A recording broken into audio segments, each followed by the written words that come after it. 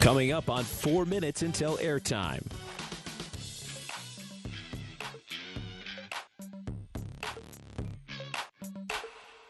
Mark, 4 minutes until airtime on the College Football Blitz. Your next time cue will be with 3 minutes until airtime.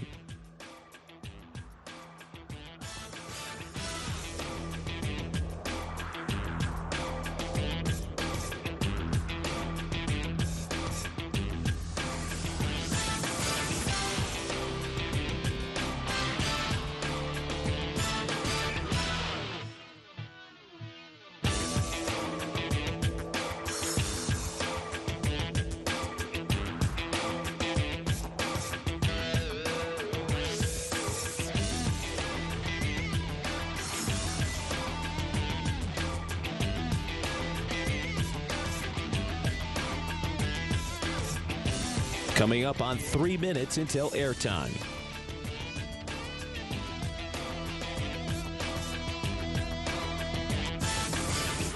Mark, 3 minutes until airtime on the College Football Blitz. Your next time cue will be with 2 minutes until airtime.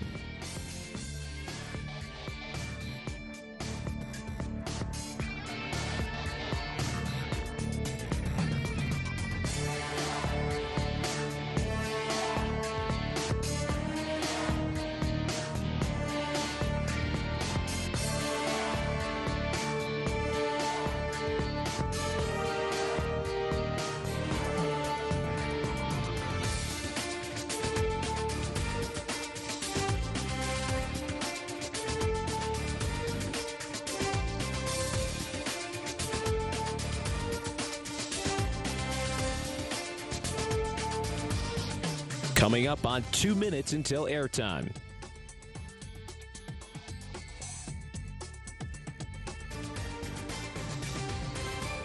Mark, 2 minutes until airtime on the College Football Blitz. Your next time cue will be with 1 minute until airtime.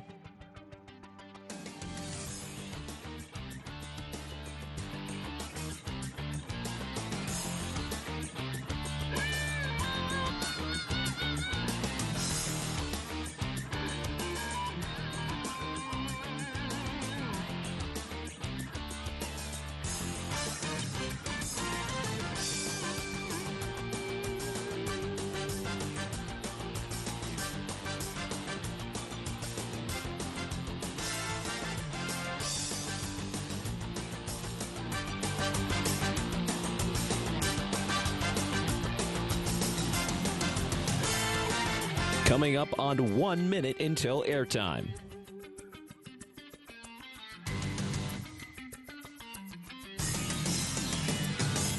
Mark, network stations. We are 1 minute until airtime on the College Football Blitz. Studios. Please start your archive recording. Stations. If you encounter technical issues during the broadcast, please call the studio hotline at 336-831-0863. Coming up on 30 seconds until airtime. Mark, 30 seconds until airtime. Stations, your final time cue will be with 15 seconds until airtime.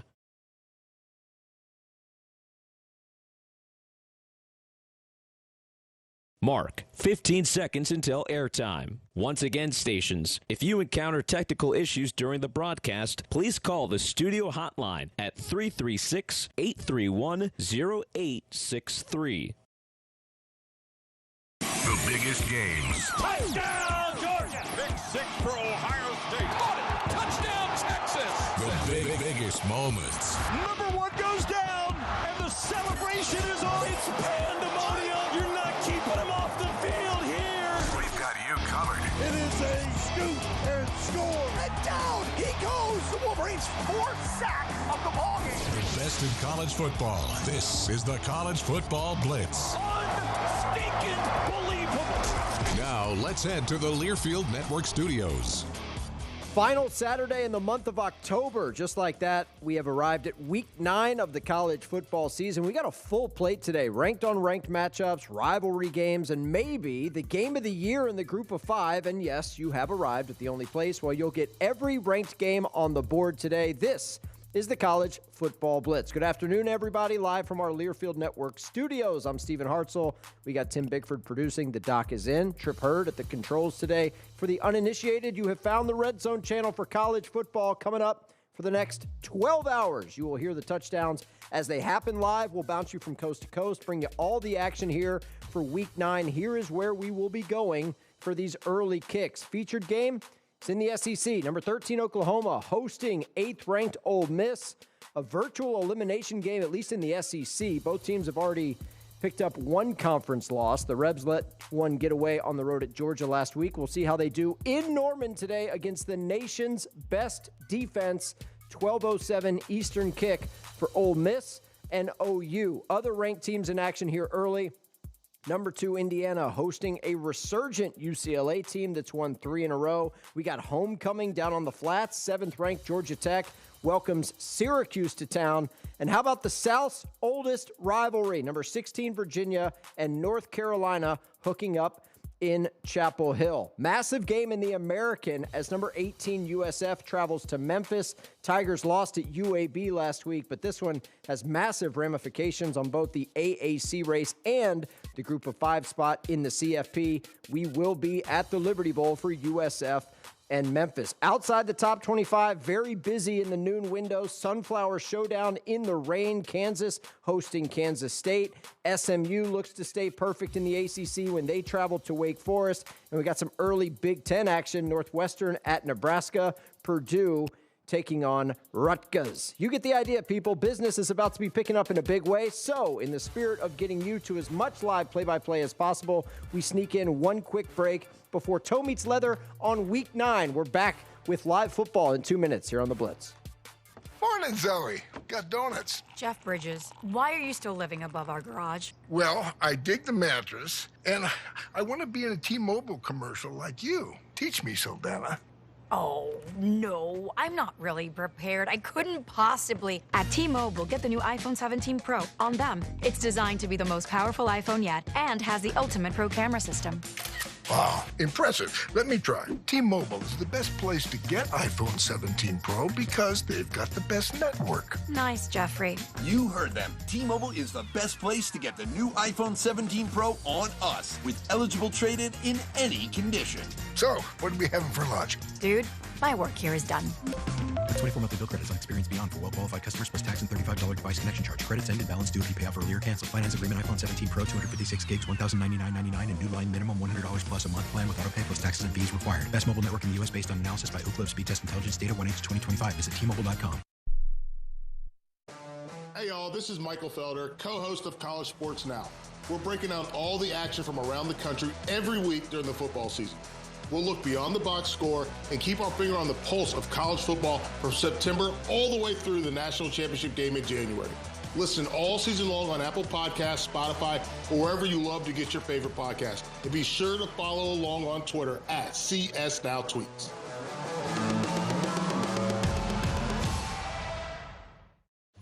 Most people in radio commercials talk really fast. But we made this one for RV owners. Progressive knows they like the slower pace of RV life, like this commercial. And they know Progressive will protect their RV at a fair price with discounts. Now here comes the fast part. Progressive Casualty Insurance Company and affiliates. Discounts not available in all states or situations. You're listening to the College Football Blitz. It's caught! It's caught! He's got it! He's in the end zone! Touchdown! Ole Miss! Touchdown! And Wake wins it! We start the day with maybe the game of the year in the group of 5. Number 18 USF at Memphis. Bulls on offense first. At the 28-yard line, USF says they've got it. I think they do, Dave. And the Tigers have it. They don't. Wow. What a break for Memphis. Everybody diving at the football. The Tigers got the big pickoff, a big hit, knocked the ball loose. One of the Tiger DBs jumped on it and got away from him, but I guess he got it back under the pile. So the Tigers make the pick. It was an interception and a fumble. It was recovered by the defense. First down, Memphis. Everett Russo who came up with the pick. And then the Tigers were able to come. That is Dave Woloshin on the Memphis Sports Network. We will get you back to the Liberty Bowl where Memphis has picked off USF, but we're going to Chapel Hill. North Carolina and UVA hooking up for the 130th time.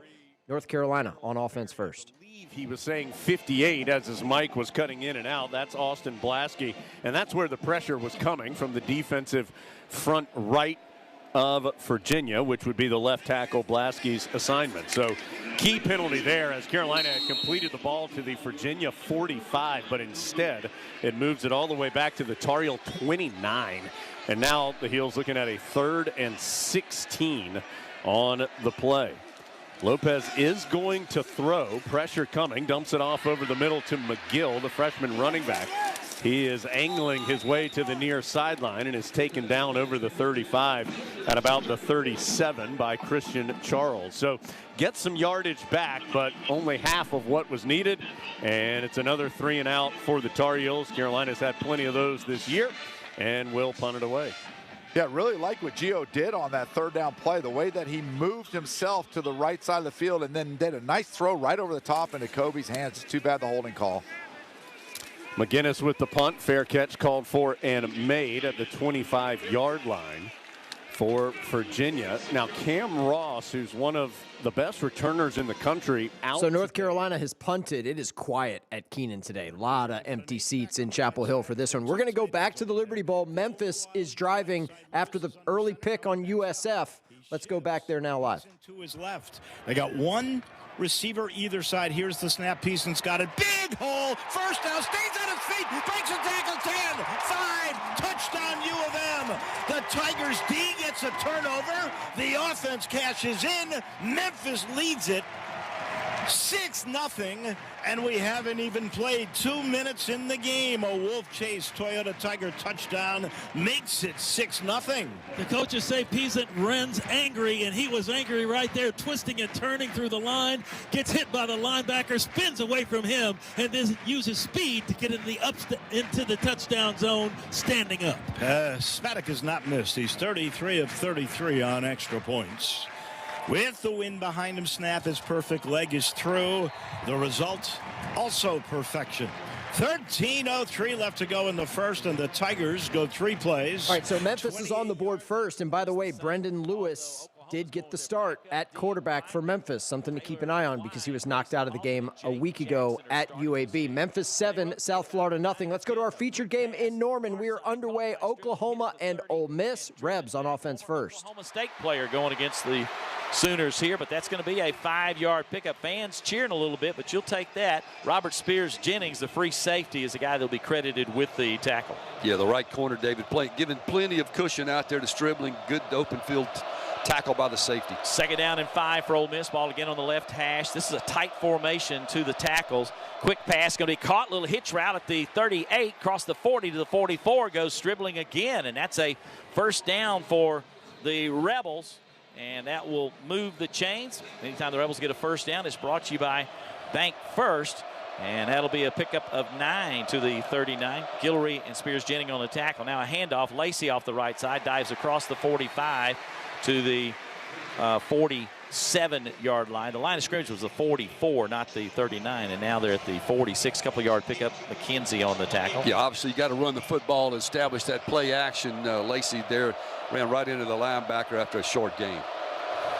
So 2nd down for the Rebels after 2-yard pickup from the 46. 2nd down and 8 for Ole Miss. Back to throw over the middle. Wide open. Caden Lee's got the catch. He's hit high and knocked down. That was kind of a high target hit at the 30-yard line. I'm a little surprised they haven't thrown a flag on now. Robert Spears Jennings again on the tackle. And that's another Bank First 1st down for the Rebels. All the way down to the Oklahoma 29-yard line. A pickup of 26. 1st down for the Rebels.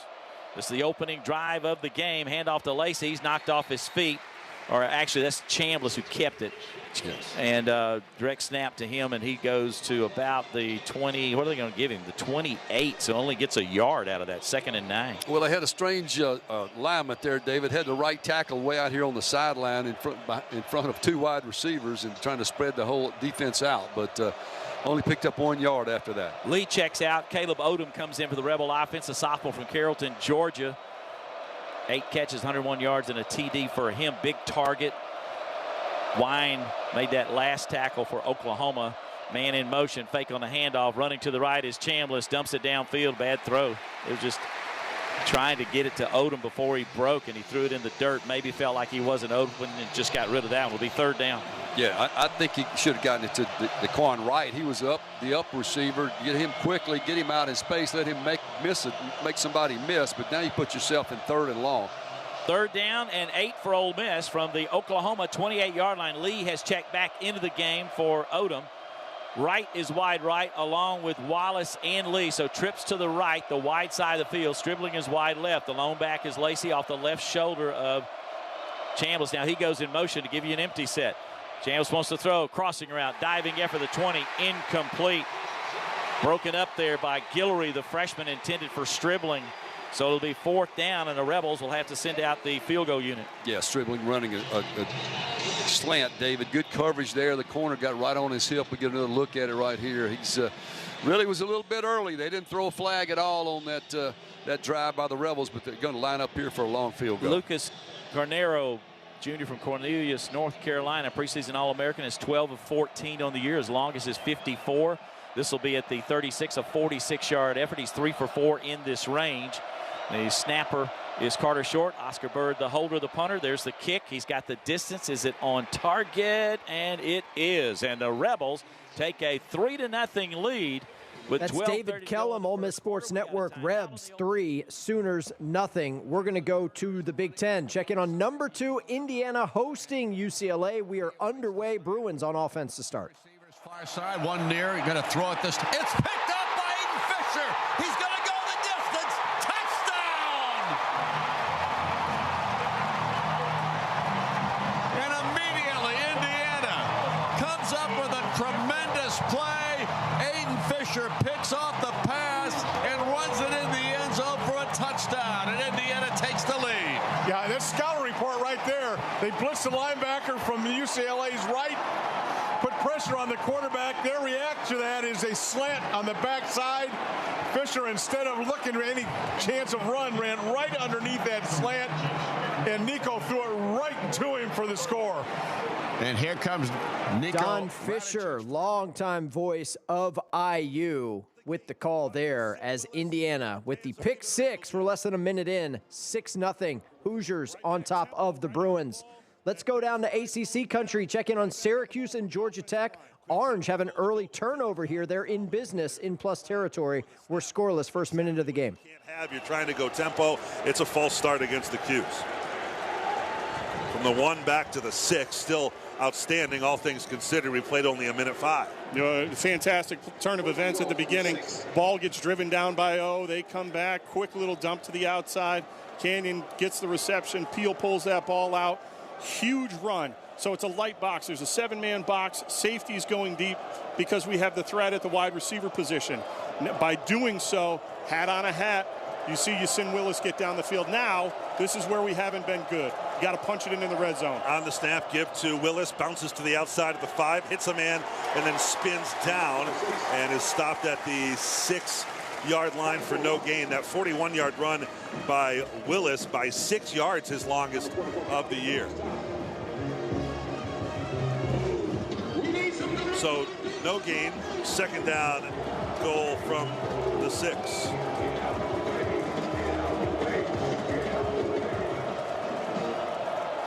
Just under 2 minutes played here in Atlanta. Beautiful day. Elijah Washington Baker, tight end to the left, in the game much earlier than usual. Low snap to Collins, looking left for Willis. Now hasn't pulled the trigger, pulls the ball down. He's at the 10 to run, bangs into a body there, and is pulled down on the numbers at about the 9-yard line. Kyle Efer, the middle linebacker, comes to make the stop. So all of that scrambling is for a loss of 3 yards by Collins. The Orange had goal to go at the 1, and they're going the wrong way. Yeah, for got to get points here. This is not like SMU. I don't think they'll be going for it. Yeah, you got to punch it in right now. Great pass protection. Travian Mack sees the blitzer late, comes and does a great job of standing his ground, picking that up. That one was just like Ricky Collins, a smaller guy getting lost in sequoias. 3rd down now. Will Nixon into the game. 3 receivers right. Snap back to Collins, but the play is blown dead. Referee Jim Knoll, and it's another pre-snap penalty on the Syracuse offense. 2 illegal procedures already. This one comes back 5 more to the 14.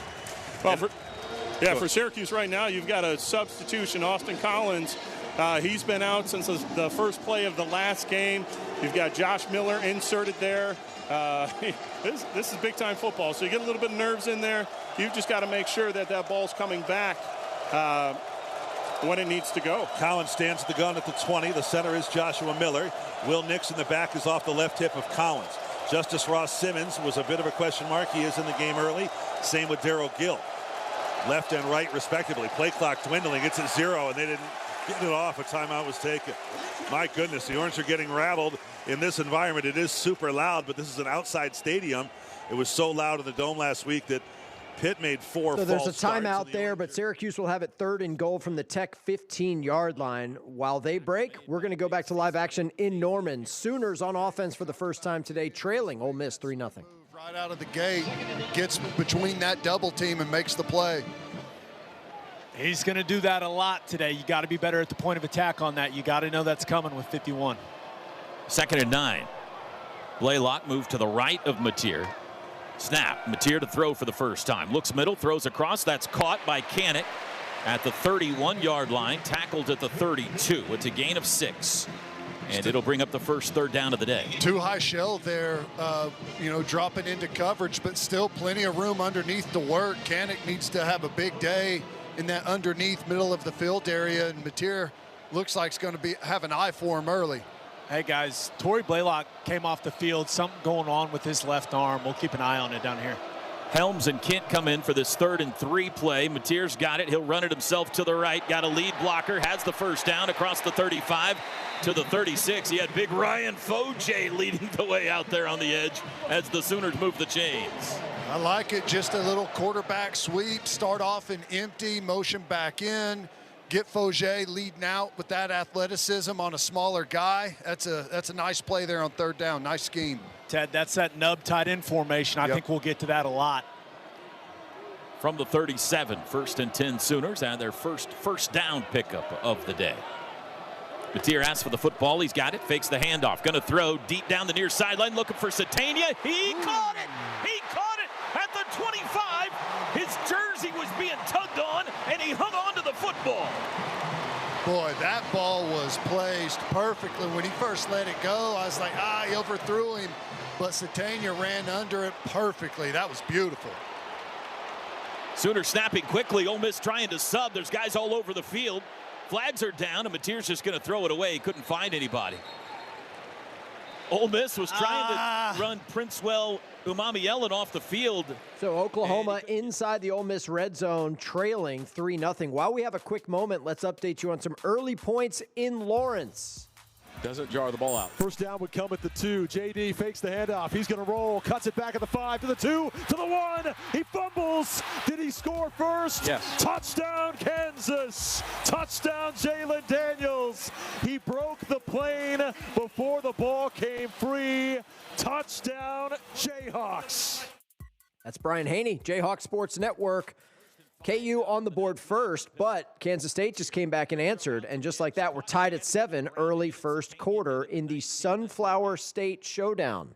Okay, let's go back to Norman, Oklahoma in the red zone, trailing 3-0. No, I lied. They're in a TV timeout. So Oklahoma driving on Ole Miss, but trailing 3-0. Timeout over. Let's go there live. 5-8 yards there to pick up after that first initial block made there by Burks. 3-0 Ole Miss, 9:55 to go first quarter.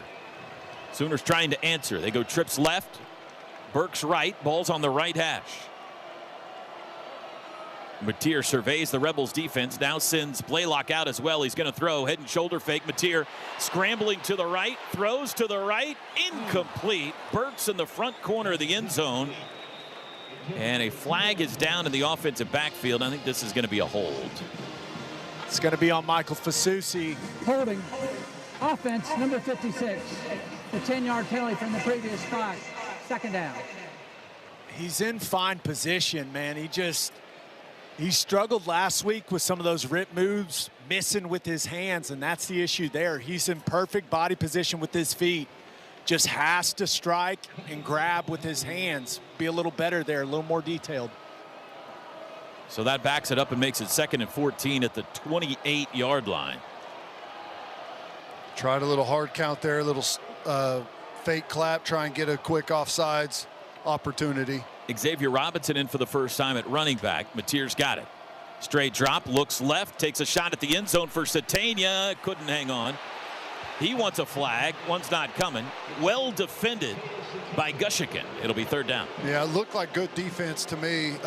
Another good ball, though, from Mateer. A little hand battle in there to try and go up and make the play. And I like it. Just continue to push the ball down there. Let those guys try and make a play. You're going to get some of those, or you'll get the interference call. Kind of just looked like Satania mistimed his jump a little bit, Ted. 3rd and 14. Long field goal range if they don't get a gain here. Trips left, tight end right. Mateer, quick throw, caught by Satania at the 30. Goes across the formation to the 25, wrapped up at the 24. Got about 4 yards. And here comes Tate Sandell.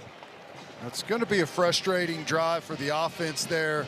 Really good job, hit on the deep ball, got Mateer to pick up the nice first down, and then, you know, a good play to get the illegal substitution defensively to get 1st and 5, and we go backwards from there. Get the holding penalty, just takes us out of our rhythm.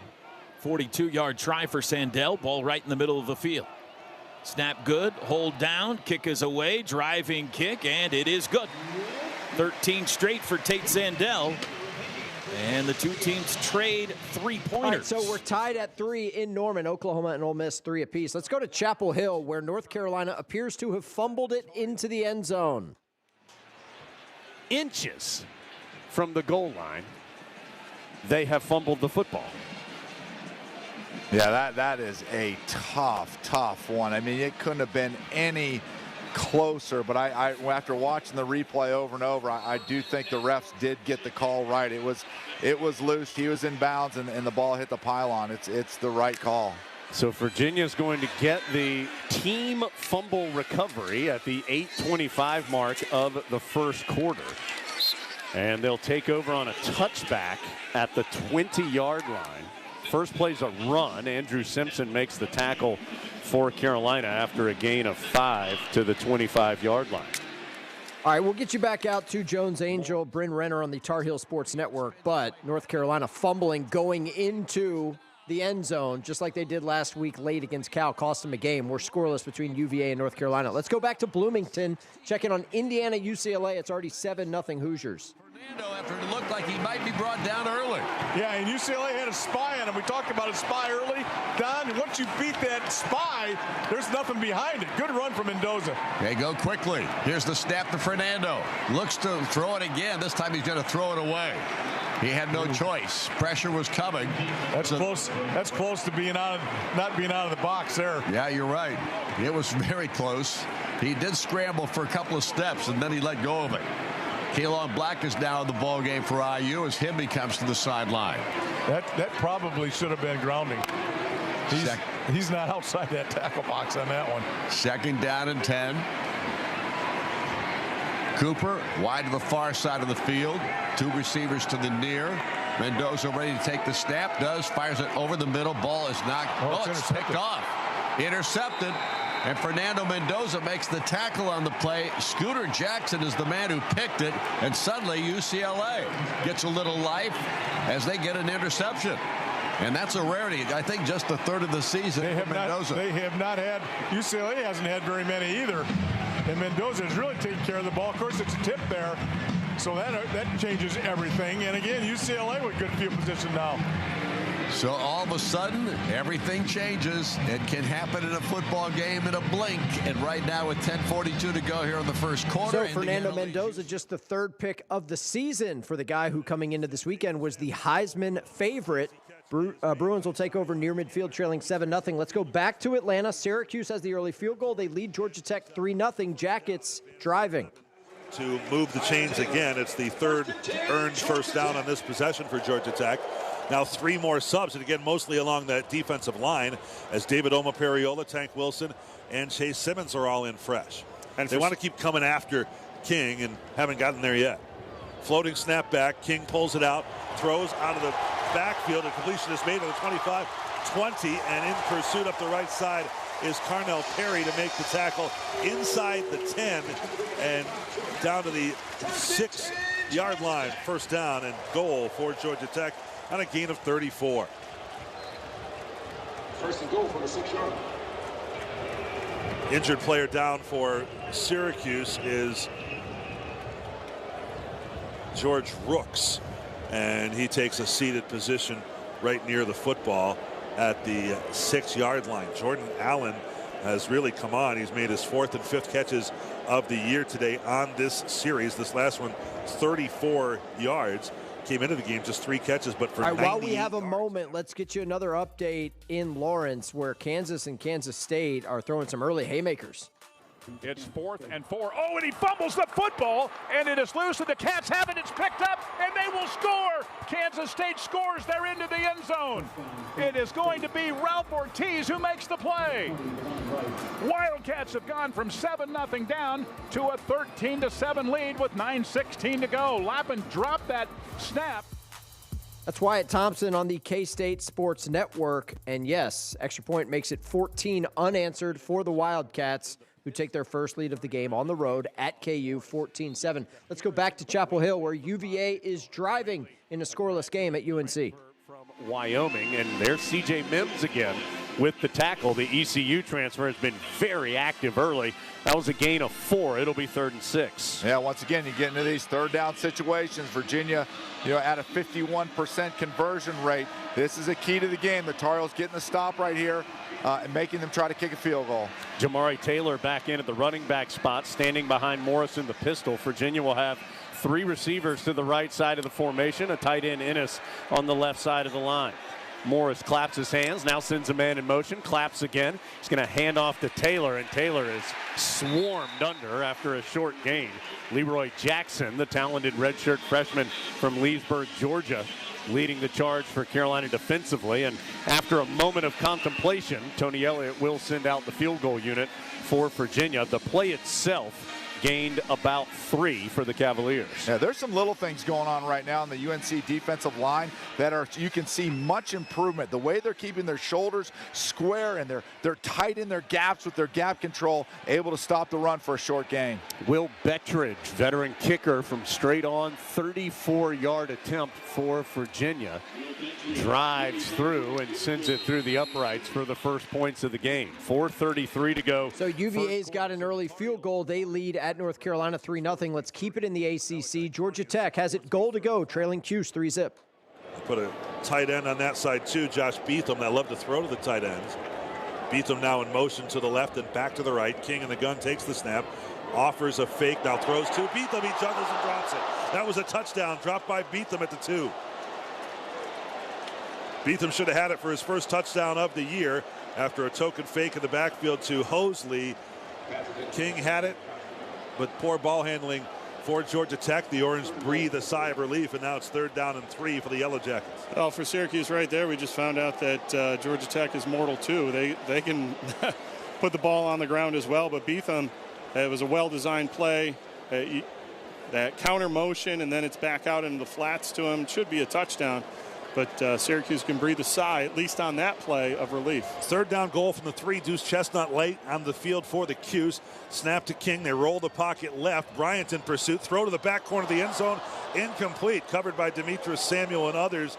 That was for the very back deep left pylon, going for Eric Rivers. Incomplete. And the Orange do hold here, setting up a field goal attempt on 4th down for Georgia Tech.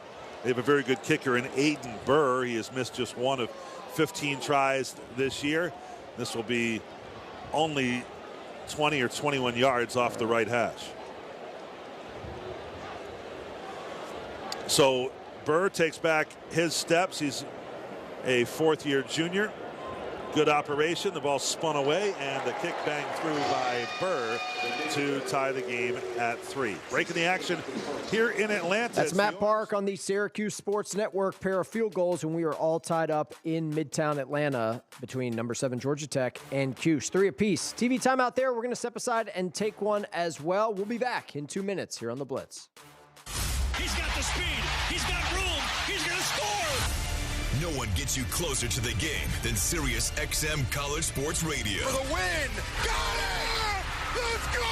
Tune in for news, talk, and analysis from the offseason through regular season and into the postseason. We've got your team covered anywhere you go.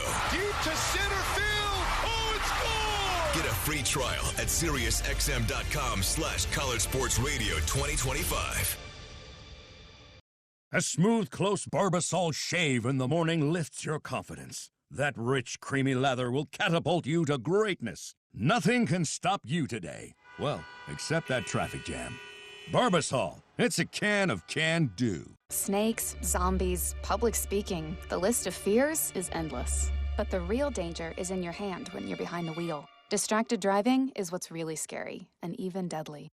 Eyes forward, don't drive distracted. Brought to you by NHTSA and the Ad Council. What's up, fans? This is Roddy Jones, co-host of College Sports Now. We're breaking down all the action from around the country weekly during the football season. We'll look beyond the box score and keep our finger on the pulse of college football from September all the way to the national championship game in January, from the East Coast to the West Coast. Listen all season long on Apple Podcasts, Spotify, or wherever you love to get your podcast. And while you're at it, be sure to give us a follow along on Twitter @CSNowTweets. When you're on the move and looking for nonstop college sports action, get the Varsity Network app and take the game with you everywhere. Stream live play-by-play from schools across the country right from your phone, free. Catch hundreds of weekly podcasts, including shows from your favorite teams, all in one place. From football Saturdays to midweek hoops, it's your all-access pass to the college sports world. Whether it's game day or just your daily drive, the Varsity Network app has you covered. Download now and listen live for free on the Varsity Network app.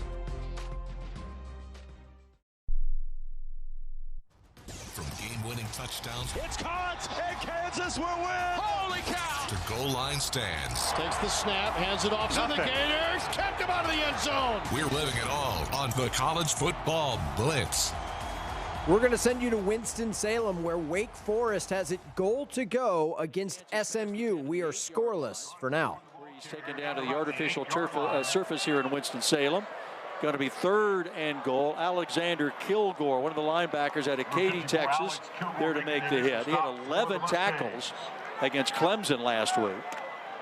3rd and goal to go Wake. Clock running toward 5 minutes to go. 0-0 game. Wake threatening here at the 8 of the Mustangs. Undefeated in conference play is SMU at 3-0. Falai in motion to the left. Here's Ashford looking right. Zips one toward the end zone. Battle for it, incomplete.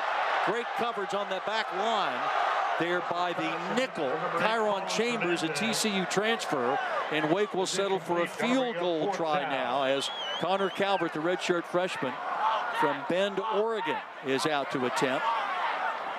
Made his only attempt against Oregon State from 43 yards. That's his season long. He's 9-12 on the year.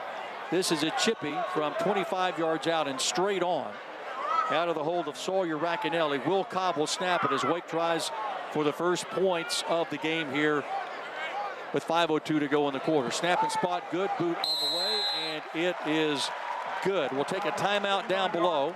Get another word from your That local is Stan Cotton, voice of the Deeks. Wake Forest leading SMU 3-0. Here's where we are in the top 25 right now. Indiana has a pick-6 touchdown. They lead UCLA 7-0 midway through the first quarter. Syracuse and Georgia Tech tied at 3. Oklahoma and Ole Miss are also tied at 3. UVA has an early field goal. They lead at North Carolina 3-0.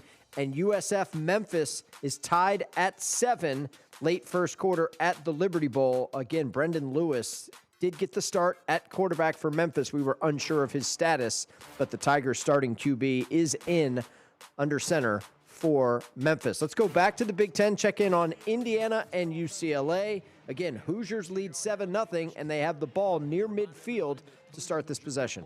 SeatGeek makes it easy to find tickets so you can be a part of all the action this season. Whether you're buying or selling football tickets, SeatGeek is the official ticket marketplace of IU football. Let's go Hoosiers, SeatGeek. Indiana comes to the line of scrimmage. Fernando Mendoza in the backfield. Kalon Black along with him. Here's the snapback. Handoff. Goes to Kalon. Finds a hole left side. Pops through. Down to the 40-yard line before he goes to the ground. They'll mark him down at the 39. But another nice 20-yard run by Kalon Black. Cole Martin makes the stop on the play. Indiana 1st and 10 at the UCLA 39. This is zone play to the left side, right between the guard and tackle there. Found a seam. And again, he hits it full speed on every carry. Williams Cooper both split to the far side. Near side comes Surratt. Here's the snap back. Mendoza back to throw. He gets it a long bomb down the field. Incomplete. A little bit wide, and the receiver, E.J. Williams, could not get past the defender on that play to get around him. And so it'll be 2nd down and 10. Yeah, that was a line drive throw. You got to get some air underneath there. That was a line drive kind of low inside, like a fastball low and inside. Showed off his big-time arm again, but got to have some air there. Let the receiver adjust to that throw just a little bit. Becker and Brady are both in as wide receivers to the far side of the field. Here's the snap and the handoff. Goes to Kalon Black. He pounds his way up the middle. He'll gain 3 on the play. And it's going to bring up Keanu Williams makes the stop of the play. It brings up a 3rd down and 7 now for Indiana. One thing that I haven't talked about, but Indiana comes off the football in the old school way with what we used to call flat back. You know, there's no positioning going on. Their backs are flat. They're coming off. They strike blows coming off and almost invariably start with a 3-yard advantage. Fernando has 3 receivers far side, 1 near. Here's the snap back. Mendoza has time this time. Looks. Now he starts. Moves again. Fires the football. He's got a man. And he's got E.J. Williams down to the 10, down to the 5-yard line. And he gets knocked down there. But Indiana comes up with another huge play. This one a 30-yard explosion. And that IU first down is brought to you by Cassidy Electric. Yeah, UCLA in 2 zone right there. 2 deep halves. A lot of underneath coverage. But Mendoza had so much time. He was able to buy a little bit more. Scrambled a little bit to the left, and then E.J. wide open in the middle of the field. Himby is back on for Indiana. Ball's at the 6-yard line. 1st and goal for Indiana. Himby to the right. Everybody in tight this time with the exception of Omar Cooper. Now he goes in motion. Here's the snap back. Mendoza hands it off, and Himby trying to find a hole. Can't find much of one as he carries for a couple of yards on the play. Be a 2-yard pickup. It'll be 2nd down and goal at the 4. Yeah, he hit it in there over the left guard. Moved his feet just a little bit outside to find a little bit of a seam. But UCLA is being stout up front, and they are rotating guys in. 2 more coming in and out for UCLA. And now Mendoza sets him at the 4-yard line. Himby to the left of Fernando. 2 receivers near, 1 to the far. In motion goes Cooper to the far side. Here's the snap. Handoff. It goes to Himby. Pounds his way forward. Gets it down to the 1-yard line. And it's going to be 3rd down and goal at the 1. So Indiana knocking at the door once again. Can they knock it in? Indiana bringing in some big people. Another offensive tackle. Looks like they're going to pound it in. We'll see if they pound it in or not. They got big personnel in there. A lot of times you bring that big personnel in there, give the run look, and then play action for an easy score on 3rd down there. They actually spotted the ball at the 2, so it's 3rd and goal at the 2-yard line. Fernando under center. Big I formation. Here's the drive, and Himby pounds his way forward. Does he get it in? No signal from the official yet. They're going to have to unpile to see if he got it in across the goal line. We'll see. They don't like it early. UCLA thinks they held him. And apparently they did. They spot the football. Just inside the 1. Actually, I thought it would be just shy of the goal line, but it's back there almost to the 1. Yeah, the official on this side, they're going to look at this again. The official on this side had it about 6 inches short. The runner was down short of the goal line. The play is under further review. So we're going to find out. While they review that in Bloomington, we got the game's first touchdown in Norman. From the Oklahoma 28-yard line. Snap again, handoff Lacey. He's got an opening on the right side. Good blocking. He's to the 20. He's going to take it, maybe 10, 5. Touchdown, Ole Miss. Wow, what a job by the offensive line. Williams and Kudus on that right side opened up a hole. And our man, Kewan Lacey, runs into the end zone for his 11th rushing touchdown of the season.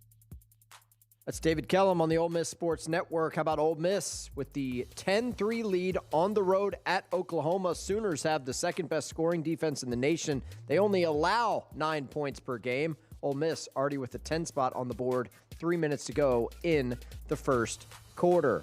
Let's check back in on Memphis and USF. These two teams tied up at 7.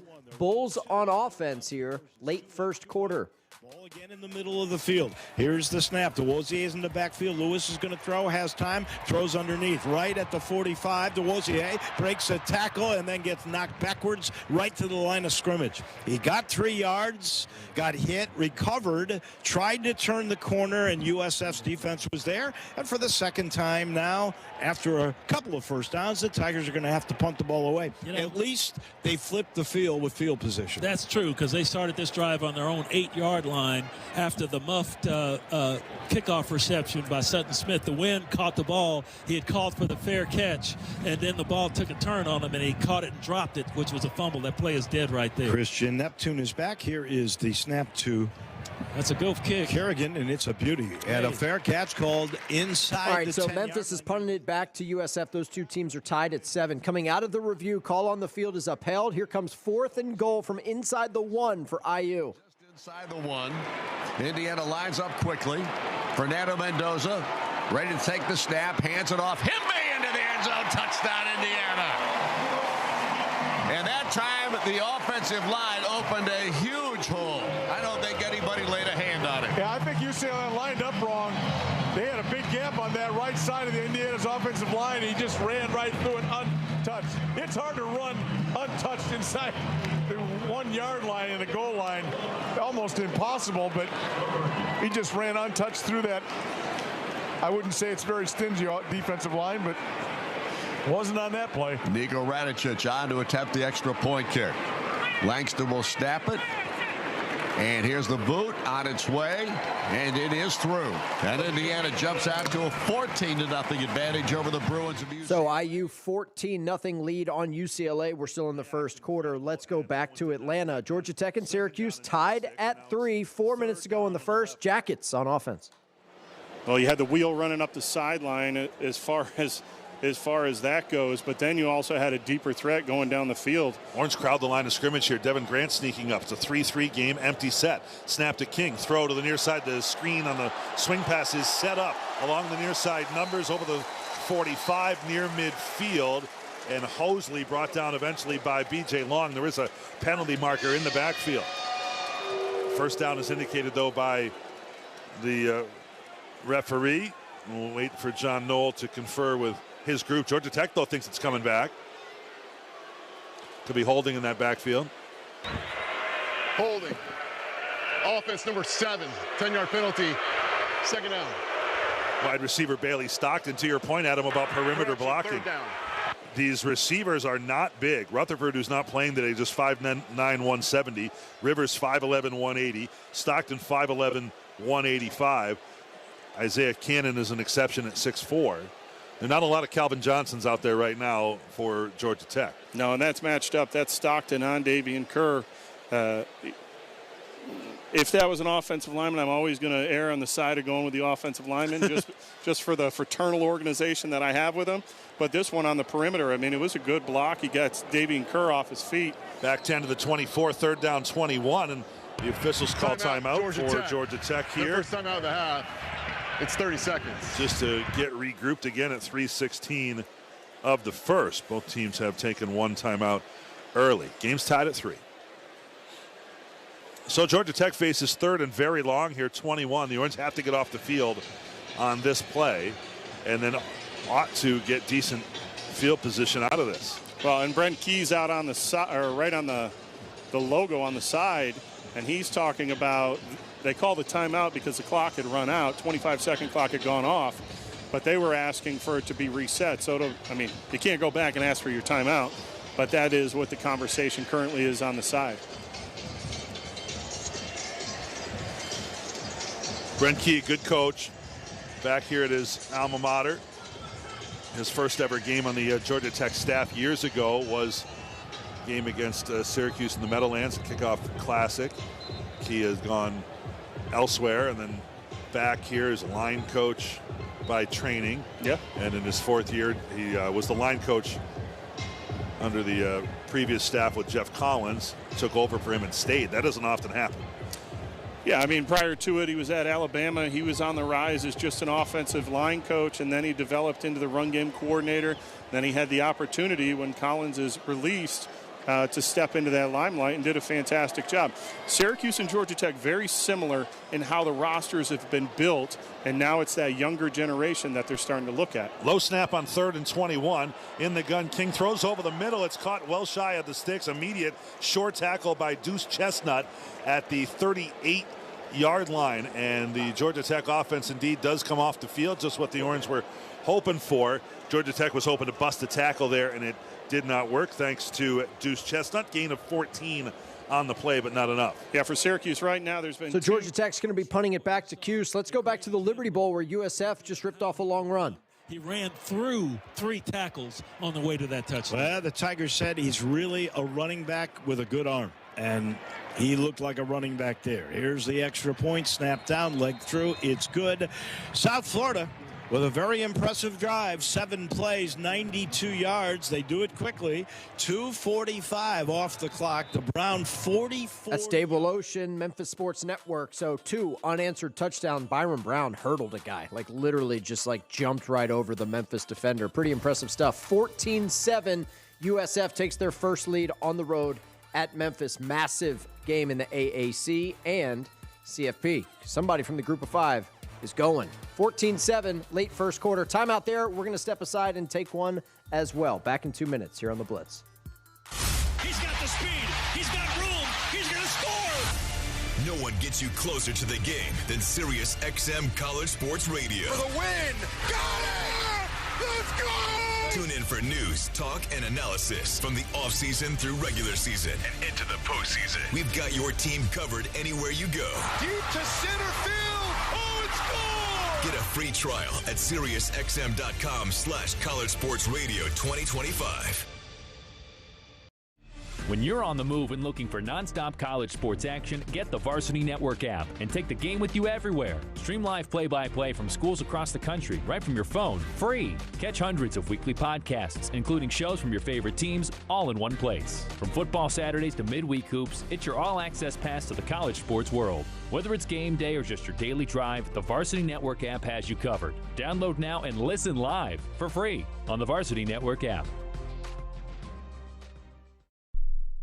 Your morning shave with Barbasol is a time for self-reflection. Look in that mirror and ask yourself, can I make a real difference in this world? Of course you can. Just not today. There's football on. Barbasol. It's a can of can-do. If you can plan barbecues and weddings, you can plan to protect yourself from a natural disaster. Sign up for local alerts, prepare an emergency kit, and make a family communications plan. Get started at ready.gov/plan. Brought to you by FEMA and the Ad Council. Progressive knows not all rides are smooth. Meet Sarah. She loves her motorcycle. What she doesn't love is when it suddenly rains. As she sits underneath a bridge waiting for it to stop, she grows quite fond of the graffiti on the overpass. She really likes the one with John Hart's Claire and wonders if they're still together. Not every ride is smooth, but Progressive has your back. Get an online quote in as little as 3 minutes and see if you can save with America's #1 motorcycle insurer. Progressive Casualty Insurance Company and Affiliates, not available in D.C. Your heads-up no-huddle look around the nation. He's not human. Pistols firing. Touchdown, Oklahoma State. Out of the 10, into the end zone. Touchdown, Tulane. It's the College Football Blitz. North Carolina and Virginia have been playing football since 1892, and they're hooking up today at Keenan in front of a lot of empty seats. North Carolina scoreless. They trail Virginia 3-0. Heels, though, in plus territory to start the second quarter. Behind Lopez.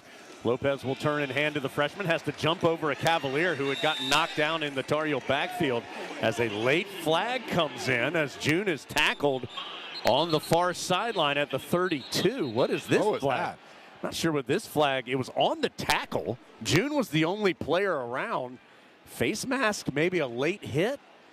Cavalier did jump on the pile when it was all finished up.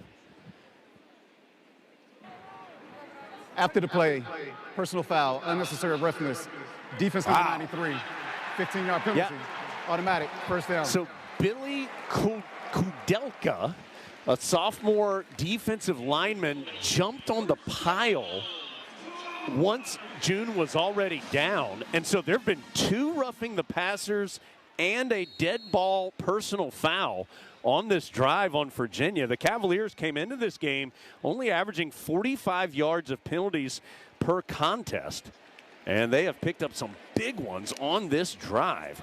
That's their 4th of the game, 3rd of this drive. They already have 50 penalty yards, and that moves the ball to the Cavalier 18-yard line. Hill's going to keep it on the ground with June. Hesitation, had a lane to run, but got tripped up. Does get positive yards to about the 15. Hunter Osborne, though, just trips up June before he could burst through and potentially get more. Yeah, that's what they call the G play. The G play where the guards, either side of the guards, pulls and has a quick trap block. Carolina's had a lot of success with that play to open up holes. That's a play that you want to stick with as the game progresses, because when it does hit, it can hit for some big yardage. 10th play of the drive will be a 2nd and 7 off the Virginia 15. Heels going right to left, ball on the far hash. Cavaliers up 3-0. Lopez going to throw. Virginia brings pressure. Carolina picks it up. Lopez still holding the ball. Now he's going to scramble and ends up getting taken down at the 17. So that will be a sack for Virginia, as Lopez just didn't have anything down the field. Cam Robinson, one of a couple Cavaliers that eventually take Lopez down. It'll be 3rd down and 9. And Gio does a really good job. He didn't panic, get out of there right away. He tried to stand in and look for somebody to come open. But once again, it goes back to the Carolina receivers. They have to be more pronounced in their route running to create that separation to give Gio an opportunity to deliver some strikes. So the Heels need the 8-yard line for the first down. Pacor and Tucker, the freshmen, out to the right. Ship, Easter, and McGill, the running back, out to the left. It's going to be a design quarterback run for Lopez, and Virginia was ready for it as James Jackson comes up and makes the stop after a short gain. Lopez gains just 1 on the play. Tar Heels will have to settle for a field goal attempt. And those are the opportunities. We will let you know about the field goal in Chapel Hill that could tie this game at 3. But while we have a moment, huge play in Norman. Looking, holding, throws across the middle, got a man, watch out, 40, down the sideline, Satania, it's a race, 40, 35, 30, they're not gonna get him, Isaiah Satania to the house, touchdown, 67 yards to Isaiah Satania. Toby Rowland, Sooner Sports Network on the call. That tied the game up at 10, and that call is presented by T-Mobile. Visit your local store to start saving. T-Mobile, it's better over here. So let's go back live to Norman. Oklahoma and Ole Miss tied at 10. Rebs back on offense. Second quarter. 30-second timeout. We're tied at 10-10. They want a 30-second timeout here to visit. The Rebels coming up with a 3rd down and long.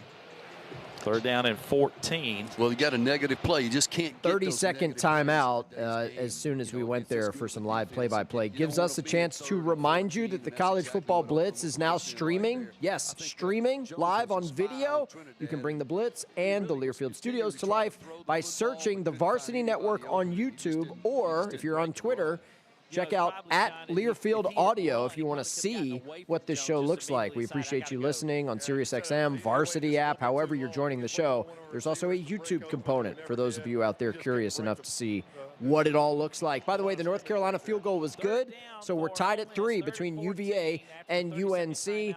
Here comes David Kellum on the Ole Miss Sports Network. Rebs and Sooners tied at 10. 30,000 plus here in Norman, Oklahoma. Ball toward the right hash. 3 receivers will come wide right. The furthest out is Deshaun Stribling. Now the back comes in motion. Lacey, it's an empty set for Chambliss. In the pocket, wants to throw. A flag flies, and he's going to slip and fall back at the 20-yard line trying to reverse his field. And that's going to be a big loss of 14 yards. But we do have a flag down, and they're pointing at the defense. So we may get bailed out here. Maybe it's a holding. Now, we told you how rough the field looked. Defense, number 32, was in the neutral zone at the snap. It's a 5-yard penalty. It is 3rd down. Yeah, Thomas lined up in the neutral zone, David. He doesn't need any extra help. He's so quick, but he did line up in the neutral zone. So the Rebels fortunately get that big loss down back. Penalty takes it to the 39. So now 3rd down and 9 for Ole Miss. Trips to the left. 4-man front for Oklahoma. That last one, boy, the cleats just came out from under Chambliss. His field's slick. 10-10 game. Rebels trying to move the chains. Got a long one here. 3rd, about 8.5. Oklahoma showing blitz, and here they come with 1 extra. It's going to be a handoff, and up the gut off the right side of the 43 goes Kewan Lacey. He'll get 4, and the Rebels have 4th and 5 from there. Yeah, Rebels trying to catch Oklahoma in that rush defense, David, thinking they're going to bring the house against Trinidad Chambliss, and just didn't trick them. Still had plenty of guys inside and picked up a few, but obviously it's a 4th down conversion here. You got to punt it away. Halton and Stone combining on the stop. So the ball at the 43. Chance to flip the field, though. Satania back to receive, standing around the 11 or 12-yard line, and Oscar Bird ready to kick for Ole Miss. 10-10 game. Snap back and down, and snap back and a good kick as he drops the punt at the 12. Satania's going to pick it up and then try to run. He gets a little bit back to about the 14. Kind of a dangerous move by Satania. Well, he did keep the ball from rolling inside. So inside. Oklahoma forces the punt. They'll get the ball back. We're tied at 10. Also, quick shout out to the SEC. Arkansas, Auburn just getting started in Fayetteville. Somebody, one of those 2 teams, is going to win a conference game. But we'll keep you posted. Arkansas and Auburn just getting underway in Northwest Arkansas. Let's go back to the Liberty Bowl. Check in on number 18 USF and Memphis 14-7. Bulls with the lead and the football. Tigers 14-7. Brown running for his life, threw that off his back leg. That shows you the arm strength of him. That was 30 yards on a rope, and the diving attempt was no good. 1 left, 2 right, pistol look, and it's an option to the right side. Brown's going to keep it. He gets caught back at the 49-yard line of USF by Chris Bracey. That's a big play, and we've got a player down. It's Jonathan Eccles, the tight end, who was out there blocking. We have had more injuries in this game. He's holding his knee. Sure is. That might have been a non-contact. That was a long sort of injury too. That was a long run for Bracey because he was lined up on the right side, came all the way through the line of scrimmage to get that tackle. According to our statistician James Owen, who's always on the money, that's their 5th injured player. We're going to get another look at that play, and I'm going to check to see if the tight end goes, when he goes down, if that is a non-contact foul. Boy, the Tigers came over in a hurry. I really couldn't see where it was. Like Bracey read that play so beautifully. Let's go downstairs. Greg Gaston, what did you see? Yeah, well, I did not get a good view of that injury, and it may have been non-contact, but James' statistic, it's pretty alarming for South Florida. They've had a number of guys go down. Memphis is laying the wood. The problem has been Memphis is not tackling well. If they can tackle better, they got a pretty good scheme going. That was a great play right there and a great tackle by Bracey. But as far as the injury is concerned, not sure, but he is still down. Yeah, that's a great point. If the Tigers did not tackle well in Birmingham, some of this, though, has to be given to the credit of Brown, who just breaks tackles. And I'll tell you what, Neptune broke a tackle or 2. These guys are shifty now. They're not small guys either. Well, you don't get to have a number by your name. They're 18th in the country. You don't have players that are really All right, good. stoppage for a injured player there. 14-7 USF with the lead. Let's go back to the flats where Georgia Tech and Syracuse are tied at 3. Jackets are driving here to start the second quarter. Well, that's exactly what happened. In this case, Jacquez was helped by the bobbled snap had a shot in the backfield, dove and swiped at him. All right, another injury. By the way, all of our games involving ACC teams are tied at 3, which is just kind of cool. Georgia Tech, Cuse, Virginia, North Carolina, Wake, SMU, all tied at 3. We'll keep an eye on that. Let's go back to the Big Ten, Indiana and UCLA, where the Hoosiers have a 2-touchdown lead and the football. 10 down to the 7-yard line, and we'll see if they mark it at the 6. They will, and Indiana gets another nice run from Holman. Goes for 6, maybe 7 on this play. John Vaughns makes the stop, and it's going to be 2nd down and 2, a run of 8 yards. Started over the right guard, then found a little cutback seam, and again, he just attacks the defense. UCLA responded a little better with a little more fierceness to their tackling. They're not the toughest bunch on this defense. And Black is back in the game as the running back. Here's the snap, and here's quarterback Fernando Mendoza trying to break a tackle, and he's going to get knocked to the ground on the far sideline. Didn't quite pick up the first down. Oh, yes, he did. They're going to give it to him. So he picks up the first down. Lawrence Key makes the stop of the play, and a nice run by Fernando Mendoza. And now Indiana lines up in a hurry. Mendoza ready to take the snap. Here it is. The snap back, and the whistle blows the play dead. And timeout was called by UCLA. Timeout, UCLA, their first of the half. So Indiana wanted to go quick. This is a 30-second timeout. And look at Sig out there.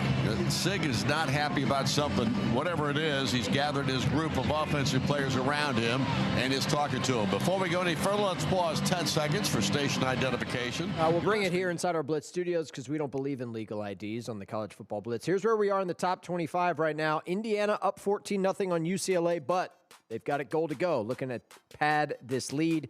You got Georgia Tech and Syracuse tied at 3. Oklahoma and Ole Miss tied at 10. UVA and North Carolina tied up at 3. And USF leads at Memphis 14-7. Let's go back to Bloomington, see if IU can punch this in. Substituting late. That time it was really late. And Indiana was going to get them caught with either an offsides or not lined up correctly. They substitute just 3 or 4 or 5 guys all the time. Yep. And they do it late. So Indiana tried to get him early. You said he was forced to call timeout. Kalon moves to the right side of Mendoza this time. 2 receivers near side. That's Surratt and Cooper. And here's the snapback. And the throw is into the end zone. It was intended that time. It looked like for Surratt, he couldn't pull it in. Can't tell if it was thrown a little bit behind him or not. Yeah, it was thrown behind him. He had to spin back to try and catch it. Again, pretty good coverage by UCLA, though. They had inside, trying to kick away the inside, and he couldn't find his way inside that defender. Mendoza tried to throw it on the outside shoulder, couldn't turn and catch. Holden stays at tight end, comes to the sideline. Now into the ball game. Surratt to the far side. 3 receivers to the near side, including the other tight end, Nowakowski, and he goes in motion. Fernando takes the snap. He's going to hand it off to Kalon Black. He dives for the end zone and does not get it in. He's a yard shy. Isaiah Chisholm makes the stop for UCLA. So now it brings up 3rd down and goal at the 1. These goal lines have been a little bit tough to dent right now for Indiana. Forced to go 4th down on the first time down there. Now, 3rd and 1, a little over 1. Yep, a little bit. About 1.5 yards is where they spotted the football. Holden stays, is back in the ball game. 2 receivers to the near side. That is Surratt and E.J. Williams. Here's the snap and a throw out here. The catch is made, and Elijah Surratt makes the grab and is a touchdown, Indiana. A quick sideline throw, and E.J. just barely got across the end zone line when the pass got there, and he goes to the ground immediately, but Indiana's got another 6. Again, threw to his back shoulder that time. Was it EJ catch that? Once again, Don Fisher on the Indiana Sports Network. It's 20-0. IU pulling away from UCLA to start the second quarter. Back to Atlanta, where Georgia Tech is driving on Syracuse. We're tied at 3. Close to the formation. Man in motion to the far side. 4th receiver over there now. Floating snap back. King was looking left. He throws it left and misses badly. Good surge defensively by Chase Simmons and others, forcing the throwaway by Haynes King. You know, the underutilized Moultrie Goddard, 2 plays right back to back, got after Haynes King this time, getting into his throwing window, and It was a strike thrown, but probably 5 yards off target. Keep in mind, he's in the game because Gary Bryant is not. There's a high snap to King, and it's a design run at right tackle for the quarterback. Gets to the 25, pushes the pile to the 23-yard line. Tank Wilson among those, bringing him down along with Moultrie Goddard. But King, obviously well put together, knows what he's doing as a runner. He's been very successful, averaging 93 yards per game at the quarterback position. And this one picks up 7 off the right side. 3rd down and a long 2. An already thin linebacking core going into Moultrie Goddard. Delorier came up limping. King takes, runs himself right side. Moultrie Goddard got him, kind of wrapped him around at the pile. They stop him shy of the line to gain at the 21-yard line. And now it's 4th and a yard. Yep, 4th and 1. Georgia Tech with the offense on the field. Tight end Josh Beetham, who dropped the touchdown in the first quarter, is back in the game. From our vantage point, it looks like Georgia Tech needs fully the 20-yard line, and the ball rests just outside the 21. So King in the shotgun. Tight end in motion across the formation. King takes, then fakes, wants to throw. Does. He's got Beetham this time at the 10, at the 5, and into the end zone. There was no one around Beetham. He caught the ball at the 11-yard line, went up the numbers, and was into the paint untouched. So Tech has their first lead of the game on Syracuse 9-3 with an extra point pending. Meanwhile, in Norman, we got points. There's the snap, and he's going to hand it off, and running to the right, hitting the end zone. It is exactly what Harry Harrison wanted. A safety for the Ole Miss defense. William Eccles broke through and tackled Blaylock for the deuce. That's David Kellum, DK, on the call. Ole Miss Sports Network, a safety for Ole Miss to make it 12-10. And safeties are brought to you by the Sickos Committee Safety Alert System. Yes, that's a real thing. All football is good football. Thanks to our friends at the Sickos Committee. Check out their podcast. They're on Blue Sky and Instagram at Sickos Committee. Give them a follow and embrace the Sickos College Football lifestyle. More points to tell you about in Winston-Salem. Wake Forest hosting SMU. That's Hernandez, another wide receiver right. Throw's going to go back to the left side. Caught, 5-yard line to the goal line. Touchdown, Falai. 12-yard score. Wake went against the grain, sending the flow to the right. Falai came back to the left. Nobody around him. Ashford saw it. Easy touchdown for the Demon Deacons here on homecoming. Stan Cotton, Wake Forest Sports Network. You got the Deacs on top of the Ponies. 10-0 early second quarter in Winston-Salem. Let's go to Ole Miss, who's got the ball back after the safety and a 12-10 lead at Oklahoma. Now Lacey comes out in motion again. Chambliss to throw, crossing around, got his man at the 30, and down to the 20-yard line is Trey Wallace. Little quick slant, deep slant, and Jordan will make the tackle, but that will move the chains. What a big play there to the 20, a 21-yard gain, and another bank first down. Big third down conversion. David just simply sold it off the line of scrimmage, and it was a deep slant. You called it. Oh, nothing here is Lacey on the handoff. Penetration by Oklahoma. Get 2 guys back there. Kip Lewis is first back to the 22. We went up there for kind of a quick snap. That didn't work out. A 2-yard loss, 2nd and 12. Well, we've had really good results against the blitz so far in this game, but right there the linebacker brought it and simply took away the run game. Pistol formation for Ole Miss. Lacey is standing behind Chambliss.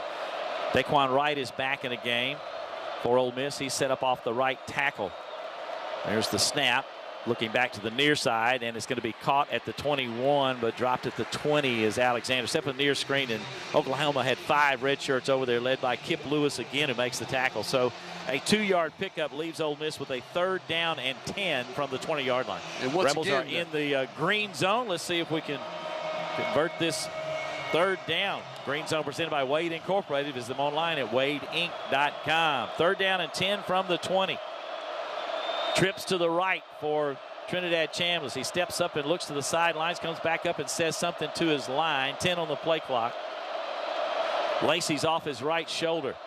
Oklahoma stacked in tight across the middle. There's the snap. He wants to throw, in trouble, runs out to his right. He's going to take off and run. He's going to get to the edge. He's going to get the first down and out of bounds around the 5. Trinidad Chambliss using his legs. David, they keep bringing the blitz. Kawan Lacey keeps picking up the blitzer. It opens a wide swath of the middle of the field, and Trinidad just simply beat number 10, Lewis, the linebacker, away from the line of scrimmage and rushed it down for the first. First and goal. First and goal from the 5-yard line on a 15-yard gain by Chambliss. Boy, we've converted some big third downs in this drive. There's the snap, fake on a handoff. Back to throw is Chambliss. He's going to fire to the back of the end zone, incomplete.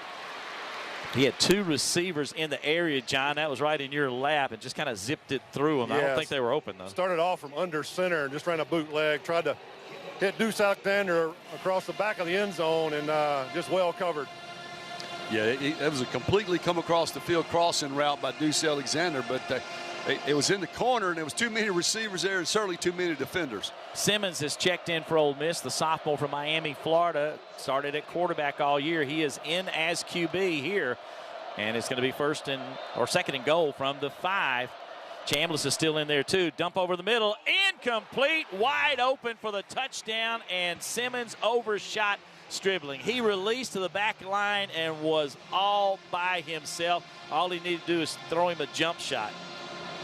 And he threw it too high. Third down. Great call, David. Great setup, and just simply overthrew it.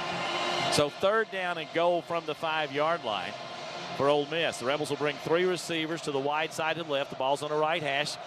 Austin Simmons still at quarterback. Chambliss is not in the play here. He's on the sidelines. There's the snap. He wants to throw. Looking. Fires one back of the end zone, incomplete.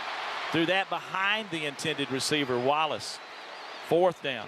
Yeah, 2 receivers that really could have caught the football had they been good passes, David, but we haven't seen Simmons in several games and just simply not on the money. Disappointing finish to this drive. The Rebels will send out the field goal unit. It's going to be kind of a tough angle. The ball's on the right hash. And Carnero hit one earlier. He's 13 of 15 on the year. This will be from the 12-yard line, a 22-yard chip shot. But again, it's for the right-footed kicker. He's got to pull it back to the left a little bit to make this one, to give the Rebels a 5-point lead with 7:37 to go till halftime. There is the kick, and he drills it through. And Ole Miss is up 15-10 in this one.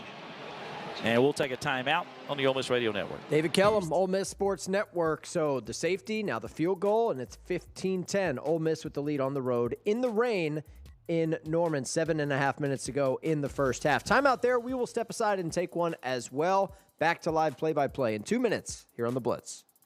Morning, Zoe. Got donuts. Jeff Bridges, why are you still living above our garage? Well, I dig the mattress, and I want to be in a T-Mobile commercial like you. Teach me, Saldana. Oh, no, I'm not really prepared. I couldn't possibly. At T-Mobile, get the new iPhone 17 Pro on them. It's designed to be the most powerful iPhone yet and has the ultimate pro camera system. Wow, impressive. Let me try. T-Mobile is the best place to get iPhone 17 Pro because they've got the best network. Nice, Jeffrey. You heard them. T-Mobile is the best place to get the new iPhone 17 Pro on us with eligible trade-in in any condition. So, what are we having for lunch? Dude, my work here is done.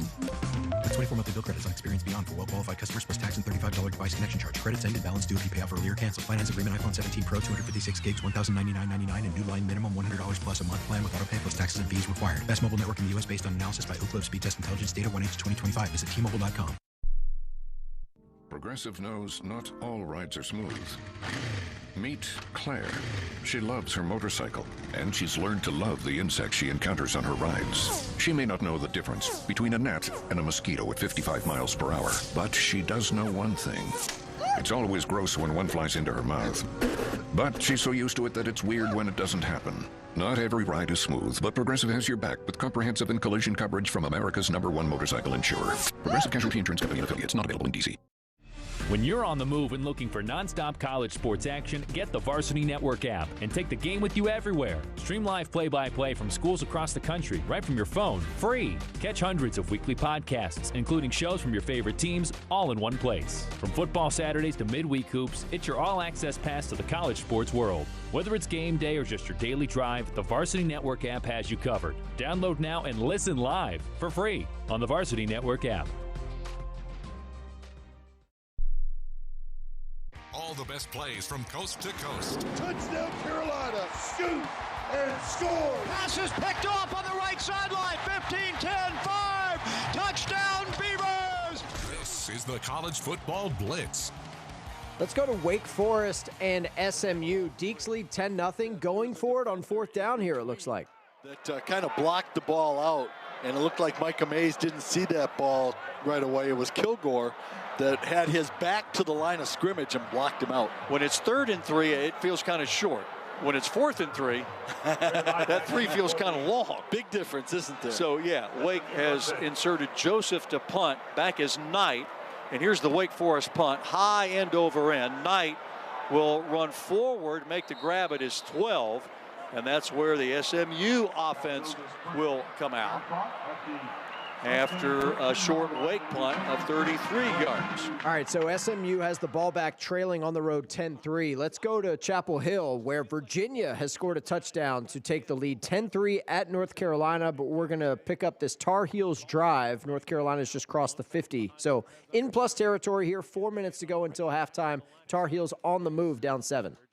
Really had to work hard for a yard there. Davion Goss, the sophomore from Opelika, Florida. Again, Robinson with the stop for Virginia. And I'm telling you, Jones, they need to stick with these runs because they are really, really close to some of these pop-ins. So I know you may pick up 2 yards, 3 yards, 1 yard there, but they're 1 block away from some of these short runs turning into some really long ones.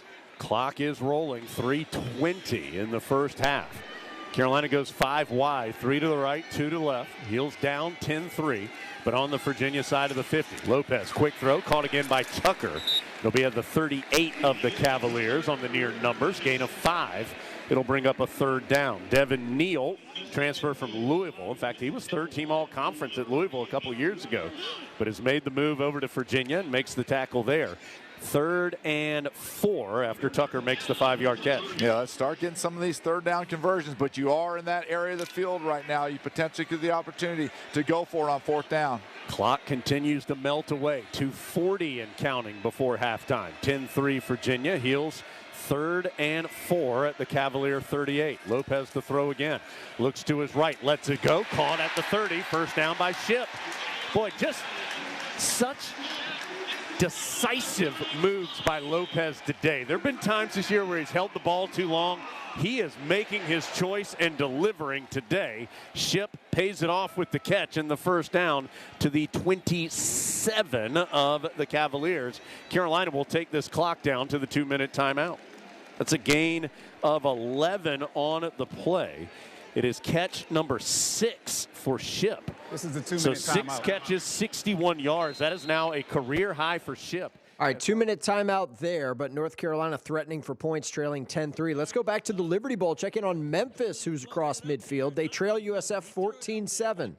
On it so it would drop into his hands, but just a little too much of it. And that throw was into the wind, too. Belu 5 of 13. Here's 3rd down and 10 at the 41. Trips right, 1 left. Duozier in. This time USF only rushing 3. They got 2 linebackers. Now a 3rd close. Now they look like they may blitz. They bring both linebackers up. Here's the snap. Here's the blitz. Lewis under pressure. Throws it underneath, incomplete. Right at the 40-yard line. That was to Duozier, who had snuck out of the backfield, but that wasn't even close. That was big-time pressure by the 2 linebackers, Schuler and Harris. I think the Tigers got to go back to what they told us they were looking at doing in our radio production meeting on Thursday. Short, quick passes, get the ball out quickly before they get a chance to set themselves. That was a 5-step drop, and the more he dropped back, the more trouble he was in as the blitz was coming. So here is Kerrigan on the punt. He's trying to get this thing inside the 20. Angles it near the left sideline. Fair catch called for right at the 8-yard line. So the Tigers bottle them up. That's where they started when they had a 92-yard drive. That's the 5th punt in 6 possessions for the U of M. So we had 3 first-quarter touchdowns in this game. Since then, nothing. 14-7, USF with the lead on Memphis. Let's go back to the SEC. Check in on Oklahoma, trailing Ole Miss 15-10. Sooners have it at midfield. Footing is just a little bit different. Sooners 6 for 9 on 4th downs this year. This is 4th and 2 from the Ole Miss 46. 2 wideouts left. Tight end Canick moves to the right. 2 backs in the backfield. Robinson and Burks, and now Sooners are going to call a timeout here. It just took too long to get into what we were doing. Yeah, I don't mind that one, Ted. Timeout on the field there gives us a chance to catch you up on Indiana, UCLA. More points in Bloomington. Now they're in a pistol look, and the handoff goes to Hemby. Right up the gut, 5-yard line, touchdown! And Roman Hemby, again, gets his second touchdown of the day as the Hoosiers are putting it on the Bruins here in the second quarter. That's Don Fisher on the Indiana Sports Network. Can confirm IU is absolutely putting it on UCLA to the tune of 28-0. There's still 7 minutes to go in the first half in that one. Elsewhere in the top 25 right now, you got Georgia Tech leading Syracuse 10-3. Ole Miss has a 15-10 lead on the road at Oklahoma. Virginia leads at North Carolina 10-3. And USF leads Memphis by a count of 14-7 as some of these games start to get late in the first half. Let's go outside the top 25. Check in on SMU Wake Forest. 4th and short coming up here for the Ponies, who trail 10-3. Are they going to go? Gimme. This is 2 here. Nope, they're going to kick, by the way. Sam I Keltner like is it. coming in. I really like this decision. It made me nervous when I saw the offense stay out there. Keltner already has made 1 field goal today of 36 yards. This will be a 35-yarder from the left hash. He kicked the last one. We will let you know about the SMU field goal because North Carolina just ripped off a big play. Now they've got it goal to go coming out of the 2-minute timeout, trailing Virginia 10-3. But 3 catches, 53 yards now for the veteran. Carolina, the ball, a football length inside the 1-yard line. Lopez going to go under center. This does allow Carolina to work the clock a little bit. Remember, Virginia due to get the ball to start the second half. Lopez going to sneak it.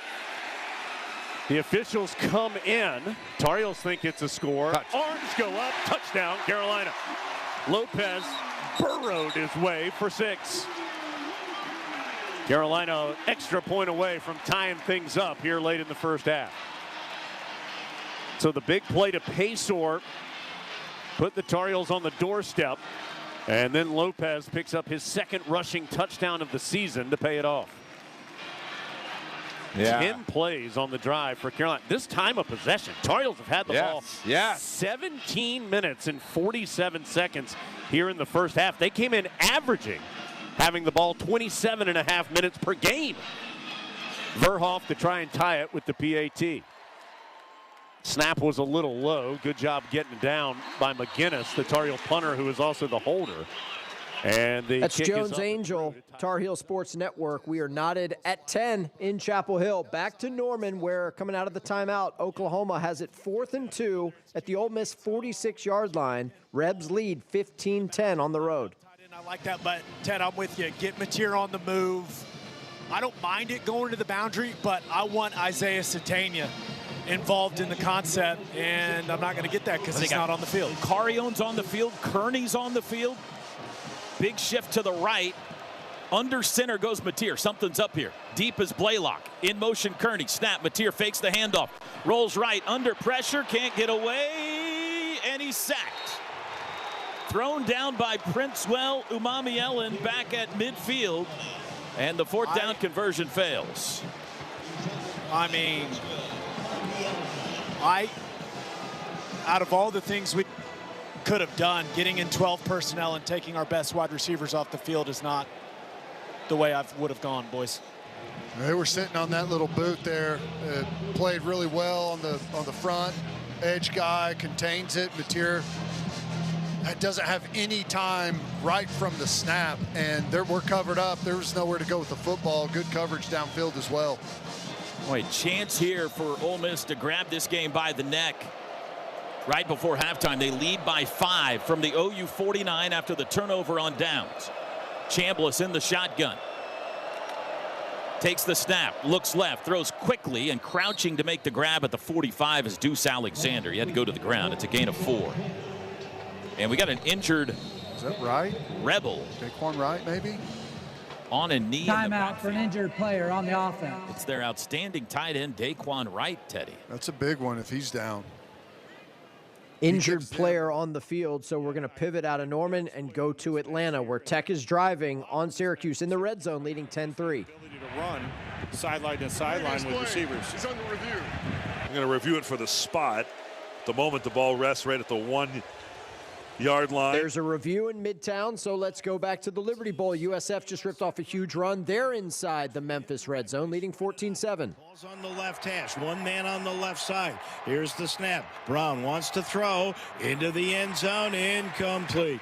They were looking for Rubin again, Medea Rubin with a little curl right on the E in the end zone of Tigers. Jeremiah Jordan was right there with good defense. Here's 3rd down and 5. I think that was a throwaway by the quarterback because Jordan was right there on top of the receiver. There was no way, there was no window to get the ball in there. Good defense by Memphis. Trips right, one left. Pistol look for Brown on 3rd and goal at the 5. Big time stop needed for the Tigers.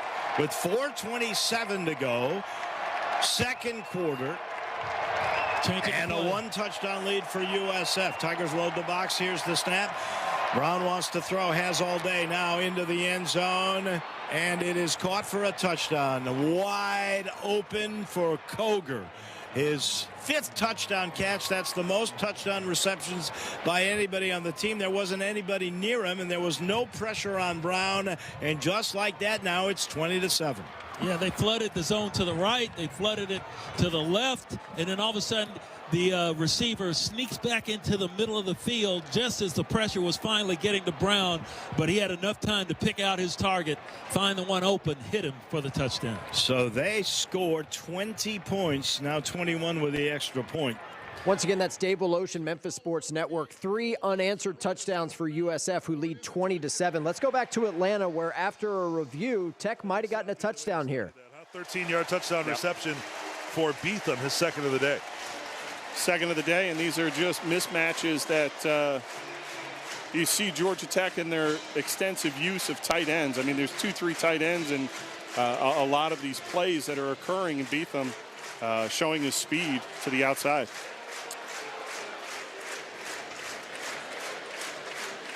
Beetham had the drop early, but 2 touchdown catches since. Aiden Burr for the extra point, drives it into the net, and Georgia Tech extends the lead. It is now 17-3. It comes at 4:09 of the second quarter. Matt Park, Syracuse Sports Network. Jackets in control with 4 minutes to go in the first half. Let's go back to Norman. Ole Miss has the ball back in plus territory. They lead 15-10 at Oklahoma. And that's going to run himself off the right side, and he's not going to get the first down. They read that well and tackled it to the 41. Only a 1-yard pickup. Kip Lewis on the tackle. Now the Rebels have to make a decision. 4th down and 2 for Ole Miss from the 41-yard line. Well, I think you know what that decision is going to be now. The question is what you're going to call. Are Rebels going to sprint out, try to get people in the flat, or are you going to try to run it against this stout Oklahoma offense? They gave him 42, so 4th down and 3 from the 42-yard line. The Rebels will go for it on 4th down. 6 of 8 this year, 75%. And it's going to be a quick pass underneath, and caught and diving for the first bound to the 36-yard line is Wallace. But the Rebels go for it and get the first down. Can they do it? We did do it. Mid-South Ag Equipment sponsors 4th down attempts. Lewis and Boganowski on the tackle, but to the 36-yard line, a 6-yard gain on a great catch by Wallace. The Rebels had numbers out here, David, 3-on-2, and they were able to hit the receiver, cut it back inside for the first down. Another first down for Ole Miss to keep the drive alive. Fake to Lacey. Chambliss going to keep. He's got nothing there. Tackled for a loss back to the 39. We're going to pull you out of Norman and go to Lawrence because Kansas and Kansas State, rivalry game, 21-7. Wildcats with the lead, but KU has it here, knocking on the door. Final minute of the first half. Daniels in the gun. Groon, the tight end, to the left. Tyshaw on his left hip. They bring a man in motion, Henderson. They will hand off to Highshaw. Inside run. Stood up at the 2. Still fighting. Still turning. Touchdown, Kansas. Daniel Highshaw would not be denied. And he scores. Touchdown, KU. He ran right through their best defender. Austin Romaine had him stood up at the 2-yard line. But Highshaw continued to get his feet moving and moving and moving. Getting a little help from the offensive line. and he willed it in for the Jayhawks. That drive amasses 8 minutes and 34 seconds on 18 plays. They travel 85 yards. And now Laith Marjan, who's been perfect this season, comes out for the extra point here. 27 for 27 in point after tries. Graydon Addison is the holder. Good snap, good hold. The kick is up. Brian Haney, Jayhawk Sports Network, 21-14 our new score. 30 seconds to go in the first half. Wildcats with the lead on their in-state rivals, the Jayhawks. Let's go back to Chapel Hill, North Carolina, trying to get something going here. Final 20 seconds of the first half. We're tied at 10. It's a 25-yard run to the Virginia 39-yard line. Tar Heels take their second timeout, and it'll give us a chance to check in with Lee Pace, our Pinehurst Resort sideline reporter. Jones, I'm standing on a patch of grass to the right of the Tar Heel sideline, 15 feet by 15 feet. A nice touch by Casey Carrick and the Tar Heel grounds crew to carve out this piece of natural grass among the artificial surface surrounding the natural grass playing grid here in Kenan Stadium. They did this so that kickers like Reese Verhoff could practice into the kicking net on natural surf like they would go out on the field. Problem is, Reese Verhoff does not use the kicking net. He does not kick footballs at all on the sideline. He's just in front of me right now going through his motion, through his air kicks. That's what he likes to do. He says it doesn't tire his foot out like a lot of kickers kick so many balls into the net. So that run by Gossley, the longest run of the day for the Tar Heels. Also, Gio Lopez, 173 yards passing this half. That's already a season high. We're in the first half. Yes, sir. 3 wide to the right, 1 to the left. 18 seconds to go. Carolina has a timeout. They'll keep it on the ground, run it up the middle to the 32, and Bill Belichick does take that last timeout. The back for Carolina that time was Hall. He gained 7 on the play. Well, pretty conservative play there. But now, I mean, your kick at this point would be right around 49 yards. Yeah, I would have thought they would have tried to. So I guess Carolina did not take the timeout. They're going to wind the clock, and now they do with 5 seconds to go and are going to send out the field goal unit. Yeah, surprised that he didn't try to run one more play, like hurry up, get up to the line, run one more play, get 3 or 4 more yards to get it closer, and then call that timeout. He did have enough time to be able to do that. So this is going to be right around 49 or 50 yards for Verhoff. His career long is 51. His season long is 49. That came at Charlotte. The 51-yarder was at Georgia Southern in 2024 when he was playing for Marshall. I do think the way that Coach Belichick played this is that he feels very, very confident that Verhoff can make this field goal from this range. And with those statistics that you just mentioned, Jones, he thinks he's obviously very capable of it. So again, this is, right. We will let you know about the North Carolina field goal attempt at the end of the first half, but we're going back to Norman. Rebs just ripped off a huge run. Now they've got it inside the red zone. They lead at Oklahoma 15-10. We're now in the green zone presented by Wade Incorporated. Visit them online at wadeinc.com. Big first down and now tackled at the 9 for a loss of a yard. The Rebels had at the 8, first and go. Got that big bank first down and now have lost a yard. It's Stone and Heineke. The Rebels tried to come up quickly to take a snap, and Oklahoma having no part of that. So it's going to be second and goal from the 9-yard line. And Oklahoma's going to use its last timeout with 1:35 left. They'd like to try to get the ball back, I guess, at this point. Of course, they still want to get the stop on Ole Miss, too. 15-10. Ole Miss leads Oklahoma. The Rebels still have 2 timeouts remaining with 1:35. While we got 30 seconds, just a quick check of our top 25 scoreboard right now. Indiana leads UCLA 28-0. They're at the 2-minute timeout in Bloomington. Georgia Tech leads Syracuse 17-3. They are at the 2-minute timeout down on the flats. We're listening to Ole Miss, Oklahoma, 15-10. Rebs with the lead and a second and goal at the Sooner 9-yard line when play resumes. Virginia and North Carolina are tied at 10. USF leads at Memphis 21-7. Back to Norman. And it's at the 9-yard line, second and goal. Daquan Wright has not returned yet. Lacey is in the backfield. Oklahoma's bringing pressure. It's a direct snap to Lacey. He runs left, trying to get to the edge, puts down a foot, lowers his head, and he gets to the 2. Great run, and it looked like Trace Buckler trying to help him out after blocking, kind of pulling him down toward the goal line. Boganowski on the tackle.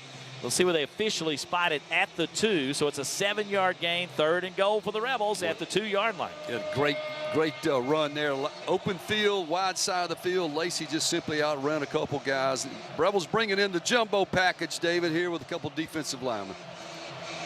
One of those is William Eccles. Will Eccles, a sophomore from Houston, Mississippi. Jamarius Brown, as he checked in too from Moss Point. A couple of SIP giants in there from the 2. 3rd and goal with 50 seconds left. There's the snap. Lacey, direct snap, left side, walks into the end zone, untouched. Touchdown, Ole Miss. Great setup, David.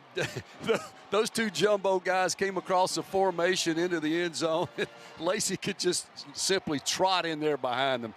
What a nice feeling if you're a 210-pound running back running between 320-pound tackles. 12th touchdown of the year rushing for Kewan Lacey, and the Rebels go up 21-10 with 46 seconds to go here in the How about Ole half. Miss's offense just cooking against one of the top defensive units in the country? That touchdown makes it 21-10, final minute of the first half. By the way, North Carolina's 50-yard field goal as time expired in the first half in Chapel Hill. Wide left, so UVA and UNC tied at 10 heading into the locker rooms. We got a bunch of games that are at the 2-minute timeouts, so we're going to step aside. We'll send you back out to some live games after this break here on The Blitz. A smooth, close Barbasol shave in the morning lifts your confidence. That rich, creamy lather will catapult you to greatness. Nothing can stop you today. Well, except that traffic jam. Barbasol, it's a can of can-do. Snakes, zombies, public speaking. The list of fears is endless. But the real danger is in your hand when you're behind the wheel. Distracted driving is what's really scary and even deadly. Eyes forward, don't drive distracted. Brought to you by NHTSA and the Ad Council. He's got the speed. He's got room. He's going to score. No one gets you closer to the game than Sirius XM College Sports Radio. For the win. Got it. Let's go. Tune in for news, talk, and analysis from the offseason through regular season and into the postseason. We've got your team covered anywhere you go. Deep to center field. Oh, it's gone. Get a free trial at SiriusXM.com/College Sports Radio 2025. Which schools will take home the prestigious Learfield Directors Cup for the top college athletic programs for the 2025-26 college athletic season? Check out the criteria and follow the year-long standings of your favorite team at L Directors Cup on the X platform or online at thedirectorscup.com. Trophies will be awarded in June 2026 to the winning institutions in all college sports divisions. The Learfield Directors Cup, powered by NACTA, the crowning achievement in college athletics. Progressive knows not all rides are smooth. Meet Peter. He loves his motorcycle. What he doesn't love is wind. Which is ironic, because wind is a big part of the whole wind-in-your-face motorcycle cliche. But nobody ever tells you how relentless a strong crosswind is, or the cliche wouldn't exist. Not every ride is smooth, but Progressive has your back. Get a quote to see if you can save with America's #1 motorcycle insurer. Progressive Casualty Insurance Company and Affiliates, not available in D.C. The biggest moments. Steps out of a tackle in the zone. Touchdown, Colorado. Game-winning plays. It's a 95-yard return, and that's a victory for Tulsa. Are you kidding me? Amazing. It's the College Football Blitz. Hey, quick update from the Big Ten where UCLA has kicked a field goal. That makes the score 28-3, which doesn't give any Falcons fans PTSD out there. Indiana in control at home against the Bruins late first half. Let's go to Wake Forest and SMU. 10-6, Deeks with the lead. SMU with the ball, final minute of the first half. Second and 7 at the 43-yard line of Wake Forest. 43 seconds remaining first half. Hudson and Maryland go to the right. Knight and Brinson to the left. Second down and 7. Jennings from the right hash. Four-man rush for Wake Forest. Kevin steps into a throw right, and that was Intercepted. It's picked off right in front of Hudson. Coming up the left sideline to the 40. Logan Parr can't make the tackle. Stumbling at the 30. Still going at the 20. Andrew Chambly and R.J. Maryland are going to tackle him down at the SMU 15-yard line. They had all kinds of guys with shots to bring him down. Karan Prunty was the one with the interception and returning it to the SMU 14-yard line. And they ran zone, and that time Prunty, I thought, was sitting on the SMU wide receiver that was trying to make the catch. Rhett Lashley says, hey, I think the guy's knee was down. I think for sure he was down. We'll check a replay here. The ruling on the field is an interception. The play is so he was on top of Hudson. Yeah, sat down right on top of I don't know if we will let you know about the review, but Wake Forest with the 10-6 lead on SMU. Let's go to Memphis and South Florida. 21-7, USF with the lead, Memphis with the ball, trying to get points here before halftime. Back there at quarterback, so he's okay, but he took a big lick on that blitz. Sutton Smith to his right. Cluse splits to the right side, 2 to the left with an H-back on the left side. Only 3 rushing, but the linebackers up close for USF. Here's 2nd and long. Lewis has it, throwing over the middle. He's got Cluse, and he's got it down to the 18, maybe the 17-yard line. So that'll set up a 3rd down and medium, 3rd down and 5. Big catch, a big hit, and he hangs on to the football. Tigers quickly work. They fake to Sutton Smith. Lewis rolls to his right and throws the ball. There's got to be a hold call. Yeah. There's the late call. They were holding on to Brady Cluse for dear life. He was going to have a touchdown for sure. He got beaten. It'll be 1st down and 10, and we'll see where they mark it. Yeah, the defensive back has no argument on this. And holding. Defense number 9. Half the distance to the goal. Automatic 1st down. It'll be 1st and goal at the 8-yard line. The Tigers need points. 58 seconds remaining in the half. They're down 21-7. Now that was just if you're going to get beat, just grab them, and that's what happened on that play. He had no reason to argue, no right to argue on that. They got 2 timeouts. They can do whatever they want to here. Cluse split to the right side, 1 man left. They got 2 tight ends. 1 on either side. DeWozier's in. Here is a quick run, and it is going to net you to the 5, and the Tigers will use the 2nd timeout. So they just lined up. Memphis takes their 2nd charge time out of the ran half. The ball. This is the 32nd timeout. Please reset there the wasn't game a lot of room. 53 seconds. They got it to the 5. DeWozier is really good with the yards after contact, and he got the ball down deeper inside the auto zone red zone to the 5-yard line. Memphis on the march here played this drive aided. Quick update while there's a 30-second timeout. Oklahoma Ole Miss is at halftime 22-10. Rebs with the lead at the break. Indiana's driving to try to get some points before halftime against UCLA, but the Hoosiers are in control, leading 28-3. Georgia Tech leads Syracuse 17-3, and the Tech defense just stopped the Cuse on 4th and short. So we're going to keep it at the Liberty Bowl. Memphis trying to get back within a score, trailing 21-7 late 1st half. Take off and run, put pressure on the ends, and Brendan Lewis is a load at 226 pounds. They list him. I don't know why they do that. They list him at 210, but he's 225 pounds. We talked about ball possession, 11th play of the drive. DeWozier into the left. Here's the snap, and it's a throw. Inside screen, caught, touchdown. Tigers are back in it. Cortez Graham, his 6th touchdown of the year. This Wolf Chase Toyota Tiger touchdown gets Memphis right back in with 50 seconds left to go in the half, and they make it a 21-13 game.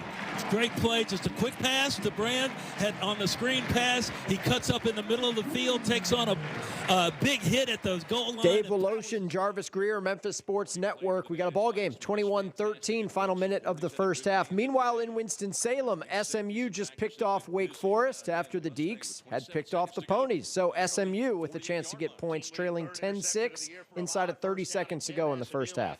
48, 27 seconds to go in the 1st half. Mustangs down 10-6 to Wake Forest. They have 2 timeouts, waiting to see if replay is going to buzz down for them to take a look at this or not. And they are not. It's 1st down and 10. Clean interception for Ahmad Moses. 1st and 10 at the 48-yard line of SMU. 2 by 2, the wide receivers. Jennings to throw. has time, left side, on the sideline. Brinson at the 45 of Wake. He'll step out of bounds at the Deacons 44 with a pickup of 8. Well, nice job right there. They're just playing soft coverage here. They kind of changed the way that they've been covering. This is what teams do, just playing that umbrella coverage, and the Mustangs will take advantage here. Again, the clock is not SMU's favor at this point. 2nd down and 2 at the Wake Forest 44-yard line. 23 seconds left in the first half. 2 by 2 the receivers. Jennings on the left hash. 4-man rush. Has some time. Throws it quick to the right. Caught Hudson at the 40. Spins through a tackle. Loses the football. And I think the Demon Deacons have recovered it at the 37-yard line. Man, 3 turnovers here in the last minute of the first half. Just killer turnovers. Remember, been 3 games since the Mustangs had, lost a fumble? 5 games since they had lost a fumble coming into this one, and we've been stripped a couple of times today. Hudson gives that one up, and Wake Forest will have it at their own 33 with 15 seconds left in the half. And that's just, Hudson trying to do something after the catch, and Wake is really feisty. They will stand a guy up and strip that football. Wake Forest will have it 1st and 10 from their 37. 15 seconds left first half. It's 10-6. That's Rich Phillips and Scott Garner on the SMU Sports Network. We have both school feeds courtesy of Learfield, so let's flip it over, give you Stan Cotton, voice of the Deeks, see if Wake does anything with it.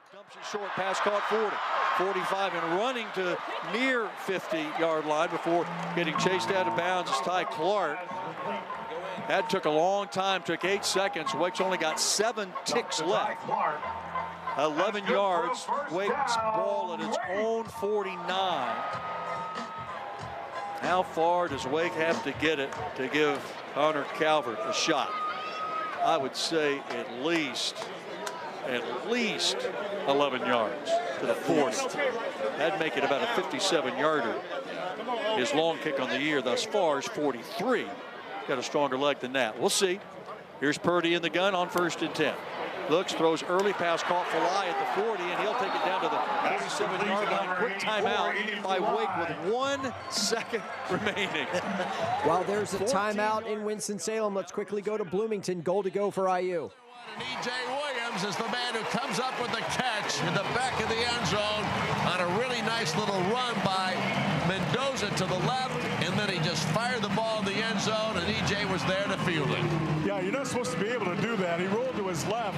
2 receivers on the sideline. Late first half touchdown makes it 34-3. Indiana flexing against the Bruins. Let's see about this long field goal in Winston-Salem. Sure you do. Now they put another second on the clock. There's 2 seconds on the clock. But you also, Wake will have the ball coming out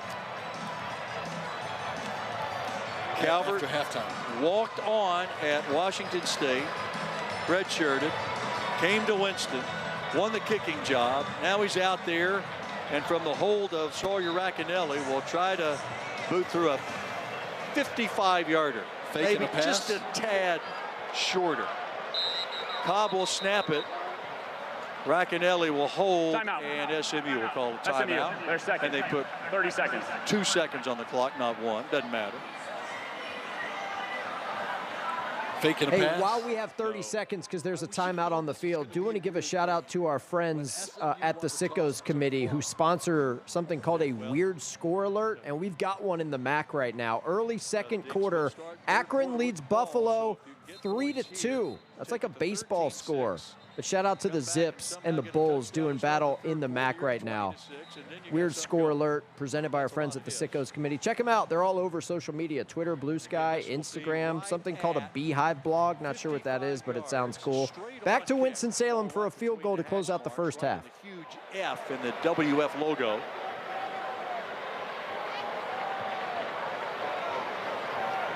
Calvert 0 for 1 from 50 plus. Snap, spot, boom.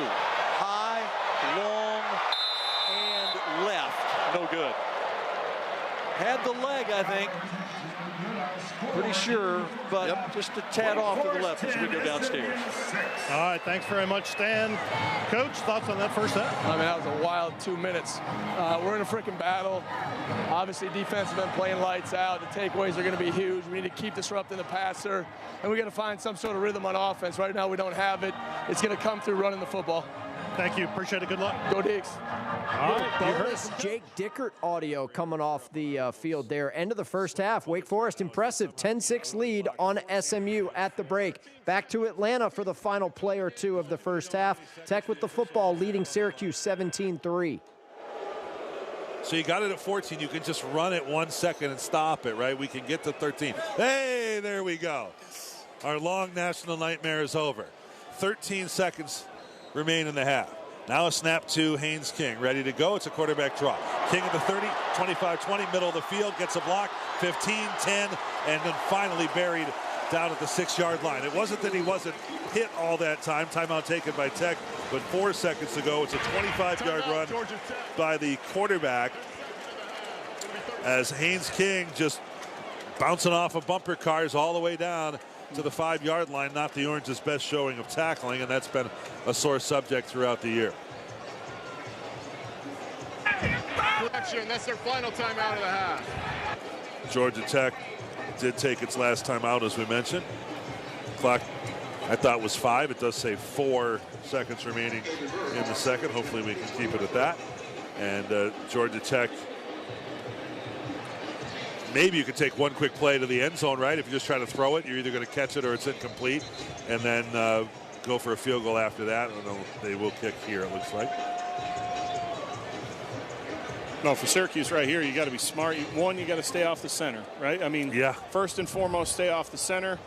Don't even come close, because then that gives them another opportunity. And then as you're bending the edge, coming off that corner, make sure you're not colliding with anybody that can draw a flag for you. 22-yard try by Aiden Burr, right hash mark. Kick is through the uprights. His second field goal of the half. And Georgia Tech extends the lead to 17. It is 20. All right, so a late first half field goal down on the flats to make it 20-3. Tech extends the lead. Let's see if USF can do the same thing at Memphis, where it's currently 21-14. 5 ticks to go until halftime. Hold. Here's the snap. It's down. Kicks on the way. Looks like it's got the distance. And it's good. Just inside the right upright. And so they go the distance in the last 50 seconds. The half is not over.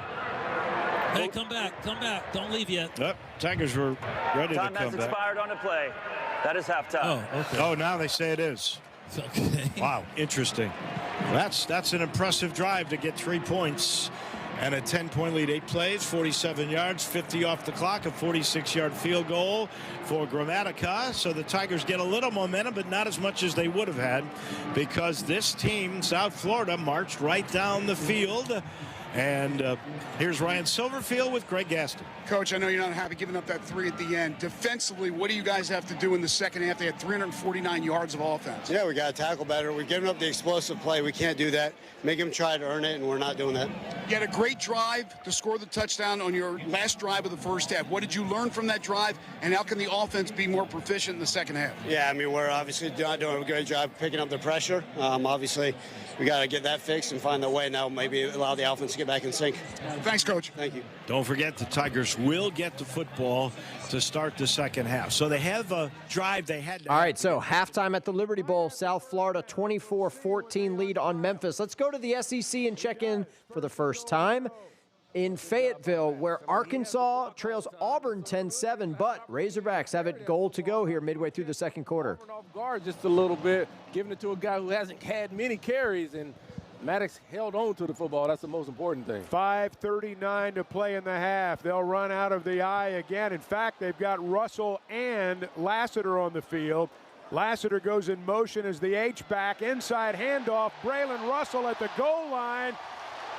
They've not whistled a touchdown yet. They're trying to unpile them and see if Russell got in. How's that not a touchdown? I don't know. Now it is. Touchdown, Arkansas. They wanted to make certain Arkansas's got the lead.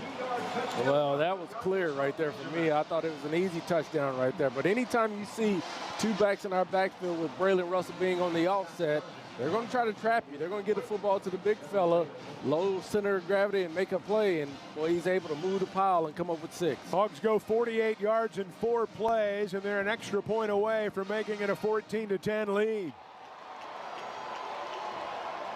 When they held Auburn to 3, a little bit earlier. It was a small win for the defense.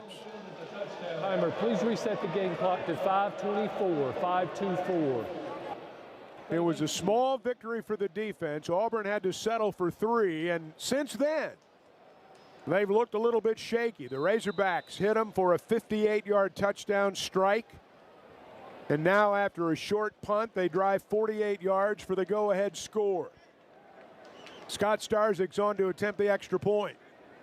It's a good snap. The hold is down. The kick is on the way, and the Razorbacks are up 14-10 with 5:24. Chuck Barrett, Razorback Sports Network on the call. One of these teams is going to get a badly needed win. Arkansas has dropped 5 in a row. Auburn has lost 4 in a row. Both teams are winless in the SEC. And at the moment, Arkansas with a 14-10 lead on Auburn, 5 minutes to go in the first half. A lot of our noon games are at halftime. We're going to step aside. We'll send you somewhere after this break here on The Blitz.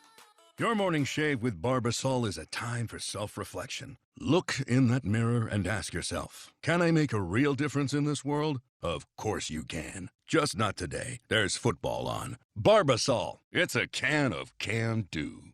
If you can plan barbecues and weddings, you can plan to protect yourself from a natural disaster. Sign up for local alerts, prepare an emergency kit, and make a family communications plan. Get started at ready.gov/plan. Brought to you by FEMA and the Ad Council. Which schools will take home the prestigious Learfield Directors Cup for the top college athletic programs for the 2025-26 college athletic season? Check out the criteria and follow the year-long standings of your favorite team at L Directors Cup on the X platform or online at thedirectorscup.com. Trophies will be awarded in June 2026 to the winning institutions in all college sports divisions. The Learfield Directors Cup, powered by NACDA, the crowning achievement in college athletics. He's got the speed. He's got room. He's going to score. No one gets you closer to the game than Sirius XM College Sports Radio. For the win. Got it! Let's go! Tune in for news, talk, and analysis from the offseason through regular season and into the postseason. We've got your team covered anywhere you go. Deep to center field. Oh, it's gone! Get a free trial at SiriusXM.com/College Sports Radio 2025. As America's #1 motorcycle insurer, Progressive has your back. Oh, like replacing my bike in case of an accident? Progressive's total loss coverage can help with that. Great. And you also agree with me that my riding club should ride to the aquarium instead of cruising around a mountain, right? Actually, we just do insurance. We don't vote in riding clubs. Nice. 2 votes for the turtle exhibit. To be clear, Progressive has your back for insurance only. So get a quote and see if you can save. What are you, some kind of turtle hater? Progressive Casualty Insurance Company and affiliates. Covered subject to policy terms, limits, and conditions. Record-setting performances. And that is touchdown pass number 7. Game-winning plays. The 10, the 5, touchdown, the Huskies score, 1 play. You're listening to the College Football Blitz.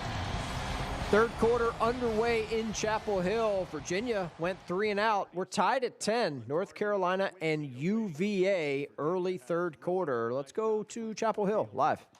Today, and another good one by Sparks. Hits it the 30. Hardy's going to have to just get out of the way and let the Cavaliers circle around it and eventually down it at the 28-yard line. And that's where the Tar Heels will start. So still probably the poorest punt of the day for Sparks, and it's still a 42-yarder with no return. I'll tell you what, Jones, the more we're getting into the flow of this game, defensively especially, you are starting to see a Tar Heel defensive line that is applying a lot of pressure. And to be honest with you, right now, they're whipping that Virginia offensive line. I think in a season that, look, we all understand it hadn't gone the way the Heels want to this point. I think the defensive line has been a bright spot. That group has come together nicely for Carolina. It's going to be a design quarterback run for Lopez. Spins through a tackle by Robinson and gets an extra yard on the play to the 31 for a gain of 3 in total. 2nd and 7. But, Joe, just to finish that thought, a lot of young guys on that defensive front, a lot of new players. Weren't really sure how it was going to come together. Hadn't been perfect, but it's been getting better as the year's gone on. Yeah, the word that keeps using over and over is development, and you're starting to see those guys develop into pretty good football players. Big credit to Bob Diaco, the defensive line coach for the Tar Heels, leading that group. That has been a good unit for the Heels so far this season. Lopez, pressure on the way, gets it out of his hands, down the near sideline, just a little too much. Pacor couldn't quite get there. James Jackson applying heavy pressure off the edge from the linebacker spot, forced the inaccurate throw. And now the Heels looking at a quick third down. This will be third and about 7.5 needed for Carolina. First drive of the second half for the Heels. Game tied at 10. Virginia went 3 and out on its opening drive of the second half. Tar Heels were 3 of 7 on third down. Converted 3 of their last 5 opportunities on third down in the first half. Lopez in the shotgun. 3 receivers to the left. A tight end, Johnson, on the right side of the line. Goss in the backfield. Lopez will throw. Heavy pressure, and this time he's going to go down. Virginia just didn't give him anywhere to go on the play. Daniel Rickert, a transfer from Tennessee Tech, who's really had a good year for the Cavaliers. The man who gets the sack on the play. He now has 5.5 of them this season.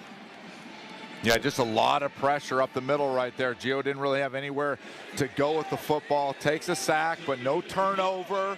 Opportunity to get a good punt, maybe flip the field a little bit here. So both teams go 3 and out as the officials. The game clock was never stopped due to the helmet coming off. Please set the game clock to 13 minutes and 27 seconds. Okay, as you heard my signal from Daryl DeBerry, a clock issue there.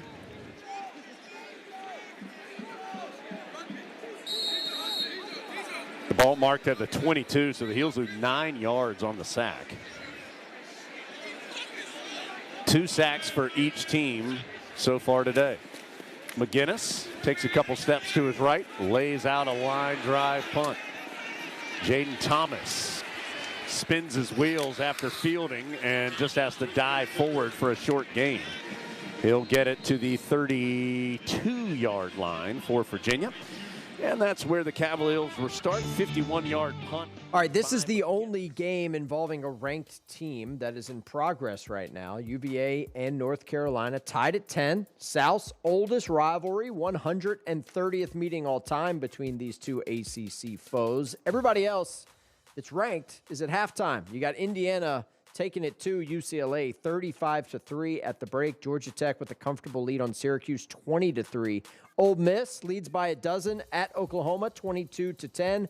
USF on top of Memphis 24-14. All of those scores are at halftime. Now, outside the top 25, you got Nebraska leading Northwestern 14-6. That's early third quarter in Lincoln. Purdue leads Rutgers 17-14 midway through the third quarter in West Lafayette.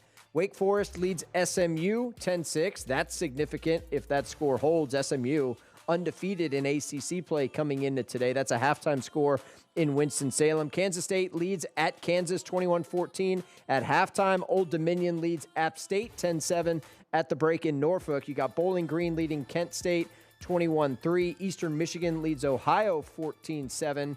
And Akron remains on top of Buffalo by a count of 3-2, which is just absolute perfection in the MAC. In the SEC, Arkansas leads Auburn 14-10. They are at the 2-minute timeout in Fayetteville. A shout out again to remind everybody that, well, first of all, thank you for listening. We're also streaming on video. If you're interested, if you want to join the fun, you can bring the Blitz and the Learfield Studios to life by searching the Varsity Network on YouTube or by following us on Twitter at Learfield Audio. There's also a chat feature on the YouTube stream. So shout out to France, Seth, Eric. We see y'all out there. So appreciate you guys interacting with the show.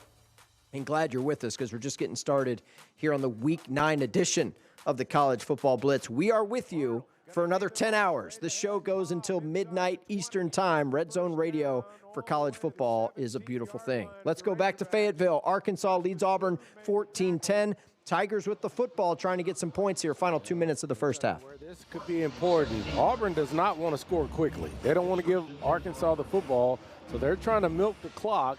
because if they can score, they get the football back at the half. Yeah, Auburn will have the football to begin the third quarter. Arkansas won the toss and took the ball. So the Tigers on first down, split trips to the right side, 1:30 to play in the half. Play clock approaching 5. They bring a man in motion. Off the fake, quarterback keeper, Arnold straight ahead, will get 2 yards, stumbling down to the 15. They fake the end around. Arnold with the midline, and there just wasn't much there. Well, they're trying to stretch Arkansas. They've run a couple of jet sweeps and tried to find a way to create a crease for Arnold in the inside, and Arkansas did a nice job. 1:03 to play, 2nd down and 8. From the Arkansas 15-yard line. Arnold has it picked off, left side, picked off. It's going to be a touchdown all the way back. Kenai Walker jumped the route. Nobody's going to catch him all the way. Touchdown, Arkansas. You can see it coming. Kenai Walker with a pick 6. Yeah, we knew all along. I mean, that out route was going to be a problem. I knew Jackson Arnold was going to let it go at some point in time, and Kenai Walker was sniffing around the chicken coop the entire day.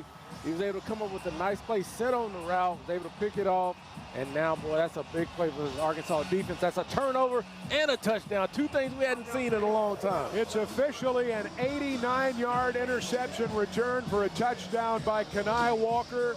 The pick 6 has made it 20-10, and Razorback Stadium has erupted on a chilly Saturday afternoon. Not quite so gloomy now. Well, I'm thankful for them to call a pass play. They've been running it effectively. They threw a pass play, and we took advantage. Massive play there by Arkansas's defense as Jackson Arnold throws the 89-yard pick 6. Razorbacks 20, Auburn 10, late first half. Let's keep it in the SEC and go to Norman, where Oklahoma has quickly gone 3 and out. Ole Miss on offense here in the third quarter with a 22-10 lead. Yeah, there was no Kewan Lacey in back there blocking this time, David. Very fortunate not to get a safety in the end zone, but he was able to get away with it, was Trinidad Chambliss. Well, if you're Oklahoma's defense, you're hoping to win the field position right here. Just get a stop, kick it back to them. They'll end up with better field position. This is an empty set, 5 wides, and that pass is batted down. He was trying to hit a hitch route over here on the near side, and he just did not see Heineke. Heineke jumps up and spikes the ball, and that's about 10 or 11 now that Trinidad's had on the year. He just jumped up with 2 hands and spiked it. 3rd down and 10. Yeah, he's comfortable back there, David. He actually needed to step up in that pocket. Here's a quick snap, ready to go on 3rd and 10. Chambliss is running to his left, in trouble, throws it away, and the Oklahoma defense turned up the pressure, and Chambliss just did not have a good series at all. 4th down. Yeah, Oklahoma won that battle. Another 3 and out here for the Rebels, David. No doubt about it. There's a flag. Grayson Halton had pressure in the backfield. Illegal substitution on the defense. The 5-yard penalty. It is 3rd down. Wow, so you get another snap. How about that? So that'll move it to the 21. That's the 3rd time we've had that called in this game. Once against Ole Miss, twice now against Oklahoma. Oklahoma does a lot of substituting and brought some people on. Not enough went off, but Rebels get another break here. We got to go back to those quick passes, David. 3rd down and 5 from the 21-yard line of Ole Miss. Ball left hash. Can you make the penalty hurt? Chambliss has 3 receivers to the right. One of those is Wallace in motion toward the sidelines. There's the snap. He wants to throw, and a diving effort, the 25, grabbed there by Lee. It was not a real good throw, and what a catch by Lee, but he's short of the 1st down. That'll be a 4-yard gain. It's going to be 4th down and 1 for Ole Miss. Peyton Bowen was there in the vicinity, but not really making the tackle, if you will, and Ole Miss will have to punt, you would think. No, we're centering in the offense, David. Not a good play, not a good toss, but a great catch. Rebels will go for it as we brought Simmons in at quarterback. Make sure you find the red tractor for your operation with Mid-South Ag Equipment. They sponsor our 4th downs. Bad high snap to Kewan Lacey. And that's twice that Bryson Sanders has had a terrible snap, and that was a wrong time on 4th down and 1. And Oklahoma got a gift there. They've got a very short field. Lane Kiffin, up 12, just went for it on 4th and 1 at his own 25-yard line. And now Oklahoma is going to have tremendous field position in a game in which their offense has really struggled. Curious, interesting. Let's go back to Chapel Hill, where Virginia has new life after UNC appeared to have picked off the Cavaliers. It was defensive pass interference. So now UVA is in business here, looking to break a 10-all tie. Near side gets good yards, shoved out of bounds at about the 15 by Greg Smith. It's going to be a gain of 8. It'll bring up 3rd and 1. I mean, I don't mean to harp on it or anything, but I literally can't even wrap my head around what he even saw. But time to move on. Let's get a 3rd down stop. Virginia's moved it to the Tar Heel 14, 3rd and 2. I believe I said 3rd and 1. It's 3rd and 2. Upcoming for Virginia in the Carolina red zone. Game tied at 10 with 9:35 and counting. Carolina's confused. Yep. Tar Heels did not have, they only had 10 men on the field and had to take a timeout.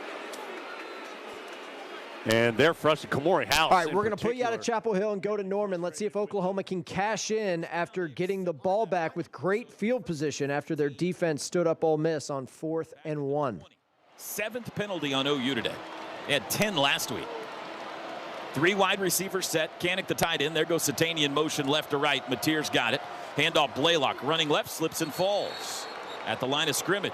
2nd down. It is a struggle right now for the offense, and you hear the crowd's reaction. Since that 76-yard touchdown pass to Satania, it has been a slog. Michael Fasusi just has to be better against Centarian Perkins. That's a 220-pound edge, pushing him straight backwards. 2nd and 15. Satania in motion again left to right. Mateer's got it, fakes the handoff. Rolls right. Wants to throw, can't find anybody, wings it for the end zone, incomplete. That was a throwaway. It'll be 3rd down. Yep, no one there, just a pretty basic combo route on the outside. You got a deep route and a little hook up there, and it was covered pretty good by Ole Miss, and we're stuck and we get frozen at the top of that route. You know, you got to continue to move for Mateer, find a little window for him to throw the ball and stay active in the scramble play. Trying to take advantage of a boneheaded call by Lane Kiffin. 3rd and 15 from the 20. Gibson in motion left to right. He'll join a trip set out there. Mateer to throw. Steps up, evades pressure. Now he wants to run. Now he's surrounded and sacked. Couldn't get away. Back at the 24. And here comes Tate Sandell to try to put 3 points on the board. Boy, we're beat right on the snap. Didn't even get a hand on the outside rusher there who's in Mateer's face immediately. And we will let you know about the Oklahoma field goal. You can tell how the folks in Norman feel about what's happening offensively there with the Boo Birds. Let's go to Chapel Hill, Virginia, goal to go, looking to break a 10-all tie against North Carolina. Crowd still booing that pass interference call from earlier in the drive. Quarterback draw, Morris lost the football, but Virginia jumps on it at the 2. That is the 8th time this year that Virginia has fumbled the football but recovered the fumble. They have not lost a single fumble all year as their offensive lineman Ethan Sight jumped on the ball at the 2. That's an unbelievable stat. 8 fumbles, unreal, and they've recovered every one of them. 3rd and goal from the 2. Obviously, big play here. Morris in the shotgun, sends Trell Harris in motion. Play action. Morris is going to throw. Looks to the left side and inaccurate. Had an open man, Sage Ennis, but Morris just missed him. Yeah, had to throw that off his back foot as he's starting to get a little bit of pressure. Looks like they're going to go for it, bringing in their big heavy package. Cavaliers converting 51% of their 3rd downs this year, just 2 of 11 today. But they got a 4th down conversion thanks to penalty earlier in this drive. Come on, Heels, get a stop right here, 4th down. Well, the ball somehow crept a yard closer, even though Virginia didn't actually advance it. To be 4th and goal from the 1. Morris is going to be by himself in the backfield. Rolls out to the right and incomplete. Missed it low as he tried to find Taylor out of the backfield. Carolina gets the goal line stand. And that's what it's all about. You face adversity, you stare it in the face, they get down to the 1 yard line, and you figure out a way to get a stop. First down, Tar Heels. Bill Belichick immediately goes to the officials as this timeout begins to talk more about that pass interference flag. Carolina is going to have 99 yards in front of it, but it also has still a tie game, 10-10 with 8. There is life inside Kenan Stadium after that defensive stand. We're still tied at 10, North Carolina and UVA. Heels are going to have it at their own 1 yard line. We going back to Winston-Salem? Yeah. Wake and SMU, 10-6, Deeks with the lead.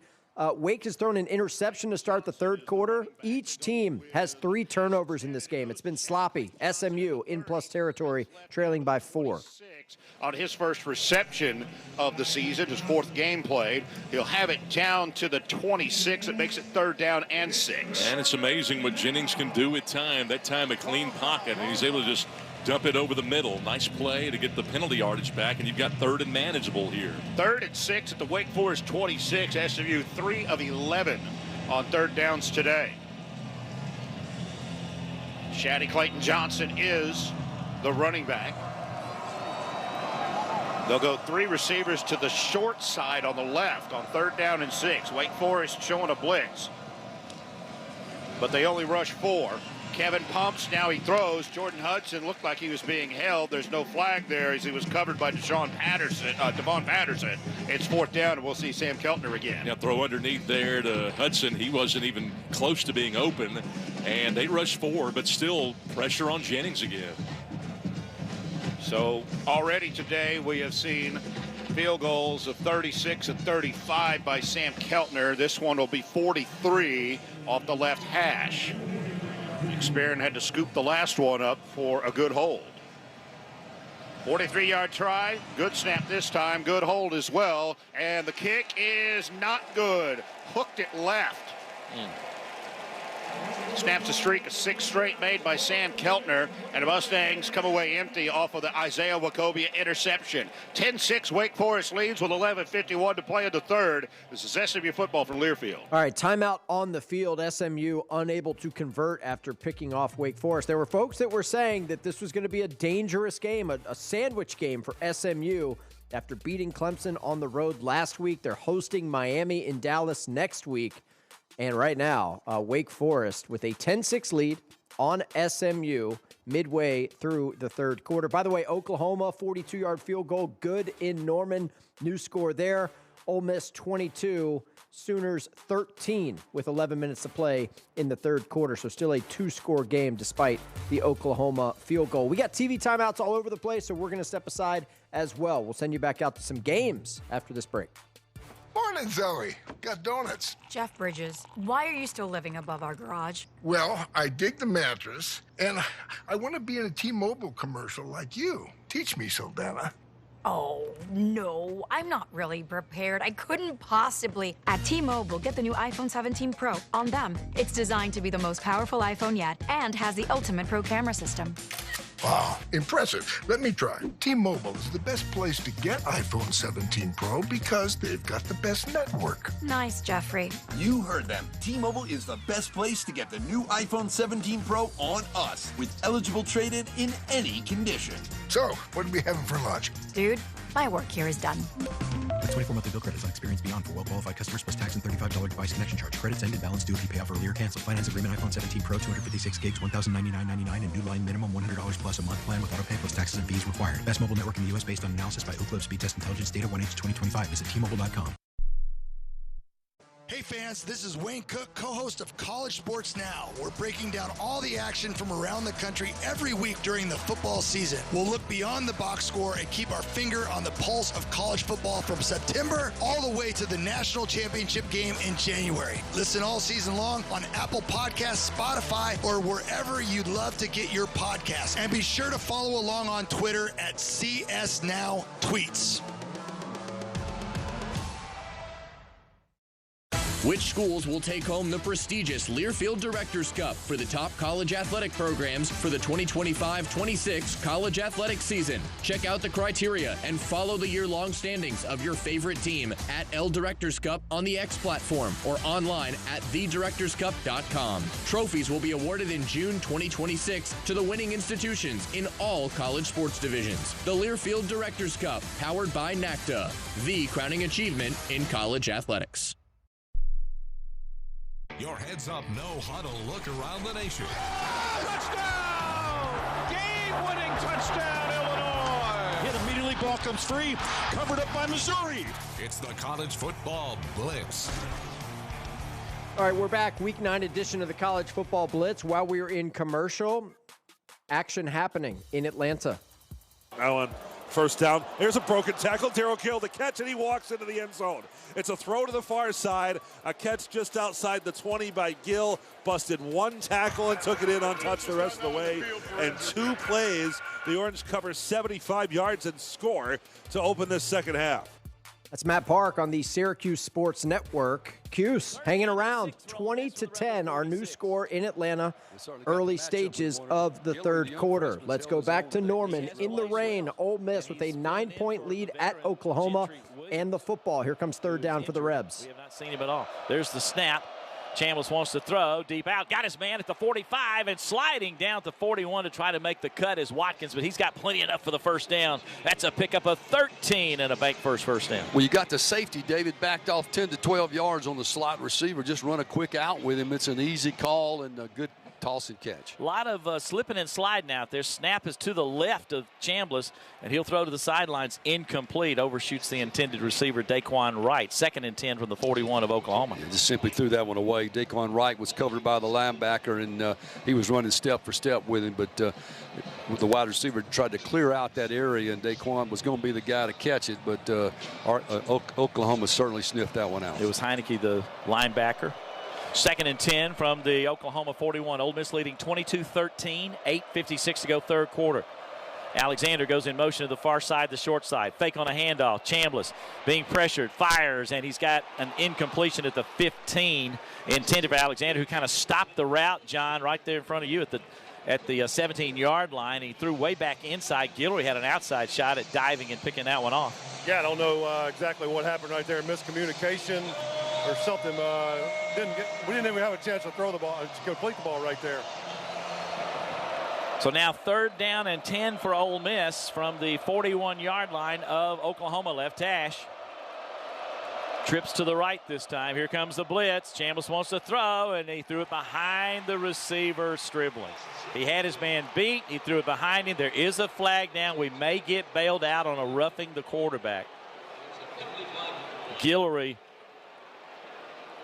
was covering on that play, and personal foul, roughing the passer. Wow. Number 65, contact above the shoulders. That's a 15-yard penalty, automatic first down. That's the defensive tackle, Jaden Jackson, out of Indianapolis, Indiana, who just carried that too far and got up high. I'm sure he's trying to block the pass. Fans don't like the replay. They thought it was clean. It'll come all the way down to the 26-yard line. Gigantic penalty, Harry, for the Rebels there. Well, it was, David. Not a good throw down to Stribling, who was open coming across the middle, but the Rebels got bailed out by the officials. The local crowd not excited about that. All right, we're going to pull you out of Norman and go to Chapel Hill. North Carolina facing 4th and 1 after picking off UVA here. We're tied at 10. Big 4th down for the Heels. I'm telling you something right now, Jones. June's starting to feel a little bit. He's got a little bit of anger in him. He's running angry. Carolina's in the red zone. Game tied at 10. 4:50 and counting. Lopez in the shotgun. It looked like there was some motion up front, but no flag comes in. Carolina hands off to June, and he gets 3. Well, I thought both teams moved early, but no flag. Instead, it'll be 2nd and 7. Tar Heels moving inside the red zone. Went back to the second half key to the game, and that is scoring touchdowns as you move into the red zone. Third quarter in Chapel Hill, 4:25 on the clock. It is moving. Game tied at 10. Chip and Pacor going to be to the right side. Lone receiver to the left is the freshman Madrid Tucker. Connor Cox a wing on the left side of the line. Heel's going to run it, though, with June, and big hit as he gets to just the 16 for a gain of 1. Huge third down right here. Huge third down. Third, what would you call it, Jones? 3rd and 7, 3rd and 6? All right, we got 2 red zone trips. We're going to be bouncing back and forth from Chapel Hill to Norman because Ole Miss is knocking on the door. Lacey made number 25 there for the Sooner defense. 22-13, Ole Miss lead, 7:40 to go third quarter. Playing a lot is Winston Watkins. He comes wide to the right in the slot here. Ball's on the left hash, 1st and 10. Chambliss stares at the defense. There's the snap. He wants the quarterback draw, and there's nothing there. He'll lose a yard back to the 15. Yeah, sometimes you get a little too cute. Quarterback was going to strictly a draw. It spread everybody out, hoping you'd get that center of the Sooner defense to spread out. Got some blocks, but nothing going up the middle. Stone and Heineke combined for the stop. The Rebels have 2nd and 11 from the 15-yard line of Oklahoma. Ball toward the left hash. They now have checked in Marcus Strong, who's in the game. Or is that Nigel Smith? Marcus Strong's in the game on the defensive front. There's the snap. Chambliss throws toward the end zone. Going up, but unable to make the catch. High in the air is Dejon Stribling. Covering was Guillory. We keep picking on him. He keeps coming through here. Guillory has played a heck of a game, David. True freshman, I believe. I'm not sure where he's from. All right, while we're parked, I told you we had dueling red zone trips. Well, we actually don't because North Carolina just threw a red zone pick. So we're still tied at 10 in Chapel Hill. UVA's defense gets the interception of Gio Lopez back to Norman. In the middle for Oklahoma, the Rebels with a 3rd down and 11 from the 15-yard line. There's the snap to Chambliss, only a 3-man rush. He's going to run this one. He'll get to the 10 and slides and gets to the 6. He'll be shy of the 1st down. He slipped and fell on a cutback. And we've seen a lot of that, both teams. A 9-yard gain. Ole Miss has 4th and 2. Well, they backed him up, David. Yeah, they put it at the 7. It's going to be a long 3, looks like now. Yep, you're right. It's an 8-yard gain to the 7. I think Kiff's going to defer to the field goal team here. But Chambliss had a chance to go ahead and pick up the 1st down, but when he made that last cut, his feet just simply slipped out from under him. Little chip shot here for Carnero. It'll be at the 14. 6 seconds on the play clock. Got to hurry up, get this one going. 4 seconds, 3 seconds. Waiting for the snap back. It goes to zeros. It's going to be a penalty. Delay a game on the offense. 5-yard penalty. Remains 4th down. Not that big a deal as far as the distance for Carnero, but instead of rushing, sometimes, John, I guess you'd rather have the penalty if you're that late in the play clock. Yeah, that's right. A little indecisive whether we're going to go for it or not right there. But I'm like Harry. I thought we had a chance to get the 1st down right there, and Trinidad just slipped down. Yeah, there's been a lot of people falling. So now the ball will be placed at the 20. It'll be a 30-yard field goal. And it's on the left hash, which is a good angle for Carnero, if you will. 4th down and 8 for Ole Miss. Snap back and down, and the kick has the distance, and the kick is good. And Ole Miss is now up 25-13 with 5:57 to go here in the 3rd quarter. We'll be back on the Ole Miss Radio Network. All right, once again, that's David Kellum. The kids call him DK, Ole Miss Sports Network. Still a 2-score lead for the Rebs, 25-13. 6 minutes to go in the game, and Oklahoma's offense has really been struggling in this one. All right, elsewhere in the top 25, you want me to give away some of these scores? All right, if you say so. Indiana scored again to start the 3rd quarter. It's now 42-3. Georgia Tech has a 3rd quarter touchdown to make it 27-10 over Syracuse. Ole Miss with that field goal up a dozen, 25-13. Virginia and North Carolina are still tied at 10. USF continues to lead at Memphis 24-17. That game midway through the 3rd quarter in the Liberty Bowl. Let's go there live and check in on the Tigers and Bulls. USF on offense in plus territory, leading by 7. He steps out or pulls out of it. Here's the snap and a play fake, and they're throwing to the end zone right side. The Tigers are going to get caught for defensive holding without a doubt, and that's too bad. If he turns, he's got a chance to get position. They were going for that outside. I think it was Singleton. And that time the Memphis corner, Shannon Blair, was holding on. Yeah, he was out there, and I wonder, was that a setup where he's going down like he's hurt, and I'm hurt, I can't do anything. Then he takes off on one-on-one coverage. Blair was out there. If he gets his head turned around, he can make a play on that football because he was in good position too, but he never got his head turned around. So they got a 1st and 10 at the 14-yard line. 7:20 to go here in the third. 24-17 USF looking for more. They got a pistol look this time. 4 in the box for the Tigers. Now 3. A linebacker drifts out. Now another linebacker drops in. 2 right, 1 left. Ball's on the left hash. Brown takes his time. Finally the snap. Quarterback draw right up the middle and pounds his way to the 11. So he'll get 3 yards on that. 2nd down and 7. He's kind of like a road grader, and he moves that pile when he goes in there. The Tigers had that well defended, but he moves the pile just another yard or 2 just because he's so big and strong. Well, they said that knee went down at the 12. It'll be 2nd down and 8. You know, you would think he'd get worn down. He's wearing the Tigers down. He's done this all year. This is what he is, so this is what he is. Here's the snap, and this time a play fake, and they're throwing into the end zone too high. Welcome. He was looking for that tight end Eccles again, and the U of M was all over that play with excellent coverage. It'll be 3rd down and 8 at the 12. Hold them to a field goal. It's a win. But it'd be good to get a turnover here if you could. But this defense, whatever you can come up with to stymie the quarterback, because he is so good on 3rd down to being elusive and breaking free. By the way, Cooper had great coverage there. So here's 3rd down. Tight end goes in motion. He's an H-back now on the left side. Here's the snap. Brown fakes right, throws inside screen. Caught by the tight end, and he's tripped up at the 8-yard line. So it'll be 4th down. Excellent defense by the Tigers, not fooled by the movement on the inside screen. And it'll be 4th down and 3 at the 7. They're going to go for it, or will they take the Grammatica points? Well, that's even better defense because they had the blitz coming on the quarterback, making it back up and throw it off his back foot, and which leaves a hole over the middle of the field. They got the completion, but that's about all they got. They want to go for it. This is the knockout punch. They bring in an extra wide receiver. Josh Porter comes into the game, a sophomore. They have 4 on the numbers on the left side. Listen now, to the everybody breaks, and they got an empty backfield, and Brown, you got to account for him. Here's the snap. They play fake and sweep. They throw underneath. Incomplete! So the Tigers are going to get the ball over on downs. Alex Golish went for a knockout, and the Tigers now get it back with a chance to tie the game. Great defensive pressure. The linebacker had the quarterback all the way. He took off. He wasn't worried about any kind of fake. He made the quarterback throw the ball just a little bit off. Big time stop there by Memphis on defense. It remains a 1-score game. 24-17. Bulls with the lead, but Memphis with the ball. 6 minutes to go in the third. Back to Chapel Hill. UVA and UNC tied at 10 late third quarter. At 10 going to the 4th. Virginia will have a 1st and 10 when we return from All Learfield. right, so there you go. End of the third quarter in Chapel Hill, North Carolina, and UVA tied at 10. Let's keep it in the ACC and go to Winston-Salem.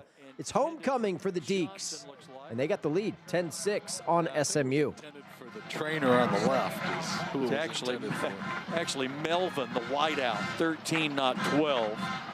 2nd down and 10, Wake Forest. Clock stopped at 7:25, still left in the third quarter. 10-6 Wake. We were at that point with almost 4 minutes to go in the second quarter. Now the Deacons send 2 receivers out wide right. That's toward the SMU bench. Snap to Purdy. Hands the ball off in the middle. The give goes to Clark, and he bangs it out over the 35 to near the 40, to about the 39, brought down by Spears, fresh into the game. It'll be 3rd down after a gain of 7. And right at 3, a long 3 to go. Nice job by Clark, faking left, going right. Picked himself up a few more yards. Another 3rd down for Wake. Deacons today just 2 out of 10. 3rd down, a long 3 for the Demon Deacs at their own 39-yard line. Purdy has Barnes in motion right to left, now back to the right. Snap, Purdy going to run himself to the near side. He gets to about the 40, and that is it. Well, they give him the 41, but he's still going to be shy of the 1st down by a full yard. And Wake will send out Racanelli and Claiborne and line up at least right now to go for it. Wake at its own 41, 4th down and a yard. And is this a for real attempt or just an attempt to get them to draw them off sides? Wake will send 3 receivers wide right. Tight end set up on the left side.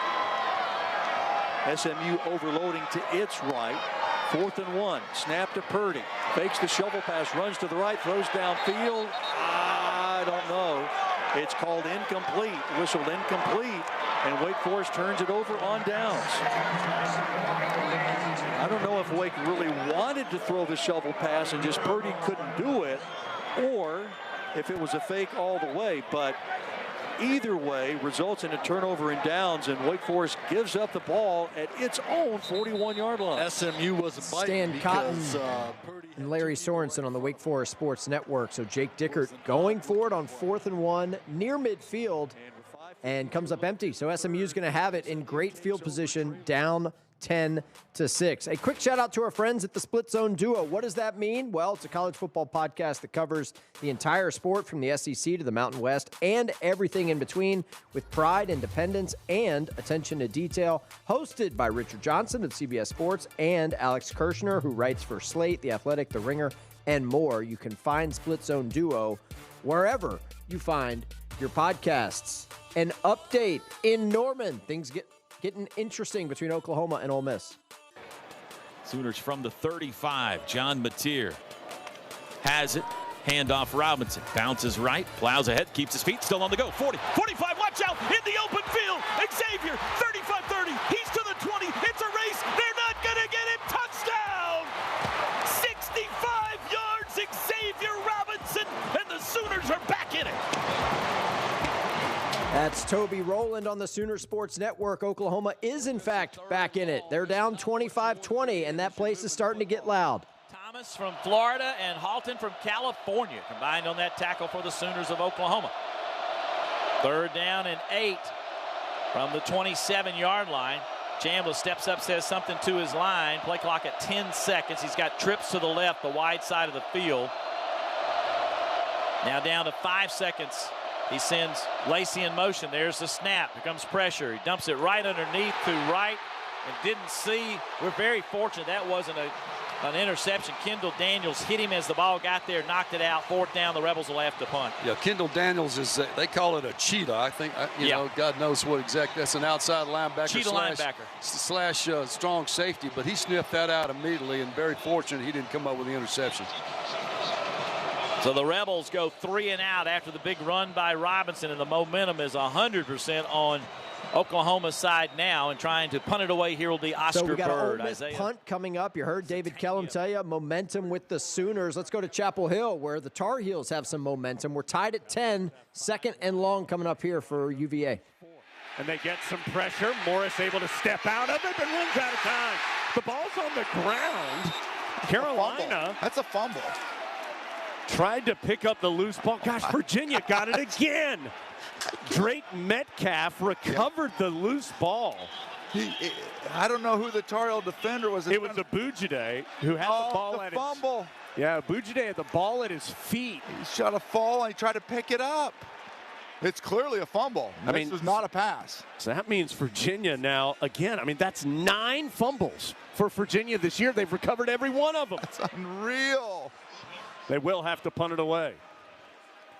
Tar Heels have 2 men back to receive the punt. After the fumble, the ball being snapped off the 18-yard line.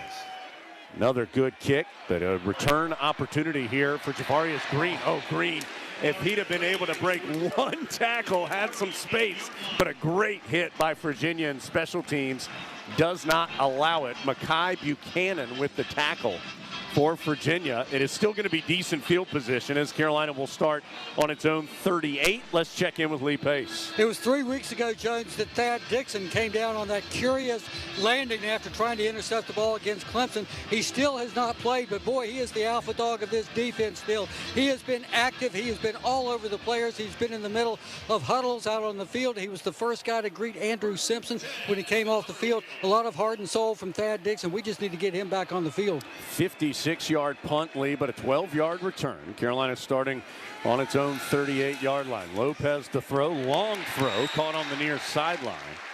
And going out of bounds is Madrid Tucker at the 45. So it's a gain of 7.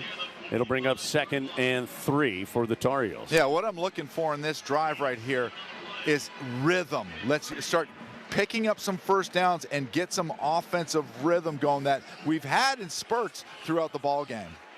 Fourth quarter, clock moving, game tied, 12:50 to play. Lopez is hit in the backfield. He faked a jet sweep to Tucker, then pulled the ball back and got blasted back at the 40 by Jordan Robinson, a loss of 5. So the Heels go +7, -5, 3rd and 8. Yeah, put themselves in this 3rd and long situation, but they're bringing in Kobe Pacer, Jordan Shipp, other offensive weapons, hopefully be able to pick up the first down here. Tucker, Shipp, and Jake Johnson. Now just Tucker and Shipp to the right. Johnson will be a wing on the right side of the line. Pacer, the lone receiver, to the left. Goss in the backfield with Lopez, who's going to throw. Tries to step up in the pocket, and he's sacked again. Tried to escape to the right. He had some room to the left. Kasim Moore caught Lopez and took him down. So back-to-back sacks after Carolina gained 7 yards on first down. But go backwards after that and end up gaining no yards on the drive. And we'll go 3 and out and have to punt.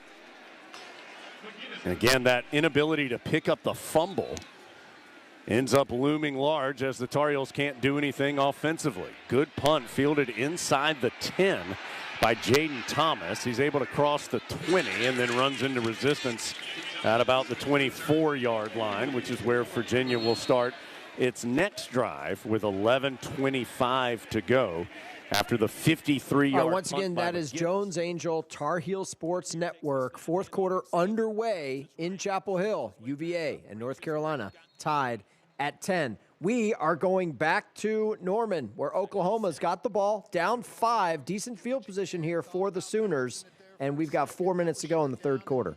Just continues to punch and move and fall forward for a decent little gain on first down. Just keep moving forward. Bert Satanian Gibson wide left, ball on the right hash. 2nd and 7 from the 43. Mateer's got it, fakes the handoff this time, fakes the throw. Now he cuts it down short. Burks has it with room. 40, 45, outside, 50. That should be the first down. Tackled right at the first down marker by Andrew Jones, and you can move the chains. First downs brought to you by Paycom.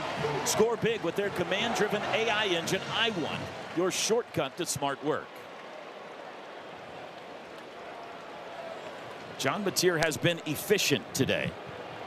12 of 17. Of course, has the long touchdown pass to Satanian in the first half. From the midfield stripe, ball just below the OU logo. Kanik in motion. Mateer's got it. Handoff Robinson up the middle. Goes left, has room. 45. Spun around. He got 7. Flag down. Face mask. This will tack on to the end of a 7-yard run. I don't know. The official on the far side threw it. I don't know what he's calling. I thought I saw a face mask right there at the point of contact, but the flag came from an odd spot, the guy furthest away from where it happened. Personal foul, face mask, defense, number 44. 15-yard penalty from the end of the run. It is first down. It's Andrew Jones. Here's a look at it, Ted. Yep. Reached out and grabbed him with his right hand and pulled his neck all the way around. Ouch. Really nice job by Eddie Pierre-Louis right there. Harris, the big defensive tackle, trying to swim him, and EPL doing a nice job staying underneath him and just washing him. Love it. From the 28. 1st and 10 Sooners in Ole Miss territory. Mateer, play action, looks in zone, now pulls it down. Rolls right, wants to run it himself. 25, 20, outside he goes Mateer. 15, banged out around the 12. And we got an umpire down. That was not a called quarterback run. At least I don't think so, Ted.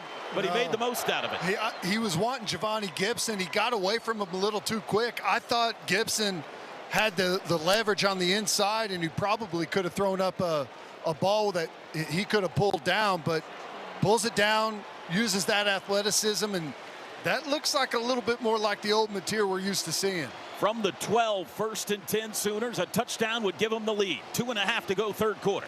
They're in the Pizza Hut red zone. Pistol formation. Now Robinson moves to the right of Mateer. Mateer, quarterback run right, cuts it up middle, knocks sideways, and hit hard at the 11, a gain of just 1. It was Cam Franklin that stopped him. 2nd and 9 from the 11. Here comes Satania back in the game.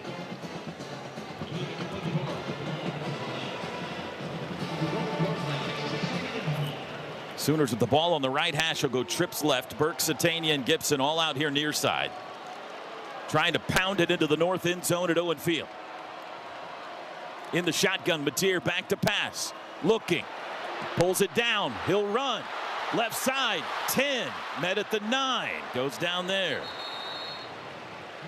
Got a couple. It'll be 3rd down.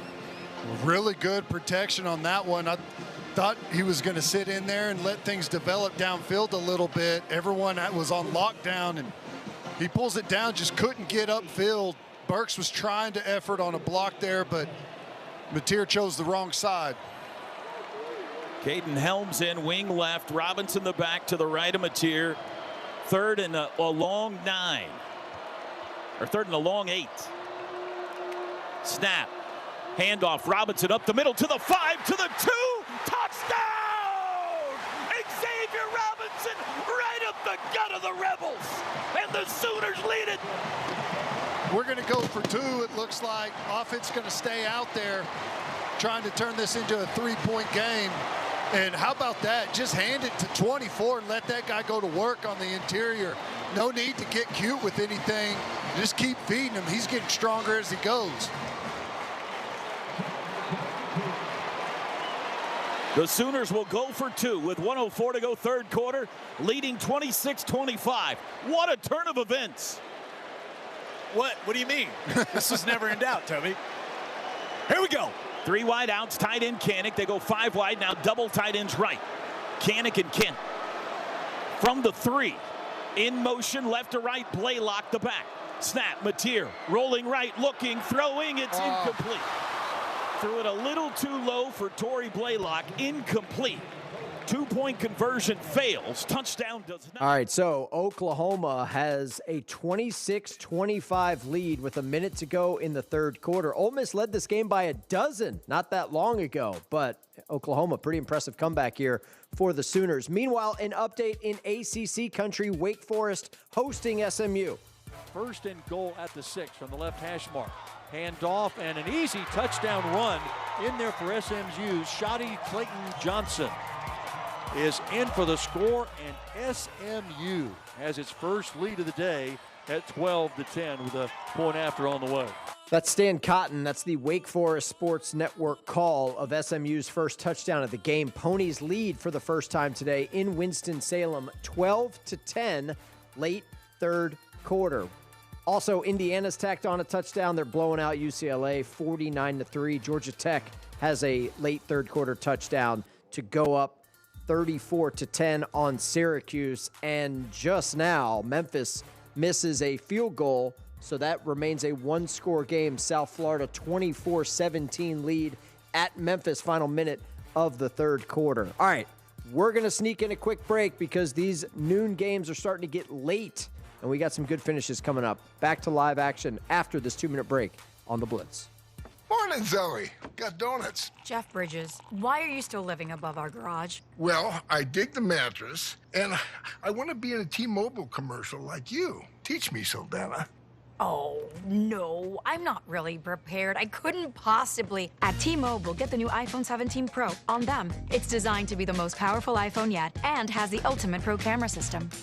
Wow, impressive. Let me try. T-Mobile is the best place to get iPhone 17 Pro because they've got the best network. Nice, Jeffrey. You heard them. T-Mobile is the best place to get the new iPhone 17 Pro on us with eligible trade-in in any condition. So, what are we having for lunch? Dude, my work here is done. with 24 monthly bill credits on experience beyond for well-qualified customers plus tax and $35 device connection charge. Credits end and balance due if you pay off earlier or cancel. Finance agreement iPhone 17 Pro 256 gigs, $1,099.99 and new line minimum $100 plus a month plan with auto pay plus taxes and fees required. Best mobile network in the U.S. based on analysis by Ookla Speed Test Intelligence data 1H 2025. Visit T-Mobile.com. Hey y'all, this is Michael Felder, co-host of College Sports Now. We're breaking down all the action from around the country every week during the football season. We'll look beyond the box score and keep our finger on the pulse of college football from September all the way through the national championship game in January. Listen all season long on Apple Podcasts, Spotify, or wherever you love to get your favorite podcast. And be sure to follow along on Twitter at CSNowTweets.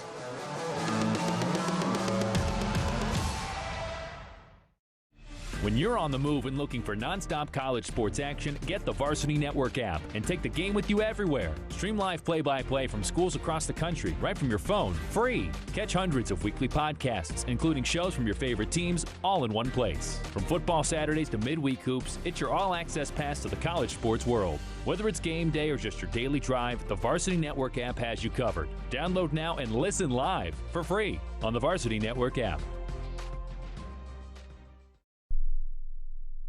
Bringing you the best in the game today. Back to the end zone. He's in for a touchdown, Oregon. It's going to be another long touchdown for Iowa State. It's the College Football Blitz. Our producer is Tim Bickford. Our board op is Trip Hurd. I'm Stephen Hartzell. Thank you for hanging out with us on the Week 9 edition of the College Football Blitz. Final Saturday in October. Just flies by, doesn't it? Here's where we are in the top 25 right now. Indiana cruising at home against UCLA, 49-3.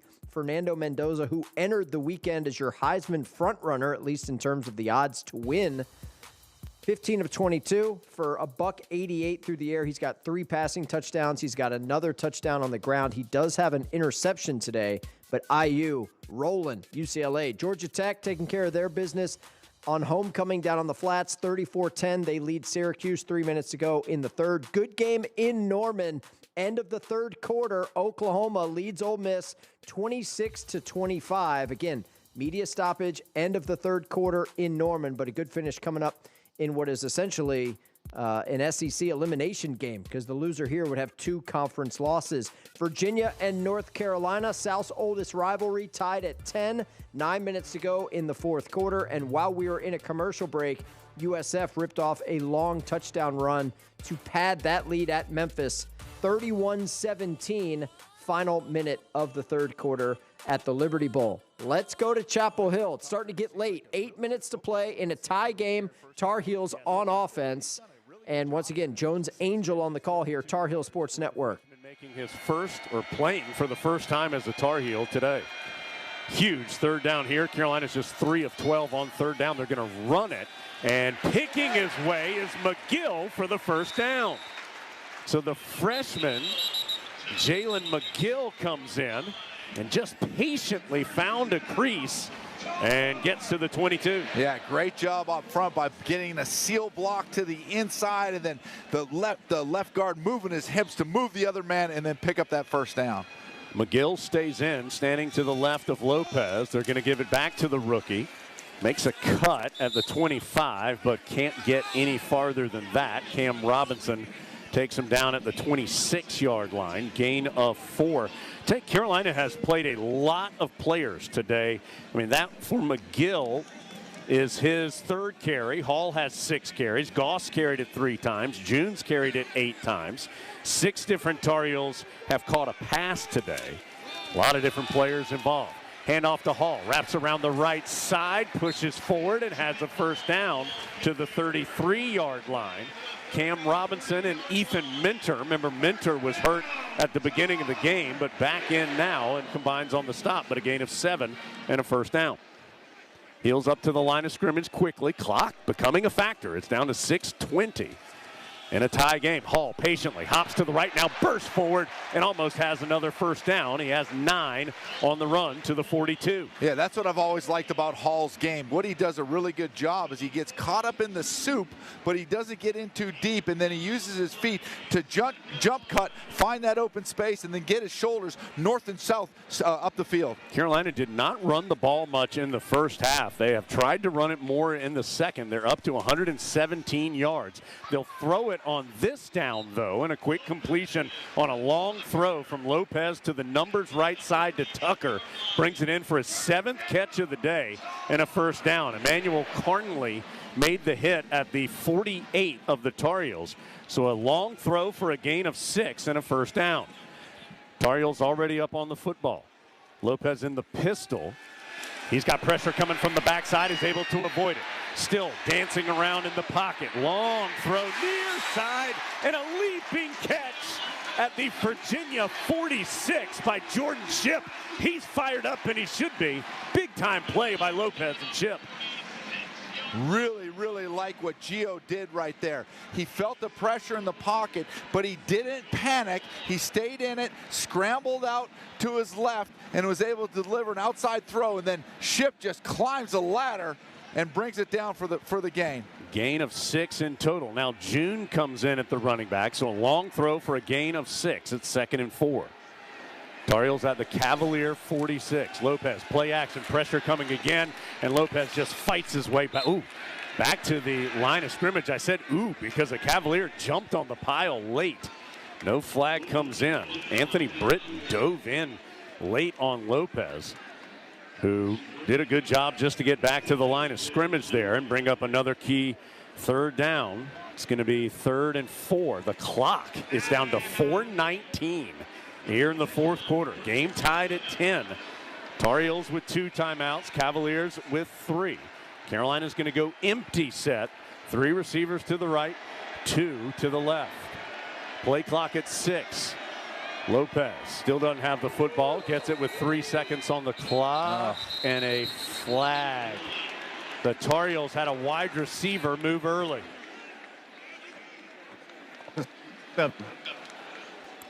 Didn't hear who it was. It was McGill, the rookie running back, was the man that was farthest wide right. I think he's the man who started too early.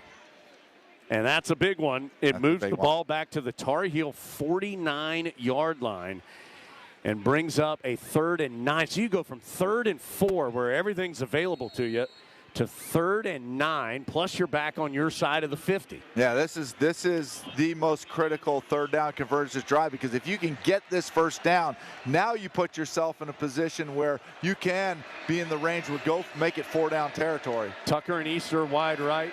Pacor and Shipp wide left. Hall, the running back, to Lopez's right. 3rd and 9. Lopez in trouble. Gets out of it. Fakes the pass. He's going to try and scramble and can't get there. Gets to the Virginia 46. So he gains 5 on the scramble. And what do you do? I think you have to punt. Yeah. Because if you don't get it, Virginia would only need about 20 or 25 yards to get in field goal range, and the clock is getting low. I mean, it's at 3:33 right now. So that penalty ends up looming large, as the Tar Heels will have to punt it away. Snap back to McGinnis. McGinnis backs up a little bit. Now he kicks it, as the ball is going to hit at the 14, get a Carolina roll. The Tar Heels surround it and will down it. We're going to bounce it from one ACC game to another. Wake Forest driving on SMU, trailing by 2, trying to take the lead early 4th quarter. To the left, handoff, no, it's a play fake, dropping his Purdy, darted left, now comes back to the right, can run it if he wants, down to the 5, 4, and pushed out of bounds at that point. Pretty good play by Kilgore, the linebacker, to save a touchdown. I thought Purdy was going to score. Could not get to the end zone. It is 2nd and goal to go. But Wake is closer. He did a great job reversing to run right, because he wanted to pass left, and it was blocked up all over the place. And so he tucked it down underneath his arm and went to the right, out of bounds after a 5-yard gain. 9th play of the drive, 2nd and goal from the 4. And in the gun, Mays in motion to the left, snap to Purdy. Play fake, rolling right is Purdy. Dumps it short, incomplete. In and out of the hands of Johnson, the tight end. The Vanderbilt transfer, now it's 3rd and goal. Wake trails by 2. Looked like Purdy had some room to run again. Pretty easy to see from up here. Yeah, a little easier than down there, I promise you that. Those are some mean dudes along that SMU front. 3rd and goal to go from the 4. Wake lines up in the shotgun. Purdy will put Claiborne in motion to the right. That empties the backfield. Going to be a quarterback draw. Purdy tripped up. Ball comes out, and the football's recovered by SMU. At the 5-yard line, Wachovia recovers the fumble, and SMU turns Wake away with no points, and 13:24 left in the game. Purdy had a run play for himself. He was going up the middle, and he and George Stye ran into each other, and that popped the ball out. It wasn't really anything that SMU did. It was the Wake Forest players running into each other. That is the 4th Wake Forest turnover of the day. Stan Cotton, voice of the Deacs, as you heard, 4 Wake Forest turnovers on the day. That might be the worst of the bunch. Inside the 5, they come up empty. SMU takes over, leading 12-10. We're going to Norman. Ole Miss in the red zone here, early 4th quarter, trailing by 1. Trying to regain the lead here in Norman. This crowd getting loud and behind the defense. Well, you want to finish, David. You want to finish with a touchdown here. Lacey off the left shoulder of Chambliss here. Tight formation, no wideouts. Everybody's kind of close to the tackle. Daquan Wright comes in motion as the H-back on this side. Now Chambliss comes up to change the play again. Says something to the line. He's got time, 14 on the play clock. Now backs up, moves Wright back over to the right side. There's the snap. Looks to throw, runs to his right, dumps it to Lacey or to Wright, and they read that beautifully. Tackled him at the 15. That was Robert Spears Jennings. And that's going to be a loss of a yard. It'll be 3rd and 7 for Ole Miss. Yeah, free safety had him all the way. David just came up as soon as Wright hit the flat. The free safety came barreling up there to make the tackle. They actually put it at the 16. They put it at the 16. They gave him a 2-yard loss. I thought he had the 15 for sure, but not the case. 3rd down and 8 for Ole Miss. Right hash. There's the snap. Chambliss wants to throw. He's going to take off and run. He gets to the 10, lowers his head, and he gets the first down inside the 5 or to the 5-yard line. We'll see where his knee went down. Spears Jennings on the tackle, and that'll be another bank first down, a big one. They put it at the 6, but he gained 10 yards, and it's 1st and goal for Ole Miss. What a play. Gutsy call and a gutsy play. First down at the 6-yard line. Rebels in the line of scrimmage again, a pistol formation. And the give is to Lacey, who slips trying to make a cut off the right side, and he will lose yardage as he's driven backwards. Boy, cuts are just hard on these teams, both teams. Especially when you get close to the end zone, David. It's been chewed up. A lot of, pre-game movement by the offensive defensive line down there, and it's just the sledding is really, really tough. Omosego and Wine combined on that stop ended up being a 2-yard loss to the 8. So 2nd and goal for Ole Miss from the Oklahoma 8-yard line. Ball on the right hash again. Pistol formation again. Chambliss takes the snap. Here comes pressure. He's in the pocket. Wants to throw. Steps up. Dumps it near side. Wide open at the 5. There's a catch. And there's a touchdown. Trace Buckler with his first one as an Ole Miss Rebel.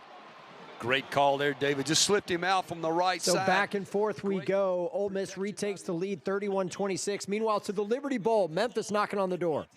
Touchdown. You know what that means? He was not touched, but it wasn't just line play. That was one heck of a move. A 13-yard Toyota, Wolf Chase Toyota touchdown, and the U of M's going to go for 2 here. We're going for 2? 31-23. It's an 8-point game. Maybe you're thinking field goals in the long run. Maybe they've seen something on film. They've got it from the 3. Here's Lewis in a shotgun. Wants to throw. Does into the end zone, and it is almost intercepted and incomplete. And I'm not sure the logic behind that. Why do you not make it a 7-point game? Fans unsure as well. 8 plays, 75 yards, 1:49 off the clock. And the Tigers end up with 1, 2, 3, 4, 5, 6 double-digit plays themselves Started at the 25. That's a great answer. But now they're down 8, 31-23 with 13-13 to go. Dave Woloshin, Memphis Sports Network, does not understand the analytics. We're not going to beat them up, but if you go for 2 there and you convert, now a touchdown and an extra point wins the game. That's what they do on Sundays, like, all the time. So that's the thought process, but the 2-point conversion not successful. 31-23. It's an 8-point game. 1-score margin at the Liberty Bowl. USF leads early fourth quarter. We going back to Norman? Okay, so Ole Miss missed their 2-point conversion. Updating the score there, 31-26 with 11 and a half minutes to go in the fourth quarter. Elsewhere, Indiana handling their business against UCLA 49-6. Georgia Tech, no problem with Syracuse 34-10. We are going for a big third down here. SMU leads Wake 12-10. Oh, boy, he stepped out of bounds a yard short of the first down at the 15. The chain gang had dropped him and run out of the way. I don't think he saw where it was. For all of the awareness that the Mustangs quarterback has, he obviously didn't know where the first down stake was. The chain gang backed away. They dropped the stick. He couldn't see it on this side. Man. And they don't have the marker down on the ground like they do on the other side. Can't go for it here, I wouldn't think. 4th and 1 from the 15. Rhett Lashley, I think, wants a timeout. I believe Rhett wants him to review this play. I like you, thought he definitely stepped out early. I did too. And I don't think he knew where the stake was, just like you. No, because they dropped it. No. They saw the plane coming that way, and those guys chickened out. That's exactly what they did. Let's go to Steve Lansdale down on the SMU sideline. Yeah, head coach Rhett Lashley is arguing that it's a first down. Is taking a timeout to challenge with the runner the line in. Previous plays under review. Go ahead, Steve. Coach Lashley is arguing that it's a first down not because of where Kevin Jennings stepped out of bounds, but because he had his right hand extended with the ball forward. Lashley is contending that the ball crossed the first down line before Jennings stepped out of bounds. Well, we're not going to get a replay because we have to watch the noise meter here on the big board right now. Well, the ball would have to move a full yard. If they determine that he's short, they're not going to move it like 2 inches from the stick. They'll generally probably keep it where it is. That's what they usually do. But that's a big call to be a full 3 yards because you're on your own 15-yard line. You don't want to punt here, but you got a 2-point lead, a defensive struggle. You've got no choice. If this is say, yes, I do want to punt here. Yeah, but you've got no choice. He's got the ball reached out. While they review this, do want to let our audience know UVA and North Carolina is in the 2-minute timeout. That game remains tied at 10. UVA has the football near midfield. In fact, let's just go there. Yeah, because we're coming out of the 2-minute timeout. UVA and North Carolina tied at 10. Virginia on offense here near midfield. Moving, but was eventually tripped up at the 49-yard line. Excuse me, the 44-yard line. So this will be 3rd and 7 for Virginia. Enormous play upcoming here as Carolina trying to get the ball back. Clock is running. We're at 90 seconds right now.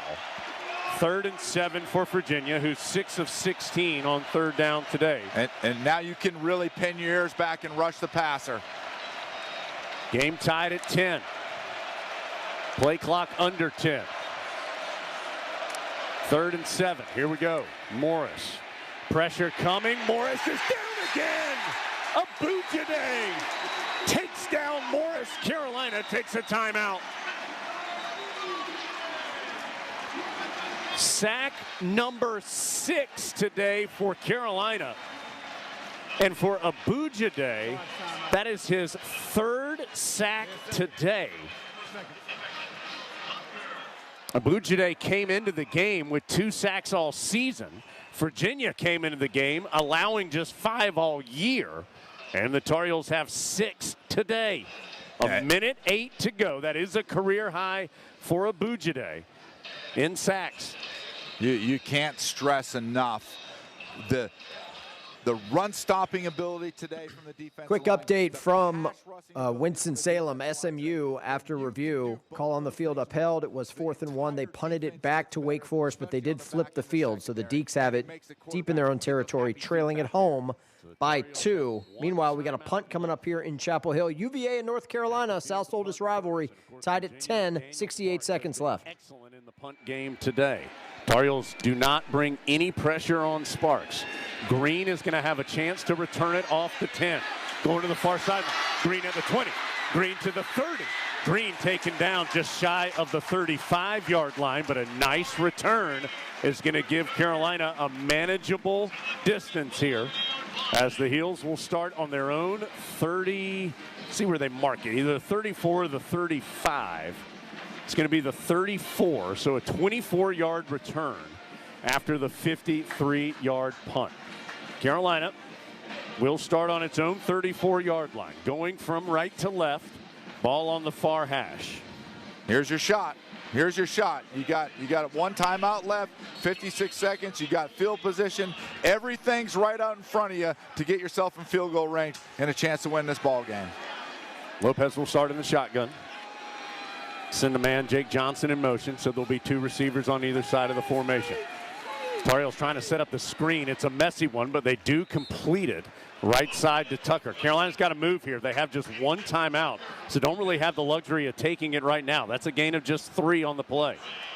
Heels got to move.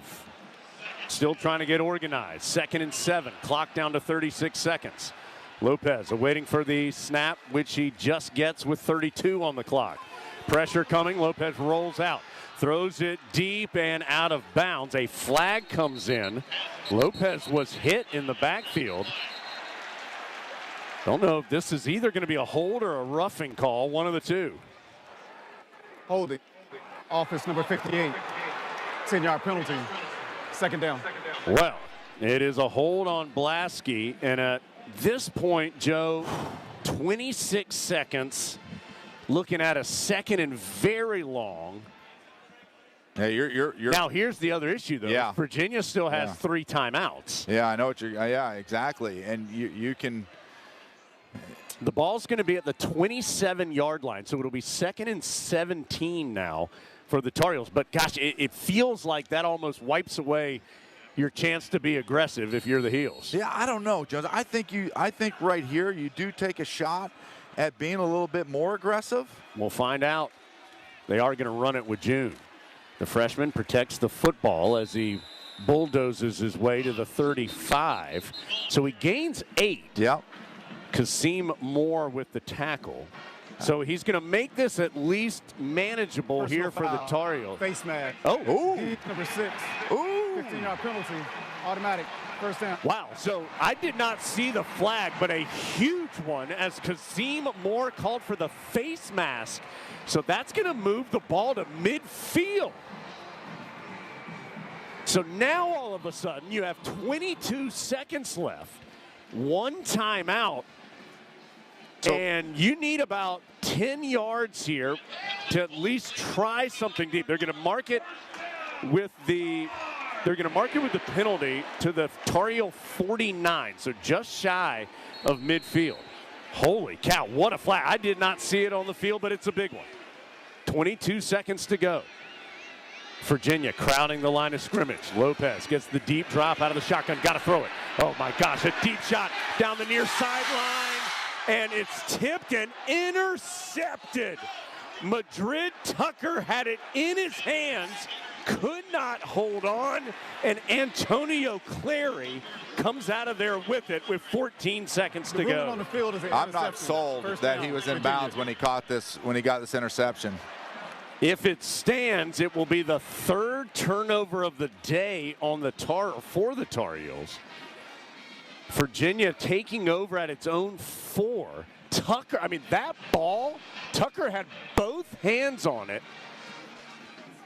but then could not hold on as it was punched up out of his hands in the air and intercepted by Clary. Yeah, it certainly looks like the interception is going to be upheld if they review it. Let's keep it in the ACC and check in on Wake Forest. They trail SMU 12-10, 10 minutes to play. 46, they're going to put him down just past the 45, shy of the line to gain here with 9.5 minutes to go. What do you do? Back to where you were on 3rd down. It's 4th down and the 1. Wake keeps the offense out there. Pretty much have to. And Purdy comes up under center, takes the snap. Is there a timeout called, or did Purdy fumble the snap? Prior to the snap, timeout. SMU, their second. Immediate timeout. I think that's a break for Wake. I think you're exactly right. Immediate timeout there, and we got overtime coming up between UVA and North Carolina. So we're going to step aside as well. Ole Miss continues to lead Oklahoma 31-26. There's 8 minutes to play there. Stoppage in Norman. You haven't missed anything. We sneak in a quick break. We'll send you back out to some live play-by-play after this. What's up, fans? This is Roddy Jones, co-host of College Sports Now. We're breaking down all the action from around the country weekly during the football season. We'll look beyond the box score and keep our finger on the pulse of college football from September all the way to the national championship game in January, from the East Coast to the West Coast. Listen all season long on Apple Podcasts, Spotify, or wherever you love to get your podcast. And while you're at it, be sure to give us a follow along on Twitter @CSNowTweets. When you're on the move and looking for nonstop college sports action, get the Varsity Network app and take the game with you everywhere. Stream live play-by-play from schools across the country right from your phone, free. Catch hundreds of weekly podcasts, including shows from your favorite teams, all in one place. From football Saturdays to midweek hoops, it's your all-access pass to the college sports world. Whether it's game day or just your daily drive, the Varsity Network app has you covered. Download now and listen live for free on the Varsity Network app. Progressive knows RV owners like to travel at a nice, relaxing pace. Just like this commercial. They're not rushing to a departure gate at the airport, because they depart from their driveway. And they can relax even more knowing they're protected by Progressive. Now here comes the fast part. Progressive Casualty Insurance Company and Affiliates. A smooth, close Barbasol shave in the morning lifts your confidence. That rich, creamy lather will catapult you to greatness. Nothing can stop you today. Well, except that traffic jam. Barbasol, it's a can of can-do. Snakes, zombies, public speaking. The list of fears is endless. But the real danger is in your hand when you're behind the wheel. Distracted driving is what's really scary and even deadly.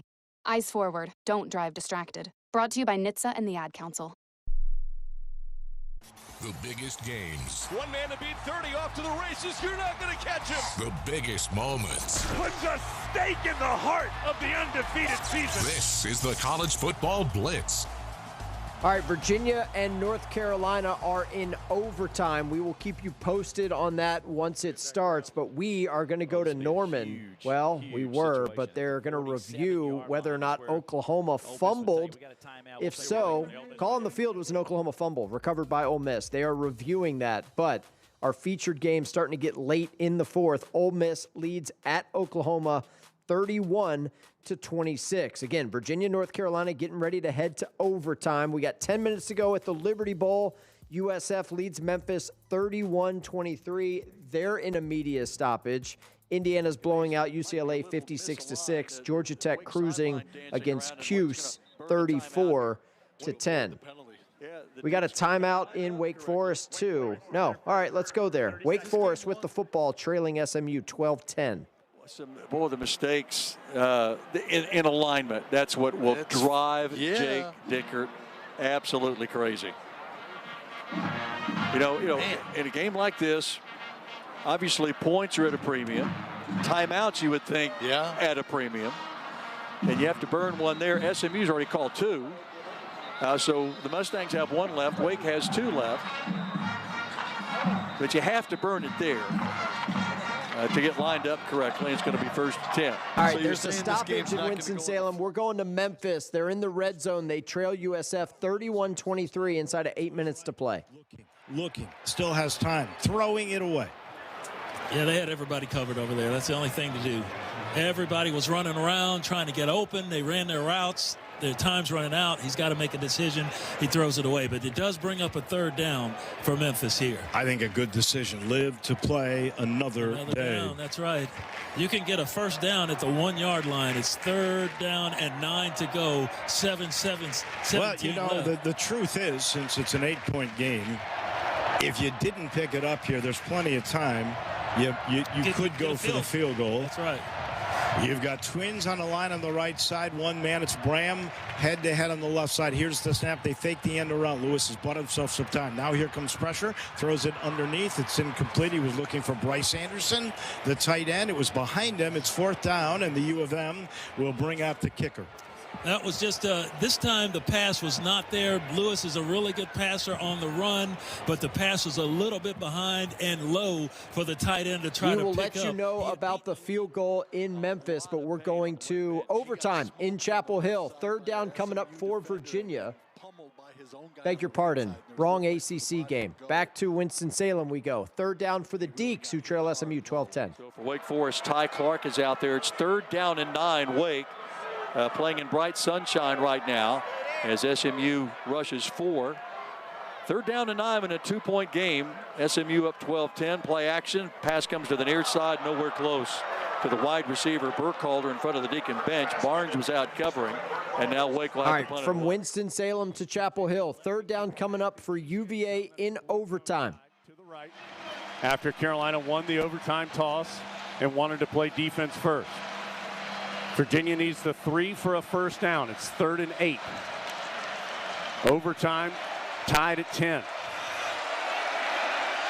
Still like Carolina, just to rush 4. They played good defense by rushing 4. Play clock down to 1 as Morris gets the snap. Rolls out to the right. He's just going to run it, and boy, it's close. I think he got the 1st down. It is right at the sticks. They will give him the 1st down. That almost looked like somewhat of a broken play, but he just sort of rolled out and ran to his left and had a lot of green grass over there. So it'll be 1st and goal for Virginia on the gain of 8 to the 3-yard line. Boy, a huge play there as Morris uses his legs to keep the drive going. They're going to call timeout. And Virginia's going to use its overtime timeout here. All right, timeout in Chapel Hill. We're going to Norman because Ole Miss ripped off a huge play. They've got 3rd and goal here. 6 minutes to play in the 4th, up 31-26. Goal at the well, and John, you don't want to do anything real crazy because a field goal does put you up 8. Yeah. But nonetheless, the touchdown is a 2-score lead. Hard to call a 3rd and goal from the 16 right here, but yeah, you need to keep the 3 in play. 3rd and goal from the 16-yard line.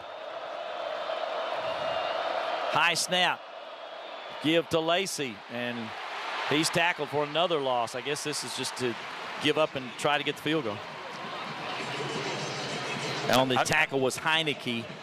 It's 4th down, and the field goal unit will be coming out. Ball spotted at the 20. That was a 4-yard loss. Well, the clock has ticked down below 5 minutes, David. 4:38 and ticking. Rebels obviously trying to burn clock, but 3 straight runs netted negative yards, and Ole Miss is lining up for a field goal. From the 28-yard line right hash, a 38-yard effort. Should be 37-yard effort for Carnero. Big kick. 4:18 to go. Ole Miss 31, Oklahoma 26. Snap back and down. The kick is on its way. He's got plenty of distance, and he got it. Man, what a weapon. Lucas Carnero puts the Rebels up 8 now, 34-26 with 4:09 left to play. Yeah, money kick right there, David, without a doubt. Had to come away with points. Great drive that you would love to have had 7. Did not get that, but 3 straight runs. Burned some clock. 4:09 to go in the contest. Now you got to put this Ole Miss field goal good, but it's still a 1-score game. 34-26, 4 minutes to play. Oklahoma's got all 3 timeouts left. Meanwhile, not sure if we updated this, but Memphis did kick their field goal to get it within 5. 31-26 the score at the Liberty Bowl. There's 7 minutes to play. And we are going to go to Winston-Salem for SMU Wake Forest. 12-10, Ponies with the lead and the football. To see these swing and screen passes like that. They were 27th in the country in pass defense. 2nd down and 3 for SMU at the 20-yard line. Harden has the handoff, trying to find some room. Now he'll bounce it left and lose a yard on the play. Nowhere to go when he tried to bounce it out, and Braylon Johnson drags him down. Yeah, the Mustangs just trying to pull linemen, trying to run gap scheme action. It's just taking forever to develop. And it's just clogging things up. And every time Hardin's tried to bounce today, it has worked against us. 3rd down and 4. SMU from their 19 with 6 minutes to go, leading 12-10 at Wake Forest. Shoddy Clayton Johnson is the running back. He is the only Mustang touchdown of the day. 3rd down and 4. Jennings out of the shotgun from his own 19-yard line. He looks to throw. Looking right side, deep down the sideline, and he threw back shoulder, and Jordan Hudson ran deep up the sideline. It's incomplete. 4th down. They have to punt. Boy, Jordan Hudson. All right, punt coming up for SMU. We're going back to North Carolina. Goal to go here for UVA in overtime. Of the overtime possession, Virginia goes heavy on the right side of the offensive line. Morris gets the shotgun snap. He will hand it to Taylor, and he does not get it. Stopped at the 2. First contact was Leroy Jackson for Carolina. But a gain of 1. And it is 2nd and goal now from the 2-yard line for Virginia. I mentioned this earlier. The Cavaliers have showed a bunch this year. They like direct snaps to the running back out of the shotgun in these scenarios. And they are setting up in the shotgun here with Morris having Taylor to his left. They're going to flip offensive linemen on either side. Again, go heavy on the right side. It is a direct snap to Taylor, and he gets in for the touchdown. A lot of movement on that offensive front. They switched their tackles. The right tackle went to the left to the right. They moved the tight end over. And while all that was happening, kind of shuffled over to get Taylor behind. So Virginia scores first in overtime. Let's go to the American, where USF's got 3rd and long, leading Memphis by 5. And is that a first down? Yes. He put the ball out right at the yard to gain. Heady move, and he gets it. He got 10. Here's the quick snap. Quick throw right side. Ball's caught. And down goes the receiver. Did he catch as soon as he touched it, it's incomplete. What a lick. That's actually a break. It stops the clock with 5:51 to go. So the ball is actually at the USF 49-yard line. It'll be 2nd down and 10 there. That was a punishing blow. Boy, was that read perfectly. And I want to tell you, beautiful play. Here's a quick snap. Brown with the ball. He's caught from behind, back at the 47-yard line, a loss of 2. All right, so now here we go. We got another big 3rd down. The crowd's loving what they're seeing here at the Sim as the Tigers make some substitution on defense. It is 3rd down and 12. The clock is ticking with 5:29 left. Rayon Buell made that stop. 7 tackle for loss. 3rd and 12, as you said. 5:21 to go, and the clock is a ticking. 2 to the right, 2 to the left. Got to make a stop here. Davenport's the running back. The Tigers 4 in the box and 2 linebackers up close. They start to send the left receiver, the tight end Eccles in motion. Here's the snap. Brown under pressure. Ball's batted down. Incomplete. Stops the clock with 5:03 to go. So Memphis is going to get this ball back down 5 with 5 minutes to play. Meanwhile, let's go to Norman, where it's now or never for Oklahoma, down 8. He's in the slot. Burks right side of the field. Mateer back to pass. Looks left. Far sideline, back shoulder throw. That's got to be a flag, and here it comes. From every corner of Owen Field. Pass interference. Intended for Giovanni Gibson, and he was locked up over there by Ricky Fletcher. Well, and it looks like that D-line is gassed. The pressure Pass interference, defense, number 9. That's a 15-yard penalty. First down. Ted, I'm with you. And now, with where we're at in the field, you start thinking about managing the game with what Ole Miss has offensively. I wouldn't mind us handing it to Xavier Robinson a couple times here, because that D-line for Ole Miss is running on fumes. You got the 2-minute warning, and you got all 3 timeouts. So certainly the run game could be a factor. No doubt. Burks and Robinson in the backfield flanking Mateer here. 1st and 10 from the 35 now. Sooners down 8. Mateer sends Burks in motion out to the left. Jono running himself to the right, and he's dropped to the backfield. The quarterback run game just not working today. 2-yard loss back to the 37. And Oklahoma, they use a timeout here. clock is stopped for some reason. Tears got to come out. Yeah, his helmet came off. And Whit Neubauer's going to come in. If they go to the 2-minute timeout, though, then he doesn't, right? And they're going to let the clock drip away here to the 2-minute timeout. So keeping all 3 timeouts. All right, 2-minute timeout there. Ole Miss leads by 8. We're going back to Chapel Hill. 3rd down for the Heels in overtime. They're down 7. Carolina's got to do it, but the receivers got to do a better job in those scramble drills. Jake Johnson, the tight end, went to the corner of the end zone. When he sees Gio scramble, he's got to run directly to the front pylon and let Gio just throw his body down low where he gives him an opportunity to make a play. You've got to move in the scramble. Carolina just 4 of 14 on 3rd down today. They'll empty out the backfield.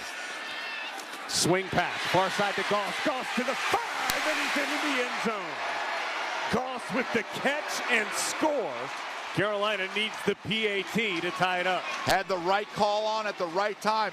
They brought Virginia brought their inside linebackers on a blitz, and Goss just flared out so Gio could get the ball out of his hand quickly before those linebackers got there, which gave Goss a ton of open space and able to work his way into the end zone. So a 9-yard catch. Carolina might be keeping the offense on the field. The Tar Heels are keeping the offense on the field. They're going for 2 in the win.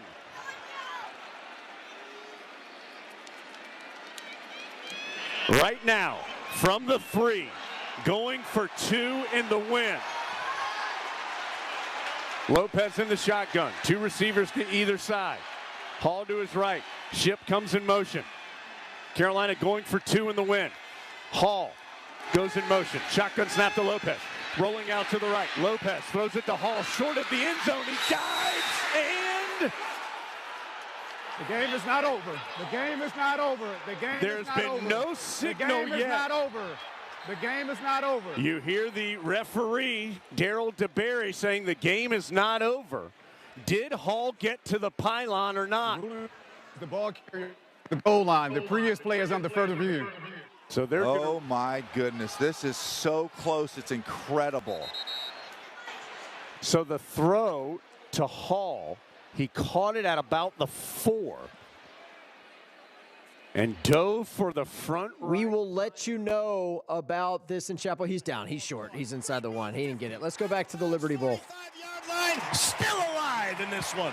That's Greg DeRosier coming out of the backfield. Perfect call for that defense. They're coming in on Lewis. They let the running back sneak out of the backfield. He makes a move to juke the defensive back and then uses his speed to pick up the first down. They needed 9. They got 13. 1st down and 10 at the USF 45 right hash. Trips left. 1 right. That's Brady Cluse. Braham, the deep man on the left side. DeWozier to the left of Lewis. Here's the snap. Here's a dump off to DeWozier. Makes the catch. Gets to the 40. Knocked out of bounds near the 39-yard line.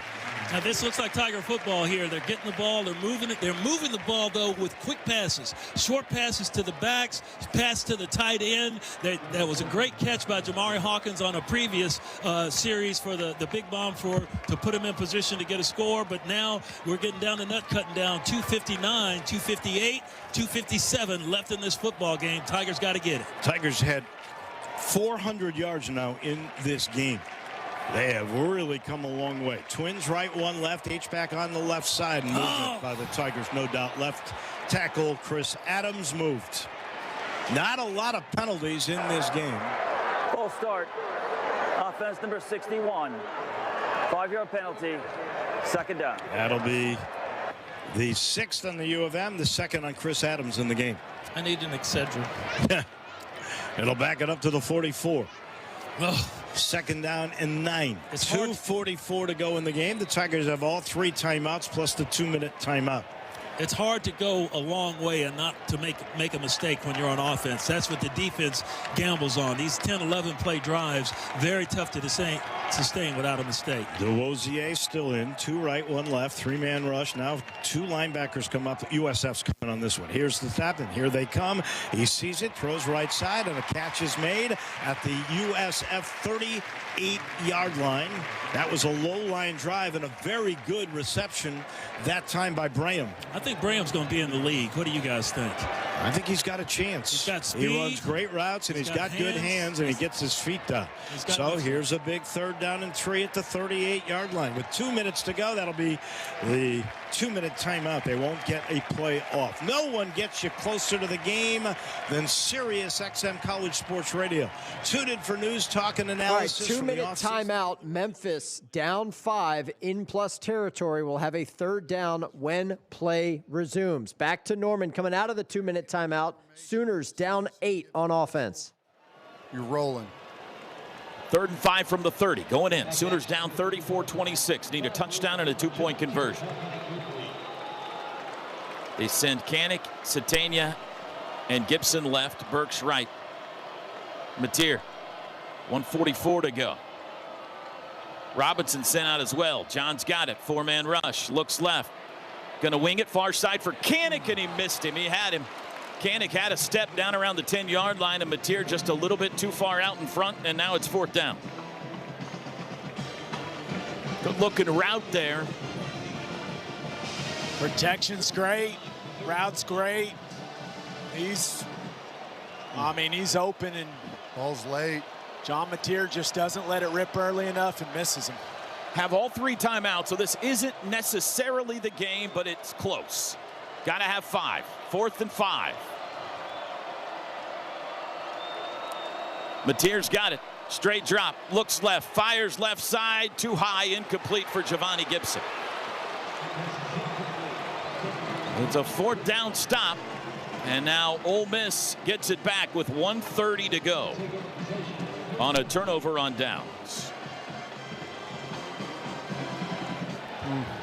Oklahoma still does have all 3 timeouts left, but Ole Miss with 1 first down is going to be able to ice this thing. 34-26, they lead with 1:30 to play. Meanwhile, an update from another game in the SEC. Auburn on the road at Arkansas.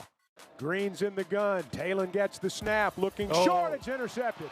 Intercepted at the 45. That's going to be a pick 6. Rayshawn Pleasant is going to take it back. Now there's a flag down on the return. There's a flag down on the return. It may be a post-possession flag. We'll see. That's Chuck Barrett on the Razorback Sports Network. The flag was on Arkansas. That was a pick 6 for Auburn. Both quarterbacks have thrown pick 6s. Auburn with that pick 6 went ahead by 3, 27-24 with 8.5 minutes to go. Auburn with the lead and the football in Fayetteville. By the way, they did review the overtime decision there in North Carolina. Ball carrier was short on the 2-point conversion, so UVA hangs on and wins in overtime, 17-16 in Chapel Hill. They stay perfect in ACC play, and now 7-1 on the season. North Carolina 2-5. They have it's been a rough year for Bill Belichick. All right, let's go back to the Liberty Bowl. Memphis football down 5 to USF coming out of the 2-minute timeout. Memphis has the football in plus territory. Lewis, I should say, just may have to use his feet here. The Tigers have 3 timeouts remaining. DeWozier has been catching passes beautifully in the game. The Tigers on the 3rd and short from the 38 of USF have it on the right hash. They got 1 receiver right. They got a triangle of 3 receivers on the left hash. DeWozier at the moment to the right of Lewis. USF rushing 4. The corners up close on the right side. Room on the left side. Here's the snap and Lewis to throw. Right side wide open at the 20. Caught and knocked out of bounds. What a play. It's like, I don't know what South Florida was thinking, but they let the receiver just walk up the sideline, find the crease in the zone, and that pass was right there before anybody knew anything. First down, Memphis, right on the nose of the AutoZone red zone. 15 yards to Bram. He was uncovered pretty much. So it is at the AutoZone red zone on the 20 right hash. Trips left, 1 right. Here's the snap. Lewis, quarterback draw, has some room. Jitterbugs gets to the 15, the 10, and out of bounds near the 5-yard line. Let's see where they say out. Oh, they're going to say out at the 10. Wow. First down and goal at the 10. 1:47 to play in the football game. The Tigers trail it by 31-26 is the score here at Simmons Bank Liberty State. He was inside. He was inside the 10, it looked like to me on the replay, but that's what they called. Tigers lined up, ready to go. It's at the 10, first and goal, as you say, 1:47 to go, down 5. Here's the snap. Low, he got it. He gives it off to the running back, and DeWosier met after a gain of 1 near the 9. I'm not even going to give him that at the 10, and he got hit hard. He bounces right back up, though. Yeah, there was like a wall of white there that DeRosier had nowhere to go. He tried to hit up in there as hard as he could, but just too many people there to go. Look for something around. Tigers let the clock tick, which is okay. Down to 1:20. Second down and goal at the 10. They overload the left side. 3 receivers there. The ball's on the right hash. Now they got an H-back. Here's the snap, and Lewis to throw. Going end zone, back shoulder. Up in the air. The catch is made. Touchdown, Tigers. They've got the lead. They've saved the season for now. Wow, what a great throw. What a great adjustment by the receiver. That's got to be Graham again. Just going up and just grabbing it out of the sky. Perfect pass away from the defense. Drops right into the hands of Graham, who cut in front of the defender. Leaping grab. I think he may have gotten both feet down. Now here we go. The all-important 2-point conversion to try to tie this game up. So Graham, the Tigers lead it 32-31. Oh, no, we lead. That's correct. They are going to go for the 2-point conversion to make it a field goal game. I'm thinking back there before. They've got the lead with that Wolf Chase Toyota Tiger touchdown. That's the second catch in the game for Graham. And they go for 2. Lewis in his shotgun on the left hash. Here's the snap. He's rolling to the right side. He's going to run for it. He's going to lean over. Got the ball over. Good. It's a 3-point game. Wow. That's the beauty of having a quarterback that's 226 pounds that can run. And Brendan Lewis, seemingly off his deathbed after the UAB game, getting injured. All right, so Memphis with the touchdown and the 2-point conversion, 34-31. The lead is 3. Minute 7 to play. South Florida has all 3 timeouts remaining. We are going to Norman for the finish. Oklahoma got the ball back. They forced the 3-and-out, but they burned all their timeouts. 1 minute to go. Sooners down 8. They got to go the length of the field. No timeouts. Burks, Satania, Gibson, Kanik, and Robinson are the characters. Mateer, the maestro, from the 17. Back to pass. Looks left down the far sideline. Oh, he had Gibson. Gibson was behind the defense. That would have been a big gain, but he missed him too high. Well, he is selling everything to his left right now. Feels like he doesn't have any confidence at all. 59 seconds. John Mateer started this game 10 of 11. He has since 4 for 13. Back to pass on second down. Mateer rolling right, gotta hurry, looking, throws, caught. Xavier Robinson, first down, 30, 35, down the sidelines and out of bounds. 50 seconds, 5-0 to go, and he takes it out to the 38, a 21-yard pickup. Boy, that was a great job by Fasusi battling there and not getting the holding call. That's one way to put it, Ted. From their own 38, Sooners 62 yards away now. Snap, Mateer across the middle, caught by Kanik, out to the 45, 46, clock will run. Quick. Not enough for the first down, he got about 8, 40 seconds. Sooners over the ball. 35 seconds.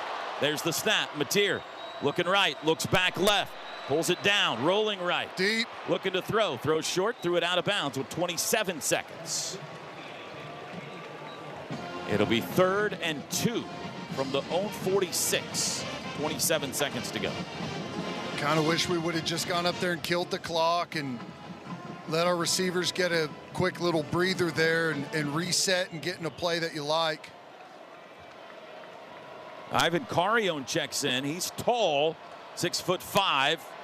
He's matched up on the far side against Ricky Fletcher from their own 46. Snap, Mateer steps up in the pocket, now flush left, looking, hit as he throws, ball's down, picked up by Ole Miss, and they fall on it, and that'll be the ball game. Mateer cocked his arm back to throw it. A fumble recovered by Ole Miss. First down. Before he went forward, he was hit by Centarian Perkins. Boy. And assuming that arm wasn't going forward, that'll be the ball game. Man, and he just didn't have enough time. Satania had taken his route vertical down the field, and had he been able to get this ball out, he may have had a... That's going to do it in Norman. Ole Miss 34, Oklahoma 26. Rebs are still alive in the SEC. We are going back to the Liberty Bowl. USF has it down 3, all 3 timeouts left, and a minute on the clock. Byron Brown. He's going to get it at the 20 with the leg of Grammatica. You got to figure if he can get it to the 40, they got a chance of Memphis.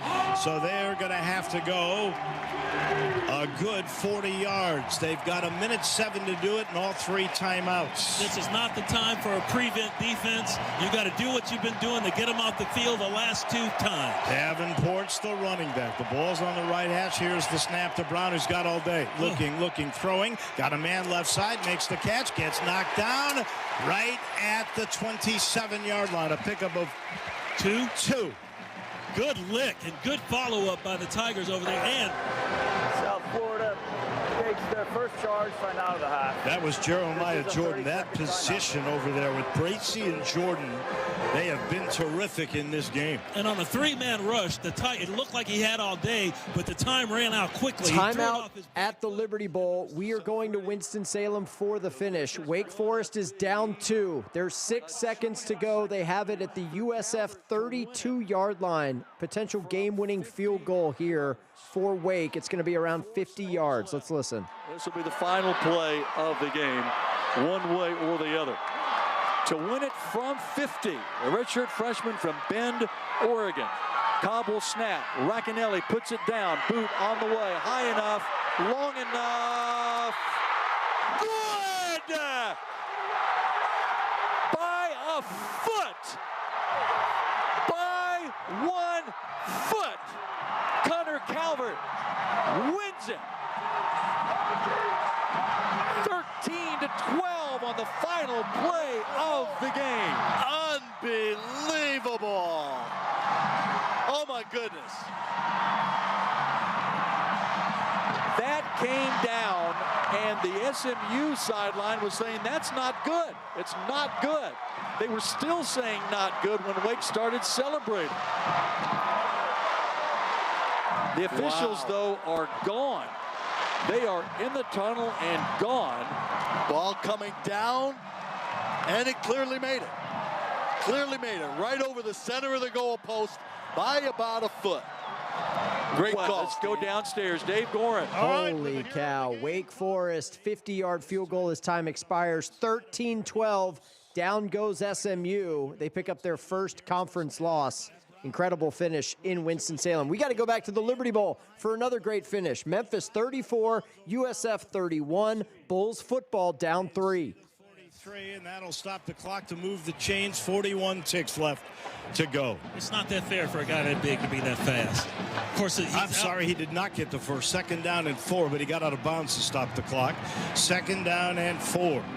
All right, crowd back into it again, but I'm telling you, he had a defensive end and a linebacker coming after him, and he's as big as a linebacker at 235 pounds, but he just really got outside that end and got up the sideline. 41 ticks left to go. Tigers lead 34-31. Now everybody with close coverage. The U of M brings people. Here's the snap and a throw over the middle. Incomplete. It'll stop the clock with 37 to go. It'll be a 3rd down and 4. They were looking for Christian Neptune, and guess who was there? Chris Bracey. Chris Bracey's made, he's got to be the defensive player of the game, I would say, Dave, wouldn't you?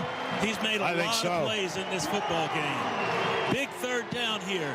Big 3rd down. The Tigers are getting pressure with a 3-man rush. Now, they have been rushed. They have brought a linebacker or a defensive back a couple of times on this drive, but they're getting some pressure up the middle on Byron Brown. They're going to rush 4. 3rd down. 4 from the 43. Here's the snap. Brown throwing over the middle. He's got his man Singleton for a first down in Tiger territory at the 43-yard line. They're getting close to Grammatica range. It stops the clock with 32 to go, and a timeout is called, the second one by Alex Golish. All right, we're calling timeouts at the Liberty Bowl. Turns out they overturned the Oklahoma fumble. So we have a Hail Mary here for the Sooners. 6 seconds left. Oklahoma down 8. 3 to the right. Deion Burks alone to the left.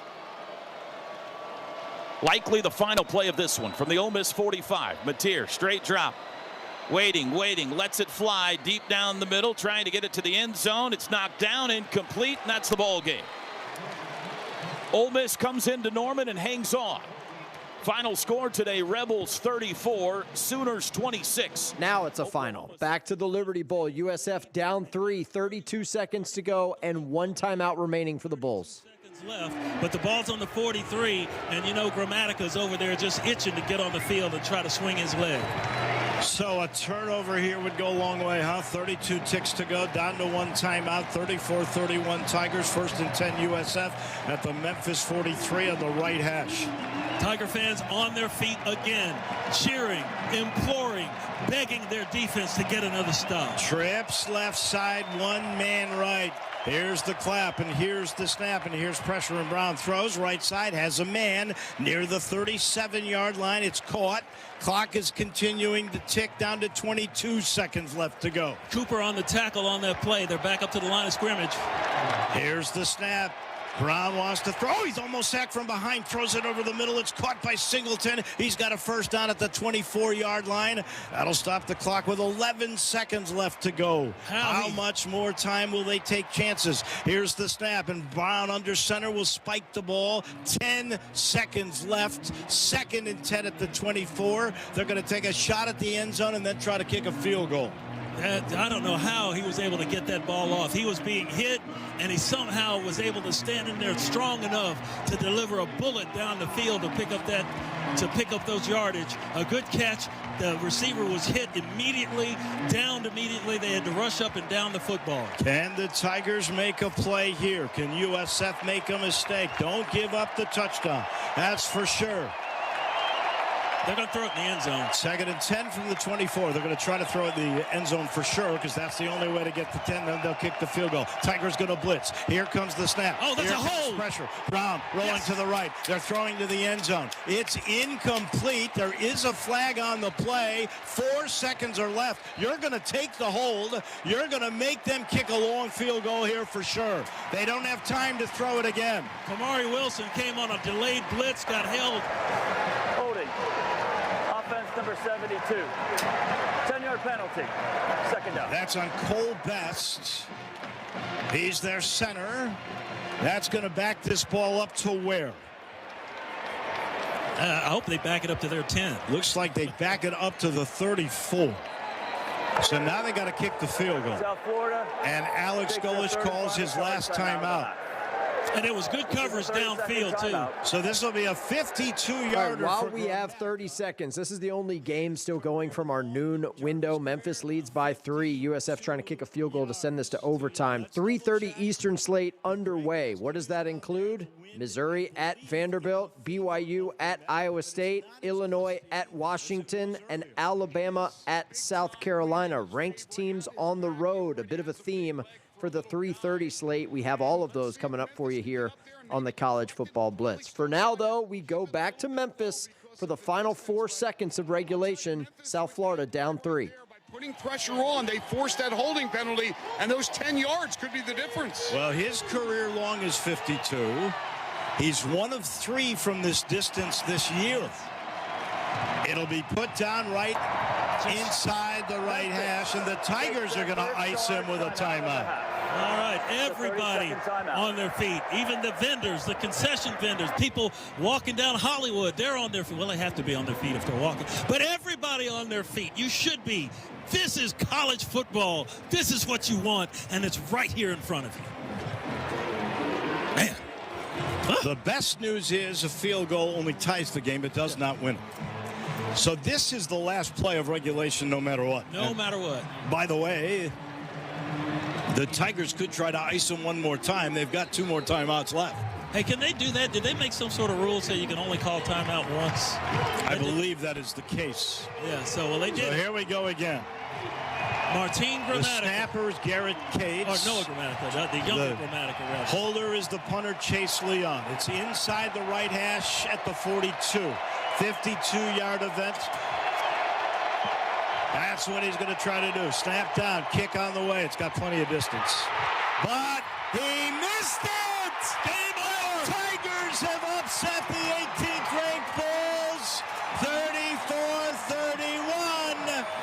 The season has been saved. Game over. Game, set, match, Memphis. Listen to the crowd. Dave Woloshin, Jarvis Greer on the call, Memphis Sports Network. That call is presented by our friends at T-Mobile. Visit your local store to start saving. T-Mobile, it's better over here. So, USF unable to kick a field goal as time expires to send it to overtime. That's a game that's going to have significant ramifications in the American and maybe, just maybe even, the CFP. 34-31, Memphis with the win over USF. We got to get a break in. A quick break. We will update you on everything going on with these 3:30 games. I promise. We're back in 2 minutes here on The Blitz. Morning, Zoe. Got donuts. Jeff Bridges, why are you still living above our garage? Well, I dig the mattress, and I want to be in a T-Mobile commercial like you. Teach me, Saldana. Oh, no, I'm not really prepared. I couldn't possibly. At T-Mobile, get the new iPhone 17 Pro. On them, it's designed to be the most powerful iPhone yet and has the ultimate pro camera system. Wow, impressive. Let me try. T-Mobile is the best place to get iPhone 17 Pro because they've got the best network. Nice, Jeffrey. You heard them. T-Mobile is the best place to get the new iPhone 17 Pro on us with eligible trade-in in any condition. So, what are we having for lunch? Dude, my work here is done. The 24 monthly bill credits on experience beyond for well-qualified customers plus tax and $35 device connection charge. Credits ended, balance due if you pay off earlier. Cancel. Finance agreement iPhone 17 Pro, 256 gigs, $1,099.99 and new line minimum $100 plus a month plan with auto pay plus taxes and fees required. Best mobile network in the U.S. based on analysis by Ookla Speed Test Intelligence data 1H2025. Visit T-Mobile.com. Your morning shave with Barbasol is a time for self-reflection. Look in that mirror and ask yourself, can I make a real difference in this world? Of course you can. Just not today. There's football on. Barbasol. It's a can of can-do. If you can plan barbecues and weddings, you can plan to protect yourself from a natural disaster. Sign up for local alerts, prepare an emergency kit, and make a family communications plan. Get started at ready.gov/plan. Brought to you by FEMA and the Ad Council. Progressive knows there are 2 things RV owners love: to travel and relax. And they like to take both nice and slow. Just like this commercial. And what's more relaxing than the peace of mind knowing their RV is protected by Progressive? Now here comes the fast part. Progressive Casualty Insurance Company and Affiliates. Inside the 5, to the goal line. Touchdown, Wolverine. Flings a wide open cut. Touchdown, Texas. You're listening to the College Football Blitz. We've had to catch our breath here the last couple of minutes. Some drama coming down the wire with some of these noon games. If you're just joining us, USF, a potential game-tying field goal attempt goes wide at the buzzer, and Memphis gets the win 34-31. We had Wake Forest kick a 50-yard game winner to knock SMU out of the top of the ACC standings. Ponies came in today perfect in ACC play. Wake Forest gets a huge win on homecoming in Winston-Salem. You don't just stroll into a Legacy Bank field, okay? That doesn't happen. 13-12, Deeks getting it done against the Ponies. All right, 3:30 games underway. We want to catch you up on what you have missed. How about the first play from scrimmage? Iowa State hosting BYU. Cyclones operating left to right here in the first quarter. Back to throw it. Looks deep. Has Eskelsen. Over the shoulder catch. 20, 10, touchdown. First play of the game.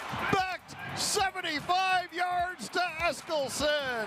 A perfect throw as Eskelsen got by the corner. That's John Walters on the Iowa State Sports Network. BYU has since tied things up at 7, but some early fireworks in Ames between Iowa State and undefeated BYU. Those two teams are tied at 7. We're going to the SEC. Check in on South Carolina and Alabama. Gamecocks on offense to open this game. We are scoreless.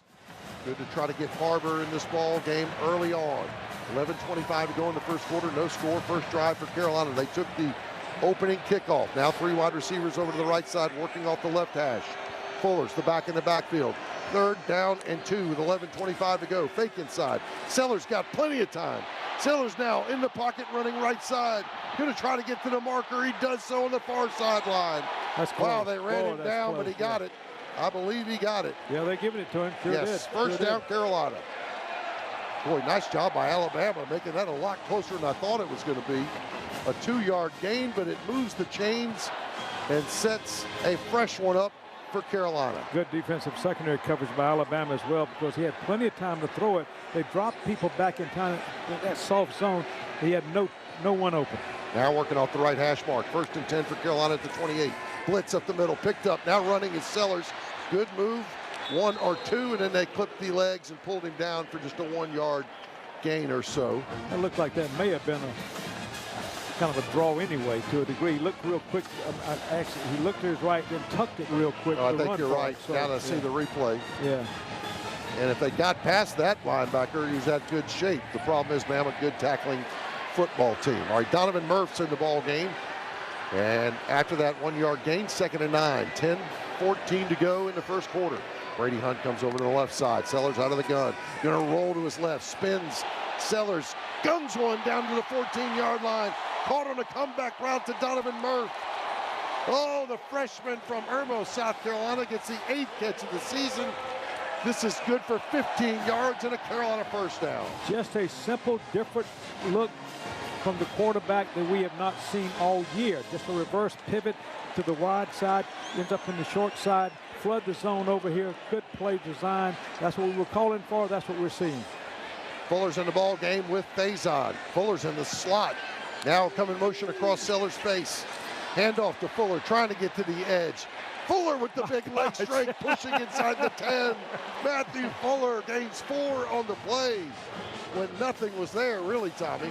You know, we've talked about him before, though, Todd. He gets better forward lean and muscle strength when he gets hit than any of our running backs, in my opinion. Very physical runner, has a good sense of gravity with his body when he's running the ball. Just 4 or 5 yards there when they weren't there. 13th play of the drive. 9 minutes to go in the first quarter. They got it at the Alabama 8-yard line. Sellers will work out of the gun. Handoff. Faison straight up the middle. Good run. Oh, Faison with that low lean as well that time. Excuse me, that's Fuller, 28, not 1. And that's a 4-yard gainful play for Matthew Fuller. That did look like his body type and his run, and it worked for him. He's got it inside the Bama 5-yard line. Yeah, he kind of finds those little creases when they aren't there. And then when he finds them, again, he has a nice horizontal running style once he gets into traffic, and he runs. He's got powerful legs. Therefore, he comes out on the positive side of the huddle, of the tackle most of the time. So, good one. We need a first down here, Tommy. 3rd down and 2. They could get it inside the Bama 3-yard line. Sellers got guys working off the hash. Handoff, Faison into the boundary. No. Boy, that was late getting on the field and not well executed. -2 on the play. Oh, we took it out of Sellers' hands on a 3rd and 2. And unlike last week, Shane's going to bring out the field goal unit and try to get points here. Yeah, that's the first time I didn't like the call, Tommy. Yeah, that looked like last week, quite honestly, a little bit down there. Although a little bit different play design, somebody in motion, this kind of stuff, but not much blocking it all up front. 24-yard field goal for Williams-Joyce. 5 of 7 on the year so far. He's working off the right hash mark. Looks up at the cockpit, now says he's ready, swings through, angles it back to his left, and got it. Carolina scores first. And that was 15 plays, 74 yards. It culminates in a 24-yard field goal. We'll be back. They're up on Bama. That is Todd Ellis and Tommy Suggs on the Gamecock Sports Network. South Carolina takes up almost the entire first half of the first quarter on their opening drive, and it results in a field goal. They lead number 4 Alabama 3-0. Speaking of the SEC, final in Fayetteville, Auburn has gone on the road, defeated Arkansas 33-24. Much needed win for Hugh Freeze and the Auburn Tigers. First conference win of the season. Arkansas, meanwhile, has now dropped 6 in a row, remains winless in league play. 33-24, Auburn winners over Arkansas. To the Big Ten, we got to get you an update on Washington hosting ranked Illinois. Third down and goal. Snap. Damon. Poole at the 20-yard line. Flat-footed. Now might tuck it and go. Rolls out to the left. Fires. It's caught. And falling into the end zone. Touchdown, Washington. Des Roebuck, the true freshman, snags it and gets into the end zone for the third time this year. Took a hit at the 3-yard line and falls forward across the goal line for 6. And the Huskies score on the opening drive. Tony Castricone on the Washington Sports Network. Illinois has since scored a field goal, but midway through the first quarter, Washington leads Illinois in Seattle 7-3. I know you're wondering what you're missing in Vanderbilt, Missouri. The answer so far, nothing. A lot of punts, no points. We will get you out to Nashville after this commercial break here on The Blitz. Hey fans, this is Wayne Cook, co-host of College Sports Now. We're breaking down all the action from around the country every week during the football season. We'll look beyond the box score and keep our finger on the pulse of college football from September all the way to the national championship game in January. Listen all season long on Apple Podcasts, Spotify, or wherever you'd love to get your podcasts. And be sure to follow along on Twitter at CSNowTweets.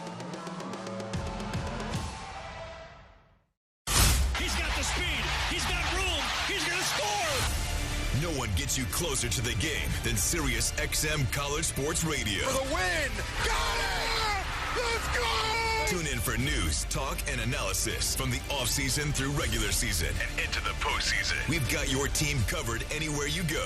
Deep to center field! Oh, it's gone! Get a free trial at SiriusXM.com/College Sports Radio 2025. A smooth, close Barbasol shave in the morning lifts your confidence. That rich, creamy lather will catapult you to greatness. Nothing can stop you today. Well, except that traffic jam. Barbasol, it's a can of can-do. Snakes, zombies, public speaking. The list of fears is endless. But the real danger is in your hand when you're behind the wheel. Distracted driving is what's really scary and even deadly. Eyes forward, don't drive distracted. Brought to you by NHTSA and the Ad Council. Most people in radio commercials talk really fast. But we made this one for RV owners. Progressive knows they like the slower pace of RV life, like this commercial. And they know Progressive will protect their RV at a fair price with discounts. Now here comes the fast part. Progressive Casualty Insurance Company and affiliates. Discounts not available in all states or situations. The biggest moments. For the end zone, got it! Another touchdown! And Ohio State up 3 scores. It's on the ground, we go diving for it! Dog ball! You're listening to the College Football Blitz. Alongside producer Tim Bickford and board op Trip Hurd, also known as The Doc, I'm Stephen Hartzell. Glad you're with us. Week 9 edition of the College Football Blitz. Here's where we are in the top 25 at this hour. Number 4, Alabama trails South Carolina 3-0. Tide have not seen the football yet in the first quarter. They're about to. No score between Missouri and Vanderbilt in Nashville. There's 5 minutes remaining in the first quarter there. Iowa State leads 11th-ranked BYU 10-7. And Washington has an early 7-3 lead on number 23, Illinois. Set to go here in a matter of minutes. It'll be number 14, Texas Tech, hosting Oklahoma State. We don't expect that game to be competitive very often because Oklahoma State is 1-6. They're also a 40-point underdog today in Lubbock. Also, number 21, Cincinnati, hosting Baylor at Nippert Stadium. That game expected to get going here in a matter of minutes. And call it 15 minutes from now, number 22, Texas, on the road in the land of the cowbells at Mississippi State. So that's kind of a look at what we've got on our board now that we have entered the mid-afternoon slate here in the East. Let's go live for the first time to the Music City. Check in on Vanderbilt and Missouri. We are scoreless, but Missouri is on offense, and that means we check in with Mike Kelly on the Mizzou radio feed. Get it going. So far, the execution on those runs has been much better than what we saw, and that's a good sign for Missouri. Hardy averaging 5.3 per carry on 3 carries for 16 yards.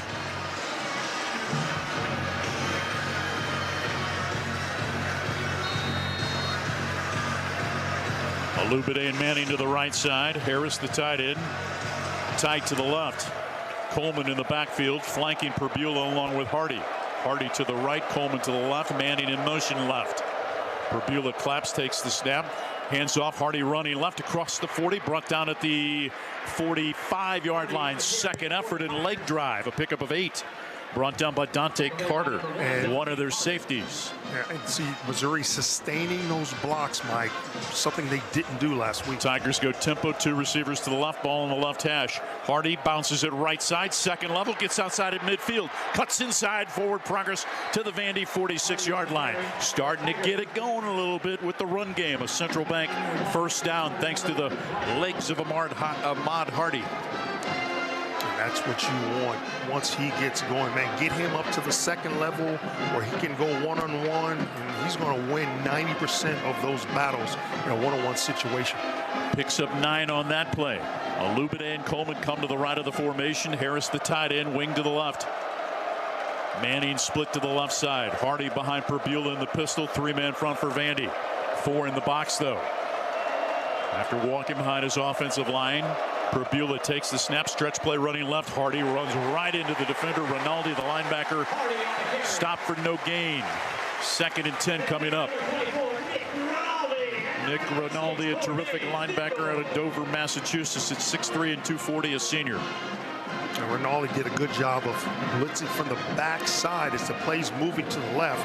He just came in and no one picked him up. He just made that tackle unaccosted. 2nd and 10 for Missouri from the Vandy 46. 3 players bunched to the right. Offset to the right is the running back. In motion, Alubide to the left. Perbula takes the snap, looking, moving to his left, eludes a tackle, and then just throws the ball out of bounds. See if it draws a flag. Referee is conferring. Randon Fontanet on the pressure.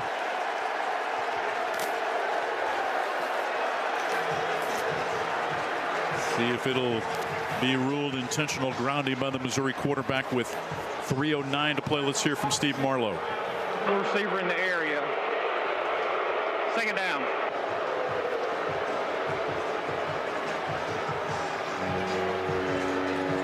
Third down and 10. Yardage marker has 2nd down, but this is the 3rd down of this. Now they change it to 3rd down.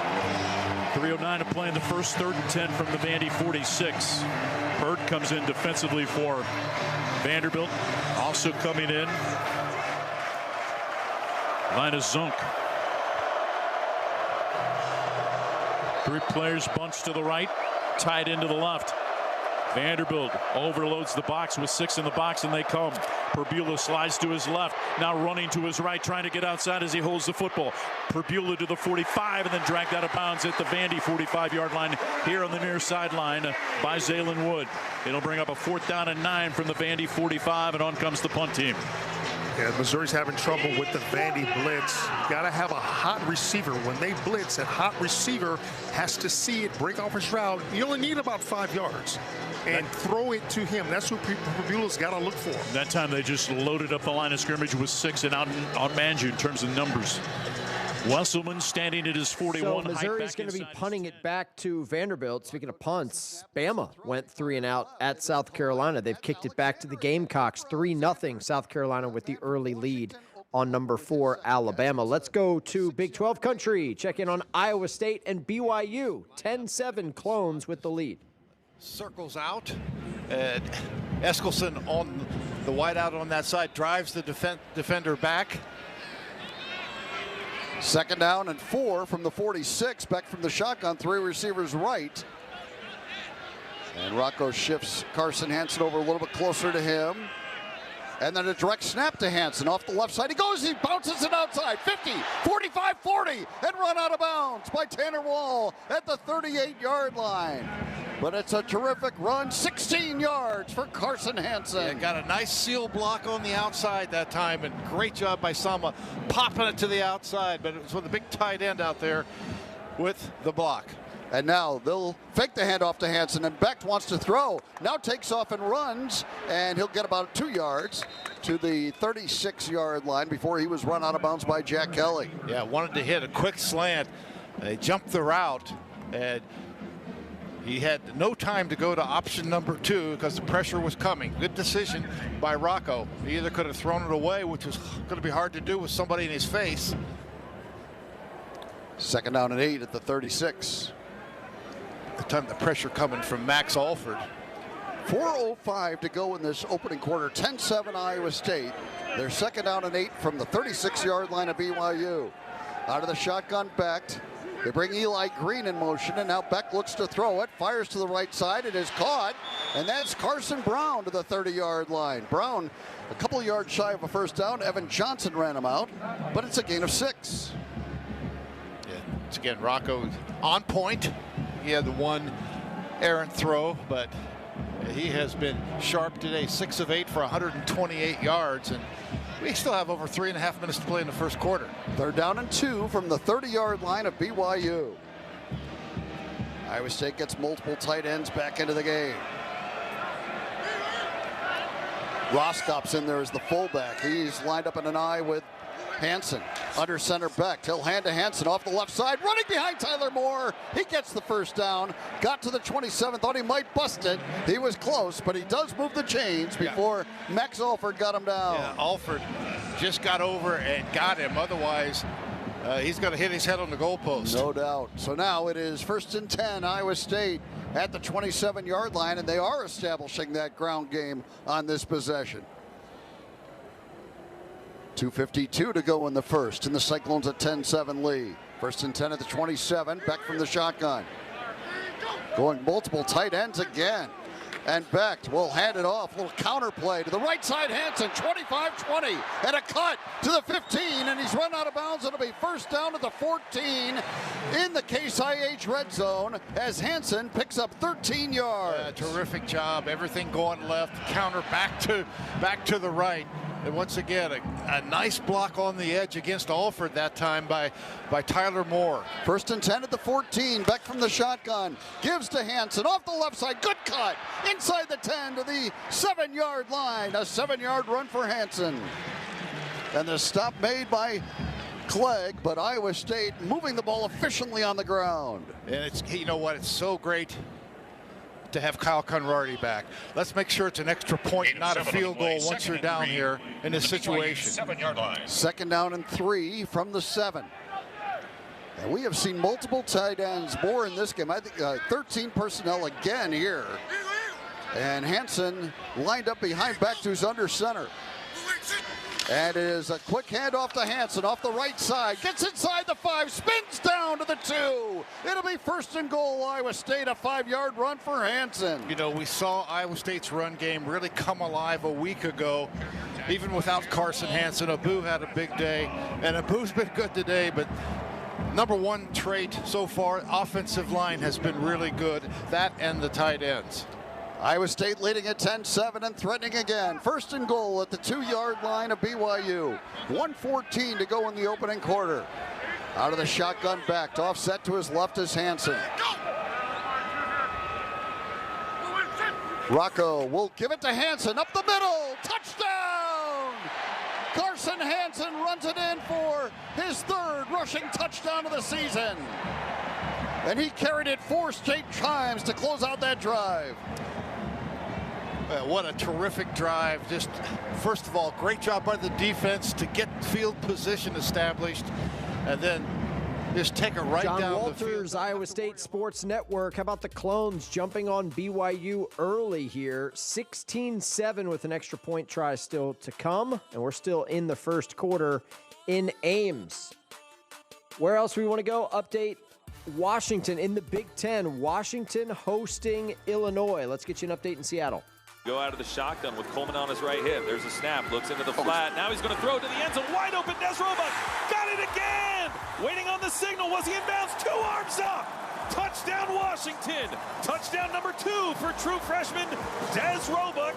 And the Huskies get another explosive play to march right down the field and take a 13-3 lead on the Illini. I mean, that might be one of the best play action, but it is a design that's been around so long. It's Tony Castricone and Cam Cleland on the Washington Sports Network. How about 14-3 Dogs on top of the Illini late first quarter out in the Pacific Northwest. To the ACC we go. NC State on the road at Pitt. Snap back at the Pitt 35. Bailey, quality pocket, lobs it over the middle. Touchdown! 35 yards, Justin Jolie. 3:08 to play first quarter, and it's Bailey who finds a wide open Jolie right near the goal line down the right hashes for 6. 10-6 pending the PAT. 3:08 first quarter, and Pittsburgh's quieted down a bit here in Acrisure Stadium. It's Matt Chazanow on the Wolfpack Sports Network. Yeah, 10-7 picking this up live. Panthers on top of NC State. Final minute of the first quarter. An update in the SEC. South Carolina led Alabama 3-0. Well, not anymore. Play action from Sellers. Pressure coming. Unloads it at the last moment. Bobbled. Picked off. Intercepted. On his feet. Into the end zone. Touchdown, Alabama. Deshaun Jones caught the deflection. And the pick 6 for Alabama gives the Tide a 6-3 lead. That is Chris Stewart on the call, Crimson Tide Sports Network, and that call is presented by T-Mobile. Visit your local store to start saving. T-Mobile, it's better over here. Pick 6 gives Bama a 7-3 lead on the road at South Carolina. 4 minutes to go in the first quarter. All right, let's go live to Seattle. Check in on the Illinois radio feed. We have both school feeds courtesy of Learfield. 14-3, Washington with the lead. Illinois with the football. But good find by Luke Altmaier. Great job with pass protection and keeping them clean. Yep, 2 receivers left, 2 right, fake in the back, throw right. Colin Dixon with a catch, shy of midfield and shoved back. Got it to about the 48-yard line for a gain of a couple. It'll be 2nd and 8 here in the opening moments of the second quarter in Seattle. So again, on that third down play, Brian, Washington is lining 6 or 7 guys up at the line of scrimmage. It's important to be patient as an offensive lineman and a running back. Let it all sort itself out. They did a great job allowing Luke to scramble and get around the edge with his feet and find Hank Beatty downfield. I think the Illini have shown they can move the ball on the Huskies. They're at their own 48, but they're down 14-3. Here is a snap back to Altmaier, and he's going to fake a handoff and then run it ahead. And gets it into Husky territory down close to the 45-yard line. The Illini trying to do a little razzle-dazzle there, and then Altmaier just ran it ahead. The Illini are facing 3rd and 2 at the Husky 46-yard line. This Husky defense, 13 sacks on the year, 28 tackles for loss coming in the purple and gold under Ryan Walters, the defensive coordinator. 3rd and 2 Illinois, down 14-3. Need a first down. And the keeper by Altmaier, and he's got a first down inside the 40 of Washington, all the way down inside the 35 to the 33 before the safety got him, and a good run by Luke Altmaier for the first down. Using his legs. Yep, good job of running that zone read, faking it to Caden, faking the entire defense. Illinois is moving the chains. So too is Vanderbilt in plus territory here to start the second quarter. Doors hosting the Tigers. We are scoreless for now, but Vandy on the move. And it just got torpedoed by pressure. 2nd down and 11 from the plus 24. 2 wide receivers near sideline toward the right. One of them is Richardson. For Pavia, there's the snap. It's a play action. He steps up. He throws deep down the left sideline. It is incomplete. Boy, I thought that was awfully close to roughing the passer on Wilson. It was not. So 3rd down and 11. The target was Junior Sherrill, matched up with Pride. Yeah, we're seeing what we knew we would see all year. Is Missouri's taking as many shots at Diego as they can take at him. That was really close by Damon Wilson II, who's awfully good. 3rd Southeastern Conference in sacks with 5.5 of them. 3rd down and 11. 2 minutes gone by, scoreless game, 2nd quarter. Alexander's the running back. Play clock is down at 5. Hoskins, left side of the line. Cedric Alexander in the pistol. Play clock's at 1. Play clock is at 0. There's the snap. The drop back. Is it a flag or a timeout? Which one? And Zion Young goes right at Diego they got to stop that. We're going to have to be careful here to some extent. Is it a delay of game? I think Clark wanted the timeout. 3rd down.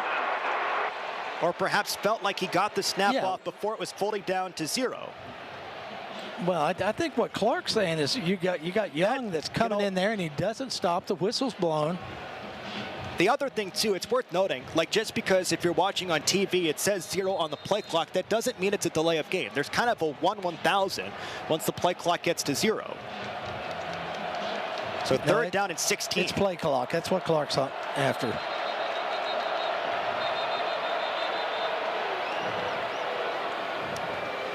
Please reset the game clock to 13 minutes, 13 seconds. Yeah, I think Clark's got an argument because, again, it's not just the minute that you look up there and see 0. It's kind of a judgment call for the officials. If you can think back to that Florida game in 2022 when Anthony Richardson chucked it out of the back of the end zone, it was kind of right there with one of those same situations when the clock hit triple zeros. Well, that was maybe a wild maybe a couple of seconds after the clock hit that was something else. 3rd down and 16 for Vanderbilt from the 29.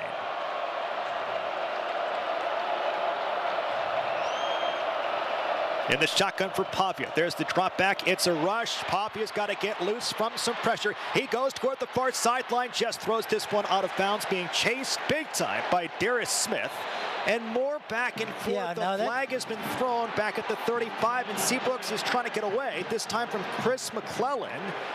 As it feels like Mizzou, one of the things, and we'll get the, I'm not trying to project onto them, but one of the things that Eli Drinkwitz talked about is nobody cares about us. It's all about Vanderbilt here this week, and it feels like his players are playing with that chip on their shoulder here today with a lot of back and forth as the officials try to talk with Drinkwitz. After the play, personal foul, unnecessary roughness, number 53 offense. The 15-yard penalty. We'll see where this whole thing goes. But if I'm Clark, I'm just, my stomach is turning because we've watched nothing but significant chatter directed at Vanderbilt, and now Seabrooks is the one that gets pinged for the personal foul. Yeah, and Smith, or excuse me, Jordan White, offensive lineman Jordan White. Smith for Missouri followed Diego out of bounds and was taunting over there. Diego just things getting chippy early in Nashville. No score early 2nd quarter. We are going to go back to Seattle because Illinois' drive continues. They have it goal to go, trailing Washington 14-3. To the 6-yard line. And so the Illini will have it 1st and goal at the Husky 6. Another Ameren, Illinois 1st down. And we've seen all 3 of the tailbacks today, which has been great to see because we were limping a bit at the end of the Ohio State game. The Illini have gone 12 plays, 69 yards, and chewed up nearly 7 minutes here, trailing 14-3. They are 1st and goal at the 6-yard line of Washington. Boy, score here would be sweet. And here is Altmaier. He's going to fake a handoff, rolling right, throws to the end zone, incomplete. Flag comes down. Looked like he was trying to hit Colin Dixon. And a flag came down. This is going to be interference on Washington. It looked like Tacario Davis just grabbed him around the waist as he was trying to reach out for that pass. Pass interference. Number 8 of the defense. Penalty occurred in the end zone. 1st down at the 2-yard line. They'll put it down at the Washington 2-yard line. Colin Dixon, a touchdown against Ohio State. Had 4 catches for 70 yards against the Boilermakers. 2nd on the team behind Beatty in catches. They were trying to get it to him in the end zone. Single back set for the Illini. It's 1st and goal after the penalty on the pass interference at the Husky 2. Fagan is the back. Roots under center. Altmaier under center with him. Squats down, turns, gives to Fagan, slips a tackle, dives forward. He did not get in. He got to the line of scrimmage, and that was about it. Kind of a slow developing run there, and it'll be second and goal at that spot. As that running back, you're running downhill to the right, but anytime you get penetration, and that's what happened, the defensive tackle over the guard or over the center was able to get penetration. It forces you to stop your feet in the backfield, and now you got to lean forward and try to pick up as much as you can. Offensive line has to do a better job of, you want to drive your defensive tackle or defensive end into the end zone, past the line of scrimmage, into the end zone. If you're in the end zone, the running back will be in the end zone with you. Jordan Anderson lines up as a fullback. Illinois is second and goal at the Husky 2, trailing 14-3. Altmaier with a quick slant to the left, to the end zone. It is caught. Touchdown, Illinois. How do you like that? What a quick slant into the end zone for the Fighting Illini.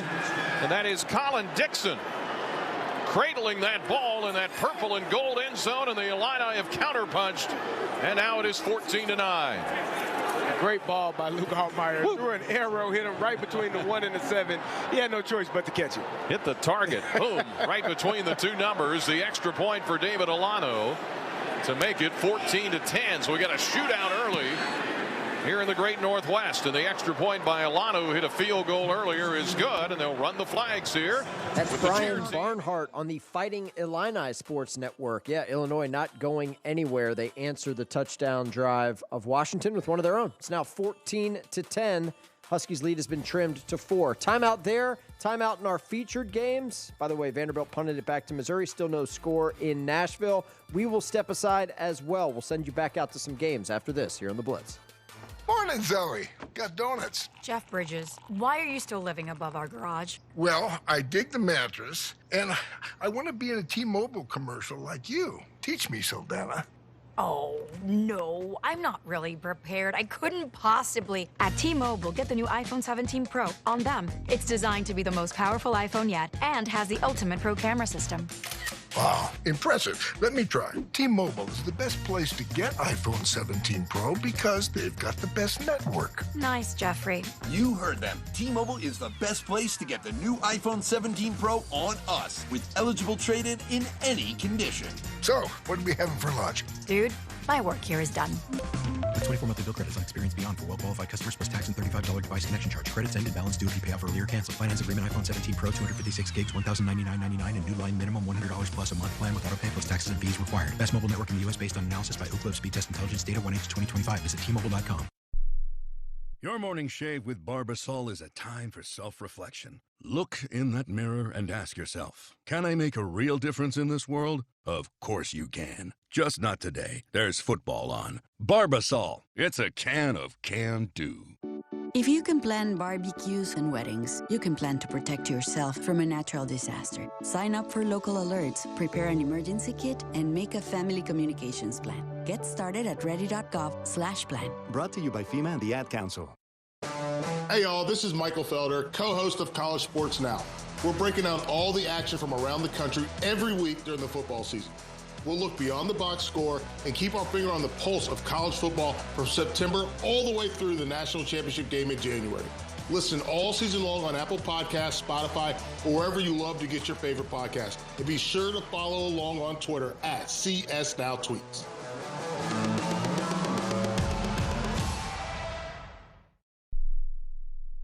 We go crazy for this stuff. On the deflection! Touchdown!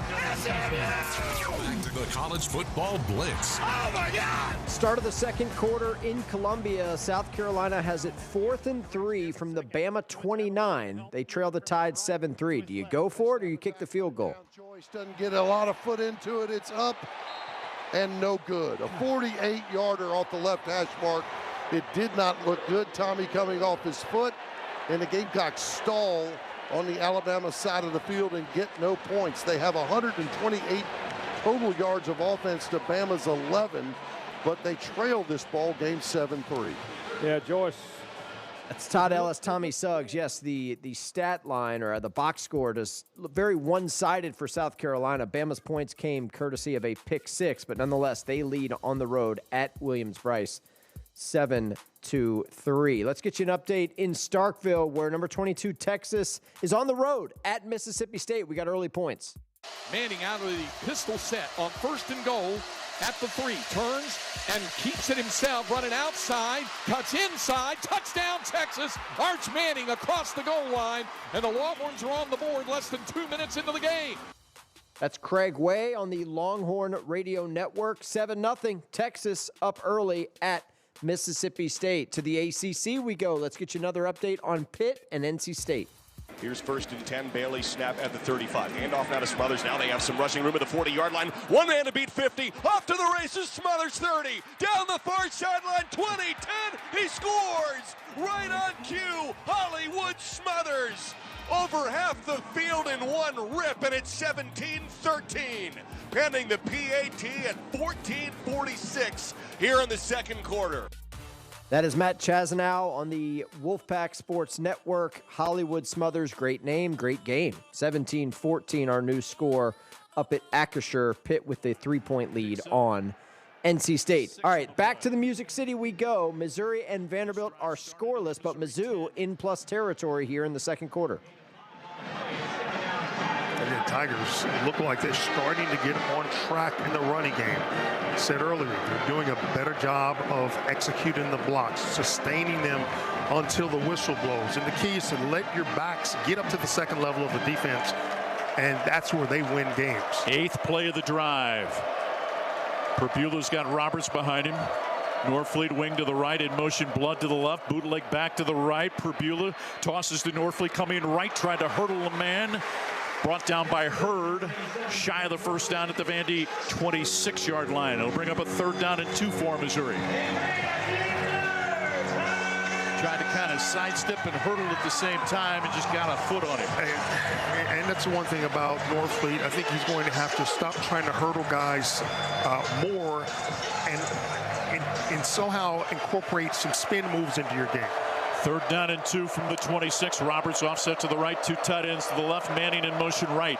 Ball on the right hash. Fake the toss, keep it. Perbula bunched up. He's got the first down, though, inside the 25 to the 23 as he navigated the right side. Brought down by Langston Patterson. Initially, it looked like Vandy was going to come up with the stop.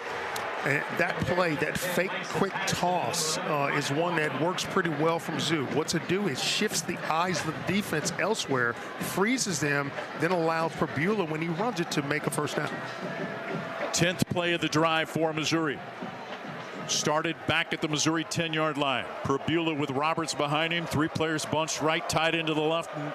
Harris.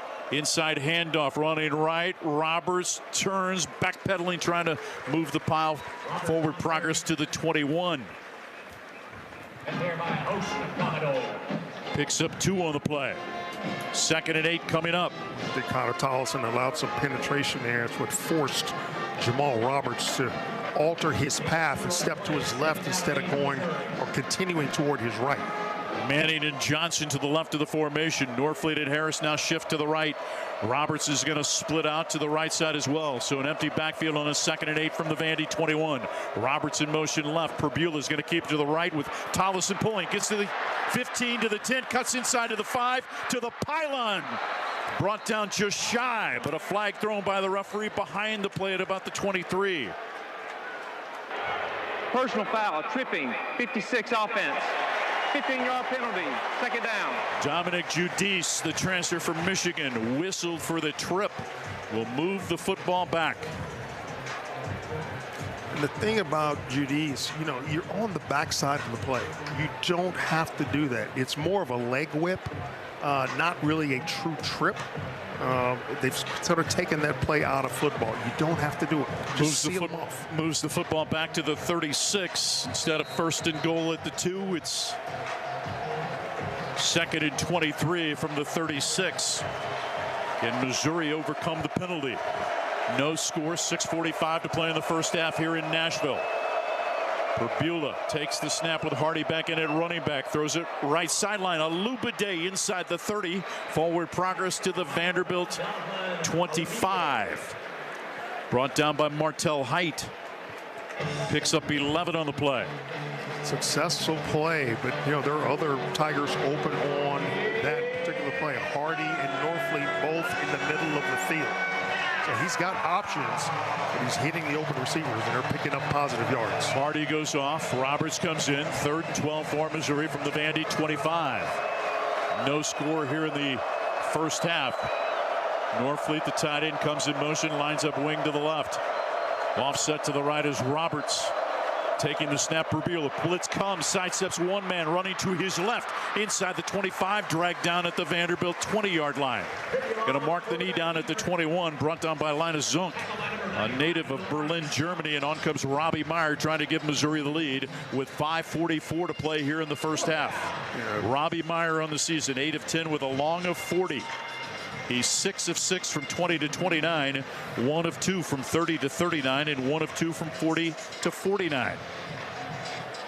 This will be a 39-yard attempt from just to the right of the left hash. Out of the hold of Connor Wesselman. Brett LeBlanc to snap. Good snap, good place. The kick is up. It is long enough, and it is good. And Missouri takes the lead here on the road with 5 minutes and 11 seconds to play in the first half on a Robbie Meyer. All right, once again, that's Mike Kelly, Howard Richards on the Tiger Sports Network. Took a while, but we got some points. Missouri 3, Vanderbilt nothing. 5.5 minutes to go in the first half. Let's check in on Texas Tech hosting Oklahoma State. Early drama here in Lubbock. Yard line going straight up the hash marks, now to the middle of the field, breaks the tackle. He's to the 20, 25, 30. He's outrunning everybody. The 40 midfield. It's the kicker that's chasing him. He's down the sidelines. He is going to score. Touchdown, Red Raiders. Opening kickoff, 98 yards for a score. Brian Jensen, Texas Tech Sports Network, 7-0 Red Raiders with the early lead on Oklahoma State in a game that we do not expect to be competitive for very much longer. Let's go to Starkville and check in on Mississippi State and Texas. Bulldogs on offense trailing the Longhorns 7-0. One of those in the slot right. Xavier Gayton is the running back. On 2nd and 10 at the Mississippi State 40. Play action. Chapin throws it up, looking for Evans, trying to come back and make the grab. He can't. He was held on the leap at the Texas 25 by Jelani McDonald, and a flag comes in there. Boy, and it was covered well, but that's just an excellent job by Evans to position himself to be able to go after it. Defense number 4. 15-yard penalty from the previous spot includes an automatic first down. So that will move State into Texas territory for the first time in this game as the officials put the ball down just inside the left hash at the Longhorn 45. That's State's first down in the game. All of our first downs are brought to you by Bank First. State has 2 receivers right, a single receiver left. Out of the shotgun, a handoff to Gayton. Tried to stretch left side, now turns it back up off left tackle, and nothing there. Just a yard down to the 44. Lianga Lafau makes his second stop in this first quarter. And it'll bring up 2nd and 9 for State, trying to go quickly here, trailing 7-0 with 10 minutes to play in the first. 2 receivers left, Mosley and Evans. A tight end and a receiver right for Mississippi State. Chapin takes a shotgun snap under duress, rolls out to his right, throws complete to Seydou Traore at the 35-yard line, angles back toward the numbers down to the 30, and gets tackled at the Texas 29 by Jalen Gilbo after a gain of 15 yards. A Bank first down for Mississippi State, trailing 7-0 with 9:34 to play in the first quarter. 1st and 10 from the Texas 29. They'll hand it off to Gayton, and Gayton running right, gets back to the line, and that's it. So far on this drive, multiple times you're putting Blake on the move. Now, we're going to keep it with this Mississippi State drive. Quick update, though. South Carolina has forced an Alabama turnover. So the Gamecocks get the ball back near midfield, trailing Alabama 7-3. Back to Starkville. 2 receivers left, Evans and Mosley. Chapin takes a shotgun snap on 2nd and 10. Stands tall in the pocket, throws left side, too tall for Anthony Evans, and incomplete at the Texas 20-yard line, and that's going to bring up 3rd down and 10. Really good job in protection right there. They had 6 in the box. Going nickel. And all 6, when they saw a pass, here they come, and stayed able to keep him clean. Just an overthrow, so 3rd and 10. Aiden Williams is in at receiver, got the start today. He and Evans are the 2 receivers on the wide side left. Traore, the tight end, and Thompson to the right for State. 3rd and 10 from the Texas 29. Chapin drops and throws, and that's batted down at the line by Trey Moore, a linebacker who was fighting off a block to get his hand on that one. And it's going to bring up 4th and 10. And here comes the field goal team with Kyle Ferry trying to get State on the board with 8:52 to play in the first quarter. All of our field goal attempts are brought to you by Mississippi Blood Services. Well, and if you want to know if Kyle Ferry can make one with snapping the ball on 29 on the right hash, here's your chance. Same spot as last week. We just didn't get the opportunity last week. 47-yarder. Just inside the right hash. Good snap back. Hold is down. Kick is away. It is blocked. And it will roll dead inside the 5-yard line. Ethan Burke got a hand on it. And Texas keeps the shutout going here in the first quarter, winning at the line of scrimmage with 8:47 That's Neil Price and Matt Wyatt on the Mississippi State Sports Network. Promising Bulldogs drive ends with a blocked field goal. It remains 7-0 Longhorns. Let's go back to the Big Ten. Illinois on the move, trailing Washington 14-10, but the Illini threatening here. 1 to go here in the first half, 14-10. Loffrey lines up as a receiver far left. They spread the field. Back to pass Altmaier. Now he's going to run it. 30. Altmaier to the 22-yard line, roughly, where his knee went down. He needed the 20. And he got close. Spread the field, and then Altmaier with the carry. The Illini are 6 of 7 on 3rd downs today. So that's a great stat so far. And Altmaier using his legs there to make it 3rd and 2 from the Husky 22. 3:30 to go here in the first half, and the Husky defense implores the crowd here in this very loud stadium to help them out. The Illini come up to the line of scrimmage. The back is Loffrey. The quick snap.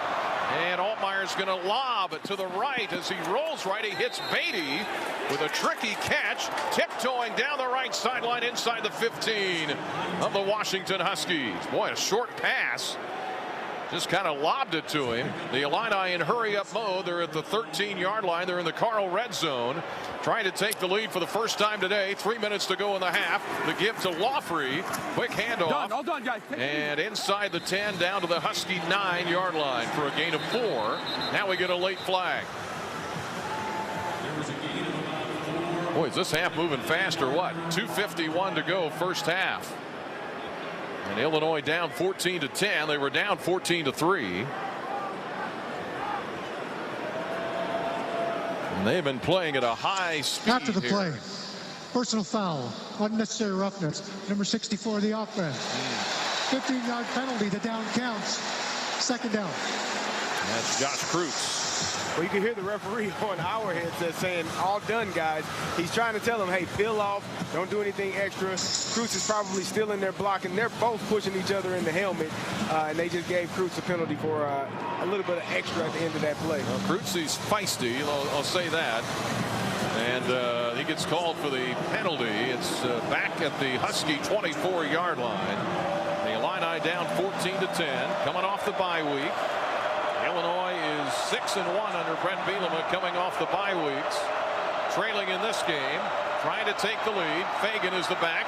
Play fake to him. Altmaier throwing to the back of the end zone, and it is intercepted. Now I saw the referee throw a flag, picked off by the Huskies, but let's check the flag and let's hope this interference is on Takario Davis. Pass interference. Rate of the defense. Yep. 15-yard penalty, automatic first down. Yeah, he pushed off. He pushed off. He pushed him in the back as he was going to separate to get the pass. Yep. And Michael Martin. I was just trying to give you an early indication that it was a pass interference. Pretty blatant one if you don't believe the boo birds in our background. But first down for Illinois with a chance to score here. Yeah, they're going to be first and goal at the 9. The penalty on Takario Davis, the corner. And the dogs are barking. Let them howl. Yeah, let them howl. It'll be okay. 2:30 left in a very entertaining first half. The Illini are down 14-10. They're trying to take the lead. They just got a penalty on themselves and now a defensive penalty on Washington. So we swap penalties. First and goal inside the 10. The give is to Caden Fagan. He powers his way down to the 5-yard line. They got about 4 yards. The crowd's still upset about the penalty, but he certainly pushed off. Altmaier's 11 of 15 for 96 yards. And rushing yards today, the Illini have rushed it for 88. And Michael Martin with an injury update. Melvin Priestley was pretty slow to get up there. He's back lining up. He's back in the huddle, but it's something to monitor the rest of the game. He's a little shaken up after that one play. All right, we're down to 2:04, 2:03. We might get to the 2-minute timeout here with Illinois down 14-10. They're at the Husky 5. Second and goal. 2-minute timeout in Seattle. 2-minute timeout or not 2-minute timeout, but a media stoppage in Columbia, where Alabama leads South Carolina 7-3. Missouri leads Vanderbilt 3-0. A wall of TVs when they're all playing commercials. We step aside as well. So we'll get you back out to some games after this 2-minute break here on the Blitz. Morning, Zoe. Got donuts. Jeff Bridges, why are you still living above our garage? Well, I dig the mattress, and I want to be in a T-Mobile commercial like you. Teach me, Saldana. Oh, no, I'm not really prepared. I couldn't possibly. At T-Mobile, get the new iPhone 17 Pro. On them, it's designed to be the most powerful iPhone yet and has the ultimate pro camera system. Wow, impressive. Let me try. T-Mobile is the best place to get iPhone 17 Pro because they've got the best network. Nice, Jeffrey. You heard them. T-Mobile is the best place to get the new iPhone 17 Pro on us with eligible trade-in in any condition. So, what are we having for lunch? Dude, my work here is done. The 24-monthly bill credits on experience beyond for well-qualified customers plus tax and $35 device connection charge. Credits end and balance due if you pay off earlier. Cancel. Finance agreement iPhone 17 Pro 256 gigs, $1,099.99 and new line minimum $100 plus a month plan with auto pay plus taxes and fees required. Best mobile network in the U.S. based on analysis by Ookla Speed Test Intelligence data 1H 2025. Visit T-Mobile.com. A smooth, close Barbasol shave in the morning lifts your confidence. That rich, creamy lather will catapult you to greatness. Nothing can stop you today. Well, except that traffic jam. Barbasol. It's a can of can-do. Snakes, zombies, public speaking. The list of fears is endless. But the real danger is in your hand when you're behind the wheel. Distracted driving is what's really scary and even deadly. Eyes forward. Don't drive distracted. Brought to you by NHTSA and the Ad Council. He's got the speed. He's got room. He's going to score. No one gets you closer to the game than Sirius XM College Sports Radio. For the win. Got it! Let's go! Tune in for news, talk, and analysis from the offseason through regular season and into the postseason. We've got your team covered anywhere you go. Deep to center field. Oh, it's gone! Get a free trial at SiriusXM.com/College Sports Radio 2025. All the best plays from coast to coast. Close call! Touchdown! The Blue Devils have the lead. Into the end zone. Touchdown, Washington. This is the College Football Blitz. Alongside our producer, Tim Bigford, and board op Tripert, I'm Stephen Hartzell. Glad you are hanging out with us. Week 9 edition of the College Football Blitz. Hard to believe that we are at week 9 of the regular season, but here we are. We got to go back to Seattle. We're coming out of the 2-minute timeout. We got the Illini knocking on the door, trailing Washington 14-10 in the red zone. 15 already with a touchdown pass to Colin Dixon, who races out to the left. Beatty out to the left. The back is Fagan from the 5. Here is Altmaier. Lob to the end zone. It is caught. And a touchdown, Illinois. Touchdown, Tanner Arkin, who caught a pass to start the season, and he's got his second touchdown So catch. Illinois takes their first lead of the game, 16-14 with an extra point try still to come. Inside of 2 minutes to go in the first half. Let's go to Nashville, where you got Vanderbilt in the red zone, trailing Missouri 3-0. Why are they marking it at the 15-yard line? I thought he got to about the 14 or the 13, but they stop him at the 15. Nice tackle by Jacobs, the linebacker. So third down, goal to go for Vanderbilt.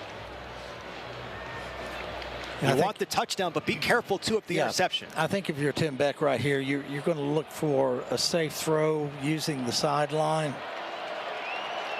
In the shotgun for Pavia. Goal to go, third down from the 15. 3 wide receivers near sideline toward the right. Play clock is at 3. It's at 2. There's the snap. It's a rush of 4. A flag has been thrown. Oh, come on. And Vanderbilt is beside Diego itself. took a flop. But that is twice 19's gone in after the whistle's blown. And Clark is after the officials once again for all of the chatter. This time it's Darius Smith. And the Blue Birds are loud.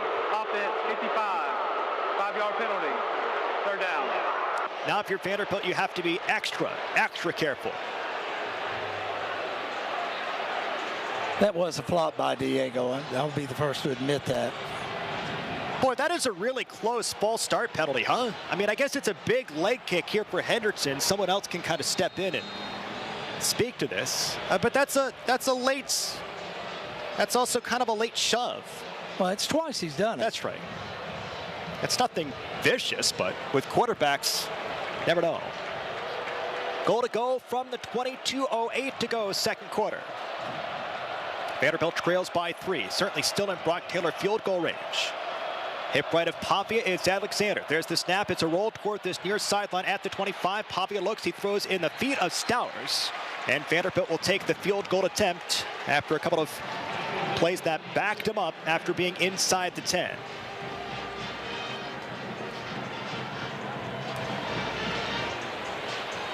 A 37-yard field goal. We're going to let you know about the field goal try because we got South Carolina in the red zone. Lenore Sellers actually just rushed it in for a touchdown, but they took the points off the board for holding. Nonetheless, Carolina knocking on the door. That guy's making it up to us because he's the one that made the bad call last time, so that helps us. Donovan Murph with the catch but couldn't get away, and then they hit us late. Should be a personal foul. Kalen DeBoer doesn't like something. He's out on the field now. After the play, personal foul, unnecessary roughness, defense, number 42. The penalty will be enforced from the dead ball spot, half the distance to the goal, first down. Quick update, Vanderbilt field goal good. We are tied at 3, 2-minute timeout in Nashville. Back to Columbia, Carolina, goal to go. Trail by 4. We've been in the red zone. Look at the time of possession, 16:41 for Carolina to Bama's 6:44. And they came in the game number 3 in the SEC, averaging 33.36 seconds per game in possession.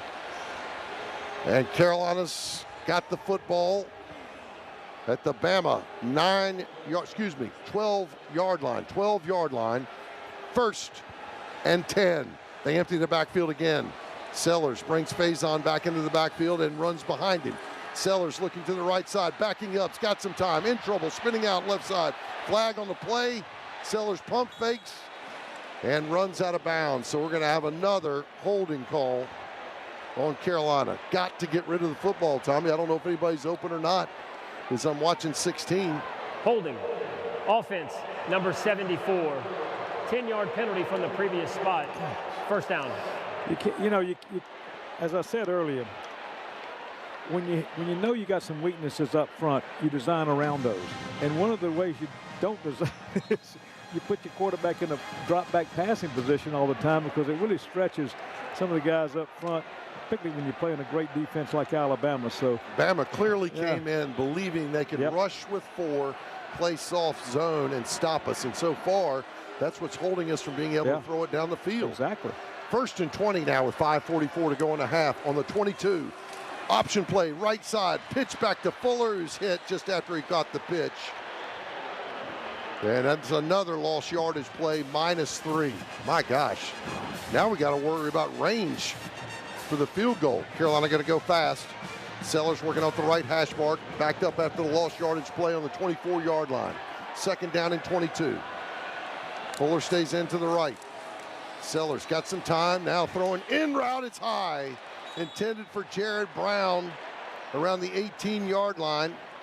Jared didn't exactly get up off the turf on that one to go get it, but it was overthrown on the play. I tell you, we're lucky that thing didn't pop into that defender for Alabama's hands back there and have another interception like that where our guys had it first, and the first one, of course, went for a touchdown. But here we go, 3rd down. 3rd down, they need to get to the Bama 2. Just and tearing up this turf in the south end zone and the red zone, but no points. Trip wide receivers over to the left side. Move Dingle over to the right.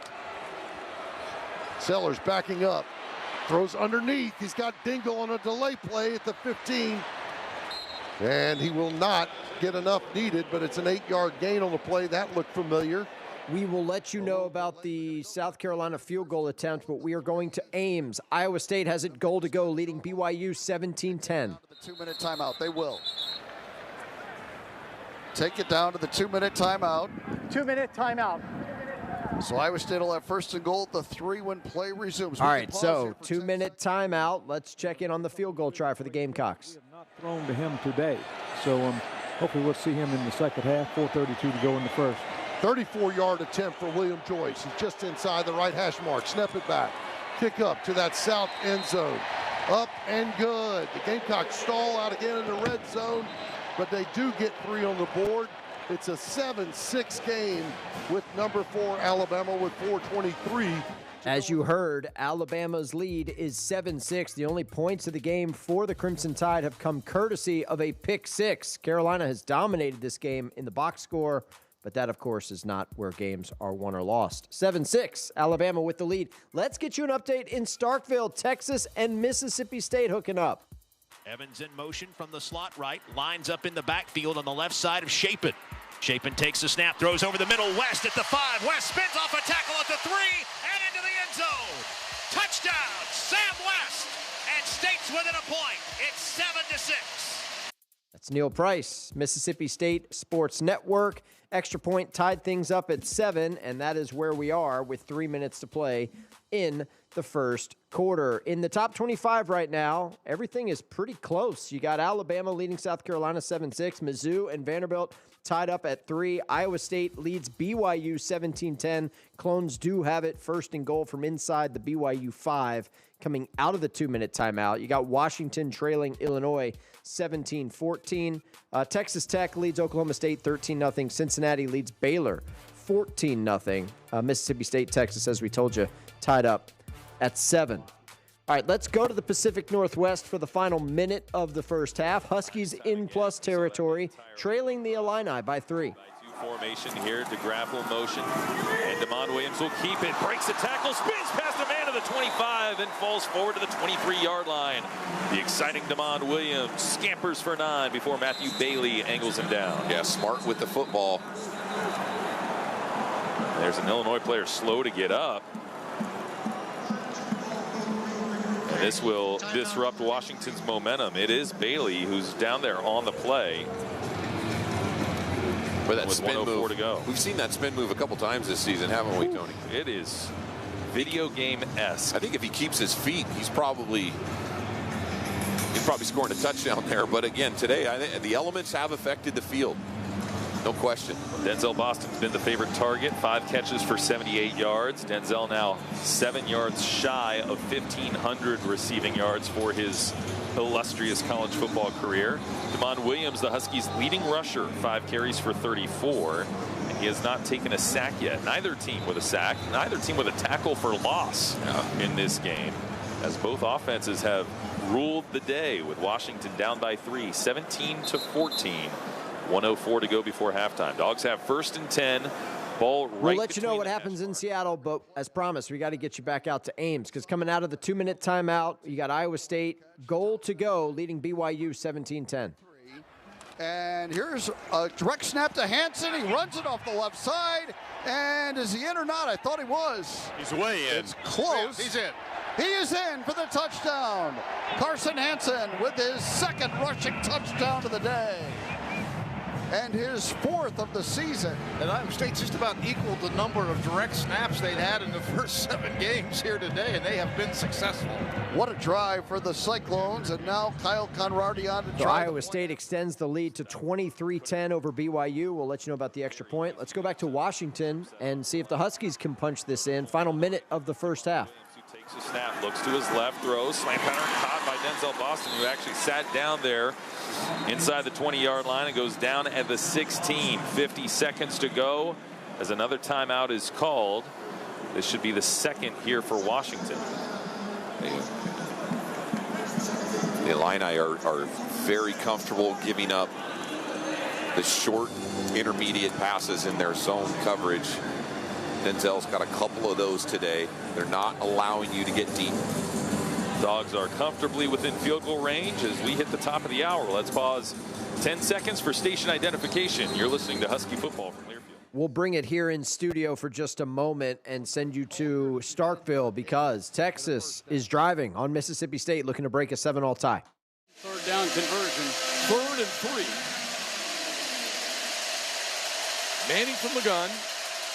He has Trey Wisner offset to the right. Parker Livingston on the short side of the field is split right.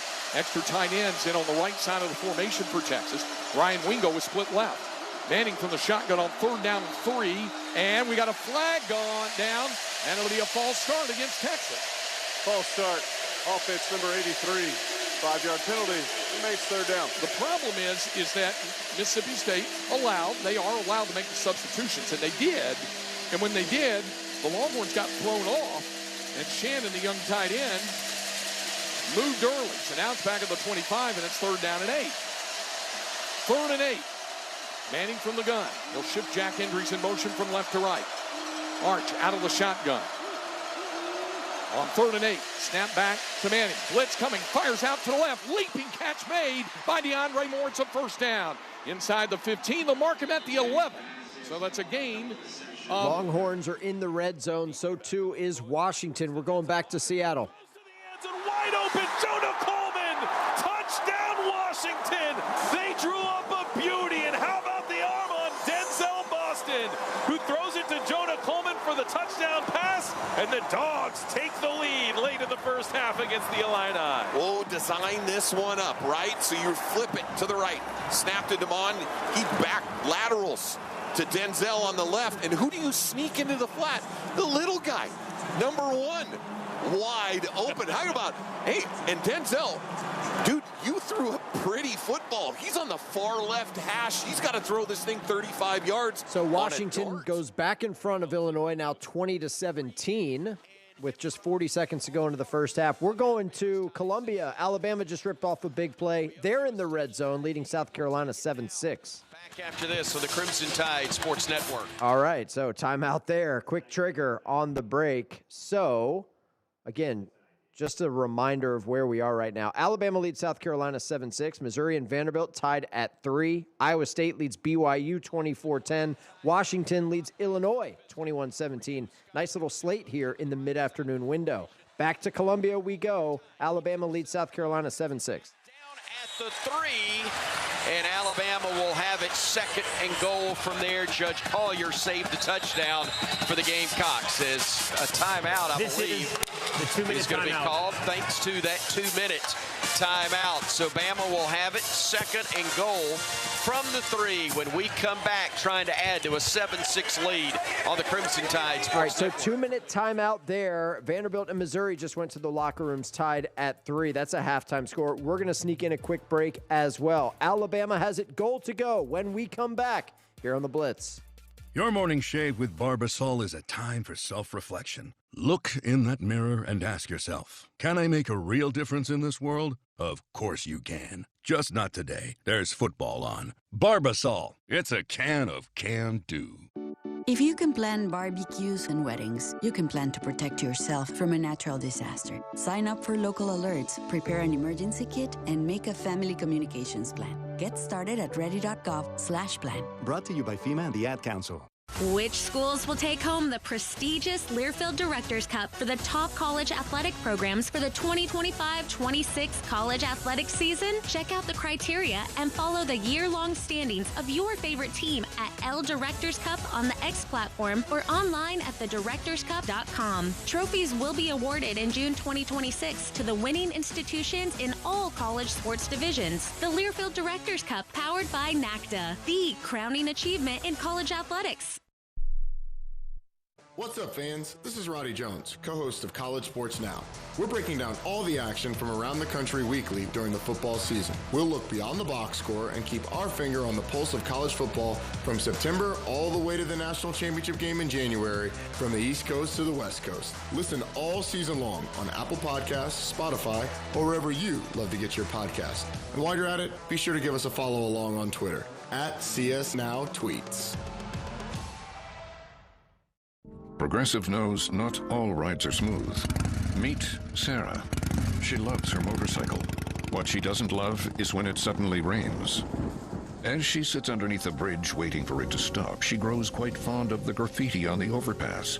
She really likes the one with John Hart's Claire and wonders if they're still together. Not every ride is smooth, but Progressive has your back. Get an online quote in as little as 3 minutes and see if you can save with America's #1 motorcycle insurer. Progressive Casualty Insurance Company and affiliates, not available in D.C. Lobs in zone, touchdown! The Sooners are on top! You're listening to the College Football Blitz. Lines up, he's it deep down the middle. Oh, mama! Touchdown, Wisconsin! Quickly to Columbia, where Alabama leads South Carolina 7-6. 2nd and goal coming up for the Tide, coming out of the 2-minute timeout. Timeout once again to talk things over, but Corey Reamer, Alabama desperately needs a score, and I don't mean just in terms of the outcome of the game, but just to give that offense some momentum going into halftime. Yeah, they definitely do, and take some pressure off this defense, too. Its defense has just been playing absolutely phenomenal in this first half, keeping South Carolina out of the end zone. This would do wonders, and this drive we're putting together is, we're going into halftime, but still being able to keep this defense off the field, give them some rest, finally sustaining a drive that eats up some clock. Would be great if we could just find a way to finish this one off with points. Olas Alinen in the ball game, along with two others, and Caden Proctor's in the backfield to the left of Simpson. Bama operating from the 4. 2 wide outs right. Simpson getting the snap, handing it off, and tripped up and down, couldn't get back to the line of scrimmage. Losing a yard on the play was indeed Caden Proctor. Nick Barrett submarine and blew that play up.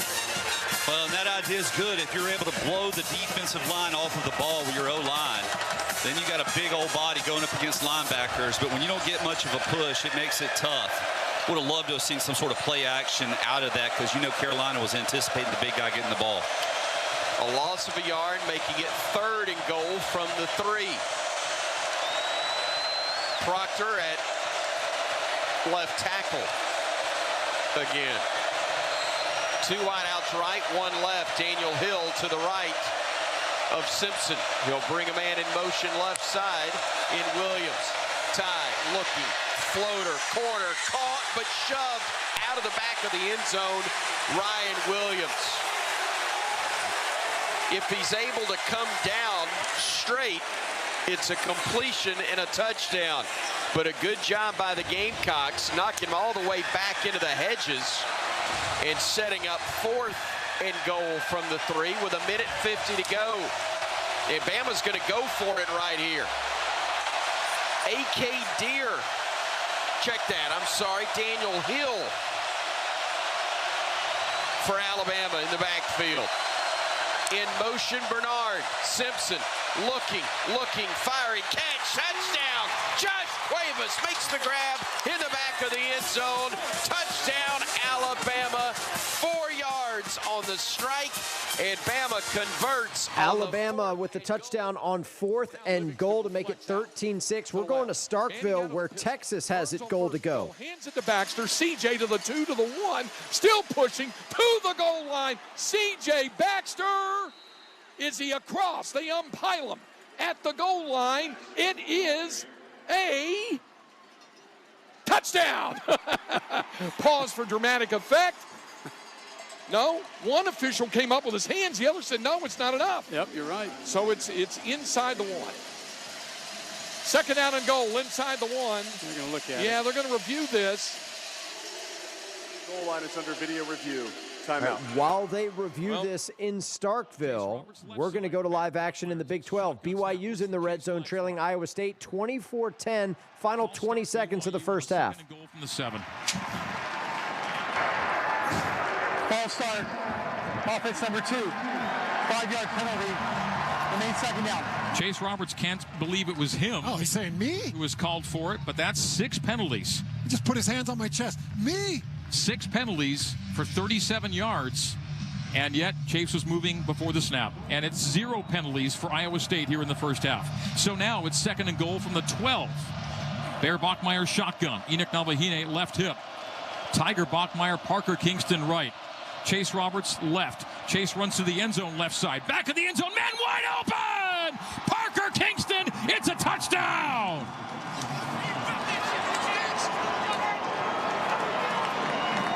And BYU was right back in it. An expertly run 2-minute offense to end the first half. It's 24-16 with the PAT pending, and BYU gets the ball to start half number 2. What a back-and-forth affair we have unfolding here in Ames this afternoon. Parker Kingston scores again, his 9th BYU touchdown and 3rd receiving score of this year. The PAT good from Will Farron, and it's 24-17 with 25 seconds remaining. That was Greg Wrubell on the BYU Sports Network. Back within the score are the Cougars. One of just 5 undefeated teams in FBS football is BYU. Underdogs today at Iowa State. They trail by 7 after the late first half touchdown. Let's find out about this review in Starkville.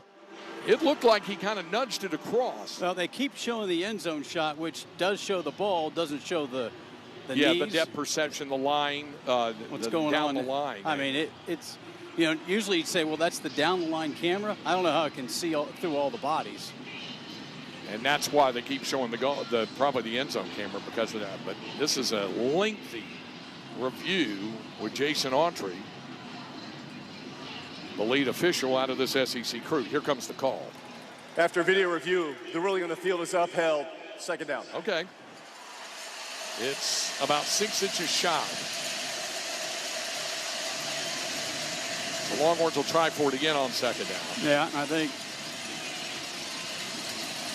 seen Arch Manning sneak and have struggles against Ohio State, but boy, you're almost at the goal line right now. 2nd and goal for Texas inside the Mississippi State 1-yard line. C.J. Baxter lines up in the pistol behind Arch Manning. On 2nd down and goal, Manning has the snap, hands it to Baxter, blasting forward. He did not get in.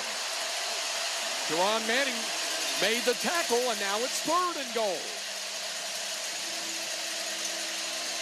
The Longhorns just didn't sustain the blocks long enough out front, and he was stopped.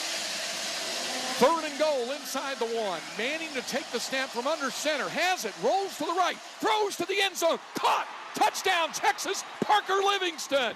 On 3rd and goal, a little rollout, and Manning finds Livingston for the touchdown that puts Texas back in front. Well, the key there was the play fake, and he got himself enough time to roll and wait. Livingston was kind of the front guy. Wingo was behind him making the same move, and a nice touch pass there from Arch. For the extra point.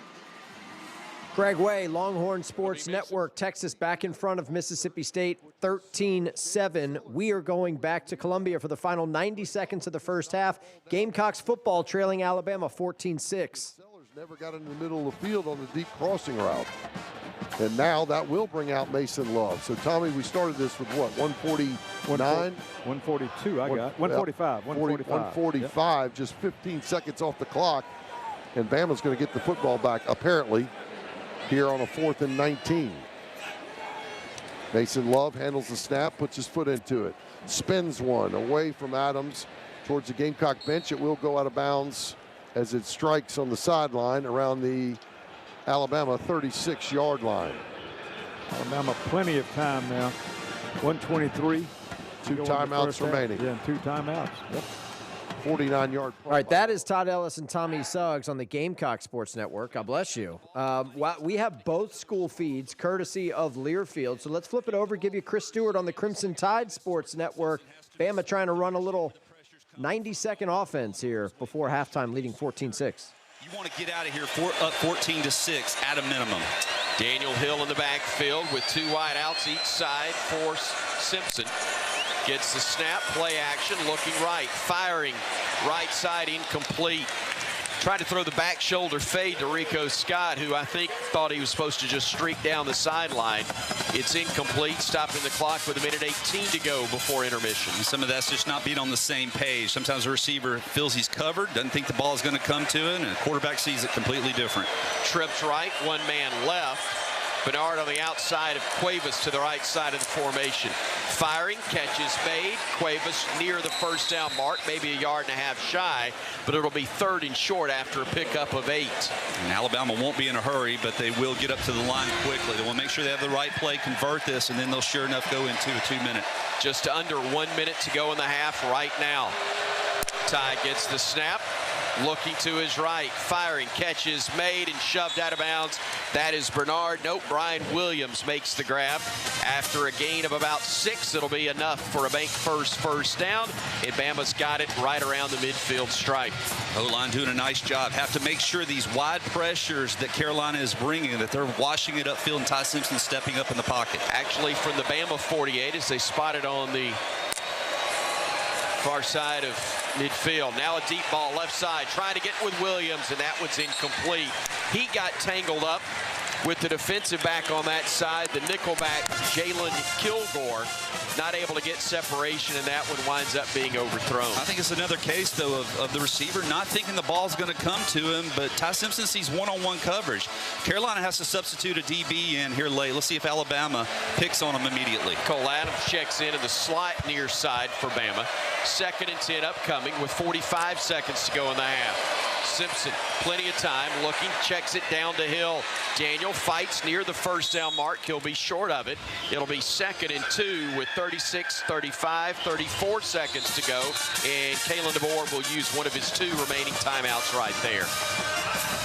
Checkdowns are crucial in these type of situations. 30-second timeout gives us a chance to catch you up on what's going on in the ACC right now. Pitt hosting NC State. That's a 15-yard pickup with 3.5 minutes to play in the half. Snap Bailey at the Pac 41. Tosses right to Eddie Hoffman. Lobs it downfield. Trick play. Joe Lee has the ball, and he pulled his hamstring as he sprints with a hop into the goal line for a touchdown. A trick play as Joe Lee guts his way through an injury on the left leg, and he limps his way in for a score. What a play here in Pittsburgh in a 24-20 4-point Pac deficit as they have to help Joe Lee off the field. He caught the ball wide open, caught an injury on his left leg, and limps in for the touchdown with 3:20 to play in the half. Matt Chazanow, Wolfpack Sports Network. That made the game a 1-score margin. It's now 31-21 Pitt. Back to Columbia.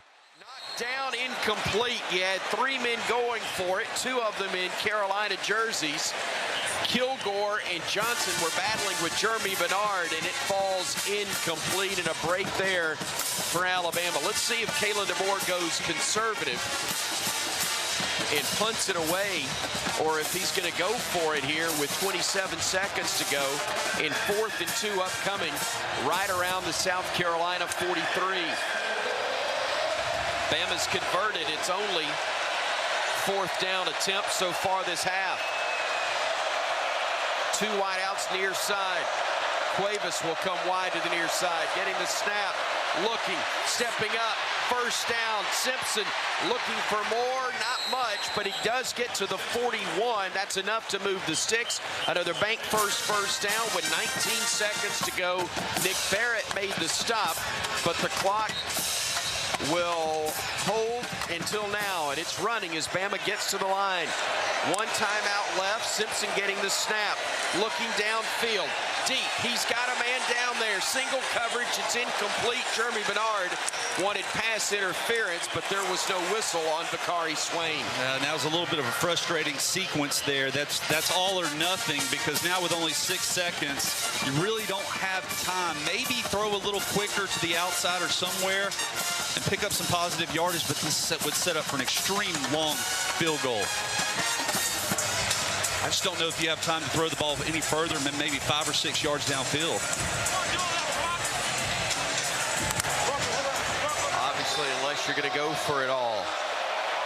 Bernard to the near side with Cuevas. Jam is offset at the moment to the right with South Carolina using a timeout. Bama had Rico Scott South Carolina. And Cole Adams wide right along with Jam. While we have 30 seconds, timeout on the field gives us a chance to shout out our friends at Split Zone Duo. What does Split Zone Duo mean, you ask? Well, it's a college football podcast that covers the entire sport from the SEC to the Mountain West and everything in between with pride, independence, and attention to detail. It's hosted by Richard Johnson of CBS Sports and Alex Kirshner, who writes for Slate, The Athletic, The Ringer, and much, much more. You can find Split Zone Duo wherever fine podcasts are served. We're going back to Williams-Brice for the final 6 ticks of the first half. Bama 14, South Carolina 6.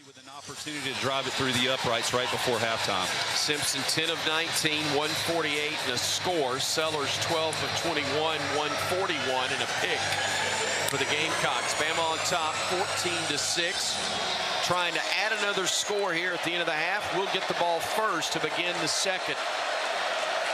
Simpson from the pistol. Empty backfield. Gets the snap. Looking, firing left side, incomplete. Was looking for Bernard in the seam, but couldn't connect with him there. It's incomplete, and let's see, it'll be the Hail Mary, I would assume, or attempt thereof, with just 2 seconds to go in the half. Yeah. This is another one. Thought Derek Meadows was about to check in. He's your great big tall receiver.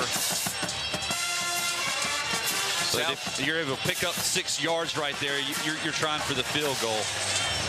Bernard, Scott, Cuevas to the right side, Ryan Williams to the left. They've got 3 men deep inside the 10-yard line to South Carolina and Alabama.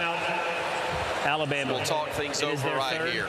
It will be 30 seconds. You know, and I'm wanting to make sure I'm telling Ty Simpson. All right, while we have a moment, let's go to Starkville because we got Mississippi State knocking on the door here, trying to tie things up against Texas. Brennan Thompson, the single receiver, already split out to the left side. Ball right in between the hashes for State. Big play right here. Taylor in the gun with Booth to his right. Brings Traore, the tight end, and sets him up on the right side of the line. Taylor rolling right, throws. It's tipped. It's caught by Traore. Standing on the word State in the right side of the end zone. Touchdown, MSU. That's Neil Price. That was on 4th and goal from inside the 1. Mississippi State's an extra point away from tying things up at home against the Longhorns. All right, 2 seconds left in the first half. Back to Willie Brice. Jeremy running up the sideline, really trying to put the DBs in a tough spot. We just weren't able to connect, but it feels like we're getting some momentum, and those plays are going to hit at some point in this game. Derek Meadows at 6'5", who was knocked out cold a couple of weeks ago, into the game for Bama. He's swinging out, set up a little screen.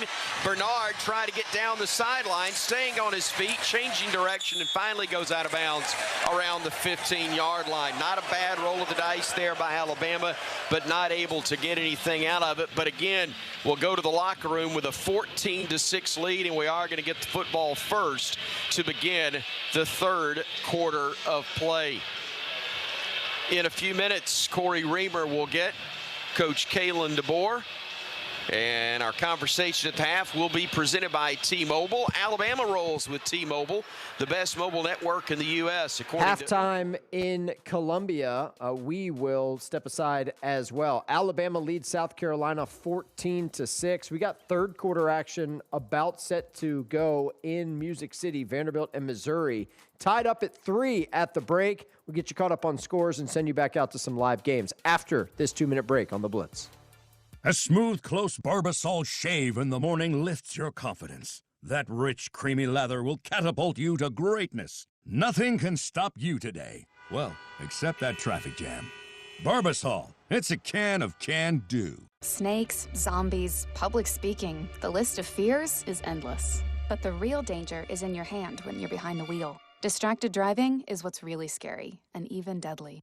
Eyes forward, don't drive distracted. Brought to you by NHTSA and the Ad Council.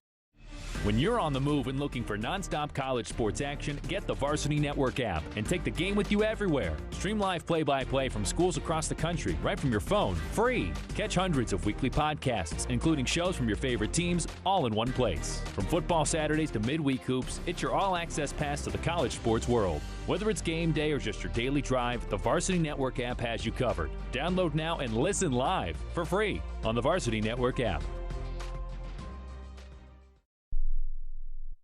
He's got the speed. He's got room. He's going to score.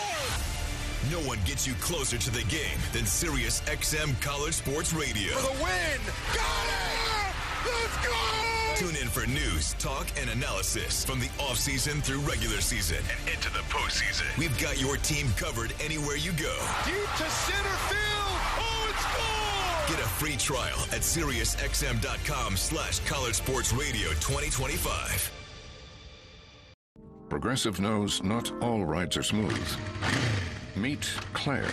She loves her motorcycle, and she's learned to love the insects she encounters on her rides. She may not know the difference between a gnat and a mosquito at 55 miles per hour, but she does know one thing. It's always gross when one flies into her mouth. But she's so used to it that it's weird when it doesn't happen. Not every ride is smooth, but Progressive has your back with comprehensive and collision coverage from America's #1 motorcycle insurer. Progressive Casualty Insurance Company and affiliates, not available in D.C. Bringing you the most memorable moments from the biggest games. There's a man. Touchdown! Touchdown! Kansas State and the Wildcats have tied the game. 10-5. Touchdown. Davis-Wade Stadium explodes. You're listening to the College Football Blitz. We thank you for listening to our show here, however you may be joining us on the Varsity app, SiriusXM channel 999. Did you know that we are also streaming live on video? You can bring the Blitz and the Learfield Studios to life by searching Varsity Network on YouTube or by following us on Twitter. We are at Learfield Audio. So shout out to all of you out there watching and providing comments. JR, Garrett, William, we see y'all. We appreciate you guys joining us here. Week 9 edition of the College Football Blitz. Here we go. Start of the second half in Nashville. Vanderbilt and Missouri tied at 3. Let's hear from Steve. Throwing on the field is an interception by the defense and a return, and the ball carrier down before the ball came loose. Come on. Okay, so let's see if we can get this one a review. Yeah, let's get a look at this. Worth noting that Wilson is on the sideline. Feels like he's a little bit hurt. We'll follow that. It was Richardson that tried to strip it here for Vanderbilt. This is really close. He's going down. His left knee, I think that's going to stand, guys. The previous play is under further review. Yeah, they've got to review it for sure, but I did not love what I saw at first glance unless we can feel like the football is moving before that left knee. That left knee is coming down. Where's the football coming loose? Maybe that's loose. I don't know. I wish they had called it on the inverse. Yeah. Because if they called it on the inverse, I think it stands for Vanderbilt's kind of a secondary thing. Diego Pavia's got to be careful with targeting. Kind of dove on the pile with his helmet. Did not call it, so water under the bridge at this point. But well, they can call it on the replay, can't they? They can go back and look at targeting. I don't think it is targeting because of the We're listening to Andrew Allegretta on the Vanderbilt Sports Network. We'll get you back there, but for now, we're going to go to live action. Texas and Mississippi State tied at 14. Longhorns on offense. So you had the defense's back turned to Arch. Ball is at the 40-yard line, first down and 10. Texas, clock moving, 7:50 to go first half, and a 14-14 tie. Manning from the shotgun, Weisner offset to his left, hand off, Trey Weisner up the middle. Trey, 45 to the 46, 47-yard line, a gain of 7. Isaac Smith on the stop for Mississippi State. Yeah, and Trey took on Smith and gained a couple of yards after contact. Second down and 3. Well, they'll actually mark it back at the 46. They'll call it a 6-yard carry to the 46-yard line. Second down and 4. Quick swing pass. Goes outside to Moore. Cannot make his man miss. And that's Jerron Manning who drops him for a loss. Off that quick outside pass, it'll lose a yard back to the 45. But now it is third down and 5 for the Longhorns. Yeah, just an outstanding play in open field by Jerron Manning. Longhorns on third downs are 3 out of 7 here in the first half. Third down and 5.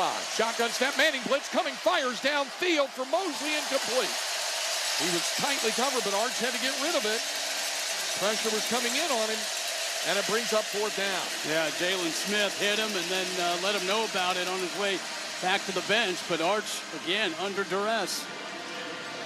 The Longhorns will have to punt it away. So Bomeister comes on. Jack has already punted 3 times in the first half, averaging 41 yards per kick. Back deep to receive it is Anthony Evans. Here's Bomeister's punt. Very high, angling for inside the 10. Fair catch called for and made by Evans at the 8-yard line. So Mississippi State's got the ball back inside of 7 minutes to play. Let's go back to Nashville and find out about this review. Call on the field was a Diego Pavia pick. They're trying to decide whether or not the Missouri defender fumbled after the pick. A lot that he has not liked from this crew, and he's absolutely destroying Marlowe. Vanderbilt's can't chase the emotions of the game more. And right now so they are. upheld the interception. We have both school feeds courtesy of Learfield. Let's give you the Missouri feed because they're on offense looking to break a 3-all tie. Down to 18, in motion, Coleman to the left, takes it on the jet sweep, running left, gets to the 15, cuts inside at the 10. Fighting for yardage, brought down right at the 10-yard line. A first down and a Central Bank first down for Kevin Coleman Jr. on the jet sweep left. It's been a good play for Missouri the couple times that they've run it. Kevin Coleman continues to be Missouri's leading rusher. I don't care. The Tigers will take whatever they can get. First and goal from the 10, 12:55 to play in the third. Mizzou trying to put points on the board after the interception. 4 players stacked right, toss sweep for Hardy. Hardy gets a seam to the 5, brought down inside the 5 at the 3. Little toss sweep. Marlon Sewell on the stop. Second and goal from the 3 for Missouri. Multiple substitutions. Man in, Seabrook in, Wood in, Rinaldi in defensively for Vanderbilt. Logan Muckey comes in for Missouri. Or Jude James comes on. But that's what you got to have. Hats on hats. Your offensive linemen square to the line of scrimmage. Create running lanes. 4 tight ends. Baker to the right, 3 to the left side. Handoff for Hardy running right, gets hit at the 2 by Longwell and Patterson, the 2 linebackers for Vanderbilt. Brings up 3rd and goal from the 2. Mizzou with the heavy formation on the right. Hardy started behind that big wall of Tigers, decided to bounce it out and try to use his speed to get outside, but Vandy did a good job of preventing him from getting into the end zone. 3rd and goal from the 2. Late substitution. Taylor comes in for Vandy. Harris to the right.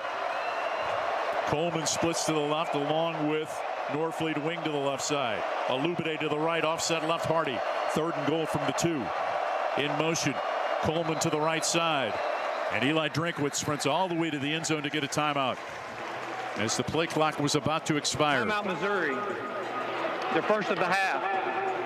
Tigers burn their first timeout of the half. It comes with 11:27 to play in the 3rd quarter. Missouri facing a 3rd and goal from the 2, trying to score the first touchdown of this game. There's a timeout on the field. 3-3 the score on the Central Bank Tiger Network from Learfield.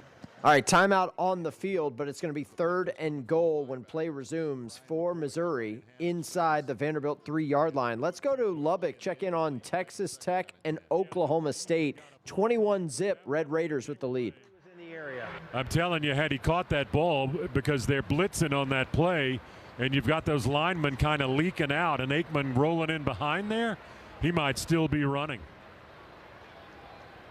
Virgil is split wide left by himself over there this time, at least to start this play. Eric Fletcher against him, and Aiken in motion over to the slot left side. Hand off to Williams going left, and he's not going to find much running room, about 3 yards.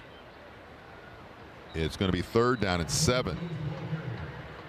8:49 and counting left in the half. 21-0 Red Raiders. Now you've got a 4-receiver set, very wide splits. And the throw from Hammond is batted down at the line of scrimmage.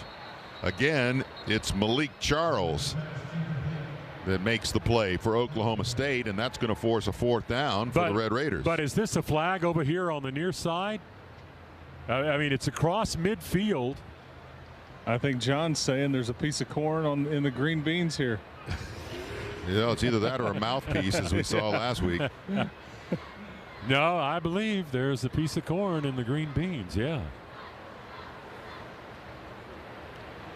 And this game has really slowed down. Well, it's just kind of flat down here. Your offense is just kind of muddling through here, and not much juice down here on the field. Little substitution. Defense, 12 players on the field to snap, 5-yard penalty. Replay, third down. Well, that'll make the third down much more manageable. 3rd down and 2 as they mark the football at the 34. And with all the coaching changes over there on Oklahoma State sideline and just all the personnel and guys entering the portal, a lot of procedural issues that they've suffered so far today and this season. Motion is John Carlos Miller. He's going to lead block for Williams, who waits. Now he jumps outside to the right, and he's going to get just enough for the first down as he crosses the 36. As he's knocked down there, and they move the chains. Right, Texas Tech's moving the chains. Meanwhile, we're going back to Music City, see if Missouri can punch this in on 3rd and goal. Tigers have it 3rd and goal at the 2. Norfleet at a tight end. Hardy at running back. Joshua Manning at one wide receiver. Donovan Olubide at the other.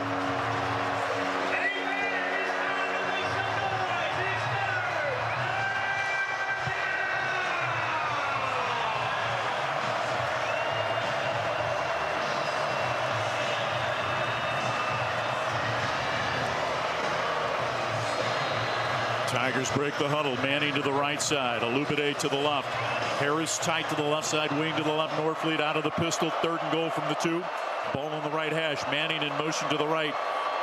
Moving to the right. Probula being chased by 3 defenders. Backtracks now and loads it, and it's almost intercepted. Threw it up your grabs. Colby Taylor, the closest man to it, on the far right side of the Vanderbilt defense. And Missouri will face a 4th and goal from the 2.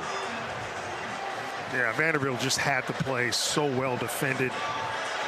Norfleet had a defender in his face. He couldn't continue on his route. It was just a good job of defense by the Commodores. 4th and goal from the 2. 11:21 to play in the 3rd. 3-3 game in this top 15 matchup. Harris to the right. Norfleet wing to the left. Offset left is Hardy. Coleman in motion to the left, back to the right. Fake the toss sweep. Probula keeps, gets hit at the 1 and will not get in. Vanderbilt holds, and Missouri will give the football to Vanderbilt, and that will ignite this crowd and the Vanderbilt Commodore football team.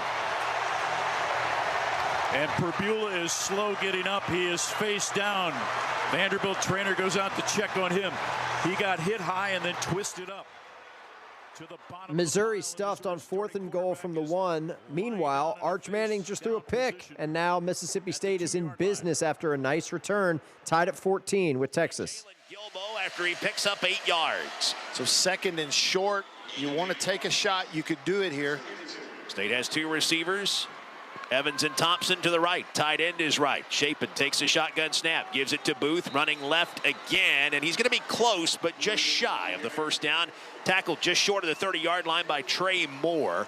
So 3rd down and less than a yard coming up for Mississippi State with 5:10 and counting here in this 2nd quarter. And the Bulldogs trying to break a 14-14 tie. Line to gain's the 30, right, Neil? Yes. And so if you don't get it here on 3rd and 1, it's a tough decision for the coaching staff on what to do on 4th down. Receiver each way, 2 tight ends to the right for Mississippi State. Booth, the running back. Evans comes in short motion toward the line from the left. Handoff, Booth hesitates, breaks through the right side of the line. First down and more. 25-20 inside the 15. It gets tackled between the hashes. Inside the 10 at the 9-yard line by Jelani McDaniel. That hesitation by Devon Booth opened the door for a 19-yard gain. And State's in the Case IH red zone after a bank first down. 1st and goal from the 9. A handoff to Booth again. Again, he hesitates, and that door opens, and he runs down to the 5-yard line.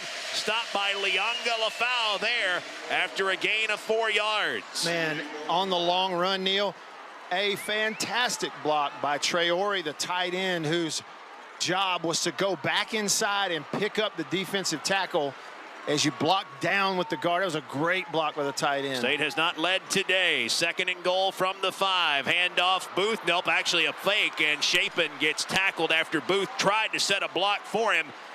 Hero Kanu just threw Devon Booth out of the way and sacks the quarterback back at the 11-yard line for a loss of 6. So Texas with its first sack today, and it's a big TFL for the Longhorns to set up 3rd and goal for State from the Texas 11. Well, even though it was 2nd down, maybe a mistake not to go with Taylor right there and have the option to run the quarterback and, and treat it like it's a short yardage situation on the goal line, except it was only out at about the 5. But good job by Blake to take care of the football right there. Gayton in at running back.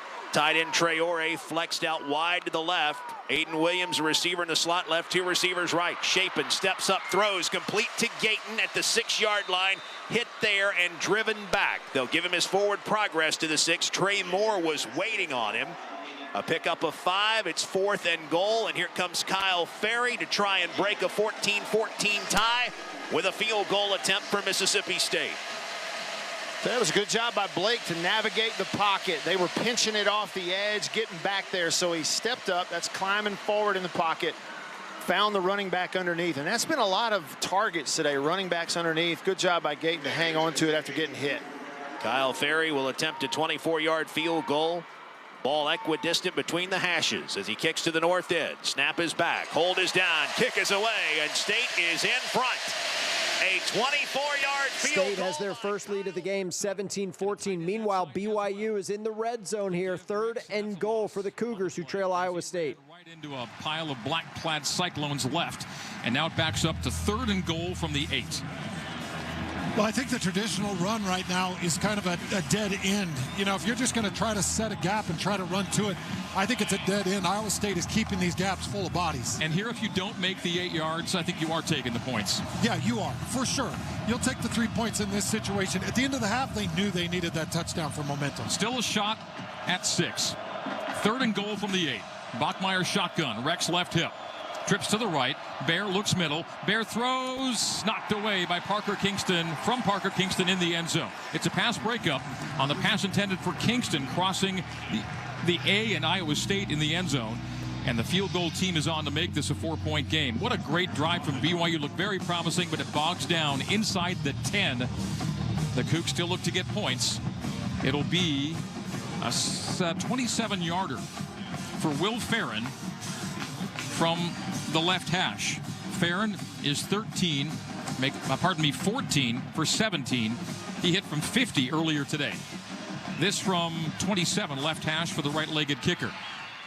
Kick on its way, and good. It is through for 3. Farron now 15 for 18 on the year, and that's field goal number 50. That's Greg Wrubell on the BYU Sports Network. So Cougs come down the field, first drive of the 3rd quarter, settle for a field goal, and it's now 24-20. Iowa State's lead has been trimmed to 4. Update from Nashville. Missouri was stuffed on 4th and goal from the 1, but concerning for Missouri, Bo Pribula, starting quarterback, carted off this field. He had an air cast on his lower leg. That's not good. Certainly don't want to speculate, but it does not look like he's going to return in this game. That's a problem for Missouri without their starting quarterback the rest of the way. That game remains tied. Vandy and Mizzou tied up at 3. We step aside. Back in 2 minutes here on The Blitz. Morning, Zoe. Got donuts. Jeff Bridges, why are you still living above our garage? Well, I dig the mattress, and I want to be in a T-Mobile commercial like you. Teach me, Saldana. Oh, no, I'm not really prepared. I couldn't possibly. At T-Mobile, get the new iPhone 17 Pro. On them, it's designed to be the most powerful iPhone yet and has the ultimate pro camera system. Wow, impressive. Let me try. T-Mobile is the best place to get iPhone 17 Pro because they've got the best network. Nice, Jeffrey. You heard them. T-Mobile is the best place to get the new iPhone 17 Pro on us with eligible trade-in in any condition. So, what are we having for lunch? Dude, my work here is done. The 24-monthly bill credits on experience beyond for well-qualified customers plus tax and $35 device connection charge. Credits end and balance due if you pay off earlier. Cancel. Finance agreement iPhone 17 Pro, 256 gigs, $1,099.99 and new line minimum $100 plus a month plan with auto pay plus taxes and fees required. Best mobile network in the U.S. based on analysis by Ookla Speed Test Intelligence data 1H2025. Visit T-Mobile.com. He's got the speed. He's got room. He's going to score. No one gets you closer to the game than Sirius XM College Sports Radio. For the win! Got it! Let's go! Tune in for news, talk, and analysis from the offseason through regular season and into the postseason. We've got your team covered anywhere you go. Deep to center field. Oh! free trial at SiriusXM.com/collegesportsradio2025. Hey fans, this is Wayne Cook, co-host of College Sports Now. We're breaking down all the action from around the country every week during the football season. We'll look beyond the box score and keep our finger on the pulse of college football from September all the way to the national championship game in January. Listen all season long on Apple Podcasts, Spotify, or wherever you'd love to get your podcasts. And be sure to follow along on Twitter at CSNowTweets.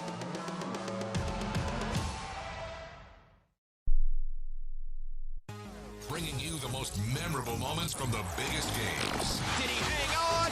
Yes, he did. Touchdown, Alabama. Picked off and going the other way for an easy score. Touchdown, Iowa. You're listening to the College Football Blitz. All right, let's quickly catch up on everything going on in the top 25 right now. Alabama leads at South Carolina 14-6. They're about to start the third quarter in that one. Missouri and Vanderbilt remain tied at 3, but again, Bo Pribula has left this game with a lower leg injury that did not look good. But Mizzou and Vandy tied up at 3, 9 minutes to go in the third quarter. BYU trails on the road at Iowa State, 24-20. Washington leads Illinois 21-17. Texas Tech having no problems as expected with Oklahoma State 28-0. Cincinnati up on Baylor 24-6 at halftime, and Mississippi State leads Texas 17-14 with 2 minutes to play in the first half down in the land of the cowbell. Okay, as promised, start of the third quarter in Columbia. Alabama with the lead, 14-6 on South Carolina and the football. Behind Simpson in the pistol with 2 wideouts right. He will get the snap. He'll hand it off. Jam will go to his left. Gets to the edge. He's going to be shy of the first down by about 3, maybe 4 yards, as they say went out of bounds at the 41. So it will be third down and 3.5 upcoming for the Crimson Tide there. Right now, we're getting a good push. Sometimes Jam just not quite able to get to the hole when it's open, and it's closing back up as pursuit comes from Carolina. But this is a manageable third down opportunity for Ty Simpson and company. First down march right at the 45. 2 wideouts right. Actually 3, as you got Williams in the slot to the right side. Cuevas, the tight end, left. Jam to the left of Ty, who gets the snap. Stepping up in the pocket, eluding pressure. Rolling right, firing near side. It is caught. It's going to be close to the first down, maybe a yard shy of it. Jeremy Bernard, who made the catch, but got shoved out of bounds right around the 44-yard line. It will be 4th and yard. Caleb DeBoer's thinking about it. Completed pass short of the line of the game. 4th down. 4th and about a yard, actually about 1.5 feet. And Coach DeBoer says, let's go for it. We're lining up in the Wildcat with Jeremy in the backfield all alone, and a timeout's going to be called. Let's see who's calling it. On the field is a completed pass short of the line of game. The previous play is under video review. So we're going to review it. While they review that, we've got Missouri and Vanderbilt tied at 3. Tigers on offense with their third-string quarterback. Manning, Coleman, and Johnson to the right side. In motion, Manning left. Turn, hand it to Hardy, trying to probe to the right. Cuts it back left. Hemmed in. Forward progress to the 35. He got a yard. The pursuit of Vanderbilt's defense is so good. If you dance at all, they're going to flush it out. Well, but also, if you get stuffed at the point of attack, that's what forced Mod Hardy to get slowed down. You got to be better at that point. Caden Green goes off for Missouri. On comes Javen Richardson. Richardson, who made 2 starts earlier this season, the young man from Baton Rouge, Louisiana, takes over at left tackle. On a 2nd and call it 8 from the 34-yard line of Vanderbilt. Hardy lines up in the pistol behind Zollers. Takes the snap, wants to throw, pumps, now throws it. Got open Norfleet, but he can't make the reception. He gets up limping a little bit. It was throwing just a little bit low here at the 25, so it brings up a 3rd down and 8 from the 34. Not totally unexpected. I mean, until you get your arm warmed up and get it to the rhythm of the game, your throws may not be perfect. A missed opportunity there with a wide open Brett Norfleet on the sideline. Roberts splits to the left side with Norfleet and Manning. Alubide and Coleman to the right. An empty look. 4-man front for Vandy on a 3rd down and 8 from the Vandy 34. Zollers pitches it out quickly, caught by Manning at the 35, hit at the 31, fights for yardage to the 30. It'll bring up a 4th down. Marlon Sewell on the stop. 6:26 to play in the third. 3-3 game. 4th and 4 from the Vandy 30. Missouri is converted on a 4th down already on this drive. This will be the 8th play of the drive. It started at the Vanderbilt 48. Twins to each side. 4th and 4 from the 30. Coleman in motion to the right. Running back Roberts offset right. Vandy overloads the box with 6. Zollers takes the snap, looking, moves left. Now throw it, and a leaping grab by Manning inside the 20. A 1st down to the Vandy 15 on a right to left cross. Pick up a 15 and a Missouri 1st down. The protection really good for Zollers, but he was patient and allowed Josh Manning to outrun the coverage. Great job of execution. Jude James tight to the right, turn and hand it to Roberts, running to the boundary left, trapped behind the line of scrimmage, sheds a tackler and gets back to the line of scrimmage at the 15-yard line. Roberts on the carry. Tackled there by number 22, Bryce Cowan makes the stop.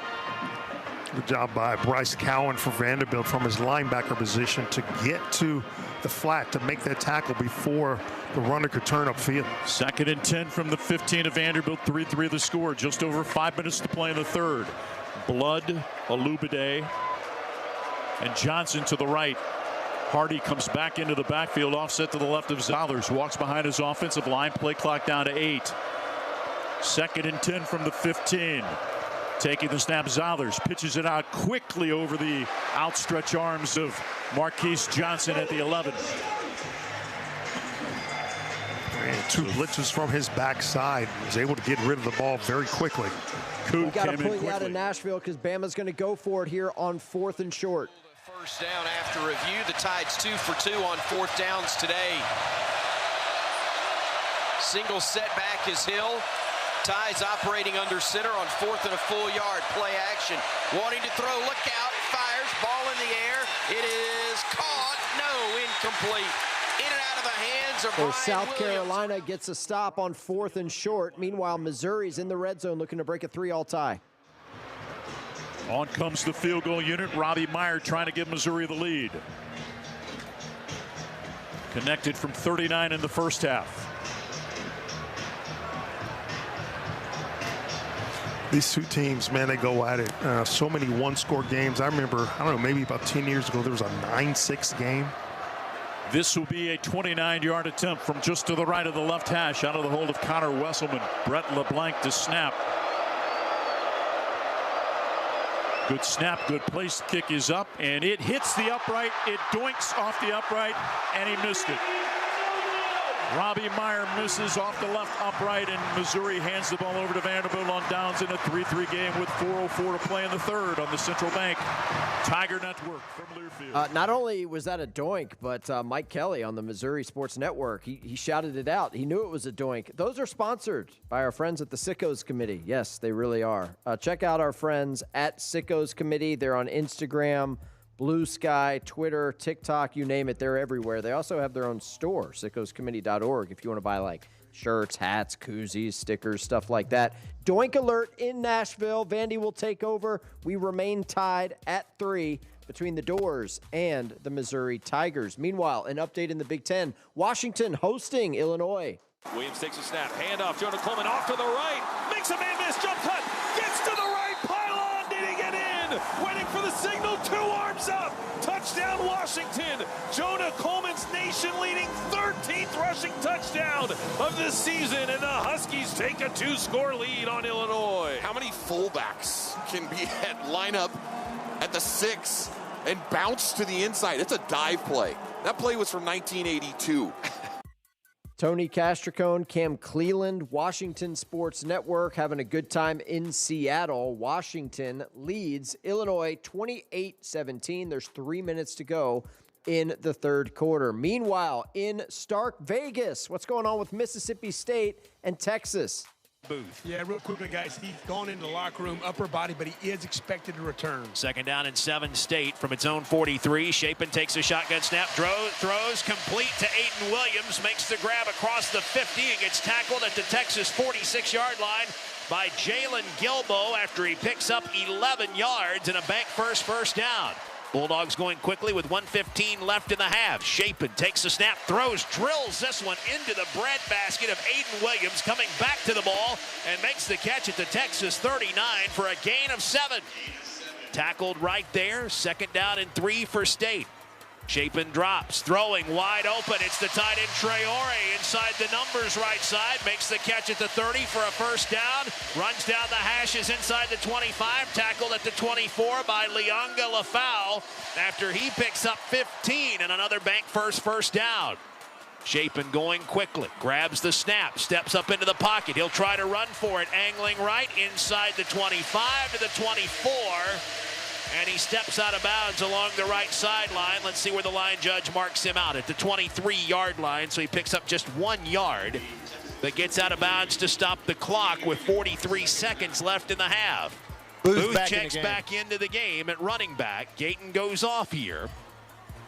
That was a really good decision. The pass protection's been good. You have to keep that up down here close to the red zone. Booth left of Shapen in the shotgun on 2nd and 9 from the Texas 24. Shapen takes the snap, throwing deep right side. Thompson beats his man and makes it over the head grab in the right side of the end zone for a Mississippi State touchdown.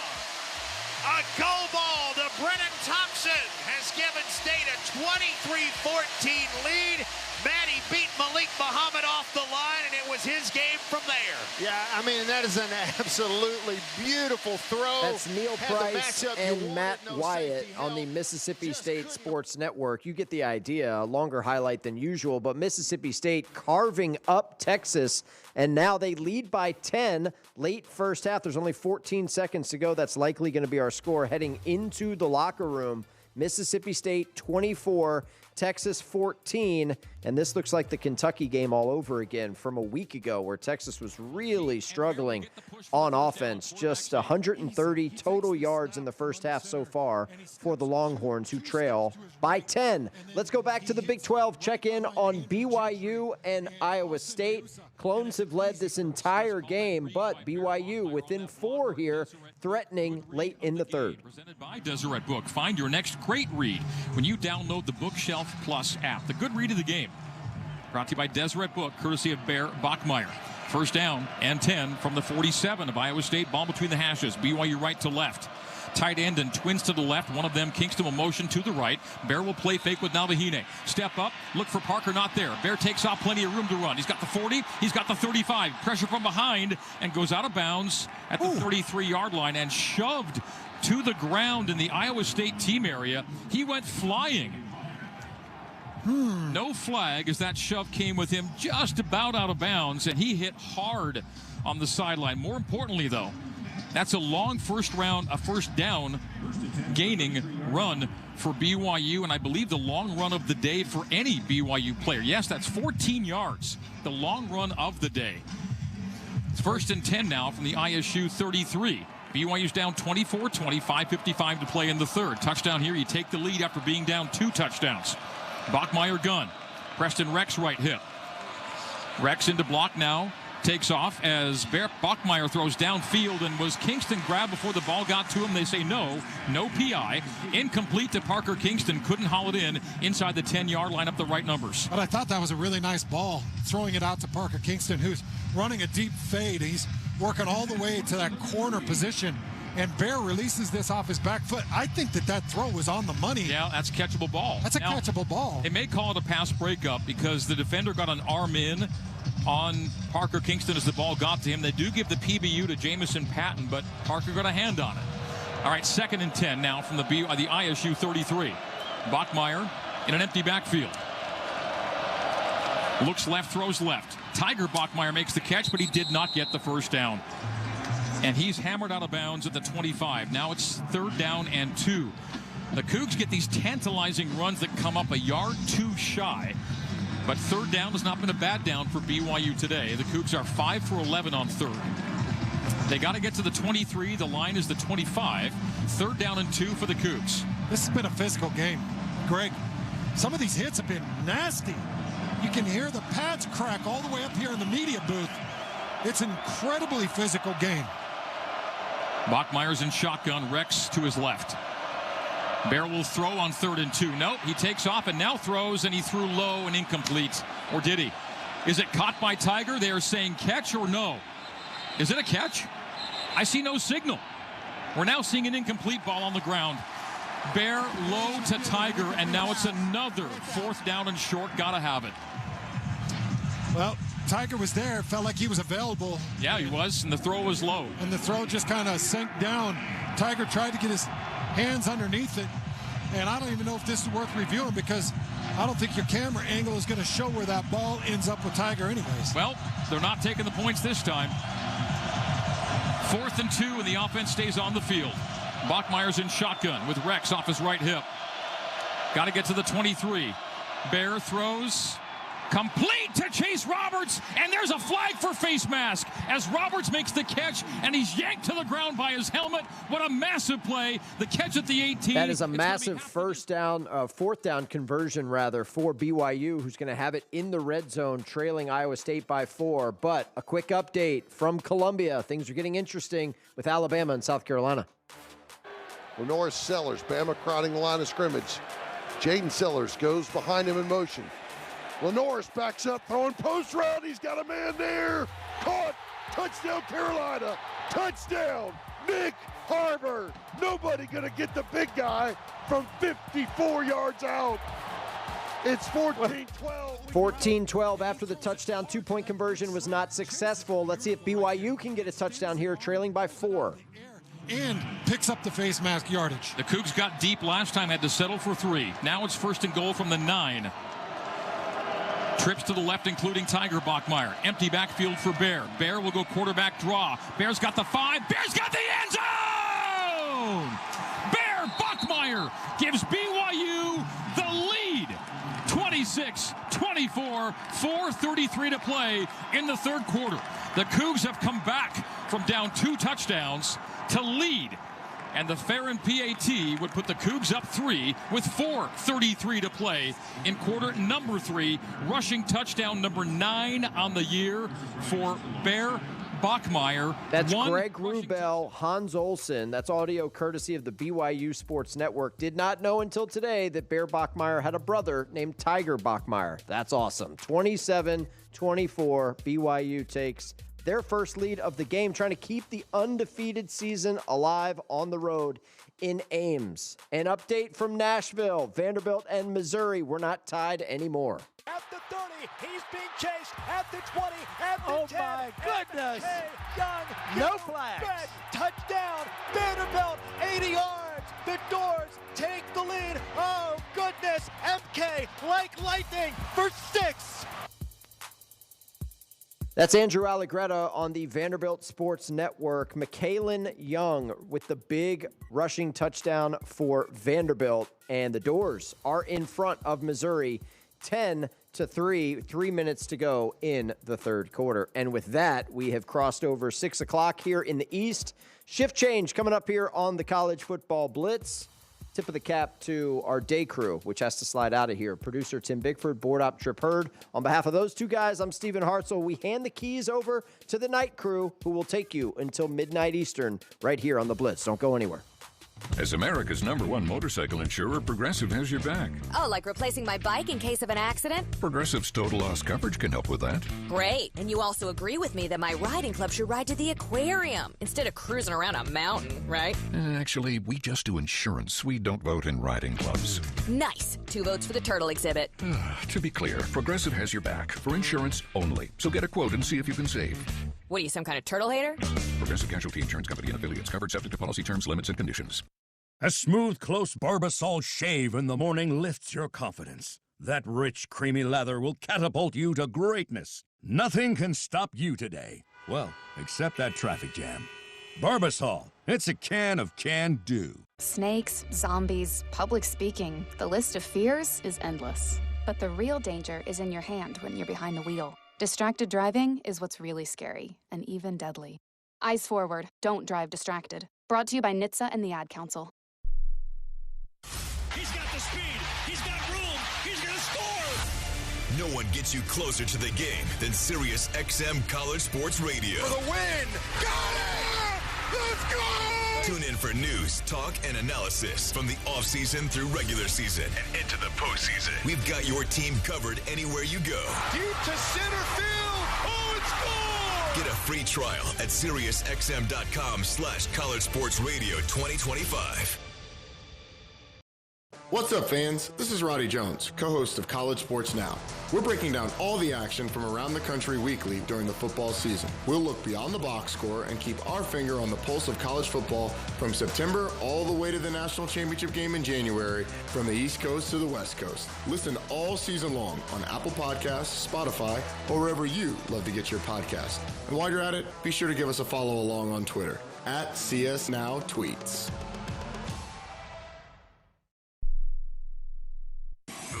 Games. Touchdown, Georgia! Pick 6 for Ohio State. Caught it! Touchdown, Texas!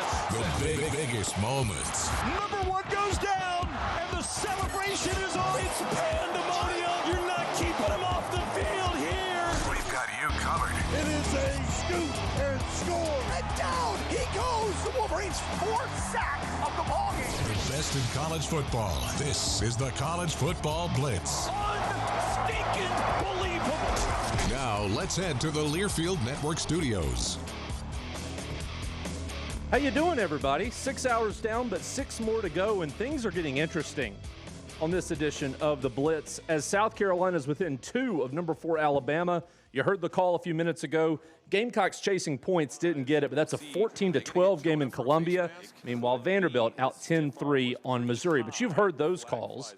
But we got to go live back to the Big Ten, specifically Seattle, where Washington holds a 28-17 lead over number 23 Illinois. They are early in the 4th quarter. Huskies football. So let's go to Tony Castricone here.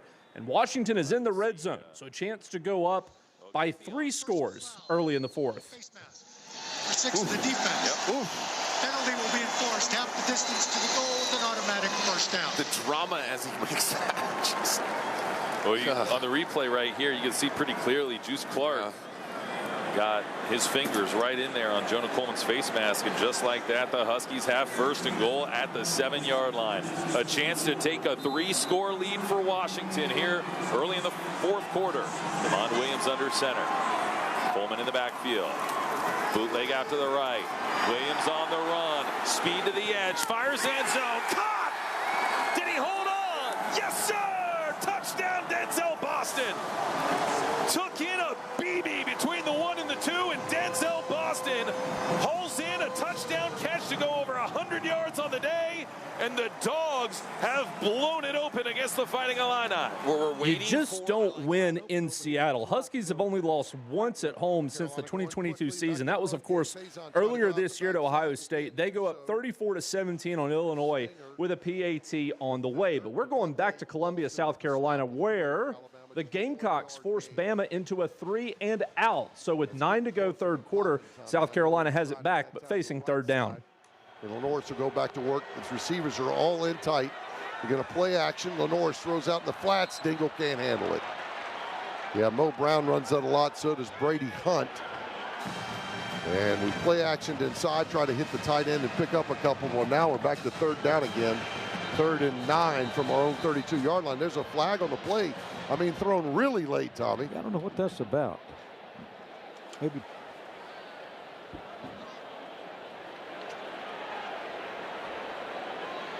The ruling on the field is that the pass was touched beyond the line of scrimmage.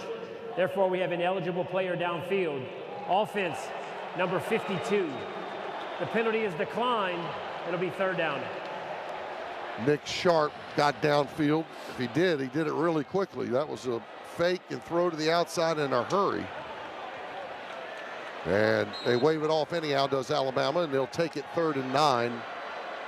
Carolina at their own 32-yard line. Dusk falling at Williams-Brice Stadium. Faison to back in the backfield. They need to get to the own 41. Sellers in the pockets, got some time.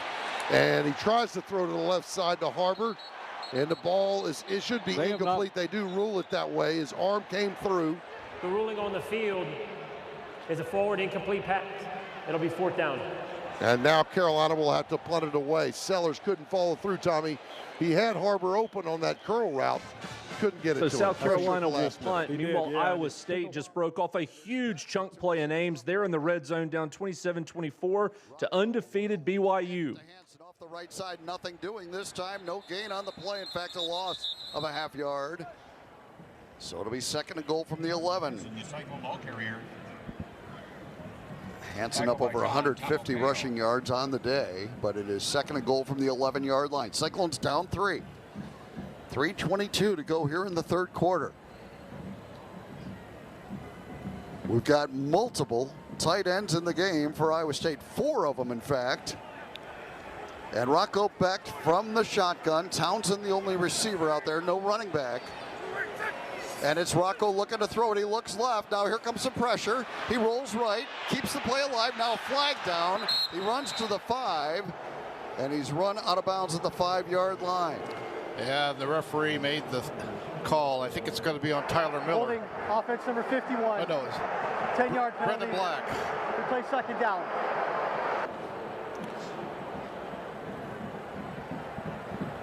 Once again, 5-man rush. They're all picked up.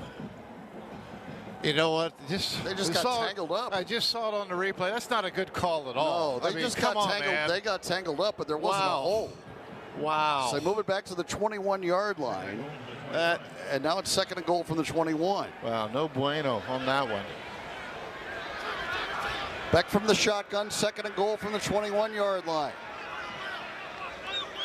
Sama is in the game. He's offset to the right of Beck. 2 receivers left. Rocco looks to throw. And Rocco rolls left, keeps the play alive. Now throws for the end zone. And Sowell couldn't get a foot down. Oh, he made a good catch, but he couldn't get a foot down in play. And it is incomplete. Boy, it was there. Thrown just a little deep. Yeah, it was there. And Chase made a really good effort on the play, but couldn't reel it in. It was there because Rocco was able to extend the play. Yep. But just a little too high on the throw. Now, 3rd and goal from the 21 coming up. We have 2:32 to go here in the 3rd quarter. It is 27-24 BYU. Rocco Beck from the shotgun. Hansen took it 65 yards on the first play of this drive down to the 10. Rocco Beck from the shotgun. BYU showing blitz. And they fumbled the snap, and Rocco has to dive on it at the 25. And now you'll send out Kyle Conrady to try to tie this game. It'll be a 43-yard attempt, Ted. Wow. Breeze certainly not letting up, as Kyle will be kicking into it. Iowa State elected to go into the wind in the 3rd quarter. You were saying about the momentum? Yeah.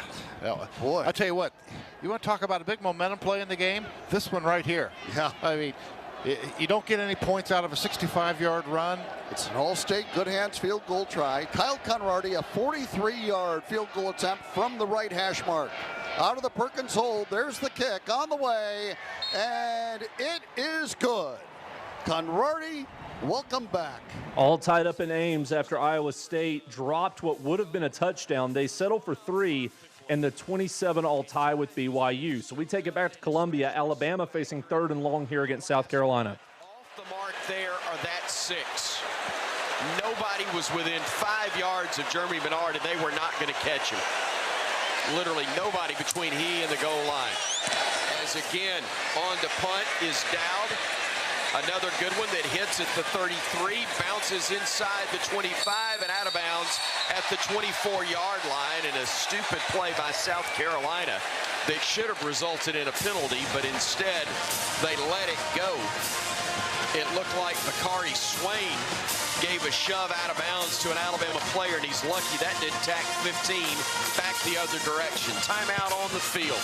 6:31 to go in this 3rd quarter. Still 14-12 Alabama, South Carolina ball when we come back. So as they break in Columbia, we look at our wall of televisions, and we have a wall of commercials. You folks have been with us for a while, know they don't last long, and we don't take many of them, so don't go anywhere. We'll see you in 2 minutes with more of the Blitz. Your morning shave with Barbasol is a time for self-reflection. Look in that mirror and ask yourself, can I make a real difference in this world? Of course you can. Just not today. There's football on. Barbasol. It's a can of can-do. If you can plan barbecues and weddings, you can plan to protect yourself from a natural disaster. Sign up for local alerts, prepare an emergency kit, and make a family communications plan. Get started at ready.gov/plan. Brought to you by FEMA and the Ad Council. Hey y'all, this is Michael Felder, co-host of College Sports Now. We're breaking down all the action from around the country every week during the football season. We'll look beyond the box score and keep our finger on the pulse of college football from September all the way through the national championship game in January. Listen all season long on Apple Podcasts, Spotify, or wherever you love to get your favorite podcast. And be sure to follow along on Twitter at CSNowTweets.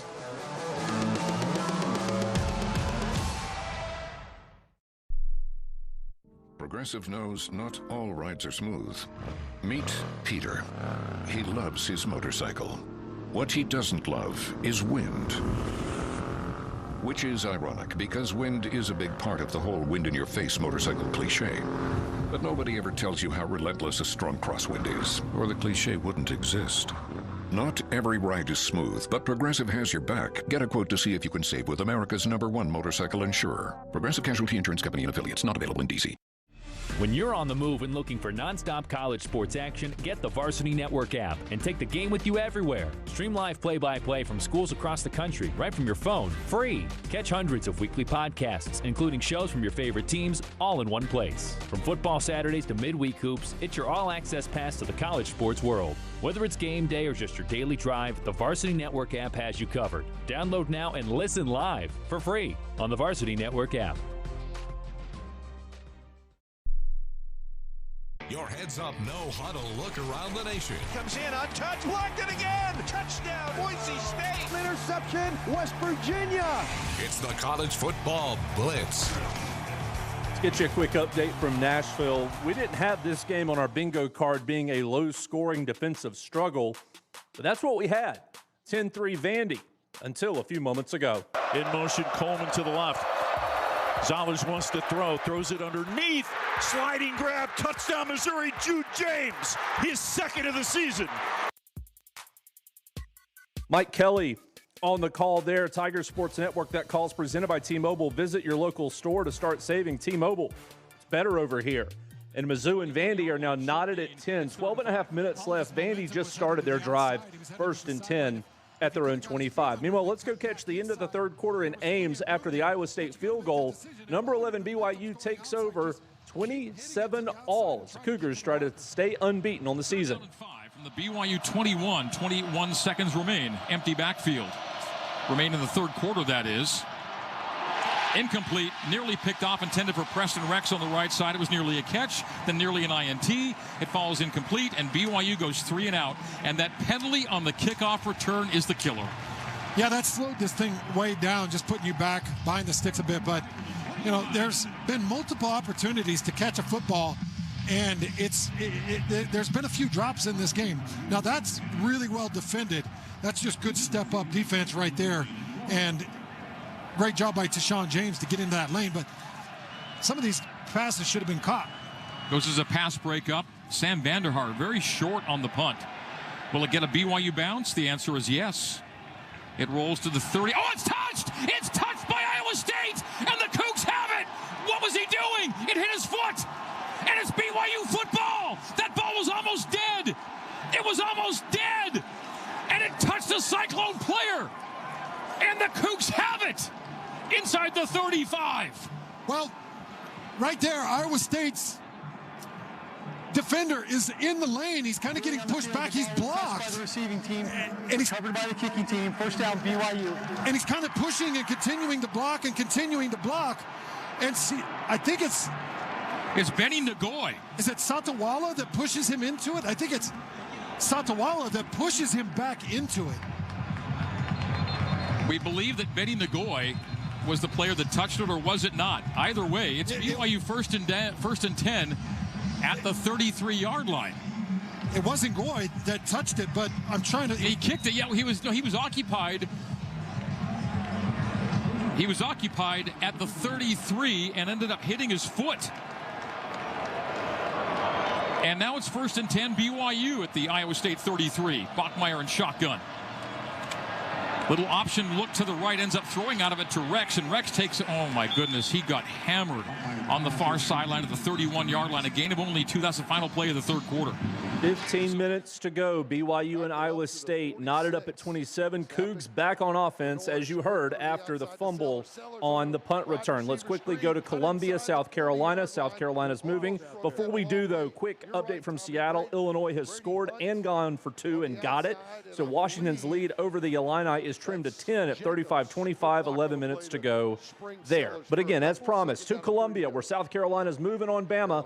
5 to go in the third. Tide clinging to a 14-12 lead. And it's a curl route to Jacobs. I don't know if Sellers got hit as he threw it, but it's off the mark and towards the Gamecock bench. Yeah, he had number 42, I think it was that time, coming from the outside, Pierre, on a blitz, and no one touched him. And Sellers saw it right in front of him, got rid of it, threw a little higher than he wanted to, but yeah, that was a blitz on that corner, and he read it perfectly, had to get rid of it. Oh, what a crucial third down this is, Tommy. Carolina finds himself down 2 with 4 minutes to go into third. 3rd down and 3 from the Bama 39-yard line. Couple substitutions. Oscar Attaway's in. There's 4 seconds on the play clock. They fake the speed sweep. It's Attaway right side. He's got the first down, stutter step and more. Going towards the Bama bench and inside the 35-yard line. Good blocking right side. Let's give Tree Babalade credit along with Trevon Ball. 6-yard gain when they needed 3. They faked the little pitch when the guy comes in motion that time from the short side of the field. They faked that and gave it to Attaway. Good blocking on the right side that time. A little outside the tackle, but good blocking out there. Not up through the middle like we normally do. Clock running at 3:37 in this drive. 8th play of the drive upcoming for Lenoris. He's got 1st and 10. Working out of the pistol again. He'll hand off inside. Good hard running, and there's a flag on the play.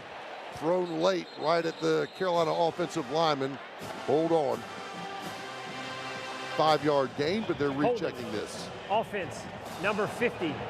10-yard penalty from the previous spot. 1st down. Boaz Stanley. It seems like those guarded end zones, Tommy, we're allergic to them. Start getting close. That's 2 penalties on Stanley today, and he's had a tough year with those. 10-yard penalty will make it 1st and 20 at the now Bama 43. Carolina breaks the huddle. Crowd quiets for the moment. Oscar Attaway's the back end. Nick Harbor just checked in as well. Dingle goes in motion. They'll play action inside. Lenoris wants to run, breaks one tackle, another. He's inside the 35 and back to the 31-yard line. Lenoris heating up, a 12-yard gain on the play. Again, he steps out of 2 tackles. He wanted to go deep one more time, Tommy, and they covered it up. And Lenoris does what he does. Now he's got 12 rushes for 46 yards. He's certainly getting his lather up out there. He's getting in the swing of this game, and he plays better when he does that. 2nd down and 8. Oscar Attaway stutter steps, going to get him inside the 30-yard line, but it will bring up 3rd down after a 2-yard run. Dingle comes out. Brady Hunt back in at the tight end spot. If you're just joining us, Mo Brown is out the ball game, suffered in the first half an upper extremity injury on our Prisma Health injury report. Prisma Health, the official healthcare system and team physicians for the Gamecocks. Tommy Suggs, Chet Tucker, I'm Todd Ellis. This is the Gamecock Sports Network. Night is falling at Williams-Brice, but it is lit up. 3rd down and 6 to go. Pressure from the outside. Lenoris has got time into coverage, incomplete. Over the head of Alabama, and he wanted the deep out route. And boy, Tommy, I think in the flats, we had our man there that might have picked it up on the play. And here comes a punting situation. Oh, field goal. That's William Joyce. They're going to bring him out. Along with Mason Love, it's hard to tell now which one's going to go.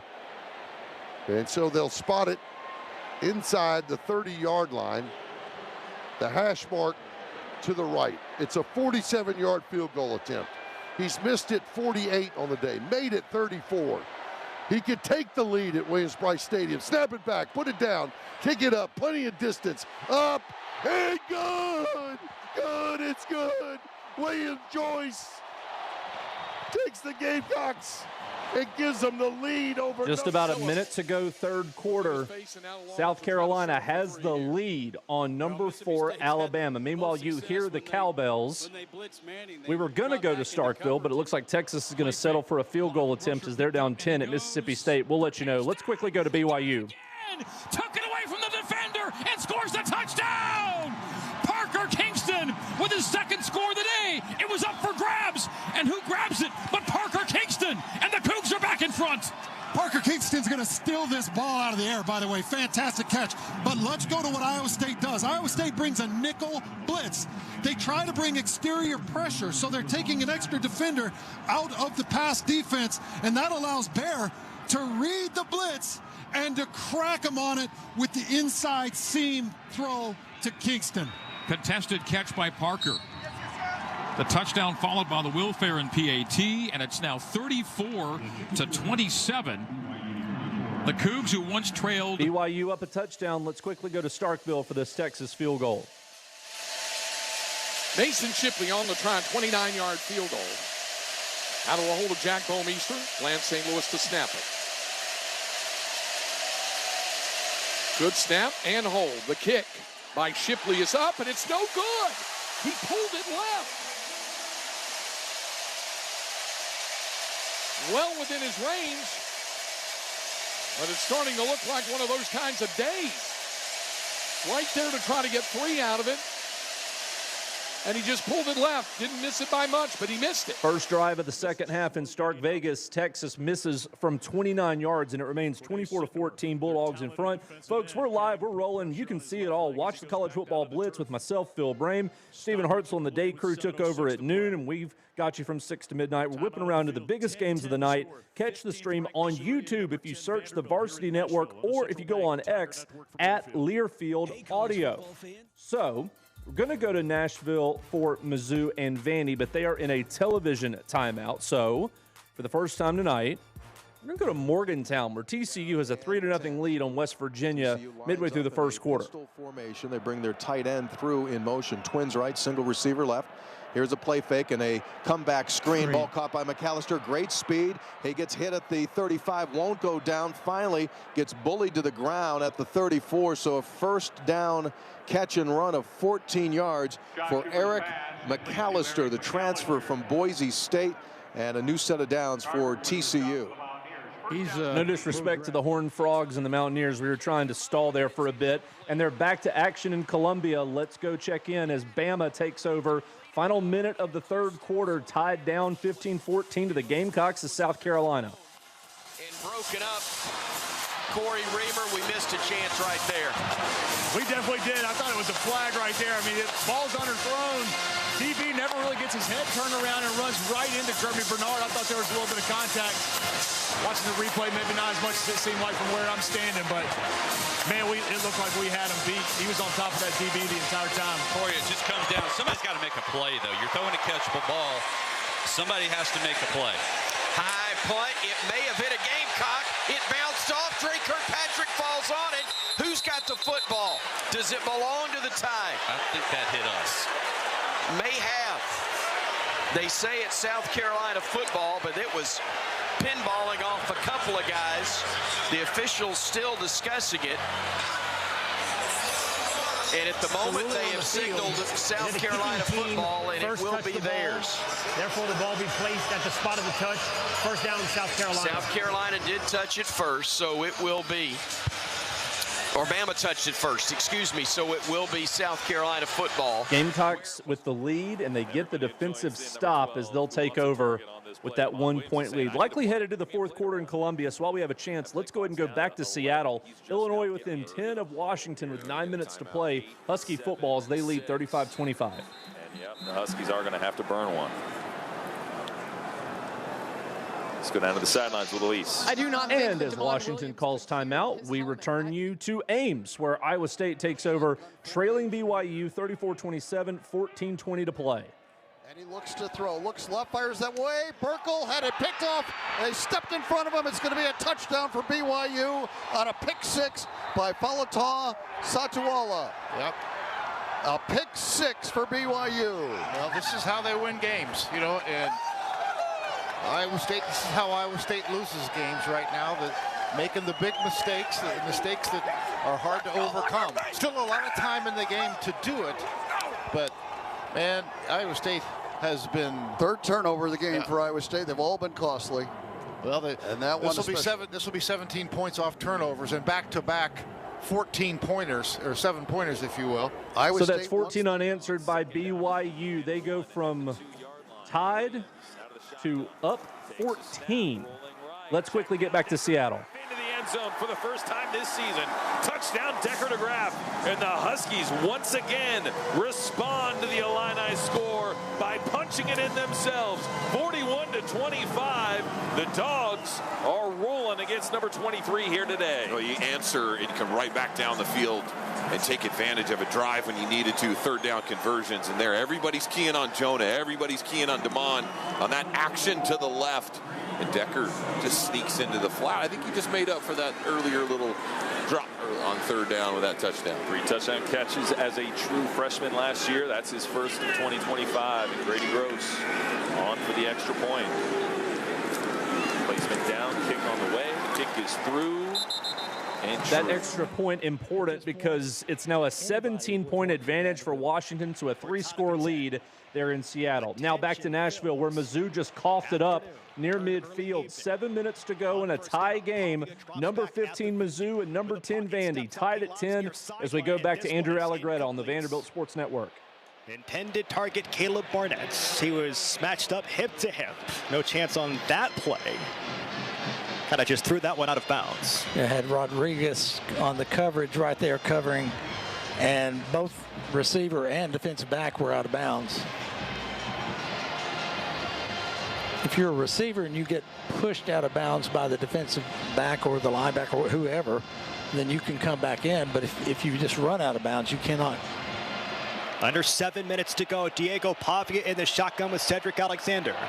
Barnett's in motion back toward the left. On second down and 10 from the plus 44. There's the snap. Pavia drops back. The pocket starts to collapse. He steps up. He throws. He is hit. A flag has been thrown in the backfield. It is incomplete at the 5-yard line looking for Barnett. He had Barnett's arm. He was grabbed his arm as he was going for the pass. It's got to be roughing the passer. Personal foul. Roughing the passer. Defense number 11. 15-yard penalty. Automatic first down. We've been looking for one of those here today. Pavia has been popped a couple of times, and Vanderbilt gets a big one. And look, game management, super important, but you are officially in Brock Taylor field goal range now with 6:49 to go. I want 7, but I'm being mindful of the time of possession. I'm being mindful of the field position at the plus 29. You seem to be getting your wishes, Andrew, so just keep on wishing. For a touchdown. Junior Sherrill near sideline toward the right, matched up with Hall. On first down and 10 from the plus 29. Pavia's in the shotgun with Seti. There's the snap, a turn, a play action, a pump fake. Pavia starts to roll, nothing there. Toxie runs, lowers the shoulder, gets hit hard. That was a busted play for Vanderbilt that does pick up 2 yards, so second down and 8. Ball's at the plus 27, looking for Stowers, I think. Really didn't have an opportunity to make a pass on that. Just did the smart thing, pull the ball down, run, get what you can get. It's kind of like you tell a quarterback, if you feel like you're getting sacked, always move yourself forward. Instead of taking a 9-yard loss, take a 4-yard loss. Diego Pavia here today, 14 yards on the ground, 119 through the air. Still looking for his first touchdown today. Running back is M.K. Young. 3 wide receivers out toward the left. In the shotgun for Pavia on second down. It's a handoff for MK. Vaults over a player and tumbles down on his head. Hope he's okay. Pops up just fine. And a third down here for Vanderbilt. Clock at 5:50 to go. Right, if you're going to throw it right here, you're going to throw somewhere where you don't risk the interception. You're in field goal territory. You may just run the ball and center it. 5:33 to go. Ball's at the +27. Vanderbilt needs the 19. Shotgun for Pavia. Eli Stowers, slot toward the right, matched up with Carnell. One of the safeties. There's the snap, the drop back for Pavia. They look at Stowers. It is caught inside the 20. It's a first down. Eli Stowers, he hits the slant. He moves the sticks. Who else? Pavia to Stowers in a must-have magical moment. And the clock keeps running. And Vanderbilt can take its time, too. Of course, Missouri does have 2 timeouts. Vanderbilt has all 3. We're tied up at 10. 1 touchdown for Vanderbilt so far came from Kylan Young. And the pistol for Pavia. Man's in motion, that's Barnett. On first down inside the red zone. Orbit motion back toward the left. It's a snap, it's an option. Barnett near sideline at the 20, at the 10, looking for space. He's down inside the 5, move the sticks. First down, Vanderbilt. Back and forth, they talk.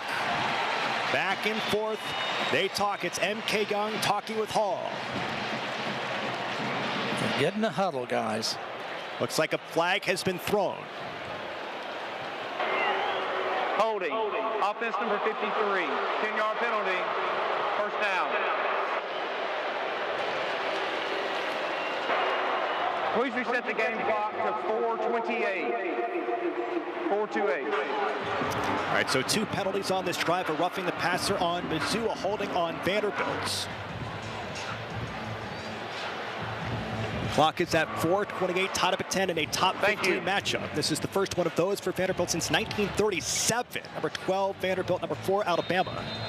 Last time Vanderbilt was a top 10 team was 1947, a win versus Ole Miss. Junior Sherrill, near sideline toward the right, Stowers off toward the left. It's first down. Ball is back at the +27. Drop back for Pavia. Some pressure. Steps up. He throws near sideline. Looking for Sherrill. He got his hands on. Yes. Finally got the call. So Junior Sherrill matched up with Stephen Hall, a transfer from Washington State. And Vanderbilt looks to be positioned on the 3rd penalty of this critical drive. Pass interference. Defense number 0.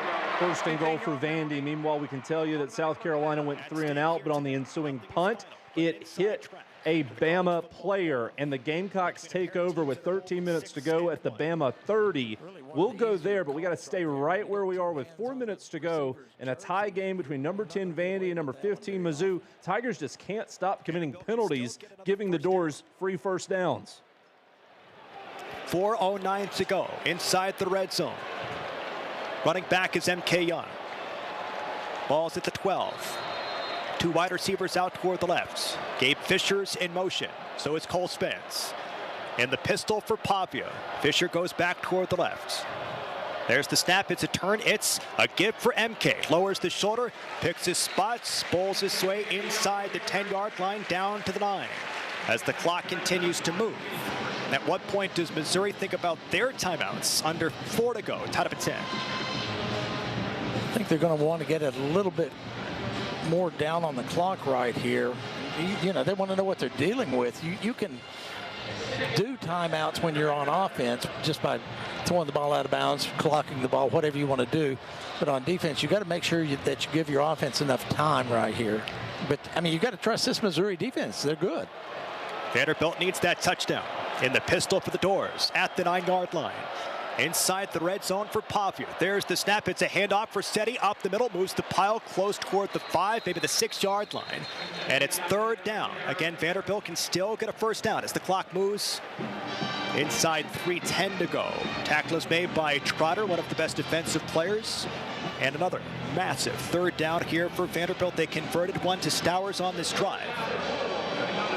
Yeah, 3rd and 4. Watching Missouri from earlier games this year, that defensive front is really good about not giving up much yardage in terms of they don't get pushed back very often.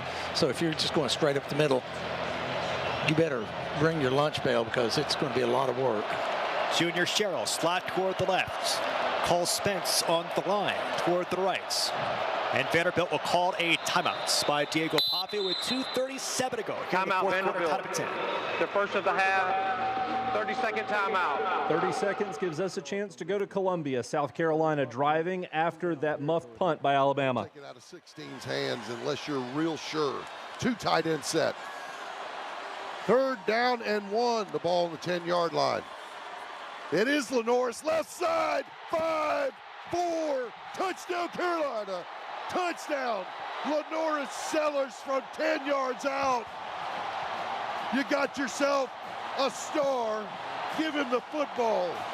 The extra point could make it 22. That's the Lenoris Sellers that was promised. South Carolina with a 7-point lead and a PAT to come with 10 to play at Willie B.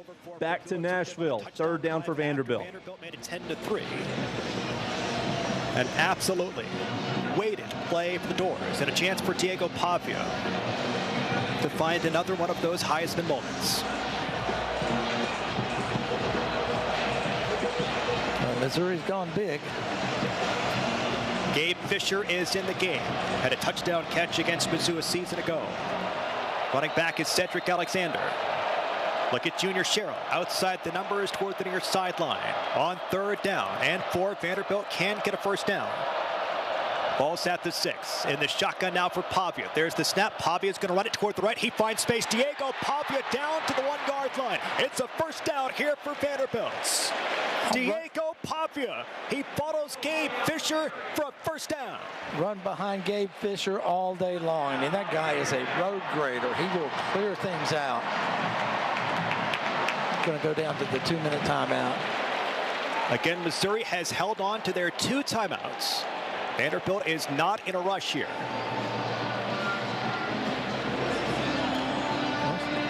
Well, let's see. It does look like Missouri did take a timeout. Yeah. Now the clock starts to move. It stops. I'm confused. The game clock on the scoreboard stopped at 2:13. Now it's moving at 2:04. While they sort that out, quick update, South Carolina's PAT was good, so Bama needs a touchdown and a 2-point conversion. While we wait in Nashville, let's quickly go to Ames for a play or two. Iowa State down 2 scores to BYU. They need points, and they need them now. Stop shooting itself in the foot. 4th down and 10 from the 23. Beck from the shotgun. Rocco looks, fires left deep for Eskelson, incomplete. Well defended by Therian Alexander, and BYU will take over on downs. Well, that's kind of been the nature of what's gone wrong the previous 2 games. So BYU takes over 41-27. Reminder in this one, Iowa State in the 2nd quarter had a 24-10 lead, which means BYU has outscored them 31-3 since. Cougars on their way to 8-0. Let's go back to Mississippi State and Texas. Mississippi State still leads 24-14. You heard Texas miss what was a chip shot field goal earlier in this half. So the Bulldogs still have that 10-point advantage, and about 5 minutes to go in the 3rd. Craig Way here, Longhorn Radio Network. Manning turns, hands it. Weisner, right side, bounced off 1 tackle, can't shake him though. And he picks up a yard to the 35, but now it's 3rd down and 2. Brandon Jennings, the tackle for Mississippi State. It's been a chore on short yardage. 3rd down and 2. Texas at the Mississippi State 35-yard line. Manning from the shotgun. Blitz look. They bring it. It's picked up. Wow, they get him anyway. Oh, my goodness. That's a coverage sack there. Longhorns initially picked up the blitz, and then they could not pick up Darian Gillette, who came through. They sacked Manning for a loss of 8, and it's 4th down. Gillette was the 2nd man to hit him. The first guy hit him was Red Hibbler, who came in, and now the Longhorns have to punt after that, after getting that 4th down stop. Well, you throw an incompletion, you think about going for it on 4th and 2. One thing you couldn't do is what happened, take a loss. Of 8, so it's now 4th down and 10, and the punt by Bo Meester as he angles for the corner now inside the 10. Roberson chasing it, and it did take a left turn. Nope, it went into the end zone. Mississippi State takes back over, up by 10. Let's go back to Nashville. Vanderbilt, 2-minute timeout. They've just come out of a TV timeout here. Doors have 1st and goal with a chance to take the lead on Mizzou as they are tied at 10. You have to believe Vanderbilt's going to try to run the ball. If they don't get it, look for a timeout from Missouri. that they need to preserve as much clock because they're not willing to concede a touchdown, certainly, but chances are, knock on wood, we can get the ball in the end zone. They want to have as much time left to come down and try to score themselves. And don't forget, this whole drive started on the first takeaway of the ball game by Vanderbilt. C.J. Hurd quite literally took it from Roberts at the mesh point on a stretch play. Here we go. I wouldn't be blown away. Tied up at 10 if Missouri does concede the touchdown. I don't think so. But I wouldn't be blown away. If you go back to the Auburn game, I mean, they had a stand right there that really changed the whole tone of the game. Yes, sir. Here we go. Goal to go from the 1. Driving toward the south end zone. Tied up at 10. 2 minutes to go. Extra blocking for Cedric Alexander with Gabe Fisher. Pavia's under center on first down. There's the snap. It's a turn. It's a give for Cedric Alexander. He is bottled up. He is down at the 1-yard line. Missouri says they've got the football. I think the officials have stopped the play. Missouri comes out of the football. He's going to be really out of breath. He's going to run this all the way back. This is Webb. The nose tackle. What's the call? They blew the whistle. I thought they stopped this play at the 1. I would like an announcement from Marlowe. Said he's got to get 2 hands on that football. I'll tell you what.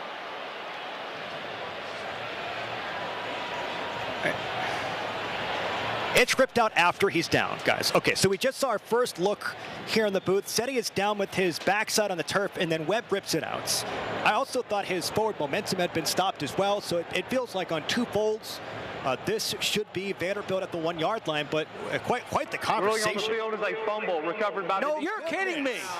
What in the world? Okay, so here's the thing. Here's what's happening.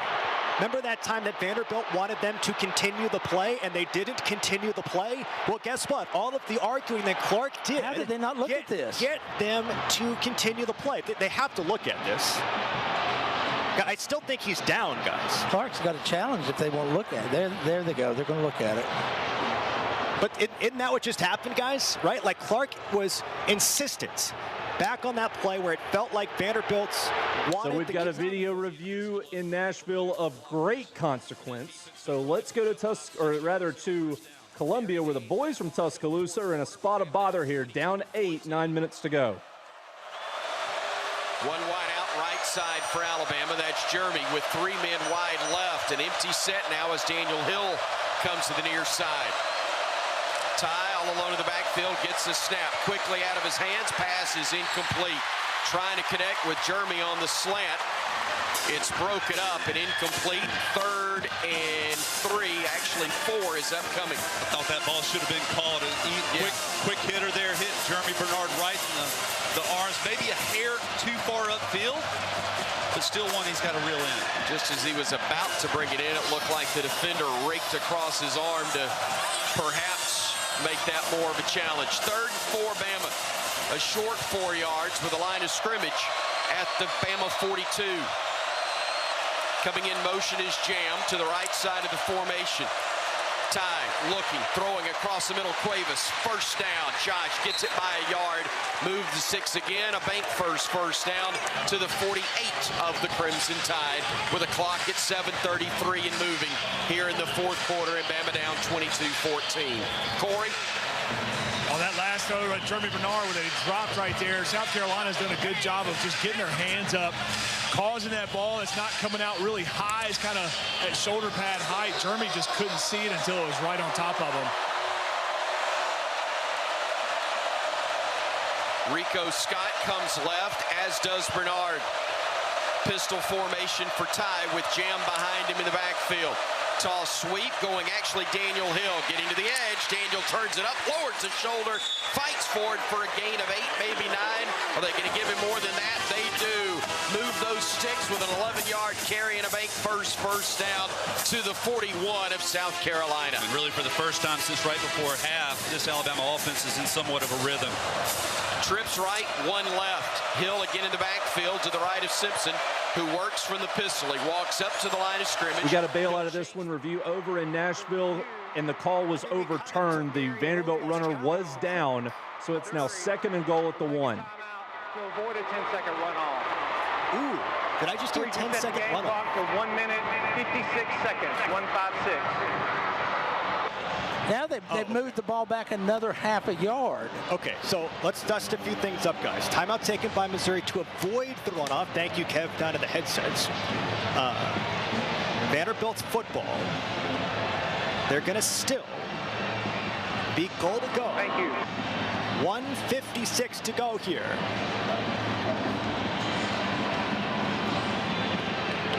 We're tied up at 10. Vanderbilt is looking for its 2nd touchdown of the ball game to give them the lead late in a top 15 matchup versus Mizzou. You've got Tristan Brown, Junior Sherrill, near sideline toward the right. Diego Pavia waits for instructions from Steve Marlowe.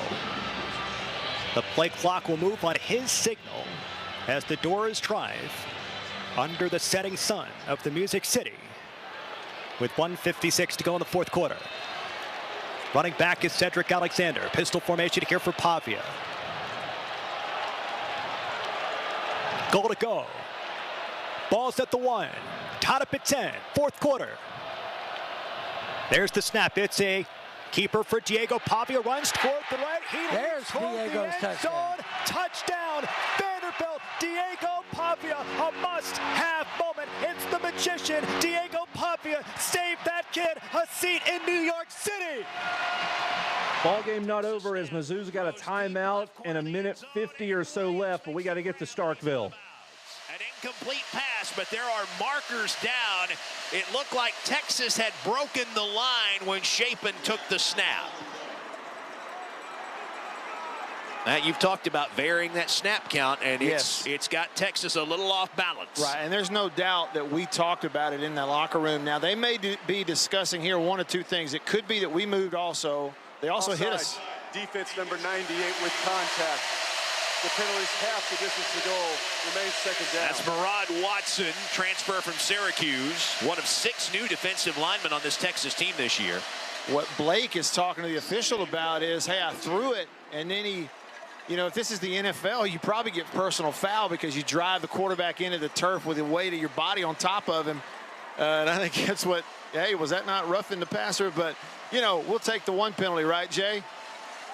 What was lost in that a little bit was the catch Aiden Williams made. I know he was out of bounds, but that young man, you said it a minute ago, he is balling right now. Well, he's got the big catch on this drive after the penalty. 1st and goal, State from the Texas 2, trying to stretch a 10-point lead. Handoff, Booth straight ahead, and that Texas front up to the task again. We are jumping to Columbia, where Bama is inside the Gamecock red zone. 4 minutes to go. South Carolina leads by 8.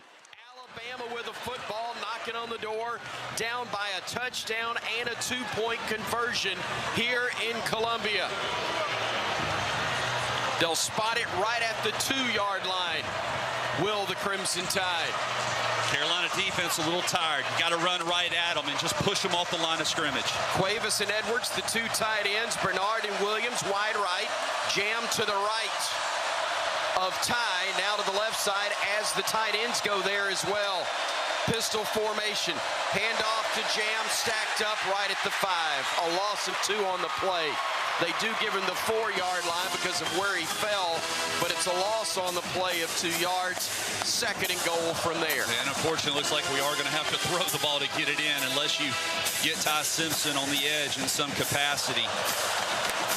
First time we've seen Kevin Riley in this ball game, and he comes in now for the Crimson Tide, the freshest of legs for Alabama. Bernard's in the backfield with Ty.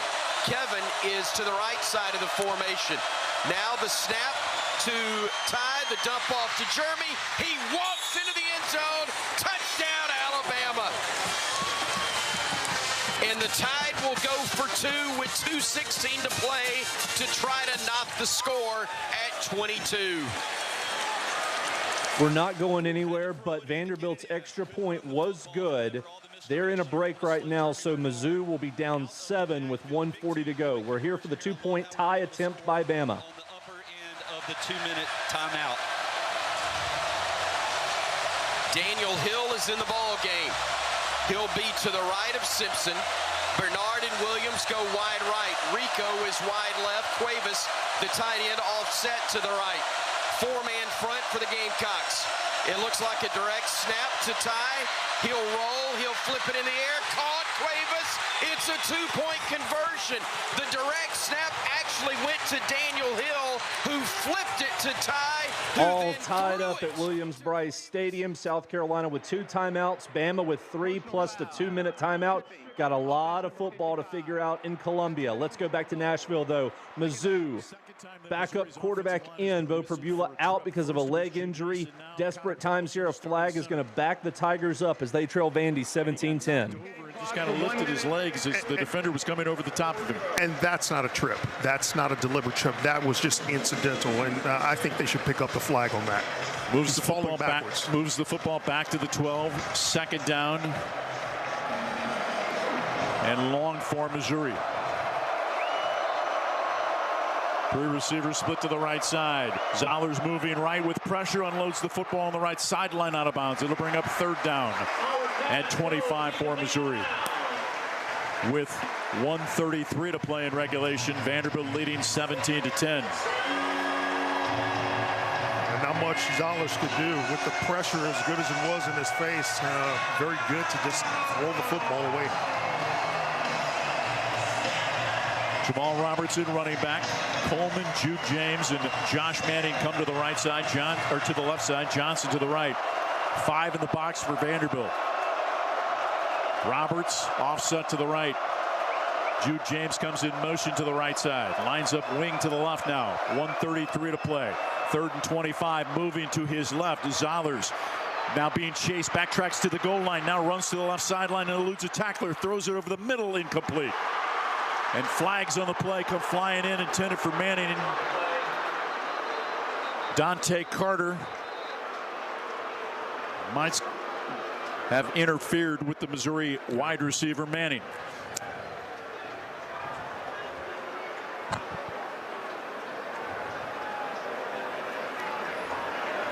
Zollers did well to escape the rush of Vanderbilt. Backtracking, then moving to his left, and then firing the ball towards Joshua Manning. Steve Marlowe's our referee. 1:23 to play in regulation. Pass interference. Defense number 3. 15-yard penalty. Automatic first down. 3rd and 25. Mizzou throws short of the sticks, and Vandy commits PI. Meanwhile, in Seattle, it's over. Number 23, Illinois, gets blasted at Washington. Huskies win 42-25. Moves the football out to the 28 on the spot foul. 1:23 to play in regulation. 1st and 10 for Missouri. Roberts offset to the left. 3 receivers split to the left side. Ball on the left hash. Donovan Olubide split to the right. 17-10. Vanderbilt with the lead. 1:23 to play here in the 4th quarter.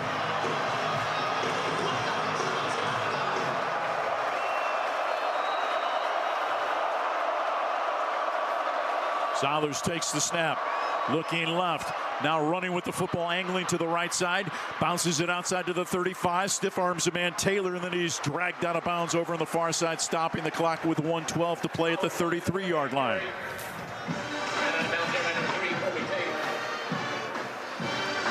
A good job of running by Zollers, though. Not wanting to put the ball in danger, not forcing anything. He just runs and picks up 5 yards on first down. And at 6'4", 215 pounds, is strong enough to get out of bounds. 2nd down and 5 for Missouri, operating from its 33, trailing by 7 with 1:12 to play in regulation. Vanderbilt subbing late. Missouri, timeout taken by Vanderbilt. Tried to snap Timeout, Vanderbilt. Snap the football. Second of the half. 30 seconds. While we have 30 seconds, let's tell you what just went down in Starkville. Tight end, 2 receivers left, single receiver right. Shapen, drops to pass, throws, end zone, caught, Thompson! Touchdown, Mississippi State! Oh, those cowbells are sounding sweet as Mississippi State extends its lead over Texas to 31-14 as they go to the 4th quarter at Davis-Wade Stadium. Texas down by 17. Rest of the top 25 board right now, number 14, Texas Tech, shutting out Oklahoma State 42-0. Elsewhere in the Big 12, it's still 41-27. Number 11 BYU leads at Iowa State. Only other game that we haven't mentioned in the top 25, number 21 Cincinnati's lead over Baylor has been trimmed to 7 as the Bears score and get a 2-point conversion. Bearcats lead 27-20 with 10 to go. Told you South Carolina and Bama tied at 22. They're just about to kick off. Speaking of the Crimson Tide, back to the Gamecocks. But we're going to stay right here with Mizzou and Vandy. Tigers, after the Vanderbilt timeout, will have it with 1:23 to go in a 17-10 deficit. A lot of poise. Twins deep side, running back offset left, 5 in the box for Vanderbilt. 2nd and 5. Zollers takes the snap, fire it underneath. He's got Jude James first down at the 40, forward progress out to the 41. Stopping the clock with 1:06 to play as Central Bank first down.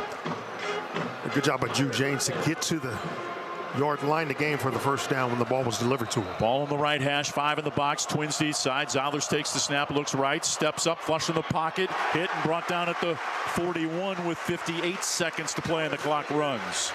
Tigers burn a timeout, their final timeout with 55 seconds to play. Matthews makes the stop for Vanderbilt. So it's 2nd and 10 from the Mizzou 41 with the Tigers trailing by 7 with 56 seconds to play. Connor Tollison shaking up on the play, limping. He's going to be helped off to the far side. Now he kind of like pushes some people away and is going to limp off on his own. Tristan Wilson will come in at center. Redshirt junior out of Lebanon, Missouri. Guys, Brett Norfleet also out for the game now. He's here with his left arm in a sling on the sideline. So been a rough second half for 2 of the key Tiger offensive players.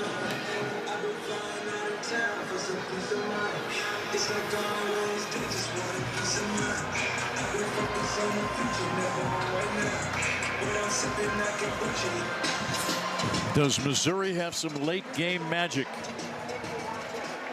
59 seconds to play in the game. 2nd and 10 from the Mizzou 41. 2 safeties back for Vanderbilt, back at about the Vandy 45-yard line. Jude James wing to the left side, 2 receivers left. James comes in motion. He'll split wide to the right side. Shifting to the left of the quarterback is Roberts, 5 in the box for Vandy. Zollers takes the snap, steps up, fires it left side, high, intended for Johnson. Incomplete, brings up a 3rd and 10 with 55 seconds to play. Before this 3rd down for Mizzou, we'll tell you South Carolina ran a play. It was a running play, got a yard, but they're at the 2-minute timeout. So we will go to Columbia, but again, they're in a television timeout. So we'll stick it here in Nashville for the finish. Coleman in a slot to the right, Manning wide to the right. Johnson split to the left side. Ball on the right hash, or to the left of the right hash. 3rd down and 10 from the 41. Low snap. Straight drop. Now firing. Zollers throws it out of bounds. Well beyond his receiver, Johnson, who was well covered by Taylor. So it's 4th down and 10 from the Missouri 41 with 50 seconds to play. Missouri trailing 17-10. I think you got to try to maybe find something open in the middle of the field. Vandy trying to take away the sidelines. The middle of the field seems to be wide open. 4th and 10. Missouri without any timeouts. Twins D side. Running back offset to the right. Zollers takes the snap. Looking.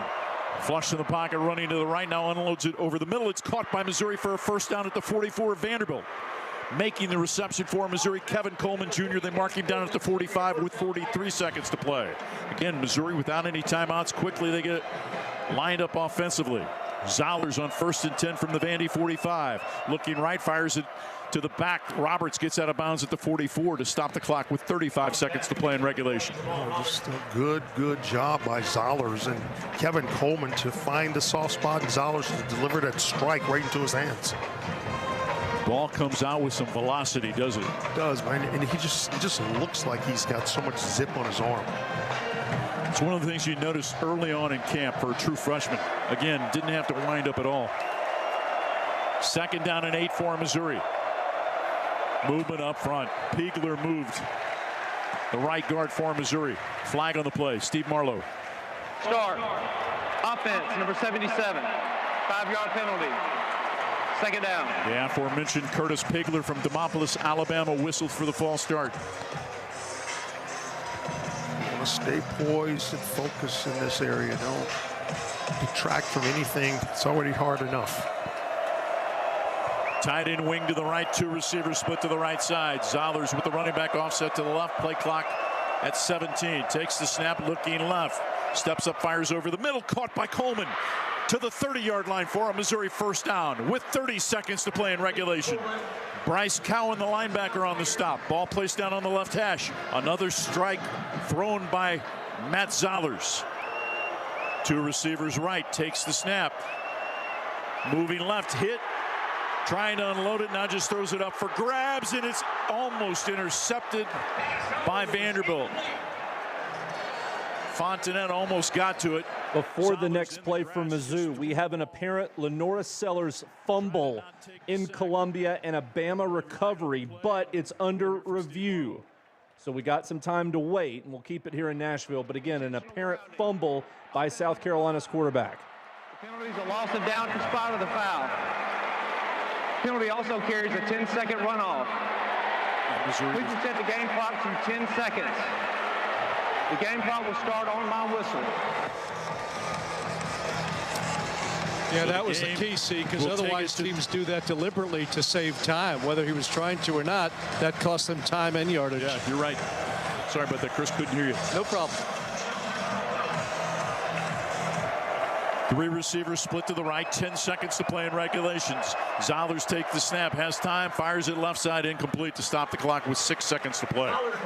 Vanderbilt's got 2 safeties inside the 10-yard line. Review over in Columbia. Call confirmed. Bama ball in Gamecock territory in a tie game with 1:39 to play. We've basically got 1 play left in Nashville, and then we're going to the finish at Williams-Brice. Oh, this has got to be a Hail Mary. It's got to be a shot to the end zone. Manning to the right with Jude James and Kevin Coleman. To the left, Marquise Johnson. 3 safeties line up at the 5-yard line, and now Clark Lee burns a timeout. Timeout, Vanderbilt. Pause 10 seconds for station identification. You're listening to Mizzou football. So as they pause for the top of the hour ID, let's go for a play with Chris Stewart and friends on the Crimson Tide Sports Network. As Ty will take his time, waiting, and now calling for the snap and gets it. Ty looking, firing, catch is made just shy of the 25-yard line, but enough for a first down. The grab made by Rico Scott, another bank first down, stopping the clock with 54 seconds to go. And again, you got 3 timeouts left. We're bouncing between games, but again, it looks like we got 1 play left in Nashville. So here goes the heave for the game and a tie for Mizzou. Tigers have got Jude James, Manning and Coleman split to the right side. Marquise Johnson to the left. Vanderbilt 3 safeties at the 5. Backtracking is Zollers. Zollers loads up, fires it right side of the field into the end zone. And it is caught by Missouri. Now they rule it incomplete. Late rule incomplete. The Missouri fans start to celebrate. Vanderbilt's got the win. I think it's a catch, but he's just short. Yeah. I think it's a catch inside the 1, and the game will end that way. That's what I think has happened. It was a catch, but he was short. As he came onto the field, they're going to review it. Dante Carter got a hand on it. The ball went through the arms of the Missouri receiver, and then hard to tell because it looked like it hit the turf before he was able to get control of the football. It's really close. You know, Mike, Justin LaRue here, Howard mentioned the official on this side, the side judge, thought it might have been caught, so he stopped it. He was right in front of me, and that's the angle we had. Now the replay will bear it out. Either way, he wasn't across the goal line. Keep it right here because we have a television timeout in Columbia, so we'll keep things here on this review. From your angle upstairs in the monitors, but man, the side judge at least thought, and there the ball is on the ground. Yeah, it is incomplete. Good call. But for a minute, the side judge thought maybe it was a catch, but either way, he was short of the goal line. Wow, I mean, but the ball right into the arms of... Right there, he could have caught it, maybe should have caught it even. Well, I don't know if his eyes were shielded, looked like they were shielded by the hands of a Vanderbilt defender. Eli Drinkwitz and Clark Lee meet each other in the middle of the middle of the field here at First Bank Stadium. Eli, so let's go as this SEC thriller comes to an end. Vanderbilt 17, Missouri 10. We go back to Columbia, where again a Lenora Sellers fumble has given Bama a chance to win this game in the final minute in a 22-all tie. Talking about field goal range, Tyler Watts, so far this season, Connor Talty 6 of 6 inside the 40-yard line this year, but of kicks 40-plus yards, only 3 of 7. So moving the chains once again be critical for this Alabama team. It would be, or at least just picking up 5 yards. Now, granted, South Carolina is going to be at the line of scrimmage, understanding they can't give up another yard. They're going to be selling out against the run.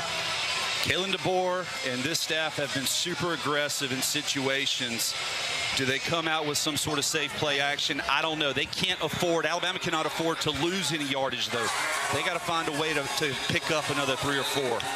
But you got to keep the ball on the ground here, force South Carolina to utilize or use their last timeout so that you are taking it down to the last play of the game. Protect the quarterback, too, please. We've had a fumble as he got hit from behind in the first half. Jam Miller will be the man in the backfield.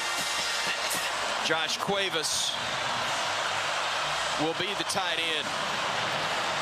Proctor, Dewberry, Brailsford, Roberts, and Formby across the offensive line.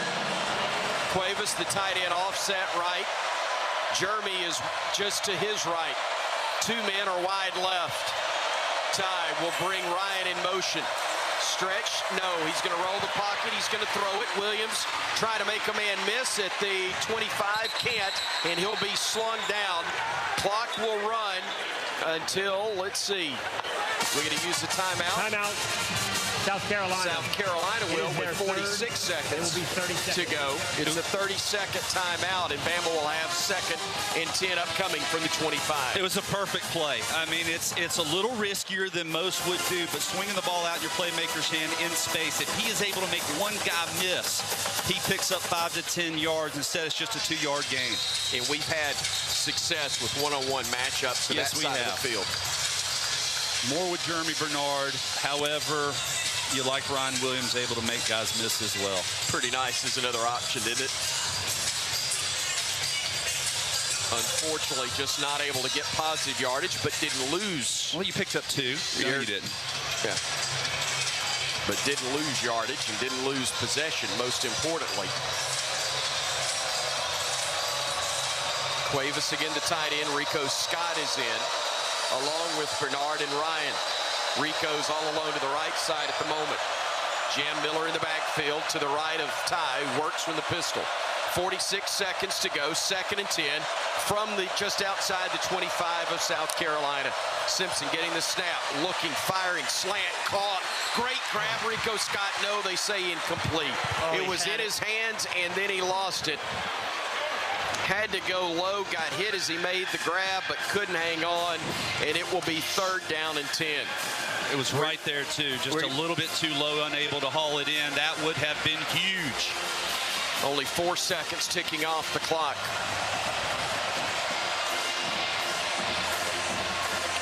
We'll see Derek Meadows check in for Alabama. Is running off is Miller. So Bama's going to go with Bernard in the Wildcat, and I think Kalen's going to use a timeout. Coach DeBoer does indeed do that here to talk things over. Timeout, Alabama. Meanwhile, a couple things to tell you about in Starkville. Texas scored to get within 10 of Mississippi State. 4th quarter action in Starkville, but the good vibes on the visitors' sideline didn't last long. Bulldogs playing with tempo here on 1st down. Shapen, play action, sliding left, pitches it ahead to Booth. Booth with space across the 45, 50, breaks a tackle, down the sideline, 30, 20, 10, touchdown, Devon Booth! 38-21, Mississippi State leads Texas with 12 to go. Meanwhile, if you're wondering, how's our night slate going to go? Oregon just attempted an onside kick and got it on the opening kickoff of the game at home against Wisconsin. We'll go there in a bit. We got to go to Columbia for the finish. 5 yards would be huge right now if you could get it. Bernard in the pistol. excuse me, in the Wildcat. Jeremy getting the snap, fakes the flip, keeps it himself. 20, 15, Jeremy 10, Jeremy 5, touchdown Alabama!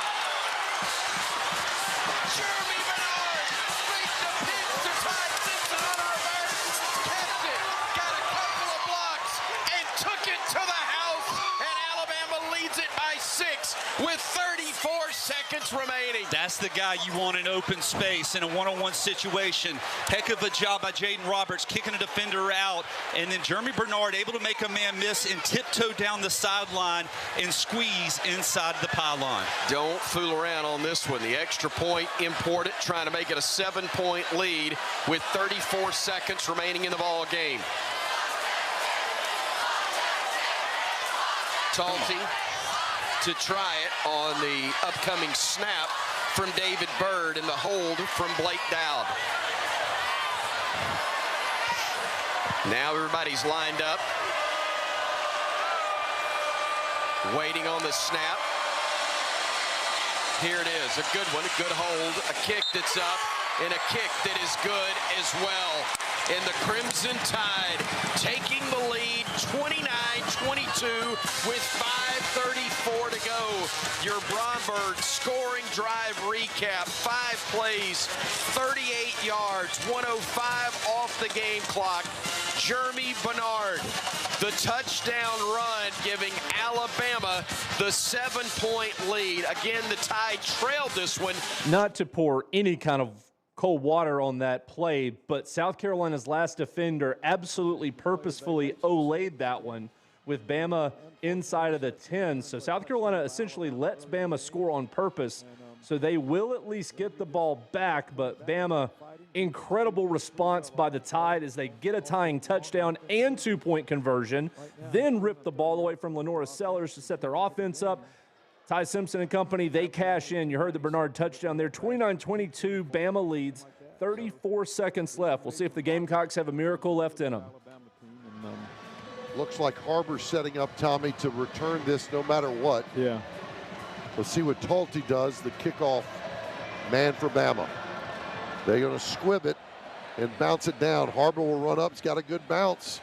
Now it's gotten by him at the goal line. He runs out. Tries up the middle, and they level him around the 9-yard line. So Nick can't come up with the football on the bounce and run it out, and now we got 90 yards plus to score with 29 seconds remaining and no timeouts. Yeah, probably the second guess totally on my part, but probably they're the best deal would just let it go. Let it go and get it on the 25. You don't take any seconds off the clock. But I think they were going to squib it either way. It wasn't going in the end zone. Yeah. All right, here's Sellers breaking the huddle. And they'll empty the backfield with 29 seconds remaining, the ball on the 9-yard line. 91 yards to go. Sellers backing up, dumps one out. It's Brady Hunt. And Brady's got to get out of bounds because we got to move it up. That could run at 20 seconds to go. We could spike it here or try to run a play. And we do spike it with 11 seconds remaining.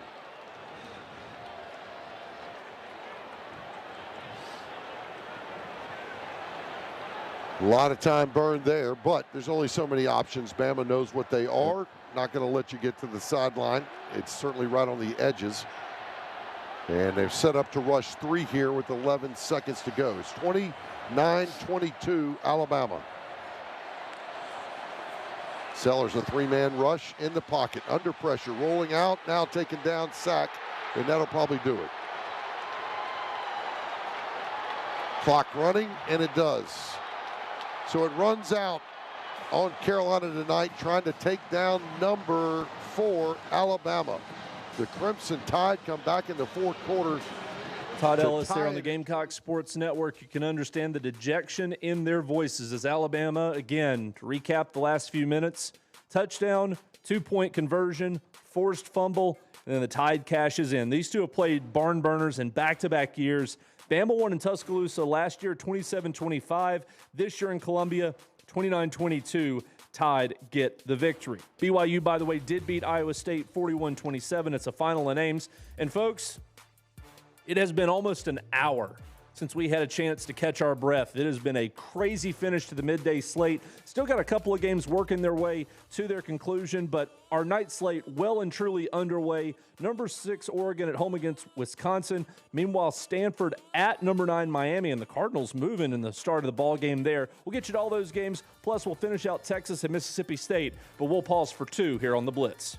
Morning, Zoe. Got donuts. Jeff Bridges, why are you still living above our garage? Well, I dig the mattress, and I want to be in a T-Mobile commercial like you. Teach me, Saldana. Oh, no, I'm not really prepared. I couldn't possibly. At T-Mobile, get the new iPhone 17 Pro. On them, it's designed to be the most powerful iPhone yet and has the ultimate pro camera system.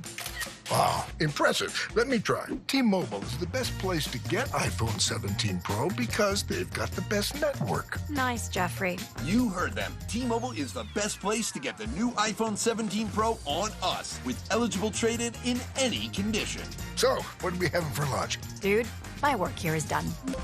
24 monthly bill credits on Experience Beyond for well-qualified customers plus tax and $35 device connection charge. Credits ended. Balance due if you pay off earlier. Cancel. Finance agreement. iPhone 17 Pro, 256 gigs, $1,099.99, and new line minimum $100 plus a month plan with auto pay plus taxes and fees required. Best mobile network in the U.S. based on analysis by Ookla Speed Test Intelligence data 1H2025. Visit T-Mobile.com.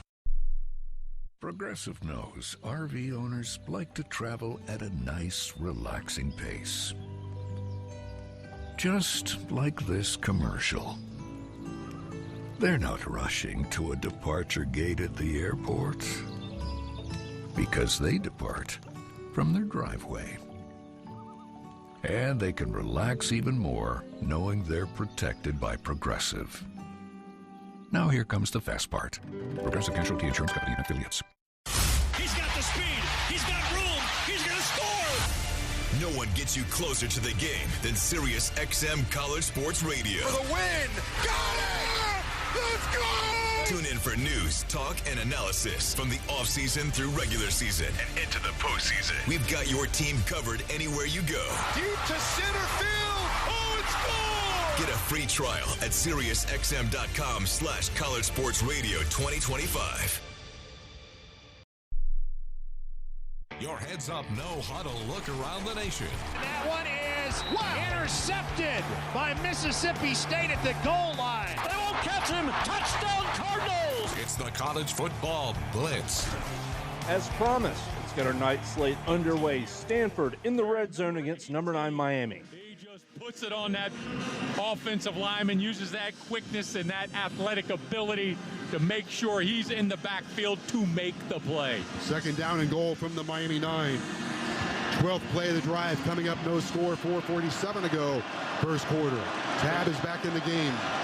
Bain now switches over to the right side. Takeaway time. Cole Branson looking right. Throws for the end zone, down a man high. It's caught for a touchdown. There he goes. Stanford jumps out in front of Miami. The jump start that the Stanford Cardinal wanted, they got. Touchdown pass to Caden High. Poisier was in coverage. He lost Caden High. He gives a nice target at 5'10", and he creates space, and he's the underneath guy, and he found the space underneath the coverage. Extra point is coming up for Emmett Kennedy. He's 13 for 13 this season. Stanford in so the a week after Stanford upsets Florida State at home, now they're trying for a monumental upset as 30-point dogs at Miami. Don't tell Frank Reich and the Cardinal that, though. They score first at Hard Rock and lead 7-0. Meanwhile, Texas has scored in Starkville, but the Longhorns trail Mississippi State 38-28. 9 to go in the ballgame there. So let's go live for the first time tonight to Oregon and Wisconsin. Ducks went for the onside kick to start the game and got it, then went 4 and out as they got stopped on 4th down. Their defense, though, has gotten a stop and gotten their offense back out onto the field. So after all that, scoreless at Autzen first quarter between Oregon and Wisconsin. As quickly as possible, but really looked like he peeled out and slipped. Wasn't able to get up the field. Yeah, it was Posa. Freshman, true freshman. Got through. 3rd down and 4 from the 33 of Oregon. Left hash, first quarter action, no score. Empty backfield again. And now Davison will come back to join Dante Moore to his left out of that shotgun offense. 3 receivers out to the right. Back to throw again on 3rd down. Pressure comes and gets to Dante Moore, and a flag is down. And I don't know if they got his face mask on the tackle. Cheeks got him from behind, reached around. I think he reached around and got him on the face mask. Foul, face mask, offense, number 76. That penalty's declined. 4th down. Boy, Wisconsin setting the tone in this game. So the face mask was on Oregon. Oregon trying to block the man that sacked Dante Moore and had him by the face mask. So that didn't even stop him. And the plays that Wisconsin right now are making defensively, and again, setting the tone and making Dante Moore uncomfortable early in this game is not good for the Oregon offense. Well, I did not see that penalty on Oregon. I thought it was the other way. So the Ducks will punt it away. Deep is Jaden Ballard. Into the wind. It is on 35-yard line. There's that running punt that's going to go low and bounce. And then go sideways and kind of back up field. But did it hit one of the Washington players? No, I must have. They didn't blow it dead. Did it hit a Wisconsin player? The officials did not blow it dead. Now they are. So there was no indication that was not a dead ball, and it should have been. You can't advance the fumble, number one, but did it hit a Wisconsin player? That's what I want to know. If it's a Wisconsin player, then surely you can scoop that up. The ball was illegally touched at the 39-yard line. It'll be 1st down and 10, Wisconsin. You know what? It looked like it went right between the Wisconsin player's legs. So as the Badgers take over, quick update from 2 top 25 games we haven't mentioned in a bit. Number 21 Cincinnati has scored 14 unanswered, and their lead over Baylor is now 41-20 at the 2-minute timeout. At Cincinnati's, they are the home team in that ball game. Meanwhile, another home team in the top 25, absolutely rolling, Texas Tech, 42-0 over Oklahoma State. 6 to go from Lubbock. Now let's go back to Starkville, where Texas has 7:40 left in a 38-28 deficit at Mississippi State. Now on 3rd down, 3rd and 4. Manning out of the shotgun. Clay Weisner offset to his right, 2 receivers. On the short side of the field, split left, 2 are wide right. 3rd down and 4 from the Texas 45. Manning has the shotgun snap, back to throw, swings it out to the right. It's caught by DeAndre Moore. Wrestled out of bounds, but Moore with a 1st down at the Mississippi State 43.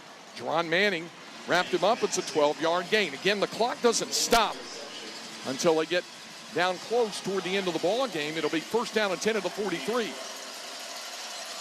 Manning out of the shotgun, 3 receivers wide left, but he'll hand off now. Here's Weisner breaking a tackle inside the 35, and he's close to a 1st down. Picked up 9+. Jalen Smith the tackle. 2nd down, less than a yard needed. Clock showing 6:38 remaining in the ball game. Yeah, and he nearly popped that one. Best running play of the night for a Texas running back. 2nd down. Manning out of the shotgun on 2nd down. DeAndre Moore shifts in motion. Arch with the snap and back to throw on 2nd down. Looks, throws it down the sideline, and that ball incomplete. Almost picked up, and the flag's coming down. I think it's going to be pass interference against Javen Williams, who had the coverage. Parker Livingston, the intended target. This should be a 15-yard penalty and a 1st down. There's also a flag back upfield. There are fouls by each team in the play. Holding, offense, number 76. Pass interference, defense, number 15. Those fouls offset. Replay, 2nd down. So, would have been pass interference, but a holding call. Not on 76, because there's not one out there. Yeah, can't be 76. But in any event, it'll bring up 2nd down and a yard to go with 6:17 remaining. Texas trailing 38-28. Arch Manning out of the shotgun on 2nd down. Arch with the snap. On 2nd yard to go. Pressure coming. His pass deflected high in the air and incomplete. Well, that was close. Now it's 3rd down and a yard to go. Well, that thing elevated. Yeah, about 15 feet. He was trying to get Endries over the middle. So now 3rd down. 3rd and a yard to go.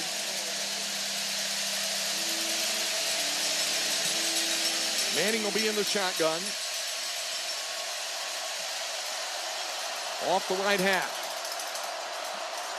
Arch with the snap. Rolls to the left, rolls back to the right. A pass caught by Weisner. A first down inside the 30. Trey still on his feet. 25 to the 20-yard line. And a first down for Texas. Trey Weisner down to the 19-yard line. He picked up 15 yards. Well-designed play. Saw that a lot last year with Quinn Ewers, that little pivot back, and Weisner did a nice job after the catch. Clock still moving. 5:50 to go. Texas down 10, 38-28.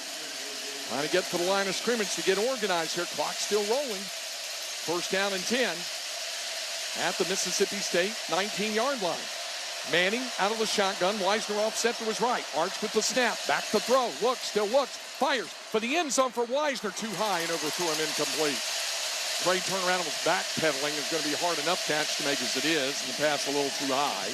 Clock is stopped with 5:28 to go. Yeah, and then he couldn't elevate because of that. Now, a field goal does do you some good here, so it's not touchdown or bust. Second down and 10 at the 19.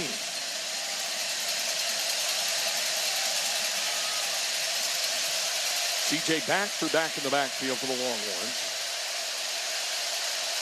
Ryan Wingo out wide left. Parker Livingston slot left. Shotgun snap Manning. He's looking left. Swings it out to the left side. Caught by Livingston. Parker turning it inside, and he'll go down at the 5-yard line. It'll be first and goal. It's down at the 5-yard line. It's a gain of 14 yards. First and goal, Texas. C.J. Baxter hanging in there with the blitz protection. First and goal now.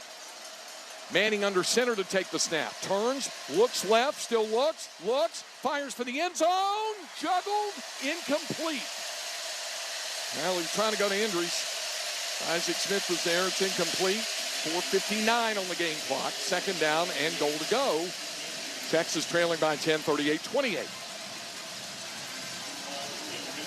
So second and goal at the Mississippi State 5-yard line. Baxter remains the running back. Ryan Wingo is in a slot on the right. The ball's on the left hash. 3 receivers bunched together on the left. 2 of those are tight ends. Now Livingston goes in motion right. Second down, Manning with the snap. Looks, still looks under pressure, and he goes down. Sacked again. Inside the 10, but it's down at the 8, a loss of 3, and now it's third down and goal. And the Longhorns have to hurry. Down to 4:45 and counting. He tripped on the former Longhorns, Ray Bledsoe. So third down and goal to go. Weisner back in for Texas. 2 receivers out wide right. One of those, DeAndre Morris in the slot. Nearest the boundary, Emmett Mosley. Also Wingo out there. 3 receivers on the right. Third and goal, Texas. At the 8-yard line of Mississippi State. Shotgun snap, Manning. Looks right. Throws off the hands of Wingo. He was looking toward the end zone. He would have scored. The Longhorns will have to kick the field goal here just to get it back to an 8-point game. Yeah, the perfect play call. They call that slant with the blitz coming, and as good a game as Ryan Wingo has had, he's had a couple of moments that certainly I'm sure he would like to have back. So now Mason Shipley, who had one moment he wanted to have back, that missed 29-yard field goal early in the third quarter, now will try from 26 yards out of the hold of Jack Bomeister.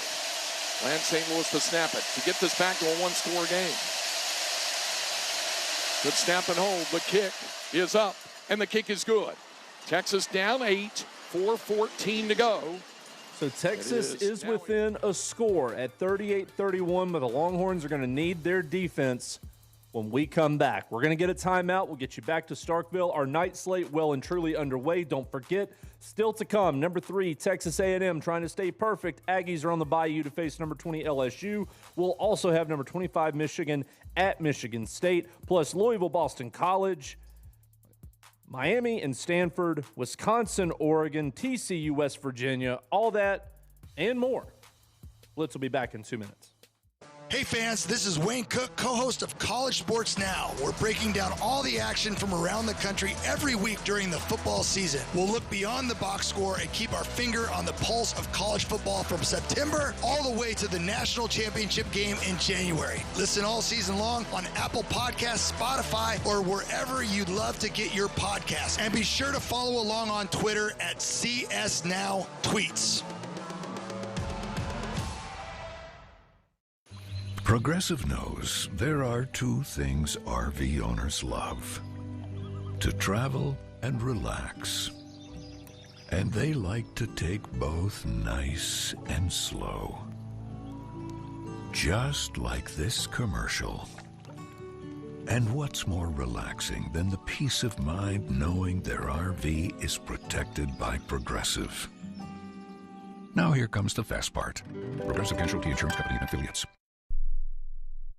He's got the speed. He's got room. He's going to score. No one gets you closer to the game than Sirius XM College Sports Radio. For the win! Got it! Let's go! Tune in for news, talk, and analysis from the offseason through regular season and into the postseason. We've got your team covered anywhere you go. Deep to center field. Oh, it's gone! Get a free trial at SiriusXM.com/College Sports Radio 2025. Your morning shave with Barbasol is a time for self-reflection. Look in that mirror and ask yourself, can I make a real difference in this world? Of course you can. Just not today. There's football on. Barbasol. It's a can of can-do. If you can plan barbecues and weddings, you can plan to protect yourself from a natural disaster. Sign up for local alerts, prepare an emergency kit, and make a family communications plan. Get started at ready.gov/plan. Brought to you by FEMA and the Ad Council. Bringing you the best in the game today. Hit the horn. Touchdown, TCU. Blockers in front. He's gone. He's gone. Touchdown, Stanford Cardinal. It's the College Football Blitz. As promised, we go back to Starkville, where Mississippi State about to take over with a 7-point lead on Texas with 4 minutes to go. Those are the vitals on the scoring drive. And now Shipley to kick right to left for the Longhorns. With State's offense waiting in the wings here in the late stages of this one. Shipley sends it downfield, high, end over end. Booth will take it at the 1. He's going to return this one. Up the numbers 10, gets to the 14, and gets spun down.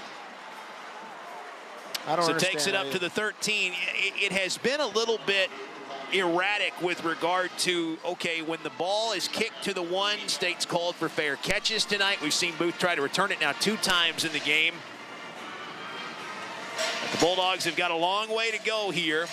And, Matt, they need at least a field goal out of this if they can't run the clock out to try to get this thing back to 2 scores. Yeah, and you know, to feel good, even to play defense with a 1-score lead, you need a couple of first downs to work on the clock. So you got to go play right here now. It's at the 13 of Mississippi State. 1st and 10, ball in the right hash. Shapen in the gun. Takes a shotgun snap, hands to Booth, straight ahead, powers across the 15, up to the 17-yard line. Tackled there by Alex January, who's made a couple big TFLs for Texas in this game. Gain of 4 yards, brings up 2nd and 6 for State. Clock running inside 3:50 now for the game. Play clock at 25. Slow down. Shapen and company at the line, ready to go with a tight end flexed into the slot left. 2 receivers left, 1 right. Takes a snap, throws complete. Brennan Thompson outside the numbers, right sideline, takes it across the 20, up to the 22, yards shy of a first down. Jalen Kilbo makes the tackle there for Texas after a pickup of 5 yards. It's a game management mistake to snap the ball in this situation with 20-something seconds on the play clock. I know that they have 3 timeouts, and I know that there's a 2-minute warning coming up, but, you know, it's a mistake. Traore, the tight end, in the slot left, attaches himself to the line on that side. 2 receivers left. Thompson, the single receiver right. Play clock is down to 8 as we move inside 3 minutes to go in the game. Texas has all 3 timeouts. The 2-minute warning is also in play. Play clock down to 0. And a timeout taken by Mississippi State with 2:52 left in the game. 30 seconds in length.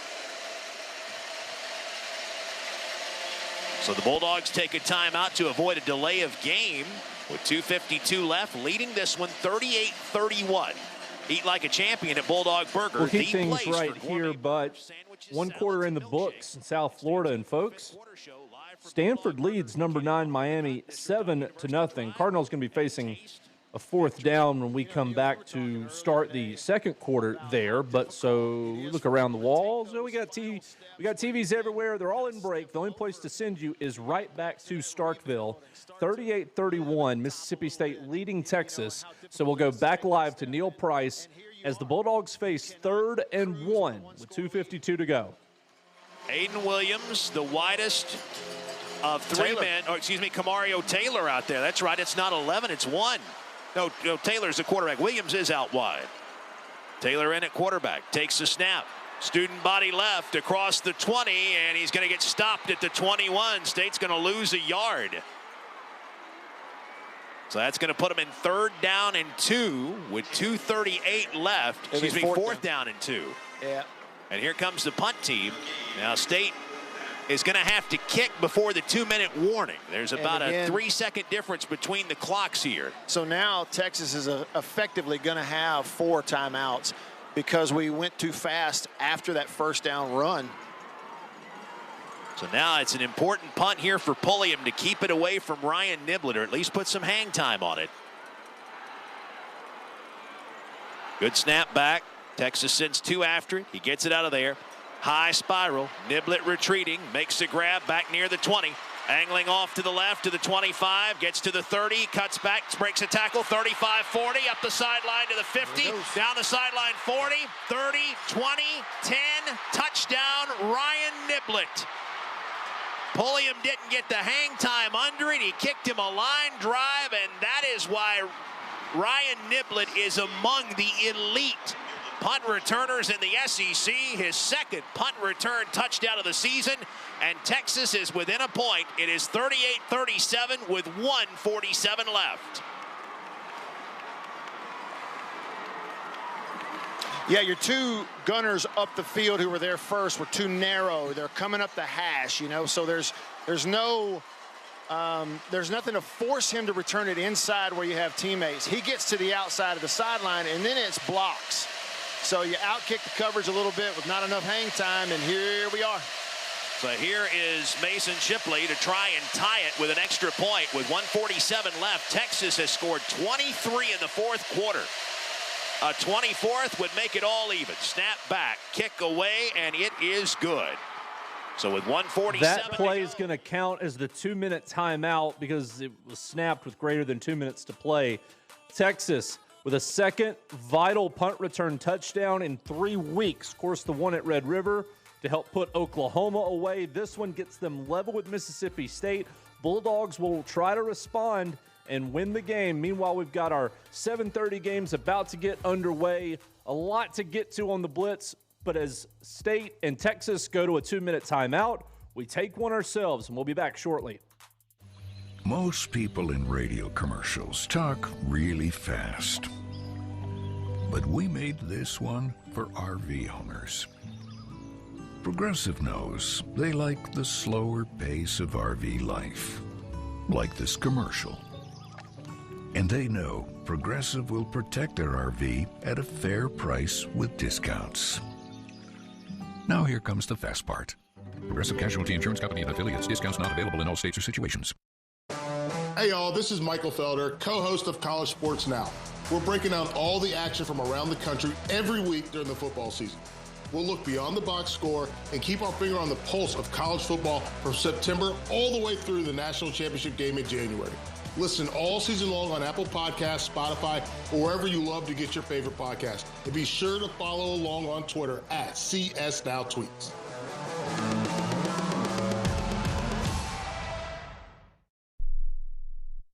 When you're on the move and looking for nonstop college sports action, get the Varsity Network app and take the game with you everywhere. Stream live play-by-play from schools across the country right from your phone, free. Catch hundreds of weekly podcasts, including shows from your favorite teams, all in one place. From football Saturdays to midweek hoops, it's your all-access pass to the college sports world. Whether it's game day or just your daily drive, the Varsity Network app has you covered. Download now and listen live for free on the Varsity Network app. Speed. He's got room. He's going to score. No one gets you closer to the game than Sirius XM College Sports Radio. For the win. Got it! Let's go! Tune in for news, talk, and analysis from the offseason through regular season and into the postseason. We've got your team covered anywhere you go. Deep to center field. Oh, it's gone! Get a free trial at SiriusXM.com/College Sports Radio 2025. The biggest games. Off to the races, 30. Put this one to bed. Angles in, touchdown. The biggest moments. Number one goes down, and the celebration is on. This is the College Football Blitz. 7:45 or so here in the East. Phil Brain with our producer Aaron Brunk and Brennan Beavers at the controls as we are with you folks for another 4+ hours up until midnight Eastern. One top 25 team that's underway we haven't checked in on yet. Number 19 Louisville at home against Boston College. It's the Eagles at 1-6 who are on the move. 5 minutes into this one. A couple of third downs on the drive. Grayson James, a powerful runner. George McDonald, a powerful runner. Yeah, straight ahead. That time Louisville had both their defensive tackles wide and slanted them down just before after the ball snapped. But they did find a crack over right guard and got right up on the linebacker right away. And McDonald's a very physical runner.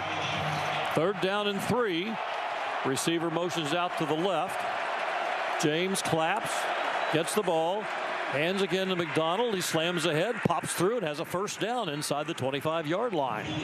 The blockers are doing a nice job of occupying the defensive line. We'll get you back to this one as the night progresses, but reminder to check out our friends at the Split Zone Duo podcast. College Football Pod, they cover the entire sport. SEC, the Mountain West, everything in between. Hosted by Richard Johnson of CBS Sports and Alex Kirshner, who writes for Slate, The Athletic, The Ringer, and more.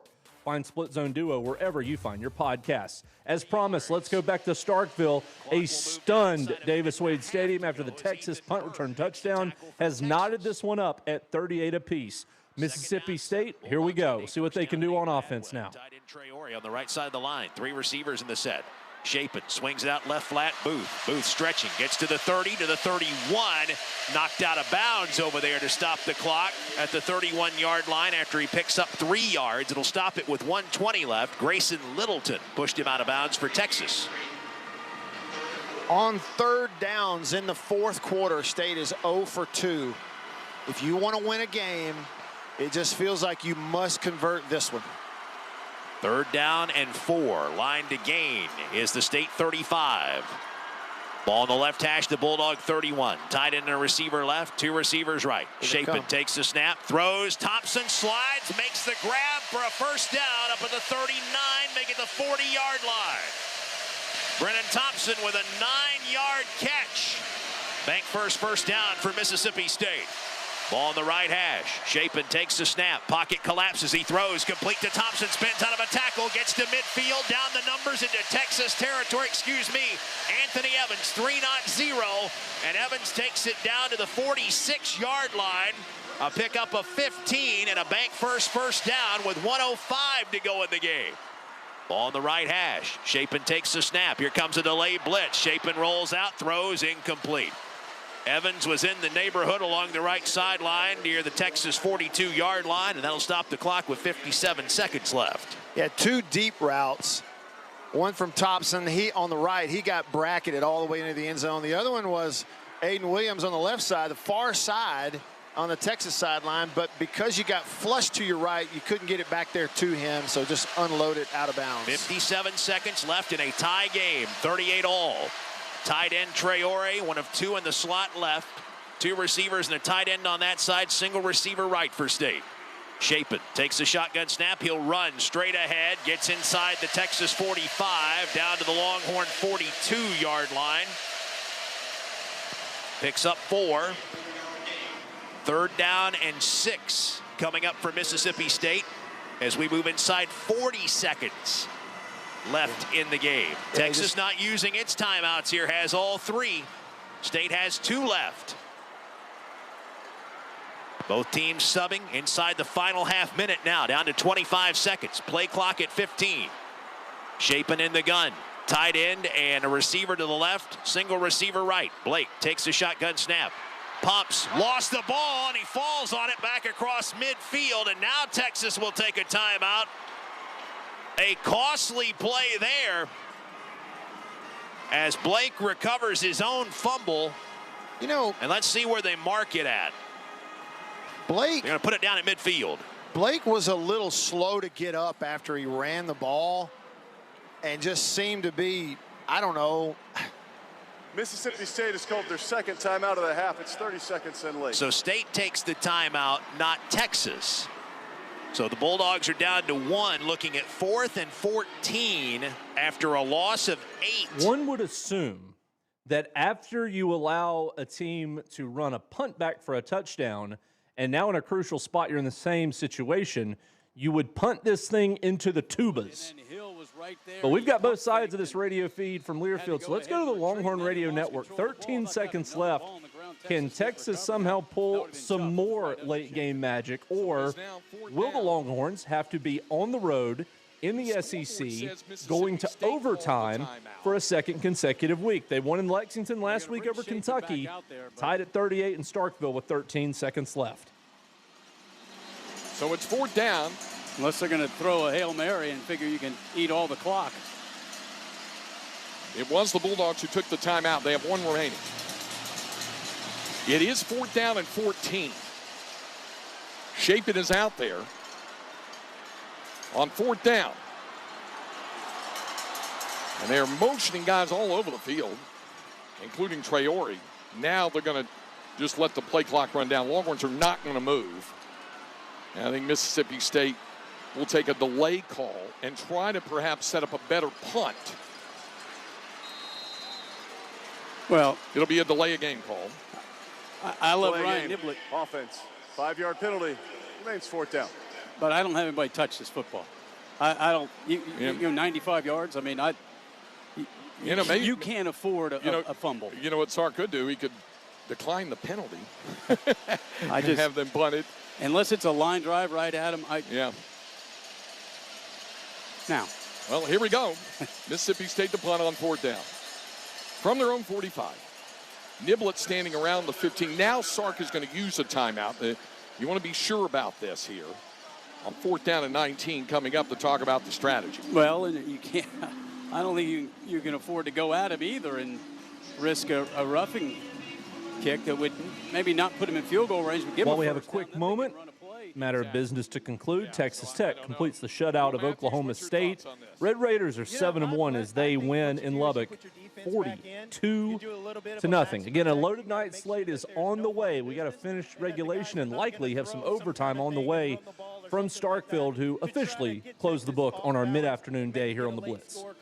Call their last time out, kick a field goal. I think you can put Niblett back there, but only to direct traffic. It's a couple of seconds left. I think you play for overtime. No Niblett. Well, he gone.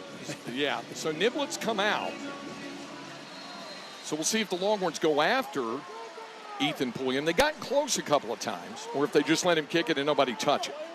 There's the snap. Pressure is coming. The kick is away, and there's nobody back there. So Longhorns will let the ball bounce, and this is going to skip in down to the 1-yard line.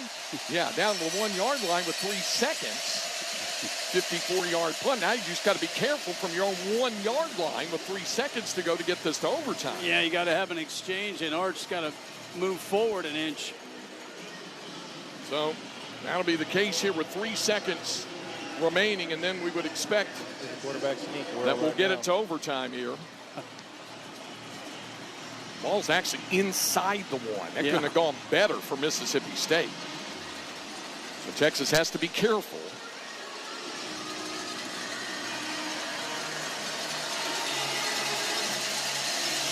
When Travian Weisner will line up back behind in the end zone, but Longhorns have got to be careful. Manning under center, right at the goal line. And he'll push out, and that'll do it for regulation. So this thing is going to go to overtime. Longhorns with a furious fourth quarter comeback. We'll have overtime coming on the way between Texas and Mississippi State. Meanwhile, still scoreless between Oregon and Wisconsin. Late first quarter.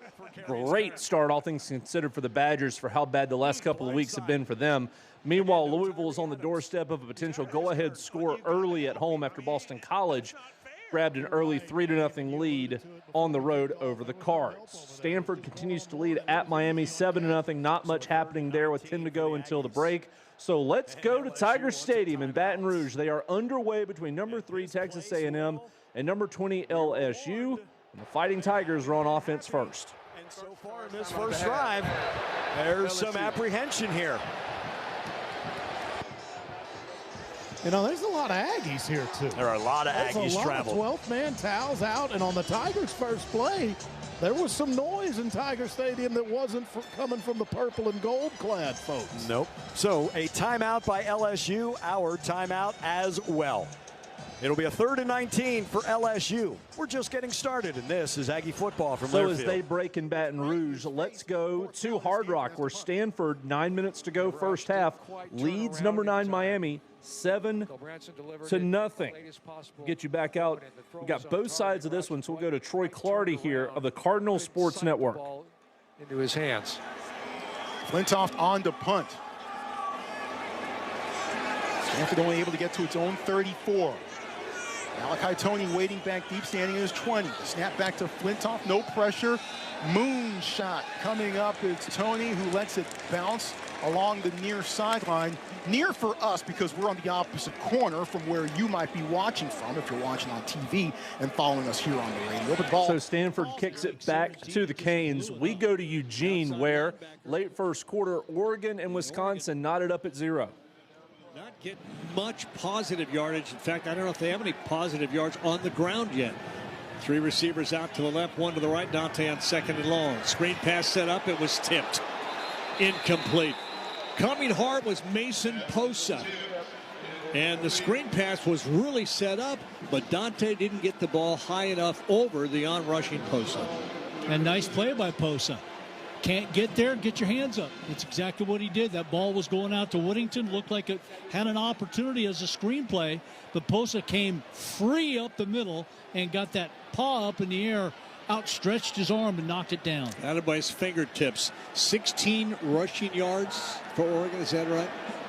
Negative 16 rushing for Oregon. Here's 3rd and long. Back to throw. Dante steps up, now runs away from pressure, steps, throws. Sideline throws way too high. Oregon's going to have to punt, and that'll likely be the final play of the first quarter. So let's go to East Lansing as Michigan forced a turnover on Michigan State's first drive, and Wolverines are in the red zone. They're going gap blocking in that one. They brought Max Bredesen in motion and got him blocking on the end of the line of scrimmage. That's an attitude play right there. 1st and goal for Michigan from the 6. Underwood brings Channing Goodwin in motion. Snap and hands it off to Justice Haynes, who hesitates, surveys the defense, then nice forward and gets what he can down inside the 3. It'll be 2nd and goal for Michigan.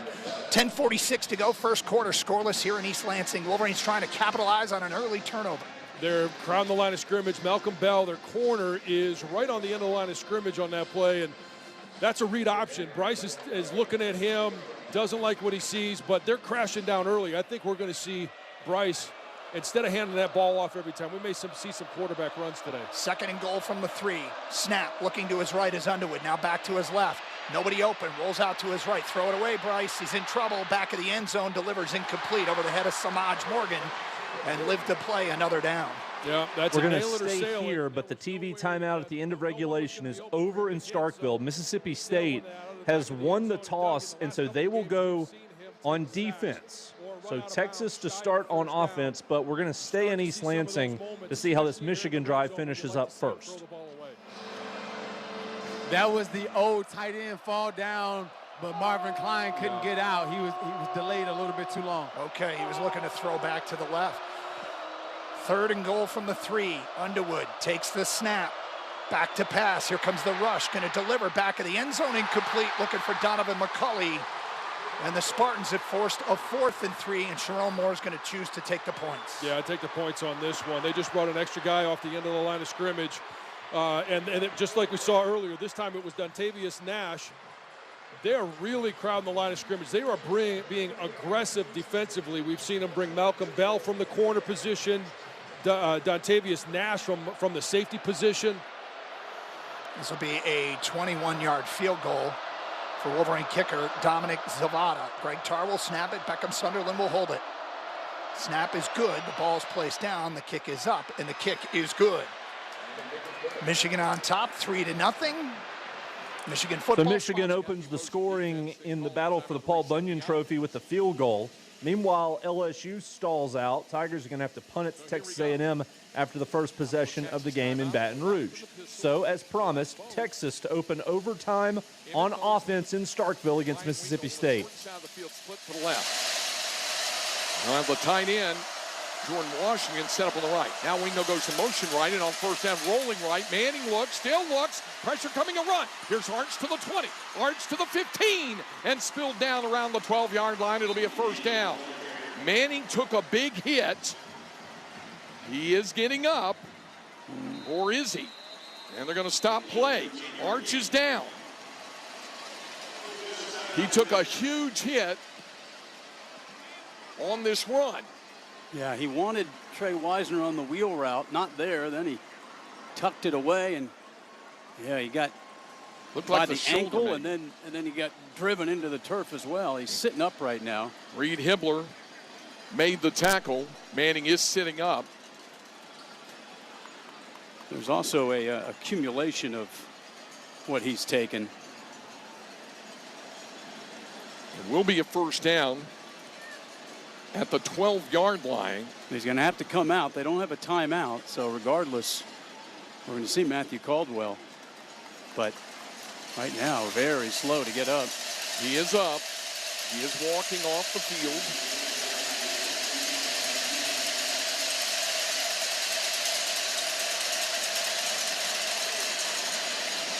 With the training staff escorting him. So Matthew Caldwell will have to check in for at least one play. The 6'4", 209-pound senior transfer from Auburn, Alabama, transferred in for Troy. He's carried it 2 times for 64 yards at a big run. He's also hit 7 of 10 passes for 75 yards. Trey Wisner, the running back, in the pistol. So Caldwell on first down at the Mississippi State 12-yard line. Matthew has it, and he'll hand it to Wisner up the middle, and Trey takes it for about 7 down to the 5-yard line. Let's see, they may even give him the 4. We'll see where they spot the football. It'll bring up second down and short. It's at the 5. Riley Lanier made the tackle. Caldwell will stay out there on second down and 3 at the Mississippi State 5-yard line, and Caldwell trying to motion the receiver back to the right side. He does do that, and that was Mosley. Now he has it, turns, and a flag goes down. Boy, oh boy. This is just not the time to have this. It was all kinds of confusion. The illegal snap, offense number 62. 5-yard penalty, second down. Now it's back to the 10-yard line, and it's going to bring up second down and 7. Yeah, he hesitated. Yep. And that also goes back to Sark had to use that timeout before first down, so we saw there was a little bit of confusion, but he didn't have a timeout. Caldwell was staying out there, and now all of a sudden it becomes second down and 8 from the 10-yard line. Caldwell from the shotgun has the snap, turns, fires for the end zone for Mosley. Did he catch it? No. Just out of the end zone there. Caldwell threw it up there. It's incomplete. He caught it, but you're right. Just couldn't get a foot down. A little too much air. So now it is third down and 8. Like we said, the Longhorns really needed a touchdown here on that first possession of overtime. We're going to take a look at it. Well, it's close. It was bang, bang. So they will look at this. Video review on a potential Texas touchdown. If it's confirmed as incomplete, Longhorns will face 3rd and 6. While we wait, let's go to South Florida. A fast-moving first half. Miami still trails Stanford 7-0. 5.5 to go until the break. Good news for the Canes, though. They are on the move. For Stanford. Canes are 2 for 6 on third downs. They need 9 yards to stay on the field. They trail 7-0. Under 6.5 to go, second quarter. Tony goes in motion, play clock down to 10. Beck looks over the defense, pedals back to throw. Now steps up, might run, gonna run. He's to the 30-yard line and lunges down. Didn't get to the 29, he got to the 30. Good job by Carson Beck. They were not going to let anything go over the top. They formed the umbrella, continue with the pass rush. Carson Beck says, I'm going to give it a shot on my own, and that he did it. And he didn't hit the dirt. He dove and drove for that first down. Canes are 1 for 2 on 4th downs. Bauman's in the game. It's 4th down and 1. Fletcher to the right shoulder of Carson Beck, trailing 7-0. Here's the snap. Here's the handoff. It's Fletcher. He drives forward. He got the first down. Rose's helmet popped off. He made the tackle for the Cardinal. Miami 2 for 3 now on 3rd downs, but these drives are just, for Miami, so hard. There's nothing easy coming from Miami the last 2 weeks. Well, I'll tell you, Lofton made a huge block. He's lined up on the right-hand side, comes across, and he's the lead blocker on the play, and he delivers. 8th play of the drive coming up. 27 yards away from 6 points for Miami. Beck looks at the Stanford defense, trailing 7-0. Brings Lofton in motion. We'll keep it on the ground. Fletcher runs left and gets down to the 21-yard line. They're starting to dent it now, Joe. Miami's offensive line is starting to put a dent in that Cardinal front. Got to get away from this one. Video review over. Touchdown Texas. Longhorns lead. Here comes the extra point. And that was as good as you can do it, walking the tightrope. So now, Mason Shipley on for an extra point. The Longhorns are leading for the first time since 14-7.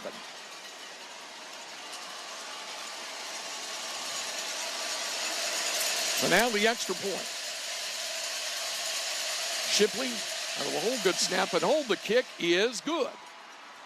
So Mississippi State will have a chance to answer, and as we wait on the bottom half of overtime number 1, if you will, if you'll excuse the baseball reference. Quick update. We told you LSU came up empty on their first possession of the night at home against A&M. Well, here's what the Aggies did on offense. Pistol formation, and now Owens resets to the left of Marcel, who rolls to the left. Rubin picks up on that pass pro. Marcel running right up the middle. 35-30, 25-20. Whole lot of room in front of him. Marcel back to his left. Stays on his feet. Dives. Touchdown. Marcel Reed from 41 yards on the scramble. Andrew Monaco there, Texas A&M Sports Network. So 7-0 Aggies over LSU. Meanwhile, in another SEC game, Tennessee has scored first in Lexington against Kentucky. Vols 7, Cats nothing after 3.5 minutes. Mississippi State needs 7 points here for the tie. Let's get you back to Neil Price. Just a hair at the 10. He was wide open on the right hash, and it goes incomplete. Off of his hands, trying to reach back to make that play. 2nd and 10. Well, the thing about overtime, you know where you are. Everything's 4-down territory because you've got to have the touchdown. But that's one Blake would want back, I believe. 2nd down, 10 for State from the 25 here, trailing by 7 in overtime. Tight end and receiver left, 2 receivers right for the Bulldogs. Booth is the running back, left of Shapen. Play clock is at 10. Shapen gets a snap. Texas brings 4 after it. Shapen pumps, throws up the right side for Thompson in the right side of the end zone. It is incomplete. Bracketed back there at the back. Jelani McDonald, one of the 2 Longhorns back there, along with Grayson Littleton. So 3rd down and 10 coming up for State. Bulldogs have to get it inside the 15 for a new set of downs. Needing a touchdown and an extra point to keep the game going, with Texas leading 45-38. 2 receivers right, single receiver left. Traore, the tight end, in the slot left for State. They'll bring Traore in motion left to right.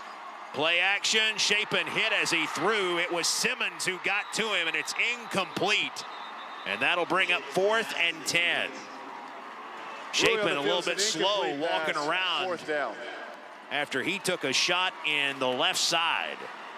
Yeah, just left tackle gets beat to the outside, and that was a heck of a time for Texas. That's really the first one of those where you had a one-on-one, and he beat him to the inside, so he's even closer and quicker to the quarterback. It's really the first time that's happened all day, just one-on-one on the edge for that kid. 4th and 10. State's got to get it inside the 15 for a new set of downs. 2 receivers right, tight end and receiver left. Texas coming after Shapen. Play is blown dead. The Bulldogs moved early. Prior to the snap, false start, offense number 77.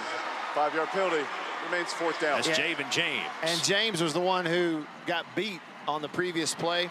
He set him up outside, number 1 for Texas, set him up outside and then went to the inside and just beat him. You know, and all James could do was try to help Blake up off the ground. So there's a little antsy. Makes it even harder because you got to have time to get that route 15 yards downfield. 4th and 15 from the 30. State's got to get the ball inside the 15 to keep the game going. And the Bulldogs have moved again. False start, offense number 72. 5-yard penalty. This time it's the center, Cannon Boone. So now you're talking about 4th and 20. Jeff Levy has a timeout. He's going to use it. 45-38 Texas. The Longhorns behind backup quarterback Matthew Caldwell scored a touchdown on their first possession of OT. Arch Manning ran for the first down, got banged up, went out of the game. Caldwell on his second play found Mosley in the right side of the end zone for a touchdown.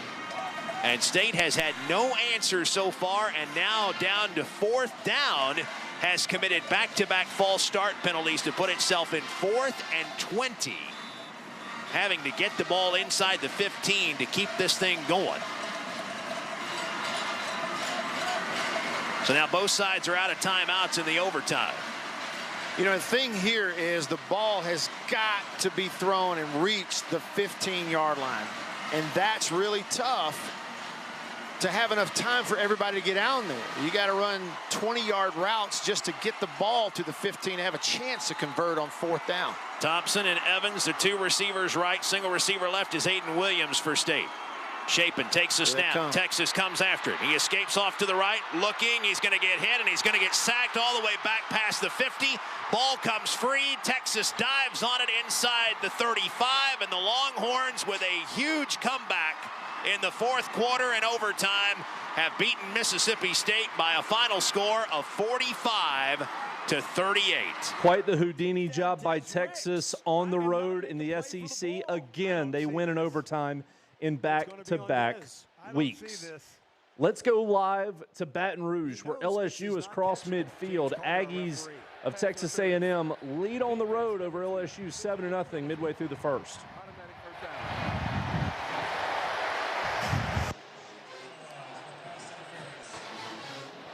I think Brown gets away with one here. Des Ricks on the coverage. Oh, that's very little contact. Very little contact. He didn't make a play for the ball. Both, and not much at all. I leave that alone. Yeah. Just got a video board replay, and that's what I saw. Yeah, inside the 20. So first visit in the Wells Fargo red zone for LSU. On the right hash, Nussmeier. 3-step drop, complete. Green inside the 10 to the 5. And down at the 5-yard line. Julio Humphrey and Dalton Brooks with the tackle. It's 1st and goal for LSU. Marco Jones will leave. Tyreek Chappelle will leave. TJ Searcy will leave for the Aggies.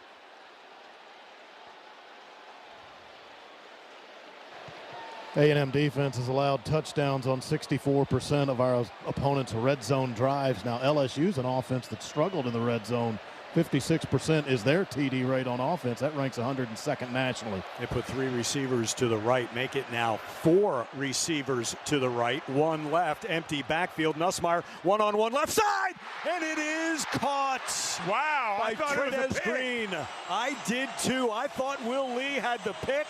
Instead, it's Trades Green, the 5-yard touchdown reception. So LSU a point away from a tie. With 6 minutes to go first quarter, gives us a chance to jump down to South Florida. Video review here on a potential touchdown pass by Miami. Looked to be incomplete, but we'll see. Again, not to be too alarmist, folks, we got a couple of shocking results through a quarter plus right now. This game with Miami trailing Stanford 7-0 just before the break.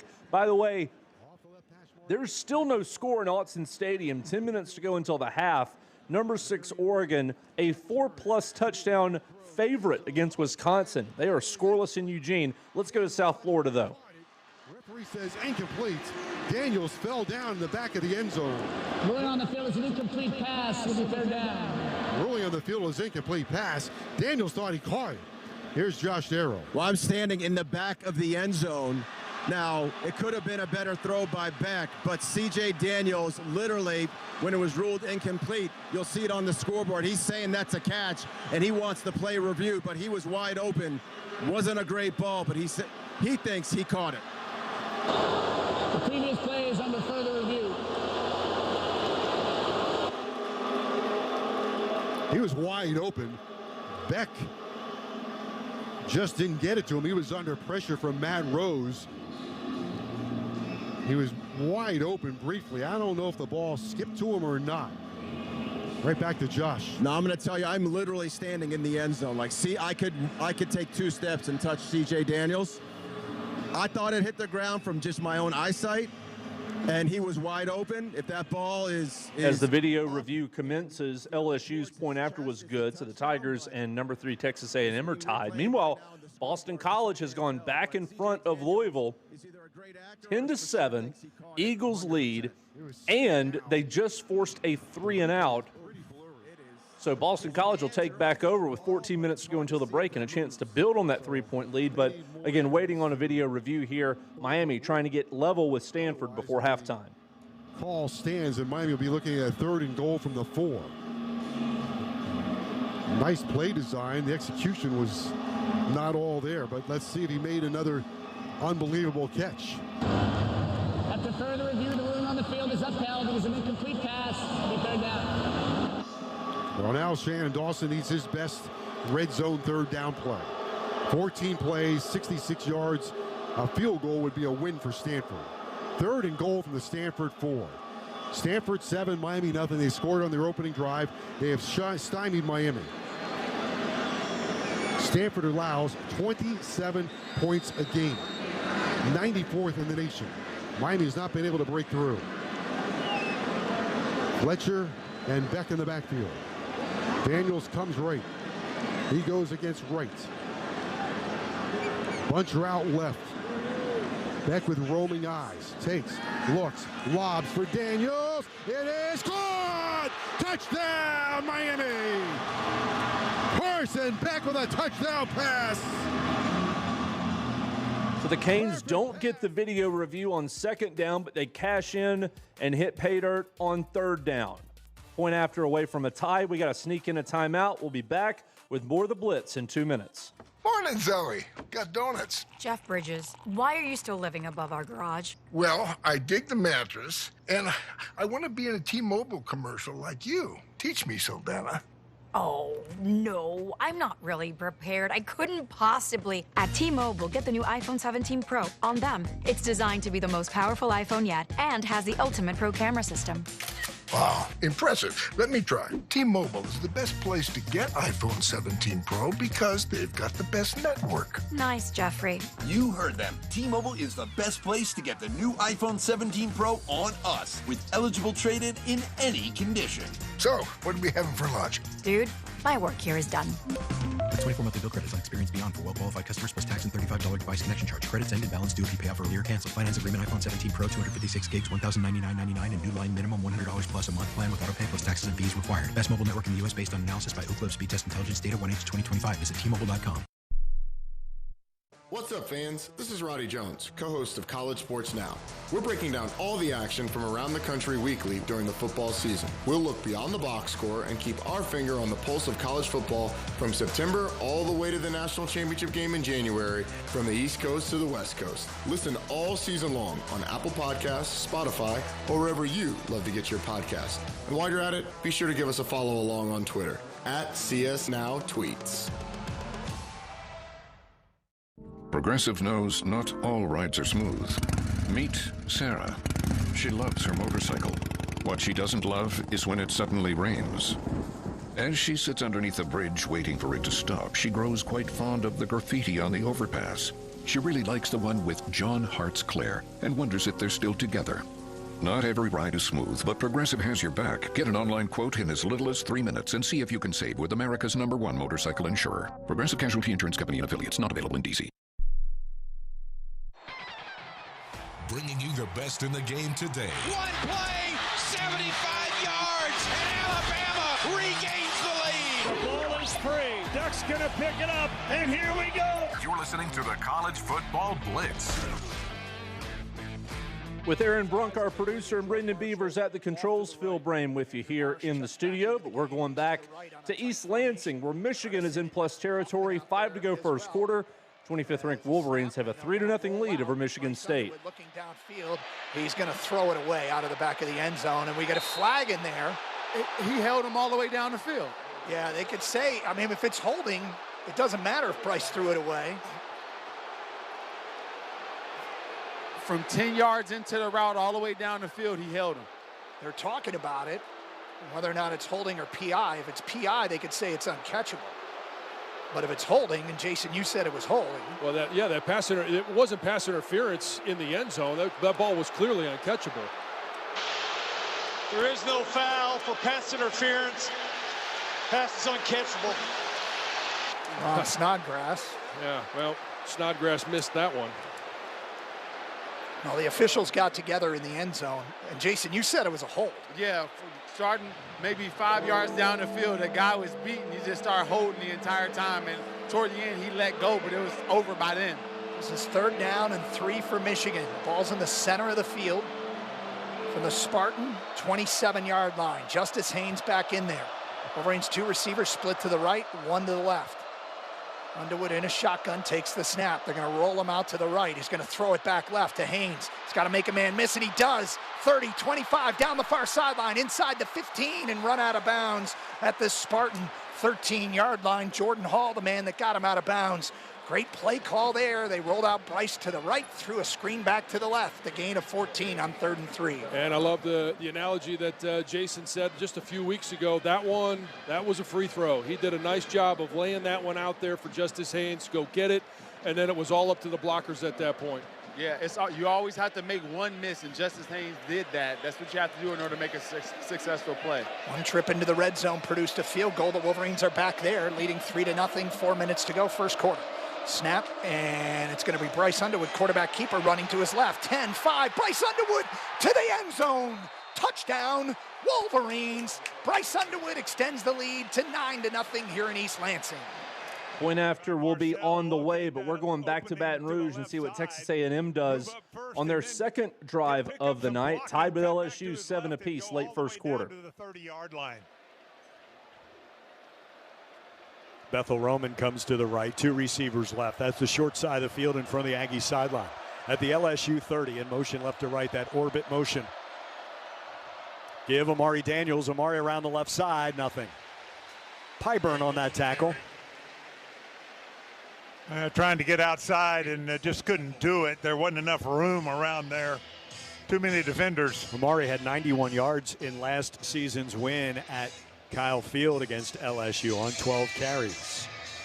No gain, sets up a 2nd and 10. 2:15 to play, first quarter, tied at 7. Aggies at the LSU 30 on the left hash. 2 receivers right, 1 left. The tight end is Nyblack. Throw, caught, Bussey, 25-20, inside the 20 to the 16-yard line. The Aggies in the Wells Fargo red zone following the 14-yard completion. Good job by the Aggie offensive line, giving Marcel enough time to locate his receiver and deliver a strike. They'll have him down at the 18, just across the 18, a 12-yard gain for Terry on his catch.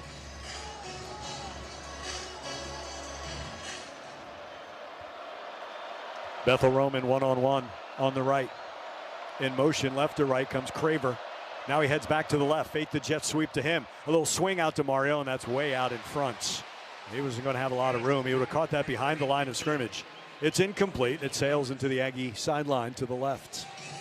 It's been a great red zone offense for A&M. This is their 28th trip down there. The previous 27, they scored 20 touchdowns. That's 74% on the TD rate.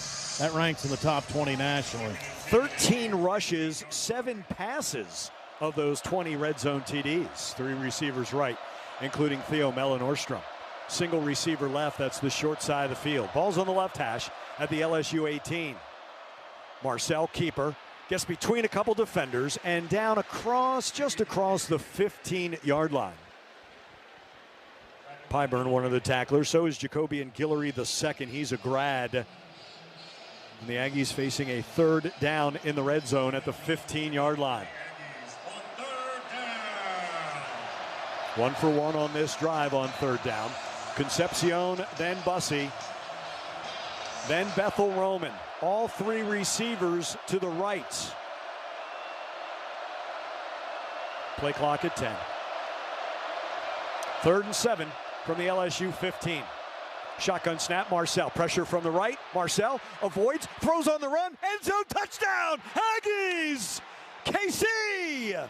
Boy, what a great job by KC of coming back to the football, getting away from the defenders on a terrific throw by Marcel under pressure.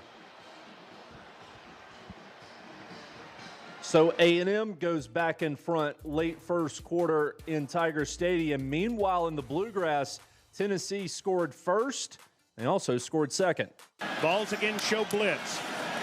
Here they come. Boley fires ball batted up in the air, intercepted.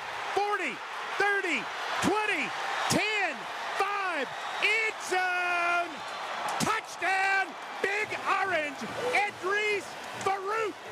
Farouk bats it. Farouk catches it. Farouk's it to the house. Mike Keith of the Vol Network, 14-0, but Kentucky just hit a 70-yard touchdown. So with 6 to go in the first quarter at Kroger Field, Cats on the board. They trail the Vols 14-7. Let's go to Eugene. We haven't been here in a long time because there's literally nothing happening. Chance to shout out our friends at the Sickos Committee. In games like these where there's nothing but punts and field position, they find games like that unconventionally appealing. That's the same way all their social media is. At Sickos Committee, give them a follow and enjoy their unique perspective on great ways to enjoy college football. Jerry Allen and friends with Oregon nearing the Wisconsin red zone. 4 minutes to go, second quarter. Again, a scoreless game between number 6 Oregon and Wisconsin. Beside him is Dante ready for the shotgun snap. Got it. Back to throw. Gonna go. That's a direct snap, and it's going to go for about 6 yards. That's the quarterback run all the way. Give him 5. Essentially a quarterback sweep. Let a couple of guys pull to your left, get out in front of you, running right at Dusty Hera. Dusty, that's exactly what you do, is just get in behind your big guys. No doubt about it. Find those big backs, and you climb on them and see how many yards you could get. Great run by Dante. Yeah, to show some pretty good speed, too. He got upfield in a hurry. 2nd down and 5. Shotgun. Dante Moore waiting. Got it. Going to turn. Hand it off Davison. Nice hole up the middle. He'll go hard for about 3, almost 4. He'll get it to the 12. It's going to be 3rd down and about a yard. Big number 99, maybe 95, Brandon Lake Jr. up off the bottom for Wisconsin. Approaching the 2-minute mark. Oregon will probably try to get a play in here before we go to the 2-minute timeout. Well, they're not hurrying up to the huddle, or out of the huddle. Now they do. Corey Moore goes out to the left. 2 receivers come right. And Gary wants to get down. Davison goes and joins Bryant in the backfield. Moore under center. Turn, give it to Davison up the middle. He will get the first down inside of the 10-yard line. A little razzle-dazzle. You line up a wide receiver as the tailback. The 2-minute timeout. Bring the tailback in to set up offset in the backfield. Fake it. There'll be a TV timeout here with the 2-minute timeout. Again, scoreless in Oregon and Wisconsin. Let's go back to East Lansing. Michigan leads Michigan State 10-0. It's Jimmy Rolder back at the Spartan 6-yard line, and the Wolverines come through with their first sack of the game here. A loss of 12 on 2nd and 17. Yeah, and I mean, all they're doing is occupying bodies up front. I mentioned that one blitz that they brought from Ernie. This time it's Jimmy Rolder, and honestly, this is just him beating the guard. Nice move by Jimmy Rolder. Ball's on the 6. It's 3rd down and Roscommon here for MSU. They're going to hand it off to Frazier running left in a capitulation move. Of course, Michigan gave up a first down on one of these against USC, and he gets across the 10 out to the 13 before he's dropped, and here come the Bluebirds, and the Spartans will be forced to punt, and a Wolverine is slow to get up. That's Cole Sullivan. I want to see that. No. definitely don't want to see that. That's obviously one of the most talented, deepest position that Michigan has, but Cole has been extremely vital in the success of this defense. Had that interception last week. What is Michigan State's total yardage now after that possession? Hold on, I'm sending the Jansen vision. So, I mean, their total offense right now is 19 yards. Sorry, check that, 16 yards. I'm surprised it's in the positive. Yeah. They continue to work on Cole Sullivan, who's down on one knee at the 12-yard line down there. Jason, we'll get an update from you. This kid is turned into something special. He started to stand out in the spring. Jerome Moore mentioned that he made an interception in a practice. Just went Injury high timeout in East Lansing, late first quarter with Michigan up on Michigan State 10-0. We'll bring it back in the studio for a quick second. Here's where we are across the top 25. They are at the half in South Florida. Number 9 Miami and Stanford are tied at 7. Heard Texas A&M's go-ahead touchdown. That's at the end of the first quarter in Baton Rouge. Aggies 14, the Fighting Tigers of LSU 7. Boston College continues to lead at Louisville 10-7. Number 19 Louisville in a little bit of hurt with 8 to go in the first half. And Tennessee just had to punt it back to Kentucky. Cats had a 70-yard touchdown on their last possession. They get it back, trailing the Vols 14-7. Also underway in the desert, Houston has scored first against number 24 Arizona State. Cougars hit a field goal to lead 3-0. But they're back from a timeout, so let's get you to Eugene. Oregon threatening against Wisconsin, again scoreless with 2 to go until the half. That's from the old Springfield Creamery. Wow, the history. I love it. So Dante Moore throwing 8 of 13, 80 yards in this first half. 14th play of the drive. And started at the 1. Isn't that something? Your offense can't generate anything, and then all of a sudden you put together this kind of a drive. No score. The 2-minute timeout. Kenyon Sadiq's going to come to the right. With an H-back. In fact, there's 2 tight ends to the right. Davis into the back. On first and goal from the 8-yard line, 9-yard line. Snap. Keep. Going to go left. Try to cut it outside. Dante Moore to the 5, to the 2, and out of bounds. Did he get to the 2? Very close. They'll mark him out at the 3, but a flag out at the 15-yard line, and that's holding territory. Yeah, I think you might end up half the distance to the goal going to 4.5, and if it's on the defense. Maybe an offside. Dusty here, what do you see down there? Yeah, defensive ends have been lining up very close to the neutral zone, and that one offside. Defense, number 17. That's lined twice. Up in the neutral zone. Half the distance to the goal. Still first down. That's twice for him. He's been lining up more than just twice that have been called offsides. The line judges usually give defensive linemen quite the leeway with lining up offsides and in the neutral zone there. He has been more than towing that line. He's been over quite a few times. Minute 54 left. First down over again. A first and goal from the 4-yard line now, left hash. And under center this time for Dante Moore. Davis in the back. All alone back there. Dante looks over the defense. Adjusts. And the Ducks have 3 tight ends to the right. Ryan tells me. Here's the snap. Back to throw off the play action. Want to throw to the back of the end zone and over everybody. And too much pressure on Dante Moore.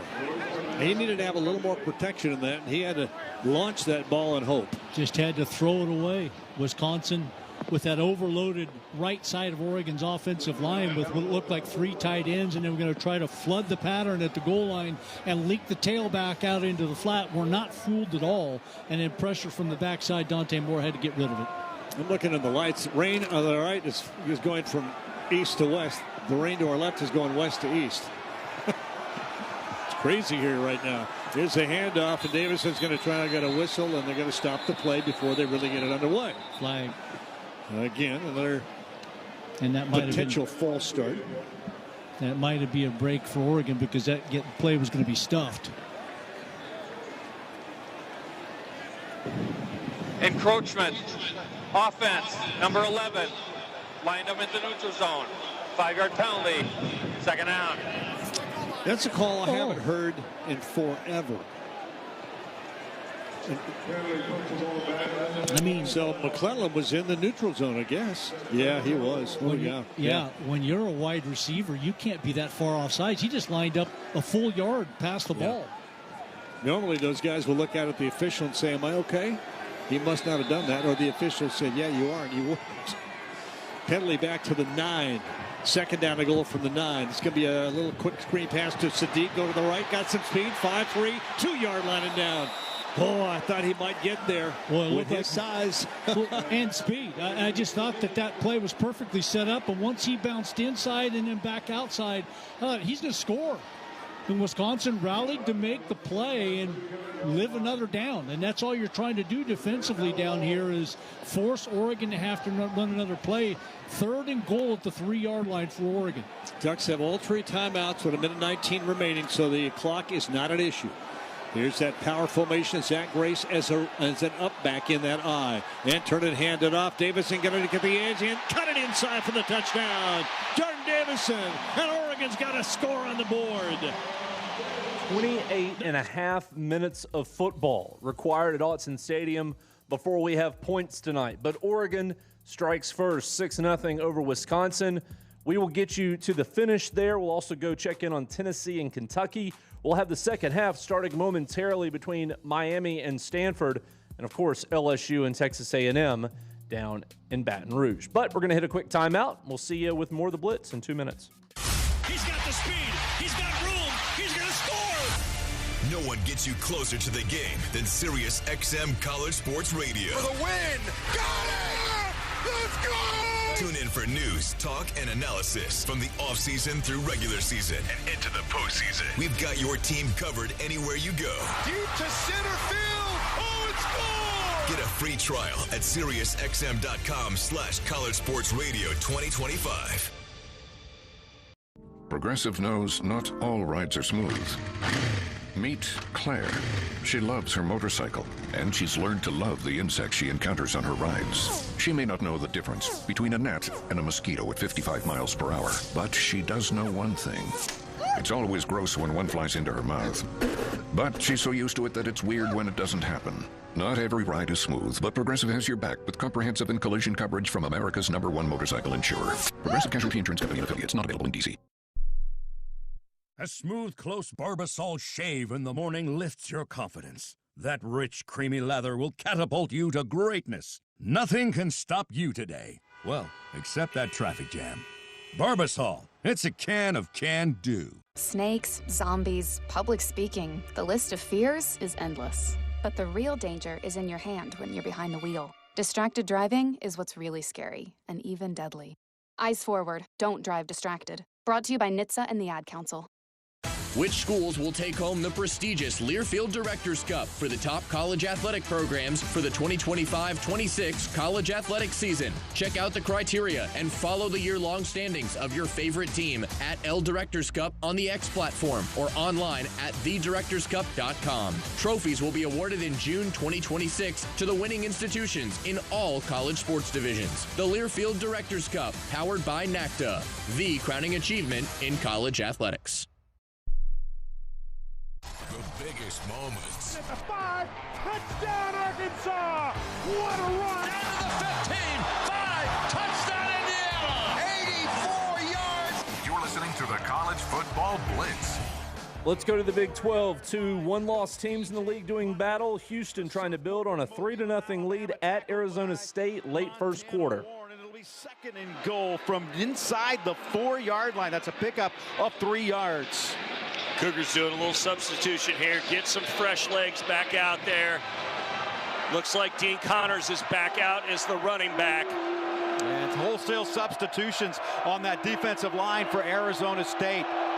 Second and goal from the 4. Houston leading 3-0 late here in the first quarter, looking for more.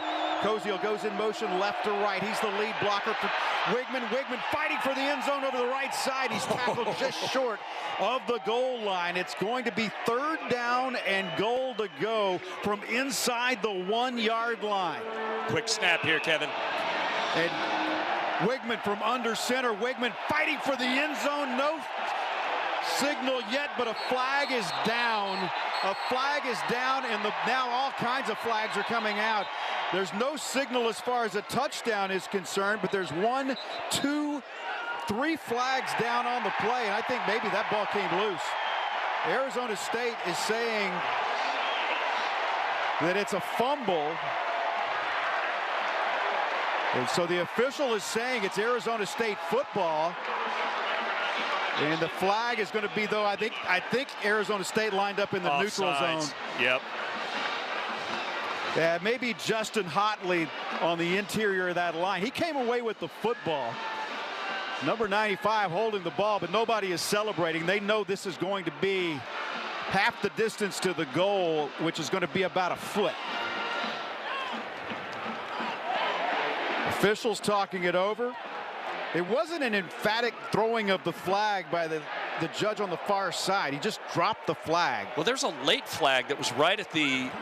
While they sort this out, we're going to Lexington, where Tennessee is inside the Kentucky 5. Vols lead 14-7 late first quarter. Power formation for the Vols. At the 1, first and goal. Thomas at left guard. Gets low. Gets in. Touchdown! Tennessee! Star Thomas from a Tennessee yard out. bidding for a 12th win in the last 14 meetings with Kentucky. They lead 20-7, and they'll kick the point after. Let's go ahead and sort out the confusion in Tempe with Houston threatening against Arizona State, already up 3-0. That's a post-play foul. Yeah. It's a dead ball foul. So, yeah, Connor Whitman, this is the second time we've seen him have trouble holding on to the football on one of those quarterback sneaks right at the goal line. You remember it happened against Arizona as well. So the Cougars will have, this should reset. The down marker just said they went from third down. They just reset it to first down. And literally you could have pulled out a ruler to have measured half the distance to the goal, because that's where the football is. I mean, the nose of the football is literally, you're not even a football length away from the goal line. Cougars moving at the end zone to our left, leading 3-0. First and goal to go from inside the 1-yard line. Wigman from under center. Wigman dives for the end zone, and no signal yet. It looks like he's in, but still no signal, and touchdown Houston. Connor Wigman finally, after they unpile the official from the far side. So a 9-0 lead for Houston over number 24 Arizona State. Let's go to Boston College and Louisville, shall we? Eagles were massive underdogs. They haven't won since week 1, and they're 0-4 in the ACC. Taking on Louisville, again, remember folks, last Friday night, it was these Louisville guys that went to Miami and handed the Canes their first loss of the season. BC's got a 10-7 lead, and they're across midfield. 3 to go until halftime. Something's going on. 3rd and 10. Bond and Harris both to the right. Pugh to the left. McDonald the back. McDonald will get it. Avoids a tackle. Spurts ahead. Crosses the 30, but does not get to the first down. He needed the 25. But as we said, they've already had 2 field goals of over 50 yards this year, and right now it looks like they're going to go for it on 4th down. Yeah, anyway. It looks like that delayed handoff was just to get it in manageable 4th down, and again, McDonald, good hard run straight ahead. They're definitely not in a hurry. I mean, they huddle. Occasionally they go fast, but here they are again on 4th and not quite 4. Getting a little noise out of the crowd finally on 4th and 4 from the 30. 3 receivers bunched to the right. He's back to throw it. Lets it go over the middle, and a diving grab. Nope, couldn't hold it. Incomplete pass. It was intended for Bond, but he couldn't come up with a diving attempt. Watts on the coverage, and Louisville has held them on downs, and will get the ball back with 2:52. Now there are flags being thrown. There was a lot of after-whistle scuffling going on. Yeah, one of the offensive linemen threw a Louisville defensive player. It remains player 10-7 BC over Louisville. Meanwhile, Texas A&M just had a punt blocked for a safety by LSU, so it's 14-9 Aggies over the Tigers. Safeties and block punts are both brought to you by our friends at Sickos Committee. Give them a follow at Sickos Committee on X, Blue Sky, Instagram, YouTube, and TikTok. They'll keep you alerted all day long, just like we do here on the Blitz. Back to live play-by-play, back to East Lansing, where Sparty's threatening. Michigan leads 10-0, but Michigan State got a drive together here with 12.5 minutes to go second quarter. Just inside the Michigan 15-yard line, Wolverines protecting a 10-0 lead. They split 2 receivers to the left, Frazier in the backfield, traditional I formation. Childs changing the play now as he is under center here. Takes the snap, will hand it off to Frazier running right. He gets out of a Jimmy Roller tackle in the backfield to the 10, inside the 5, and it might be first and goal depending on the spot. Indeed it is from the Michigan 4-yard line. TJ Metcalf on the stop. They had him dead to rights in the backfield. That was Jimmy Roller, and he's usually a really sure tackler, but just wasn't able to wrap him up. And goes back to Jason's point, is Michigan has had their opportunities on this drive to make plays, and whether it's the secondary coming up, taking bad angles, not being able to make tackles, or Jimmy just with a missed tackle in the backfield. First and goal, MSU from the Michigan 4-yard line. Under center is Childs. Frazier, the running back. Frazier's giving him some spark here. Childs takes the snap. They hand it off to Frazier, running right. The Wolverines stack him up, give him a yard, down to the 3. Ernest Hausman comes out of there with the football. The Wolverines saying it's their football. But they're saying he was down. I'll wait for a replay. No, and I tell you what, at some point here, and maybe on this drive, the referees are going to have to control this game. There's a lot of pushing and shoving going on, which you expect. Michigan players just got to know, hey, you can't be the one that reacts. Got to keep your composure in a situation like this. 10-0 Michigan, 10:40 to go, first half. Spartans have it second and goal, just outside the Michigan 2-yard line. Childs under center here. The deep back is Tua Tulliver. Now they go shotgun. And Jonathan Smith wants to take a timeout. Flag flies as the play clock hits 0. Did he get the timeout in time? Looks like he did. Charge timeout, Michigan State, their first. A 30-second timeout.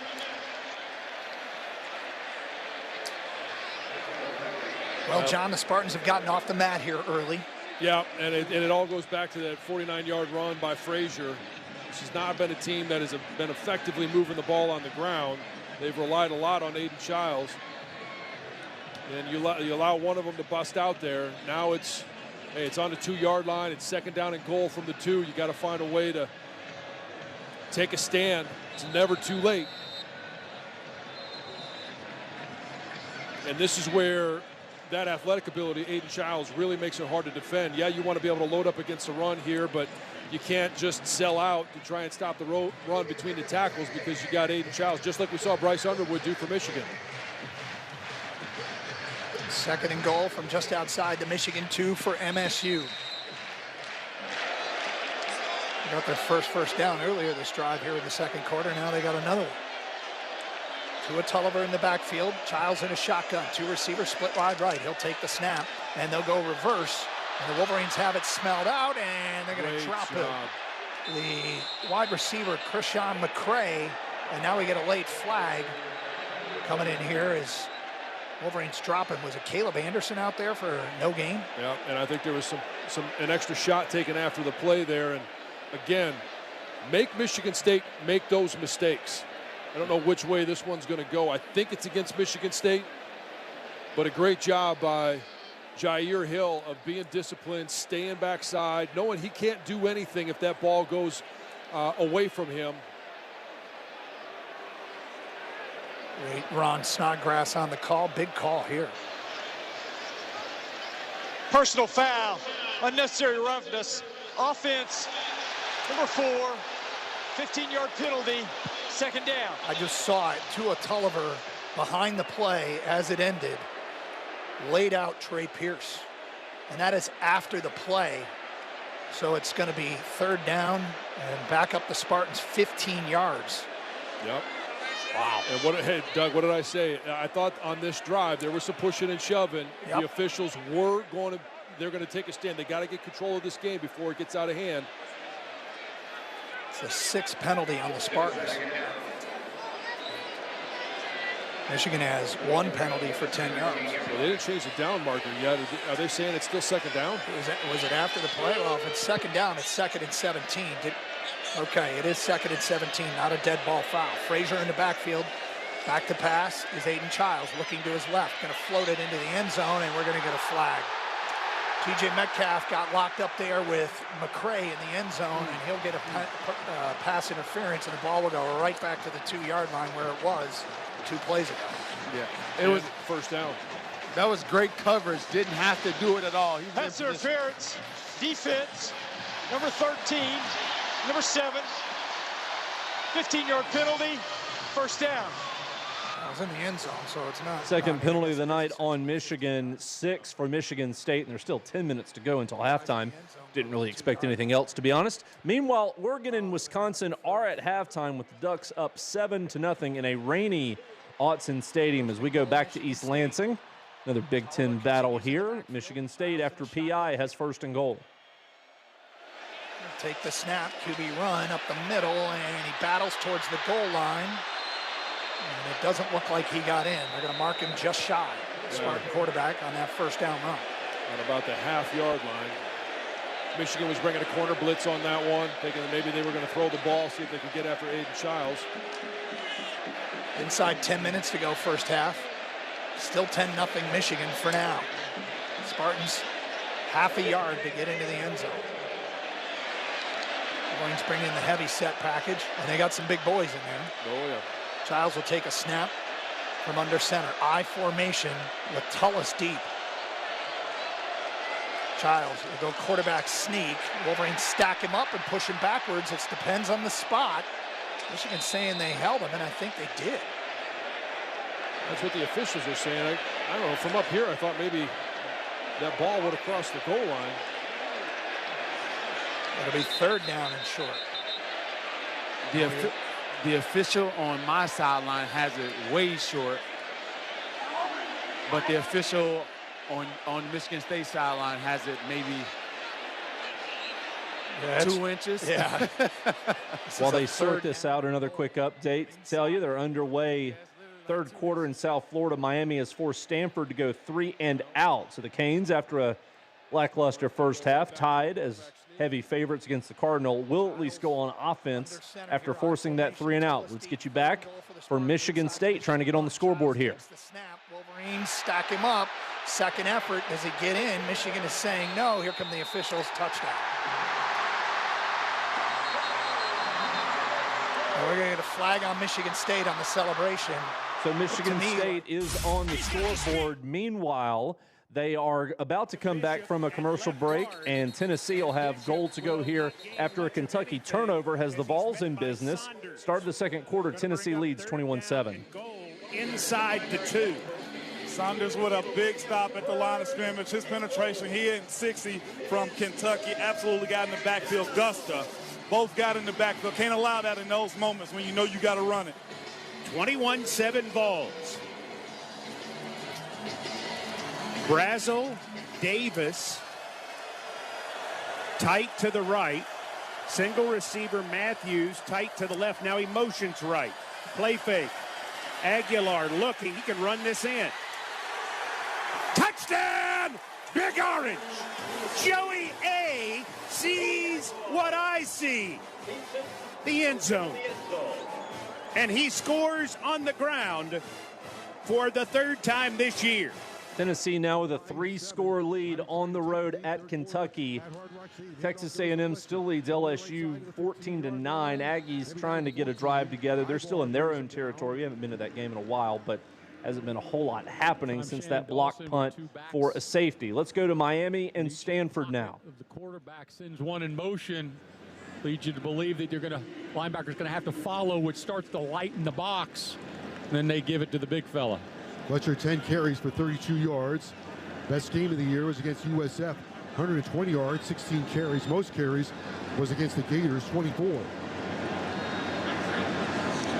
Beck to throw for it. Fires, caught at the 10-yard line. I think he caught it, yep. Yeah, he threw that one. That was a rocket. We got to go to Baton Rouge, where A&M just did something. A nasty one-handed catch, and the Aggies have goal to go. Concepcion stays on.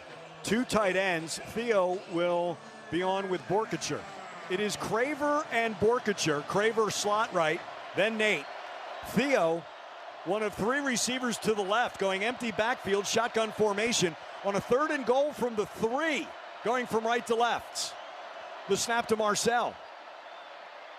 intercepted in the end zone and running it out.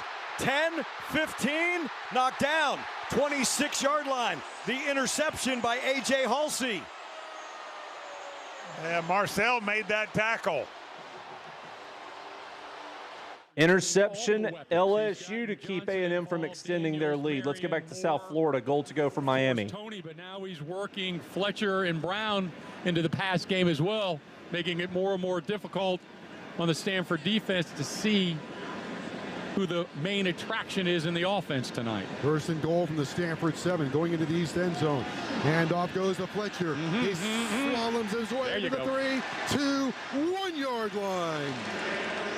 Just came up short of the goal line. Second and goal for Miami. Now Miami's trying to find some joy in the run game. Second and goal from the 1. Ruckermeyer over the ball.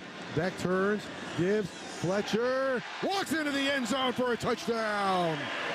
Mark Fletcher has a collector's item, a touchdown, and Miami has the lead 13-7 at Hard Rock Stadium. That offensive line gets the movement, opens the hole, and Big Fletch turns his way into the end zone, gives your Hurricanes 6 points. Under the direction of Carson Beck, the Hurricanes go 40 yards in 6 plays, and Fletcher finishes it off standing up in the end zone for a touchdown, his 7th of the season.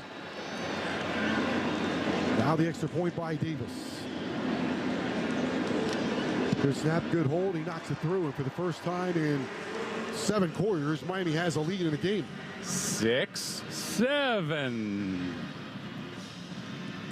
I think it's supposed to be 6-7. No. God, no. We're not doing that. I apologize, ladies and gentlemen. We're taking a break. We'll see you in 2 minutes. He's got the speed. He's got room. He's going to score. No one gets you closer to the game than Sirius XM College Sports Radio. For the win. Got it! Let's go! Tune in for news, talk, and analysis from the offseason through regular season and into the postseason. We've got your team covered anywhere you go. Deep to center field. Oh, it's gone! Get a free trial at SiriusXM.com/College Sports Radio 2025. Progressive knows not all rides are smooth. Meet Claire. She loves her motorcycle, and she's learned to love the insects she encounters on her rides. She may not know the difference between a gnat and a mosquito at 55 miles per hour, but she does know one thing. It's always gross when one flies into her mouth. But she's so used to it that it's weird when it doesn't happen. Not every ride is smooth, but Progressive has your back with comprehensive and collision coverage from America's #1 motorcycle insurer. Progressive Casualty Insurance Company and affiliates, not available in D.C. A smooth, close Barbasol shave in the morning lifts your confidence. That rich, creamy lather will catapult you to greatness. Nothing can stop you today. Well, except that traffic jam. Barbasol, it's a can of can-do. Snakes, zombies, public speaking. The list of fears is endless. But the real danger is in your hand when you're behind the wheel. Distracted driving is what's really scary and even deadly. Eyes forward, don't drive distracted. Brought to you by NHTSA and the Ad Council. Which schools will take home the prestigious Learfield Directors Cup for the top college athletic programs for the 2025-26 college athletic season? Check out the criteria and follow the year-long standings of your favorite team at L Directors Cup on the X platform or online at thedirectorscup.com. Trophies will be awarded in June 2026 to the winning institutions in all college sports divisions. The Learfield Directors Cup, powered by NACTA, the crowning achievement in college athletics. The biggest moments. At the 5, touchdown Arkansas! What a run! Down to the 15, 5, touchdown Indiana! 84 yards! You're listening to the College Football Blitz. Theme of the night tonight, ranked teams that were expected to roll doing anything but, especially through the first half. It's been the case with Oregon as they lead Wisconsin 7-0 at the break. And it's also been the case with Louisville. Cardinals were trailing Boston College at home until a few moments ago. 8 of Moss. Again, they come after him on the pocket. Room to run. Moss to the 10. Wide open field ahead. Moss runs it in for a touchdown. That is Miller Moss's 6th rushing touchdown this year. That's a 9-yard run through a gaping hole to the left. 14-10 Cardinals in front of Boston College late second quarter. Let's go ahead and go live to LSU and Texas A&M. A few moments ago, Aggies were knocking on the doorstep, and they threw a pick. Tigers back on offense as they trail 14-9 midway through the second quarter. Ratcliffe and Brooks are your safeties. Torian York, the linebacker. Shaw comes in, joining Chappelle. Des Ricks and Will Lee. Torian joins that defensive line. Cassius Howell on the right side, one-on-one with the freshman Weston Davis. So they put a tight end there. Nussmeier, short pass. Aaron Anderson at the 20, 25, and he's shoved out of bounds by Tyreek Chappelle at the 26-yard line. He's 9 yards shy.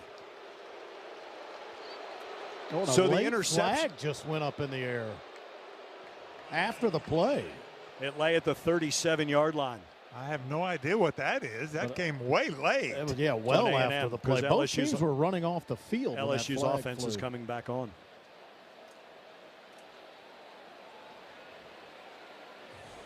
Again, James Carter is our referee. Meeting with the officials. They're stepping off yards against A&M. After the play, personal foul, unnecessary roughness against the defense. 15-yard penalty added to the end of the run. First down. Now Mike is not happy. I mean, he's not happy with the field judge at all. They didn't give a number. No, they never did. On who I guess it would have to be Tyreek, right? But that's questionable error. at best. That's questionable at best. Yeah, and if it was an error, it's a bad one. But and it's a late flag, and were they influenced by the LSU sidelines? Yes, they were on the LSU sideline. That's a good point, Andrew. Still a little confused on that one. He kind of slings him out of bounds using that right arm to push him. Drive continues from the 42. Nussmeier taking a shot down the left side. Desrick's coverage. Over the shoulder catch inside the 20-yard line. That is complete to Berrien Brown. Hey, if you're going to execute a go route, that's perfect execution because the defender was right there. It just got over his hand and into his grasp.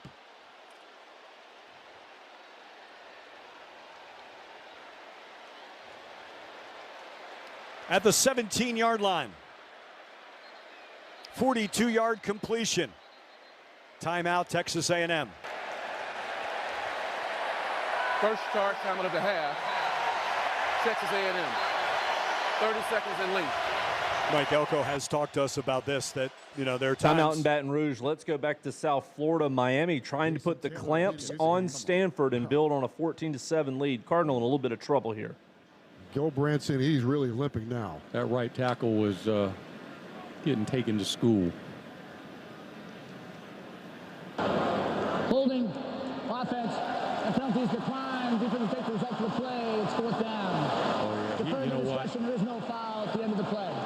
That right knee, he planted it, it twisted, and then he fell on top of it.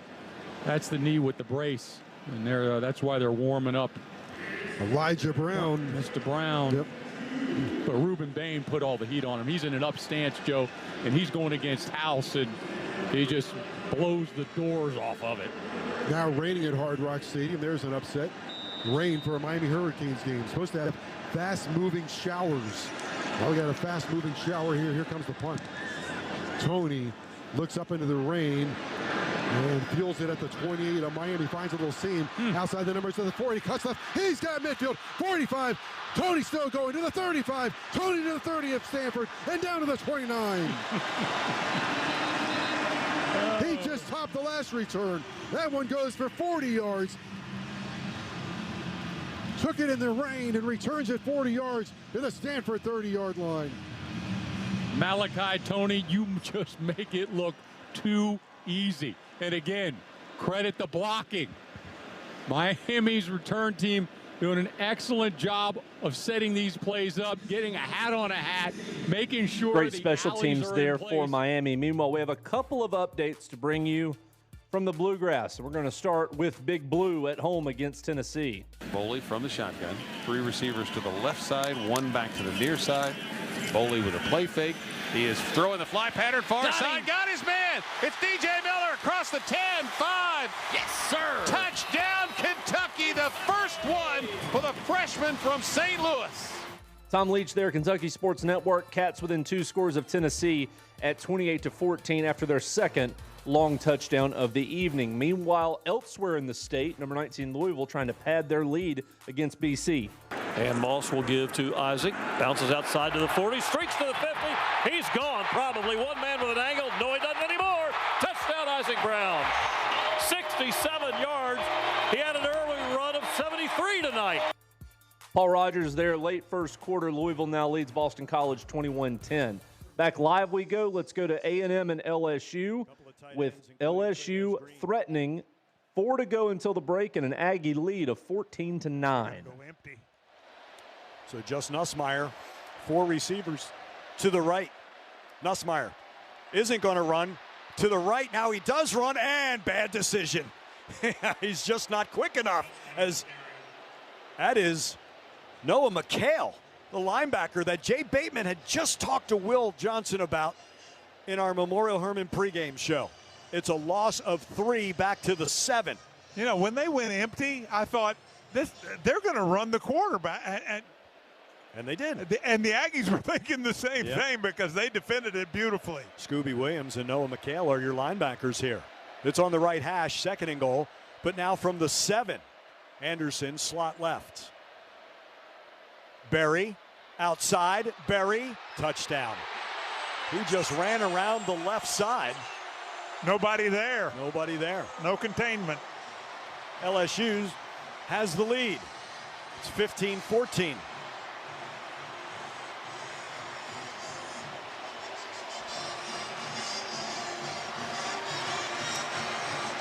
On what could have been a 3 and out, on what could have been a drive-ending interception, ends up being an 8-play, 75-yard drive in 3:47. And now the extra point.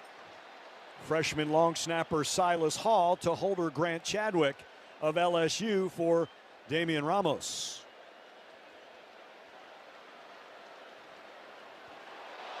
Hits the upright and is no good.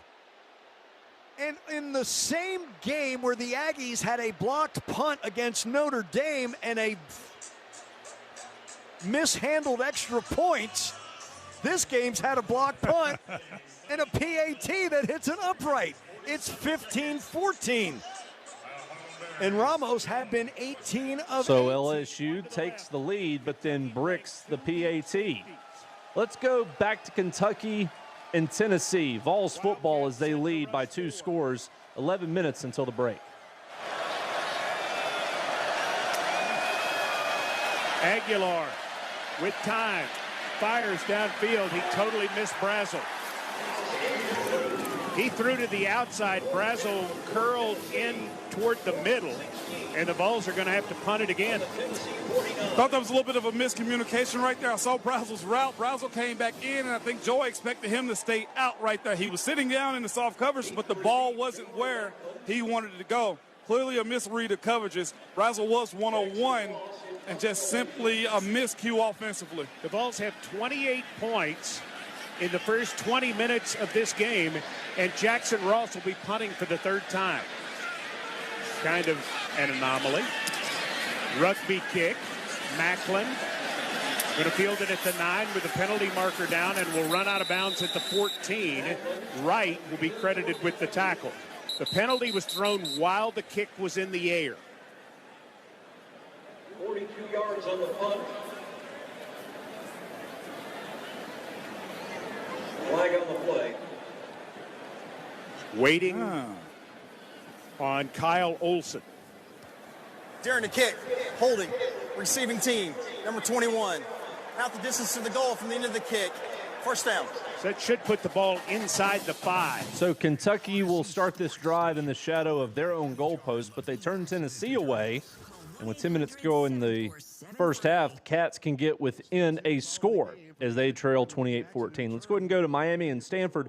Canes on the doorstep of the red zone as they lead the Cardinal 14-7. Right now, Miami needs the offensive play of the game. Fletcher has scored on a touchdown. Beck has a touchdown pass. Miami has scored in the last 2 drives. They're looking at a 4th down and 1.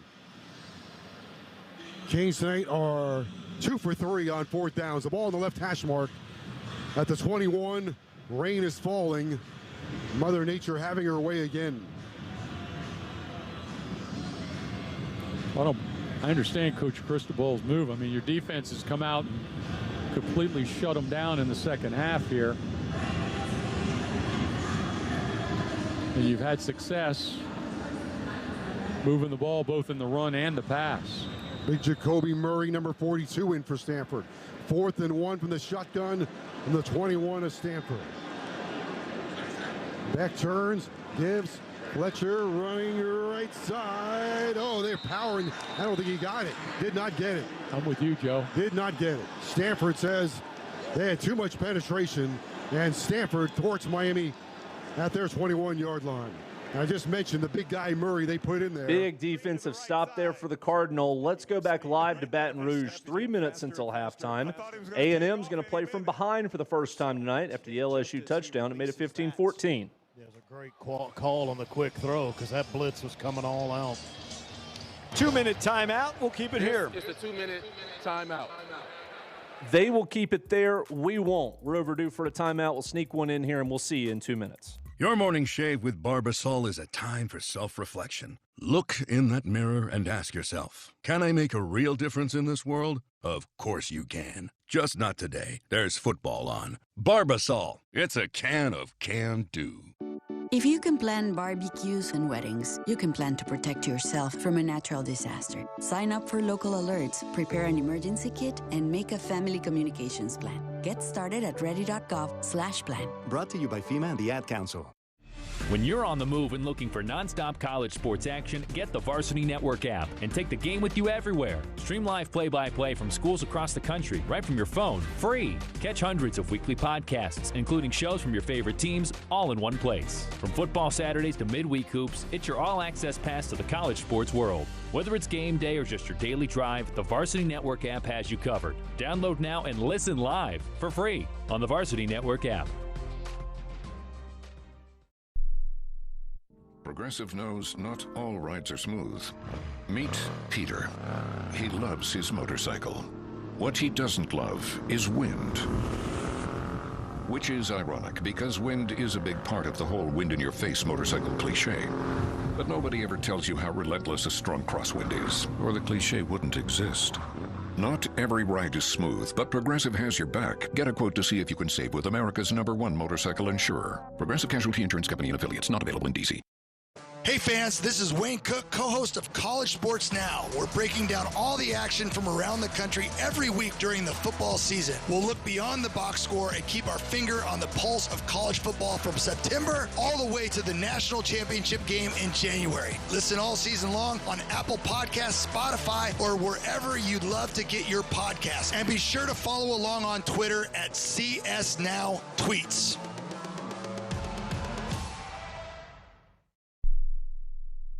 We go crazy for this stuff. Jones is going to take it to the house. Touchdown! The College Football Blitz. Back here in the studio, Phil Brain with you. Let's go back to South Florida. Miami 14, Stanford 7. Every inch of the way was Keontae Scott. Had the coverage on Caden High. Credit Keontae Scott remaining inside out. High, their speed guy. They tried to create some space, and it just was not available because of the great job of coverage by Scott. I had 110 yards receiving earlier this season. It was a career high, 126 catches in his career. Second down and 10 from the 30. Tab takes a handoff this time. Whoa. He's stymied at the line of scrimmage. A lot of camouflage jerseys are there. Yeah, and the big reason is that he was driven back. 68. Yamaguchi was driven back into the backfield, the true freshman, and he's the one that put the brakes on the run. Booker Pickett also in there. Stanford 3 for 9 on third downs. Been hitless on their last 5 or 6. Third down and 10 from their 30. 4:20 to go in the game in the third quarter. Miami 14, Stanford 7. Canes had a chance to take complete command, but could not convert on a 4th and 1. Yep. Cedric Irvin in the game, 3 receivers to the right side. Cole Branson, his eyes roaming, looking at the Miami defense. Play clock down to 5, takes the snap. Drifts back, throws on the run, intercepted by Miami. Wesley Bissaint's got it at the 20-yard line. He might take it all the way. He's at the 15, at the 10. He's down to the 2-yard line. Wesley Bissaint turns this game upside down. Miami needed one moment of magic, and they get it from Wesley Bissaint in his 45th career game. That they do, Joseph, and it all started with the pass rush. Miami showed one look and brought another that forced the hurry, which led to the pick, which gives the Hurricanes excellent field position. I saw Wesley Bissaint's mother, aunt, and sister outside before the game, and I said, you've done a great job with Wesley. It started. He does a great job in our locker room show, so now he's got the interception and perhaps the defensive play of the game. It started with our good buddy Ruben Bain and was followed up, the quarterback pressure was, with Lightfoot. High formation. Fletcher at the top of the eye. Ball at the 3. 1st and goal from the 3. Beck under center. Turns and gives. Fletcher over the right side. Fletcher into the end zone. Touchdown, Miami. Hot dog Holly Gully. I got you on that one, didn't I? I like that one.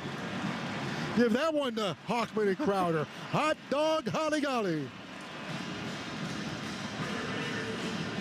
Big Fletch getting the movement that he was looking for from that offensive line. All he did was follow the big fellas for 6 points. Miami 20, Stanford 7.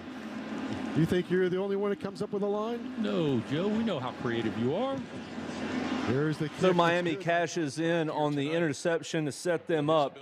And after the touchdown, Canes, again, shaking off a slow start. They've got some breathing room at 21-7. Let's quickly go back to Texas A&M and LSU because LSU just intercepted A&M, and they are in business late stages first half. Aggies were near midfield inside the 2-minute timeout. Now they've thrown a pick, and LSU might add to this 15-14 lead.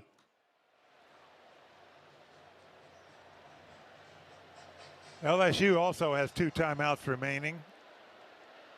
The last 2 interception game for Marcel was the bowl game at against USC in Las Vegas. Stepping inside Durham, he stays on his feet, 25-20. Undercut at the 16-yard line by Dalton Brooks. A lot of missed tackles. A lot. The line of scrimmage haunted this team at Arkansas last week. It's haunting them again here in the second quarter. 46 seconds left. Ball placed. Clock starts once again. 35 seconds left, second quarter. 1st and 10 from the Aggie 16-yard line on the right hash, and Nussmeier calls time. That clock never started. It was at 40, reset to 25. As they call timeout, we go back to Eugene, where Oregon has a 7-0 lead on Wisconsin. The Ducks had a huge play to start the half. They open the third quarter on offense. We go back to Jerry Allen here. 2.5 minutes into the third. Ducks 7, Badgers nothing. As he came in, instead of maybe aiding Decorian Moore by pushing, he came in and just laid himself into the pile pretty. He tried to peel off one of the tacklers. Yeah. And I guess that's not legal. So the penalty takes it back to the 20. It's a first down. Great play on the pass. But the penalty to the 20, first down. And Thomas, Brock waiting for that snap. Got it, going to hand it off. Davison going right. Cut it up, inside 10. Good move inside the 5. Still on his feet, 2-1. Did he get there? Yes! Touchdown, Jordan Davison. Got help on a block outside, and then he did the rest himself. I tell you, the guy likes to go more south, doesn't he? He likes to go straight up the field because I kept waiting for him to bounce it outside. It looked like that's where all the open green was to go to, and yet about the time he did. So Oregon closed the first half with a touchdown. That's how they opened the second. They lead Wisconsin 14-0. Back we go to Baton Rouge. LSU trying to get points before the break and build on a 15-14 lead over the undefeated number 3, Texas A&M Aggies. Aaron Anderson will go to the left along with Berrien Brown. Nick Anderson is slot right with Trey'Dez Green, the 6'7" target. The tight end is widest right. 2nd and 10 from the 16. Now Green goes in motion right to left and sets up on the left wing. Durham right up the middle, and he is knocked off balance at the 13-yard line by Tyler Onyedem, and a timeout for LSU. Yeah, they'll take a timeout here, stop the clock, and see what they're going to do on 3rd and 7. Third and final charge time out of the half. LSU, 30 seconds in length. Game clock operator, please put 26 seconds back on the game clock. Why? 2-6. Oh, so they moved it up 1 second. Right. So interesting, though, no more timeouts. If they don't gain the first down here, they have to get that field goal unit in without a timeout. That's something to think about. There's a lot of time, and you would have enough time, but. Well, they just now corrected the LSU timeouts because when he said that, they still had a timeout remaining.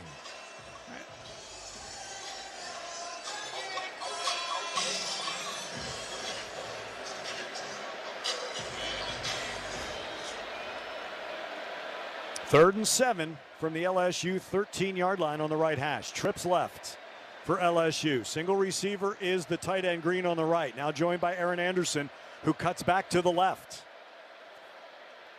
Nussmeier throws left. Anderson dropped. It wasn't a very good throw.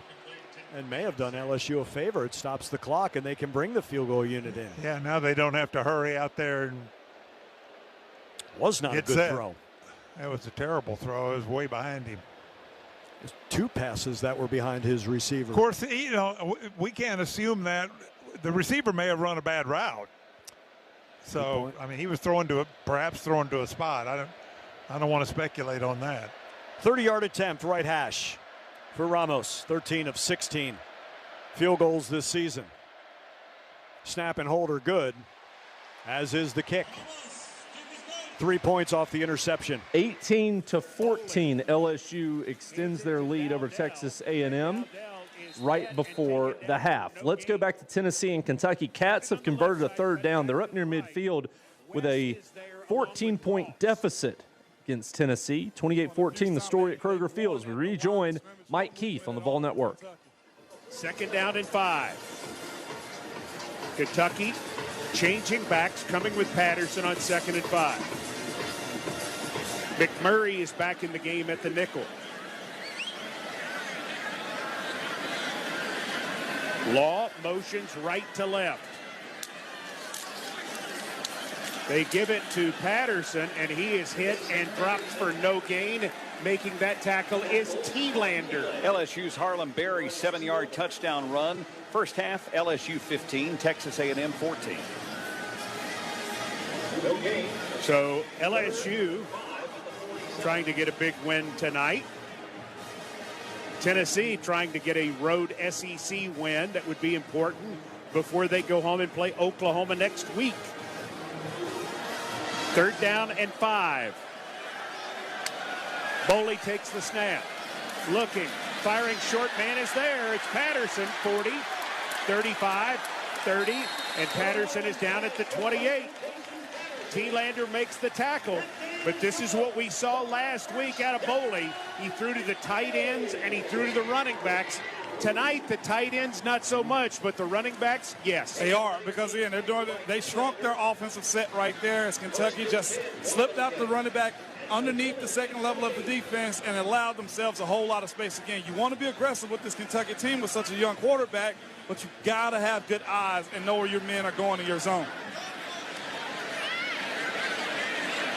At the 28, Boley going to hand it off, and it's Patterson running to the right, and he is hit and dropped for a 1-yard loss. First contact there by Weathersby. It'll be 2nd down and 11. And here's the trend of this Kentucky team. They will go back to the run and set up something that they want either over the second level of the defense or play action down the field. This drive is approaching 7 minutes. 12th play of the drive upcoming.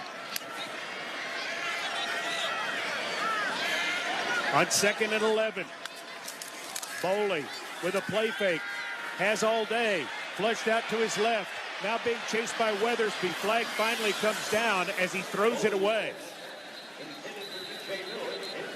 When a quarterback has all day like that. Quick chance for us to jump back to South Florida. Miami's threatening again to break this one open against Stanford late third quarter. Excellent running lane for Big Fletch. Dubray makes the tackle, 18 carries, 73 yards for Fletcher. Tony goes in motion. Fletcher takes it for a third straight time. Look out, breaks a tackle at the 15. That's right at the 12. And is inside the 10, down to the 9, between the hash marks, down to the 8-yard line. Hurricane fans, you like that running game now?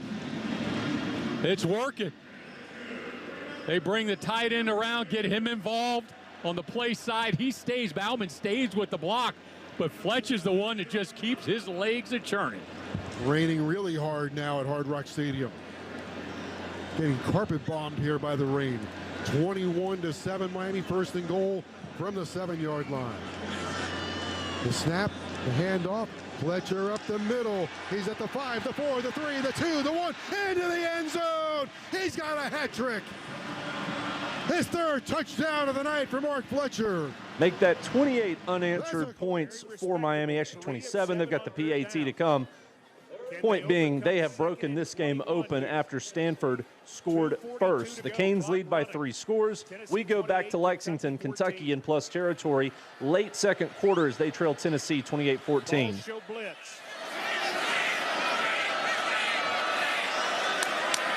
Boley takes the snap. Feels some heat, fires short, got it complete to Dowdell. Dowdell will take it inside the 20 and is very close to his first down. They spot him just short of the 18-yard line. It's 4th down. Kentucky will certainly run to the 2-minute timeout here in order to make a decision. 2 minutes remaining in the first half. Kentucky with a fantastic drive. Currently 13 plays, 70 yards, nearly 8 minutes off the clock. What do they do on 4th and short when we come back? As they break in Lexington, we go back to Tempe, where Houston continues to lead Arizona State 10-0. Sun Devils trying to get something going before the break. I think you have a run-pass option, but you have Scadaboo that could pick you up. You know, you have 3 timeouts left. So a run is not out of the question if they have a 2-deep shell. We'll see how Houston looks like they're going to. Yeah, they've got kind of a man-free look. 2 receivers lined up to either side. Mateer now goes in motion. They'll hand it to Rayleigh Brown, and Rayleigh has a first down and more. He found a hole up the middle and scooted out to the 27-yard line, a 10-yard gain before he's tackled by the middle linebacker, former Utah Ute, Sione Fotu. Yeah, it's a good call right there. You don't have to throw the ball, just run the ball to Rayleigh Brown. On first down, Levitt drops back, being raced, pressured from the backside, and he is dropped back at the 25-yard line. And again, it's Eddie Walls. And I believe that's Walls' second sack of the game. This one for a loss of 2. Sun Devils have to hurry right back to the line of scrimmage as we have 90 seconds remaining in the first half.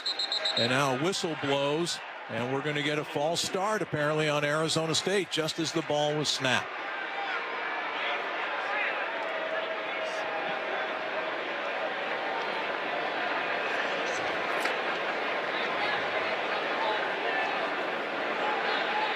Still waiting for the call here.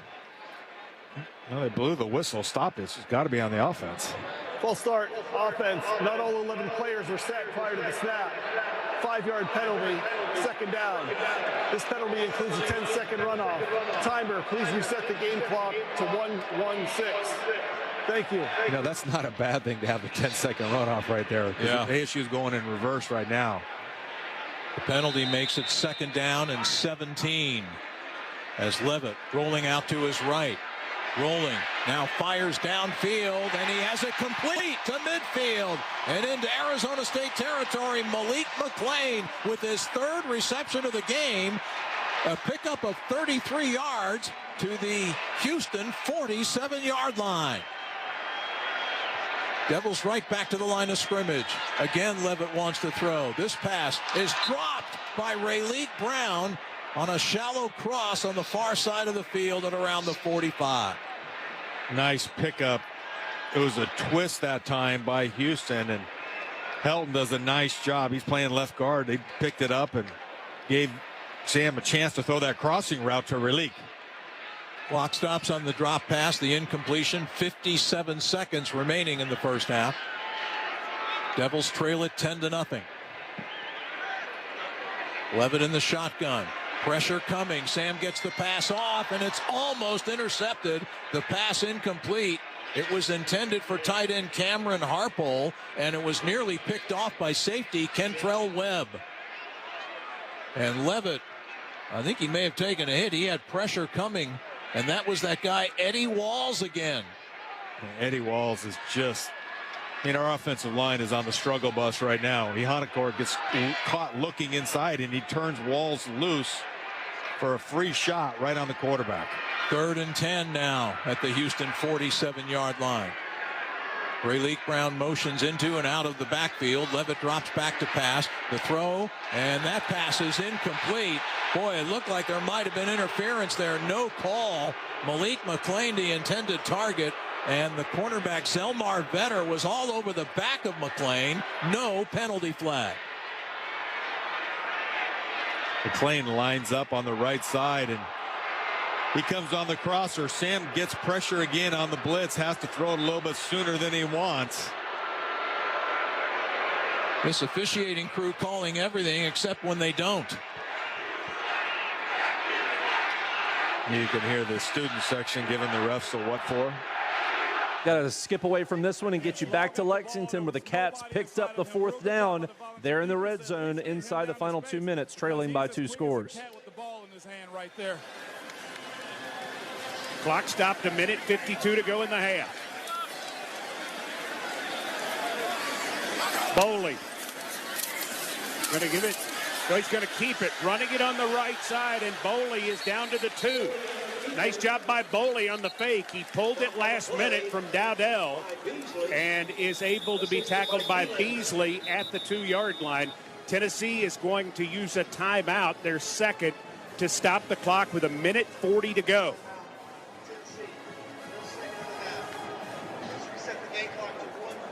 So they're going to reset the game clock to 1:42. Tennessee trying to save time to get the ball back. As Tennessee calls timeout, a few of our top 25 games on our board have gone to halftime. LSU leads Texas A&M 18-14. That's number 20 LSU over number 3 Texas A&M. Number 19 Louisville, a 21-10 lead at home over BC at the break.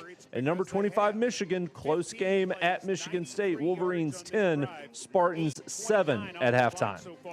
Best defense Kentucky has going for itself is keeping the volunteer offense on the sideline. And just Kentucky's offense versus volunteer defense, Kentucky has everything in front of them. They're able to run the ball when they want to right now. If they're playing deep the volunteer defense, they're throwing it underneath where they're soft at. They got to find some type of negativity to get to the young quarterback, Boley, here today. The most potential pro talent on Kentucky's roster is in the offensive line. That's the biggest advantage they have, and their offensive line has come alive on this drive. And they got a nickname for it. The Big Blue Wall is what they are, and they've been that tonight. Outside the 2, pistol. Kentucky on 2nd down. Play fake. Boley looking, firing in the back of the end zone. It is complete to Hester for a touchdown. Had to wait for a signal to make sure Hester got the feet down. But for a guy who did not have a catch before tonight, he's had a couple big plays on this drive. Kentucky has just driven the football 16 plays, 96 yards, 8:35 off the clock, and they are very much back in this game. And efficient as heck on offense. You had Carter Boley right there looking right to Law in the flats. Again, we mentioned that Kentucky offensive line. Gave him enough time to find a man wide open in the end zone. Extra point. Coway kicks it up and kicks it good. At one point, it was 28-7 Tennessee with 13:52 to go in the second quarter, and it looked like the Vols might run and hide. But then Kentucky scored on a 56-yard Boley to DJ Miller touchdown pass. And after getting the ball stopped, largely due to a penalty, Kentucky started at their own 4 and goes on that 96-yard drive. Cutter Boley, 13 of 19, 197, 3 touchdowns, 1 interception. Kentucky now with 282 yards of total offense. The Vols do not have a sack in the last 6 quarters. Absolutely not. And here's the thing that's happening right now. You got a young prospect in Cutter Boley who's getting a lot of confidence with every completion that he gets, and he's been supported right now by the defense. Brent Hubbs on the Pilot sideline.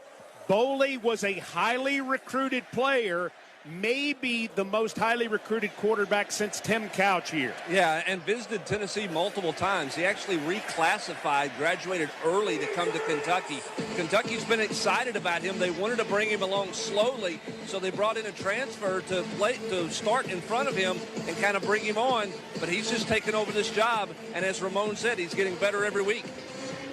And that's scary. It is. If you're other teams. If you're Kentucky, you're excited. Lewis and Thomas are deep.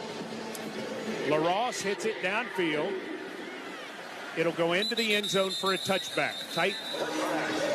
Tight situation here for the Volunteers, 28-21 because of this. They have 1 timeout, 1:37.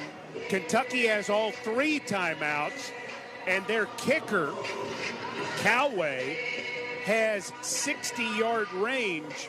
So the big thing is you don't want Kentucky to get the ball back at all, especially knowing they get the ball to start the second half. If you're Tennessee right now, you got to go score. Give Deshaun Bishop. Bishop has 4 yards at right guard to the 29-yard line. Humphrey Grace, a defensive lineman, with the tackle. Aguilar gets him on the ball. 2nd down and 6. 1:20. Aguilar has time, looking, firing complete. Matthews with his 3rd catch makes the grab at the 38-yard line for a 1st down. Nichols with the tackle. Clock starts again, 1:10. Aguilar looks, fires down the middle, incomplete. Defender Scott was on the back of Staley. No call on the play. I expected a flag right there in that moment. He was all over him in coverage, but of course, pass breakup by Kentucky defense. Jackson is in the game at wide receiver for the Vols. Matthews wide left, 3 receivers to the right on 2nd and 10. 1:04 to go. Vols with 1 timeout. Play fake, quick screen, right side, ball caught, Staley. 40, Staley 45 and down. It's going to be 3rd down. Bryant with the tackle. Vols have not converted a 3rd down tonight. 3rd down and 3. 50 seconds and counting. Aguilar, the 24-year-old senior.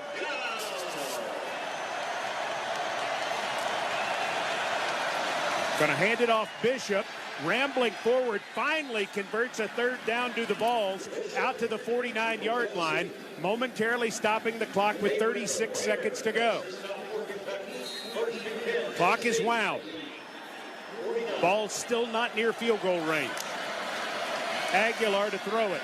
Under pressure, steps up, sprints out to his right. He can run. He will ramble into Kentucky territory and go out of bounds at the 47, being chased by Hardaway.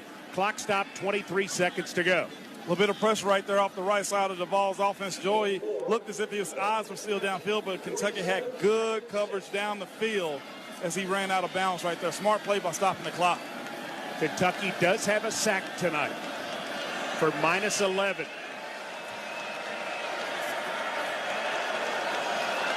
Second down, 5.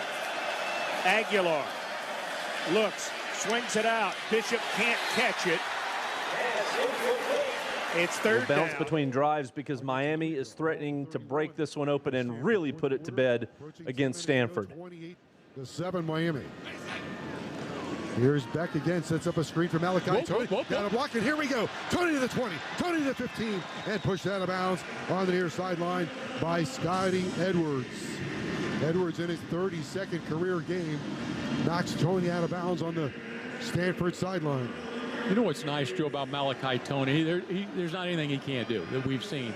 But when contact presents itself, he delivers it.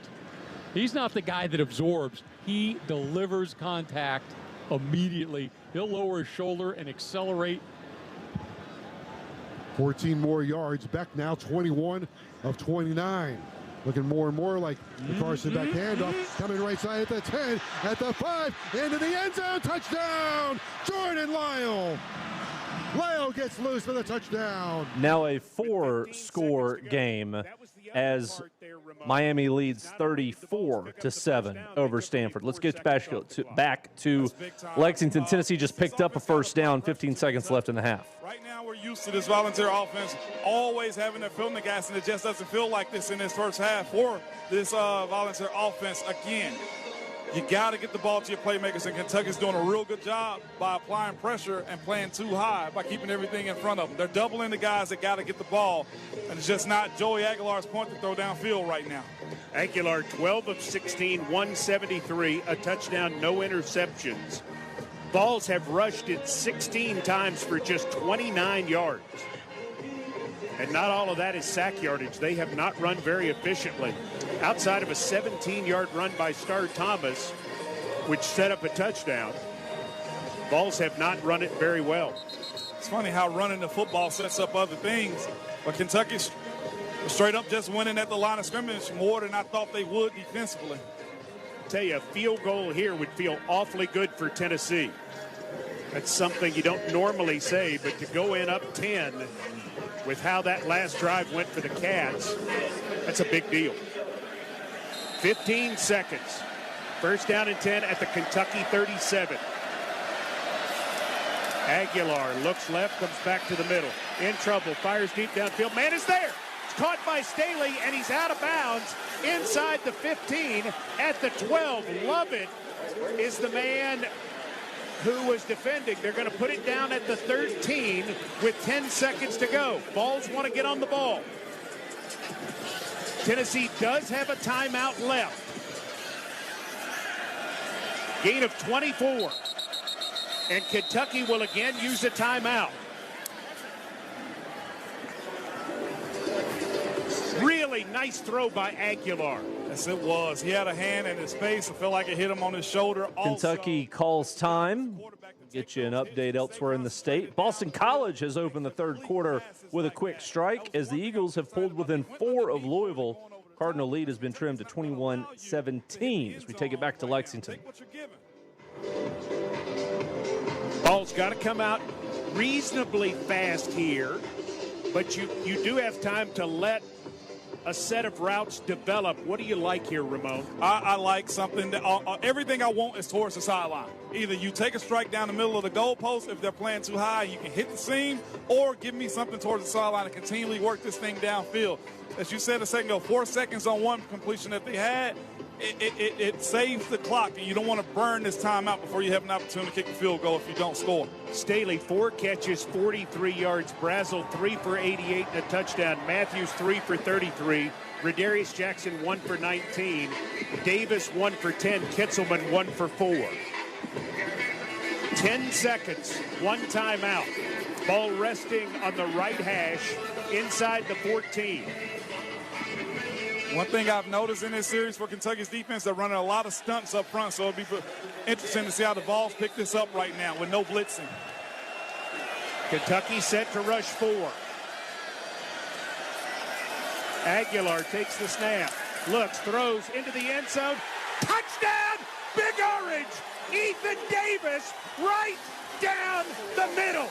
When you have a team watching you, you got athletes like Ethan Davis that can get behind that safety, and Joey Aguilar with enough time to deliver the strike. I'm talking about 5 feet away from where the safety was. As we said, hit the seam or hit the sideline. He hit the seam for a touchdown.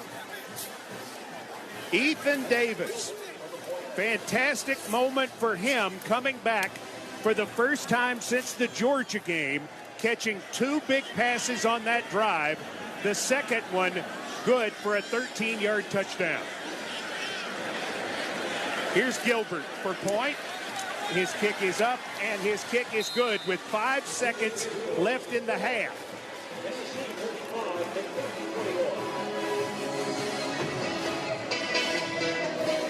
Scoring drive for the Volunteers, 10 plays, 75 yards, 132 off the clock. And we check top 25 scores while we have a moment. Oregon leads Wisconsin 14-0 third quarter. Miami 35, Stanford 7. That game was tied. It's now in the fourth quarter. It's Louisville just across the way, leading Boston College 21-17 as they're in the third. Michigan 10, Michigan State 7. They're at halftime. Houston leads Arizona State 10-0. They're at halftime. So with the way this game is being played in terms of pace, we'll get home right in time for tip-off tomorrow night on these Vol Network stations. We'll be on the air at 6:30. Tennessee and Duke tip-off at 7 from the Food City Center. Excited about that. But this first half has taken nearly 2 hours to play. Yes, a lot of passing, a lot of drops, a lot of stoppages of the clock also. 35-21, Vols lead it. Turbyville, little knuckler. And it goes into the end zone for a touchback over the pylon. I'm not sure how he did that. I think he meant to do that. Either that or the ref want to get out of the half right here, which I don't think they're giving out gifts just yet. That would have been a flag, but it's out of the outside the pylon. So in the first half, Kentucky has outgained Tennessee 282-239. And yet Kentucky, because of 2 massive turnovers, one returned for a score by Farouk, the other one setting up a 6-yard ball drive. That's the difference in the ball game. Cutter Boley going to take a knee right here, and that ends the first half. At the intermission at Kroger Field, it's the Tennessee Volunteers 35, the Kentucky Wildcats 21. So that's the end of the first half in the Bluegrass. Tennessee with a 14-point lead thanks to the late touchdown pass. We've got a lot of games that are in break right now. Don't forget, we've got LSU and Texas A&M with the Bayou Bengals up by 4. Also, number 25, Michigan at Michigan State 10-7. Both of those games are mere moments away from the start of the third quarter. So we'll hit a timeout, come back, and get set for more football. Don't go anywhere, folks. We're with you for 2 hours plus as we roll up till midnight Eastern. This October 25th edition of the College Football Blitz. Morning, Zoe. Got donuts. Jeff Bridges, why are you still living above our garage? Well, I dig the mattress, and I want to be in a T-Mobile commercial like you. Teach me, Saldana. Oh, no, I'm not really prepared. I couldn't possibly. At T-Mobile, get the new iPhone 17 Pro. On them, it's designed to be the most powerful iPhone yet and has the ultimate pro camera system. Wow, impressive. Let me try. T-Mobile is the best place to get iPhone 17 Pro because they've got the best network. Nice, Jeffrey. You heard them. T-Mobile is the best place to get the new iPhone 17 Pro on us with eligible trade-in in any condition. So, what are we having for lunch? Dude, my work here is done. 24 monthly bill credits on experience beyond for well-qualified customers plus tax and $35 device connection charge. Credits ended, balance due if you pay off earlier. Cancel. Finance agreement iPhone 17 Pro, 256 gigs, $1,099.99 and new line minimum $100 plus a month plan with auto pay plus taxes and fees required. Best mobile network in the U.S. based on analysis by Ookla Speed Test Intelligence Data 1H2025. Visit T-Mobile.com. He's got the speed. He's got room. He's going to score. No one gets you closer to the game than Sirius XM College Sports Radio. For the win. Got it. Let's go.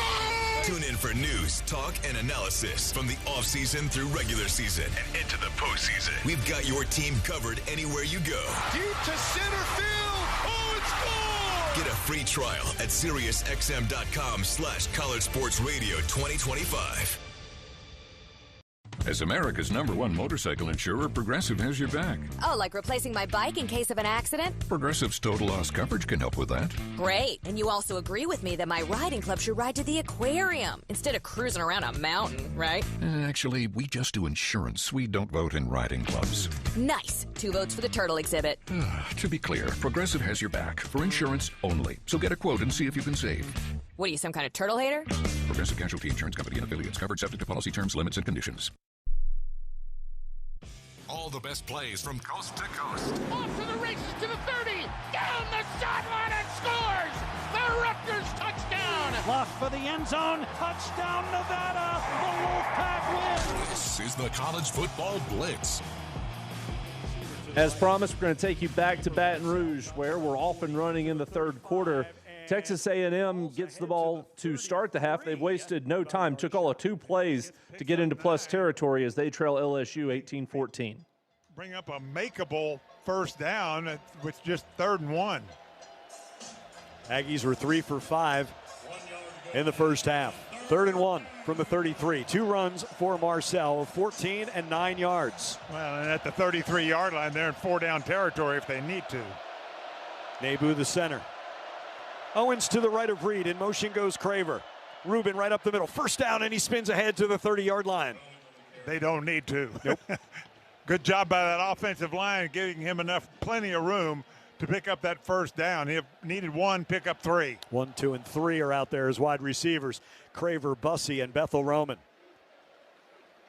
Theo Mellon-Orstrom comes on at tight end.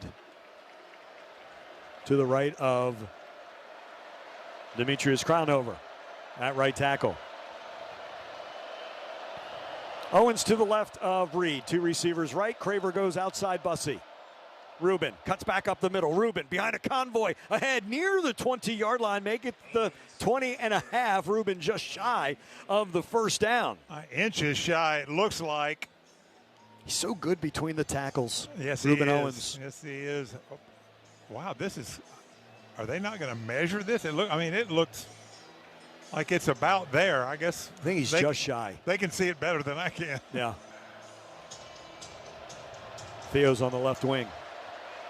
Staggered receivers on the left side. Ashton Bethel Roman one-on-one on the right. Now Craver. It's the end around to Mario at the 15. Mario Craver to the 10-yard line. And out in front was Reuben Owens blocking for him. Well, I love the call on second and very, very short. You run a play that has a great upside, and it turns out he gets it all the way down to the 11-yard line. In the Wells Fargo red zone, Wells Fargo is the official bank of Texas A&M Athletics. 2 receivers to the right. Craver slot right, then Bethel Roman. And a stoppage of play as an LSU player is down. Yeah, he fell down.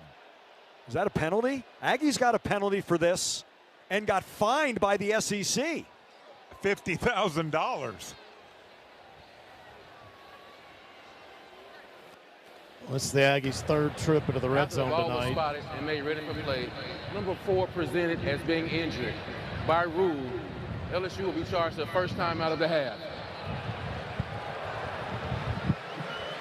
That sounded familiar from Fayetteville. Yeah, very last careful. Week. Yeah, they're very careful about how they put that. While they sort this out, Michigan's in scoring position against Michigan State as they're just underway 3rd quarter. Yeah, it looked like a player might have jumped in the neutral zone. Are you sure there's a flag? Yeah, there's a flag down right on the 20. The ref is standing next to it on the 22-yard line. Okay.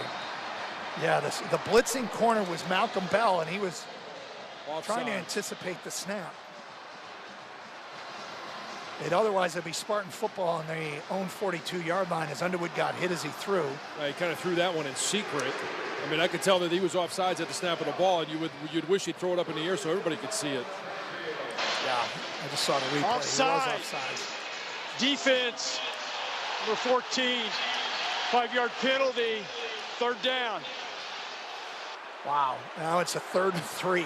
That is a huge penalty. Yep. Michigan State just celebrated like they won the game. Well, I will tell you this. I mean, I'm not sure he gets there if he's not offsides. Right. Well, and all they did there was they had a guy, and Michigan needs to see this, but it's not always easy to see. But when you have that slot corner that is backed up by a safety, he's not there. They're not going to cover Samaj with two guys. It just doesn't require that type of coverage. So one of those guys is going to be doing something unique. They ended up bringing him down at the line of scrimmage right before the snap. He was the one that was offside. So you got to be able to see it to pick it up. 3rd and 3. Justice Haynes back in there for Michigan. Underwood claps his hands, takes the snap, hands it off to Haynes. He's going to bounce it outside and get the first down inside the 10. He's chased out of bounds. Justice Haynes, nothing up the middle. And he makes do with what he can. They're going to mark him out right at the 10-yard line. There's an injured Spartan down on the field. Wait to see who that is. I think it's Jordan Hall. Linebacker. Yep, Jordan Hall.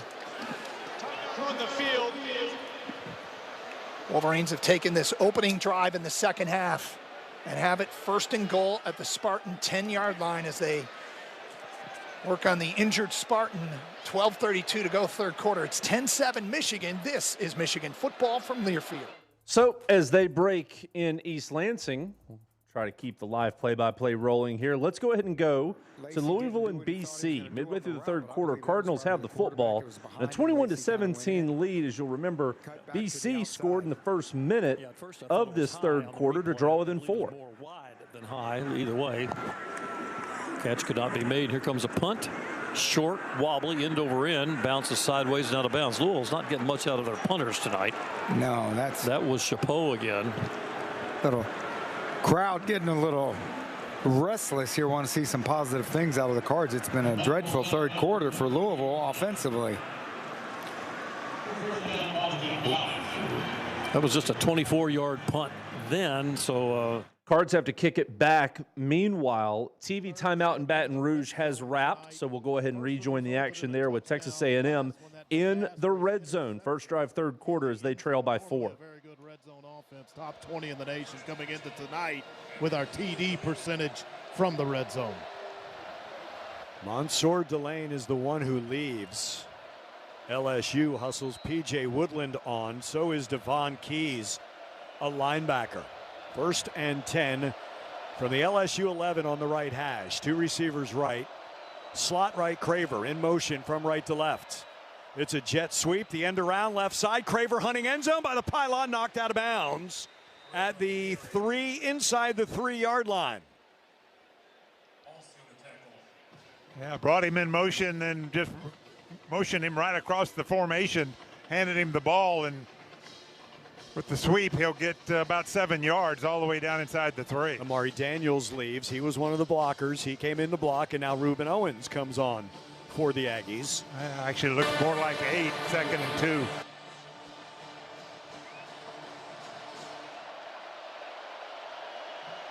Second and 1 for the Aggies. Owens to the left of Marcel Reed. Roll to the right by Marcel. Throw. Touchdown. Aggies. And the play is stopped. LSU was pointing out the penalty. There was no flag thrown, and now there's still the play no is flag. stopped. There's still no flag. False start. Offense. Number 78. 5-yard penalty. 2nd down. Who's officiating this game? The LSU players? The false start on Demetrius Crownover moves it back beyond the 7-yard line. It is 2nd and 6 for the Aggies. And Owens is out of the backfield, and he is slot right with Ashton Bethel-Roman. 2 receivers left. Craver and Concepcion. It's Marcel. Tuck, run, right up the middle. Steps to his right. Down inside the 5-yard line. Will set up a 3rd and a long 3. The Aggies can get a first down at the 1-yard line. It's just inside the 5, near the middle left, let's call it. So 3 receivers right, including Nate Borkacher, who is the top of that arrowhead formation on the right. Bethel-Roman one-on-one on the left. Borkacher along with Craver and Concepcion on the right. Marcel looks, tucks, runs, Marcel, touchdown, Aggies! Back in the lead is Texas A&M. Officially a 4-yard run and Marcel's 2nd touchdown run of the game. And they open up the third quarter with a touchdown drive. So Texas A&M back in front to start the third quarter. We're going to go back to Tempe with Arizona State driving on Houston rather. Houston leads Arizona State 10-zip third quarter. See if the defense can create something here. Waiting for something to cheer about. On first down, off play action, Wigman rolls to his right, throws downfield, has Koziel open at the 30, at the 25, and Tanner Koziel is tackled by Montana Warren inside the 25-yard line. They'll mark him down at the 25, a 32-yard gain. Yeah, second time that they've taken Koziel, the tight end, found that soft spot in the zone. Little out and up move by Koziel. Montana Warren gets caught looking at the quarterback on the rollout. 1st and 10 Houston at the Sun Devil 25. Wigman drops back. Plenty of time to throw. Nothing available. Rolls left. Throws out on the far flat. That pass is complete. And down to the 20-yard line goes the receiver. And once again, it's Amari Thomas. And that play will pick up 5 yards.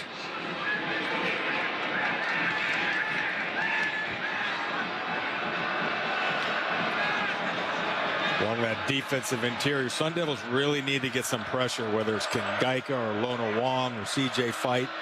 Looks like Kingaika and Lona Wong in there right now. Whistle left tackle blows, moved. And it's going to be a false start on Houston. Again, the left tackle, Alvin.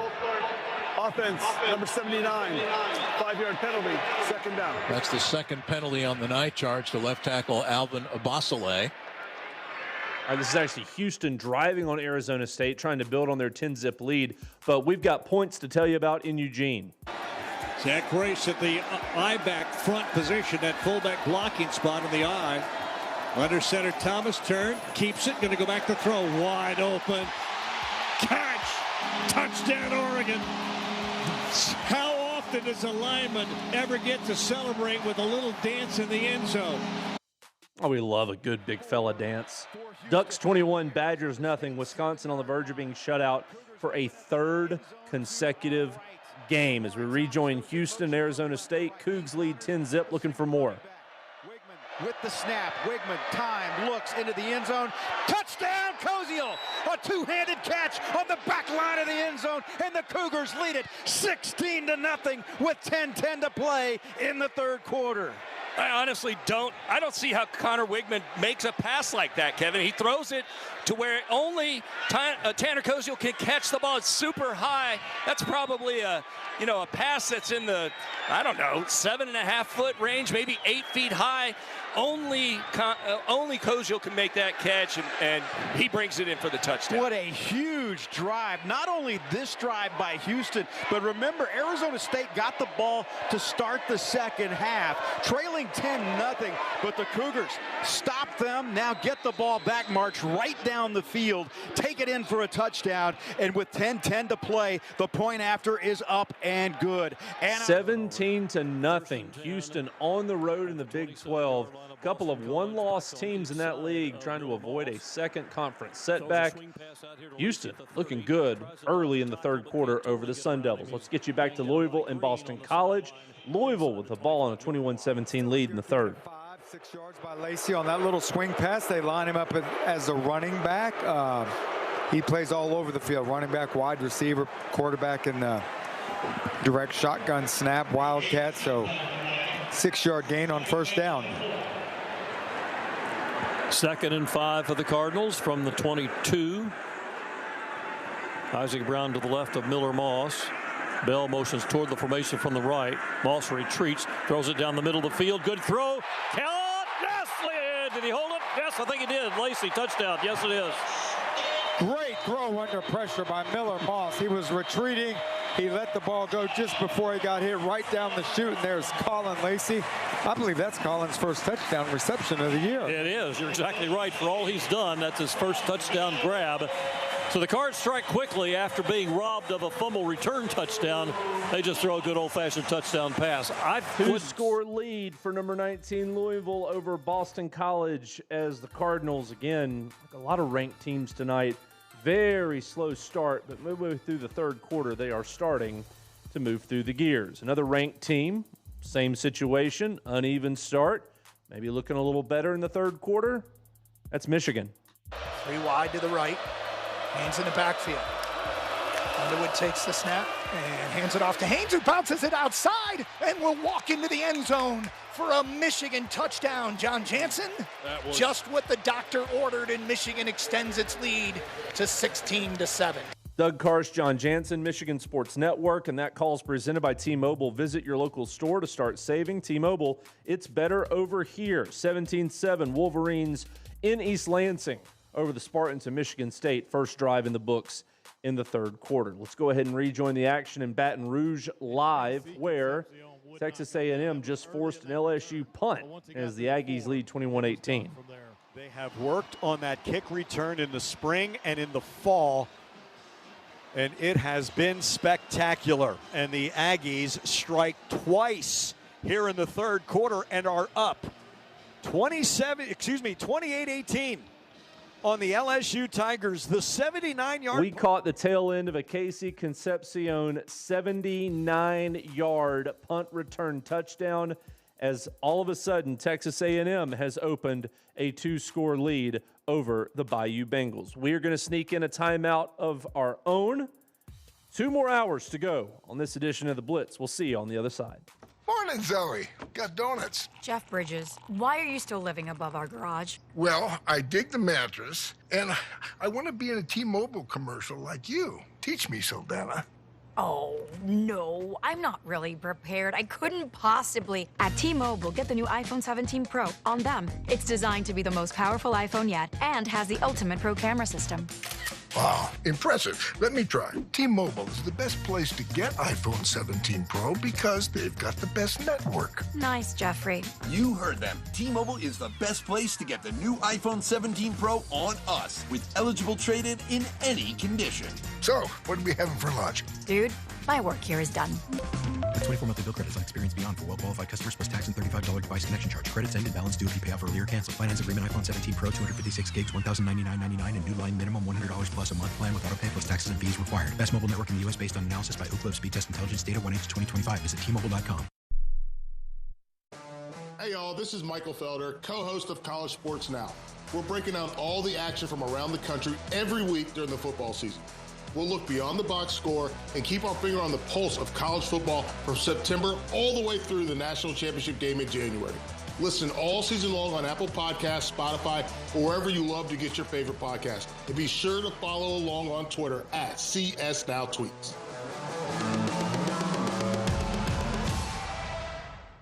Progressive knows RV owners like to travel at a nice, relaxing pace. Just like this commercial. They're not rushing to a departure gate at the airport because they depart from their driveway. And they can relax even more knowing they're protected by Progressive. Now here comes the fast part. Progressive Casualty Insurance Company and affiliates. You're listening to the College Football Blitz. It's caught! It's caught! He's got it! He's in the end zone! Touchdown! Ole Miss! Touchdown! And Wake wins it! Well, it's been a rainy night in South Florida, and appropriately so, the floodgates hath well and truly opened for number 9 Miami as they have scored again, and that's 42 unanswered points for the Canes. Again, Stanford scored first. After a quarter, it was 7-0 Cardinal. At the break, it was 7-all. Second half has been all about the U. Meanwhile, we were listening and we caught the absolute tail end of the KC Concepcion punt return touchdown for A&M. Here's that call in its entirety. KC backpedaling, SEC logo, fields at the 22 near the LSU sideline, comes to the left, high tackle, doesn't get him, 40-yard line, he cuts back to the right, 45. He's gone! KC! He's gone! You heard my partner, KC, gone! Touchdown, Aggies! Yes, no flags! Andrew Monaco, Texas A&M Sports Network. Another call presented by T-Mobile. Visit your local store to start saving. T-Mobile, it's better over here. Live we go to East Lansing, where Michigan has a 17-7 lead over Michigan State midway through the third quarter. He'll be 3 yards shy of the first down. And that'll bring on the punt team for Michigan with a 10-point lead deep in their own territory. And that one for Michigan State was just a win downfield. We've been talking about Michigan secondary. Quite honestly, Michigan State secondary has played pretty well, pretty good as well. It seems like when we lose first down, the series doesn't go like we want. It's all about that first down play. Yep. Hudson Hollenbach has a clean snap and gets off a punt, a decent one. Backing up the Spartan punt return. It's going to go over his head and roll inside the 10, and Joe Taylor's down there, and they're going to let it stop on the 3-yard line. We just talked about that, John. Amari Kelly let it go over his head, and it rolled. Good special teams there by the Wolverines. Meanwhile, midway through the third quarter, it's getting late early for number 24 Arizona State. Sun Devils on their home field trail Houston 17-0. At the 35-yard line, he is stopped there by safety Jordan Allen after an 11-yard gain. Back-to-back first downs for the Sun Devils. They spot the ball at the 34 of Houston as we near the 8-minute mark of the third quarter. Houston leading at 17-0. Zachariah Sample lines up as a slot to the right side. Sample, Shimon Mateer, and Jaron Hamilton split that way. Malik McClain is in Jordan Tyson's spot on the left. Off play action, Levitt gets away from one player. Garner fades back, throws to the near side, overthrew Raleek Brown, incomplete. Sam Levitt playing the role of a gymnast, just contorting himself, spinning away from pressure, trying to get away. Jalen Garner, the linebacker, came free with pressure in Levitt's face. He got away from that, and then under duress tried to throw to Raleek Brown on the near side and overthrew him. You know, when you're watching a replay and your offensive linemen are facing your quarterback, trying to find the defender that ran by him, not a good look. And again, that offensive line is just not holding water on their blocks. Jalen Moss is in as that pass is thrown to the near side, and I believe that was Moss who made the catch.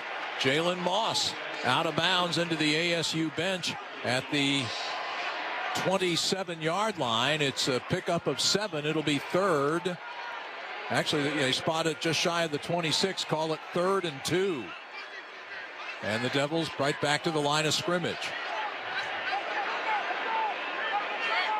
Pistol look with Raleek Brown lined up behind Levitt. The give to Brown. Finds a hole, and Raleek Brown tripped up. He gets a first down to the 20, but if he had stayed upright, he might have gone further than that. As it is, it's a first down. They will spot the ball at the 21-yard line. 6-yard gain for Raleek Brown. Yeah, real nice run by Raleek. Patient, put his left foot in the ground, cut it up inside, got a block by the tight end on the outside, and just tripped on one of the offensive linemen. To this point, by far the best drive of the night for the Sun Devils. They've reached the Houston 21-yard line as Levitt drops back, throws wide open over the middle. Mateer, a one-handed catch, takes it into the end zone for a touchdown. Shimon Mateer with a one-handed catch, plucked that ball out of midair, broke a tackle, and took Much it in. needed points for Arizona State as they trail 17-6 with a point after on the way. 6 to go third quarter in Tempe. As we go back to Lexington, Kentucky opening the second half on offense. Remember, Tennessee had a late score in the first to build a 2-touchdown advantage. 35-21 Vols lead, Cats near midfield.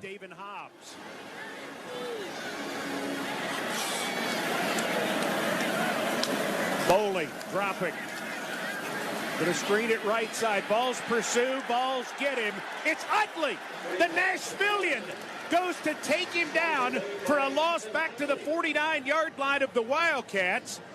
And I think Kentucky is going to have to punt. Really good job by the Vols defensive front right there. They had a little bit of a stunt, a TT. Ethan Utley just continued on his path as he read the quarterback eyes to throw into the flats or a tackle for loss from a defensive lineman. Big time hit. Only his second tackle of the year. That one is huge. That was clutch. Carter is deep. LaRosse to punt. Spiral, turns over, and goes out of bounds, but where? He tried to coffin corner it. He didn't get it. It's outside the 15. It's outside the 20. Oh, he hit a poor punt. It's outside so Tennessee catches a break there on the shank punt by Kentucky. Vols will take over. Meanwhile, we're going back to Arizona State because we left too early. There was a penalty that took that touchdown off the board. Sun Devils now still trail Houston 17-0 in the third. RPO game, you play the give. Quarterback's been dinged up. Make him keep the ball. 2nd and 14 from the 25. Empty formation. Levitt the only one in the backfield. Sam to throw. Gets the pass off, and it's over the middle. Incomplete. Intended for Cameron Harpole, and it was broken up on the play by nickelback Mark Stampley. Boy, Stampley undercut the in route by the tight end and probably should have intercepted that ball. But again, it's a one-on-one matchups, right? You know, somebody's got to win their one-on-one. Give Sam an opportunity to throw the football to somebody. 5:57 left in the third quarter. 17-0 Houston. ASU had a touchdown moments ago, called back by an illegal shift penalty. And now they have 3rd and 14 at the Houston 25 as Levitt fires a pass down the field, incomplete. The pass intended for Mateer, and the fans are wondering where's the flag for pass interference.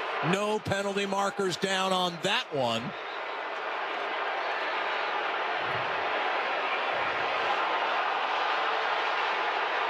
Sione Fotu was all over Shimon Mateer. No penalty call.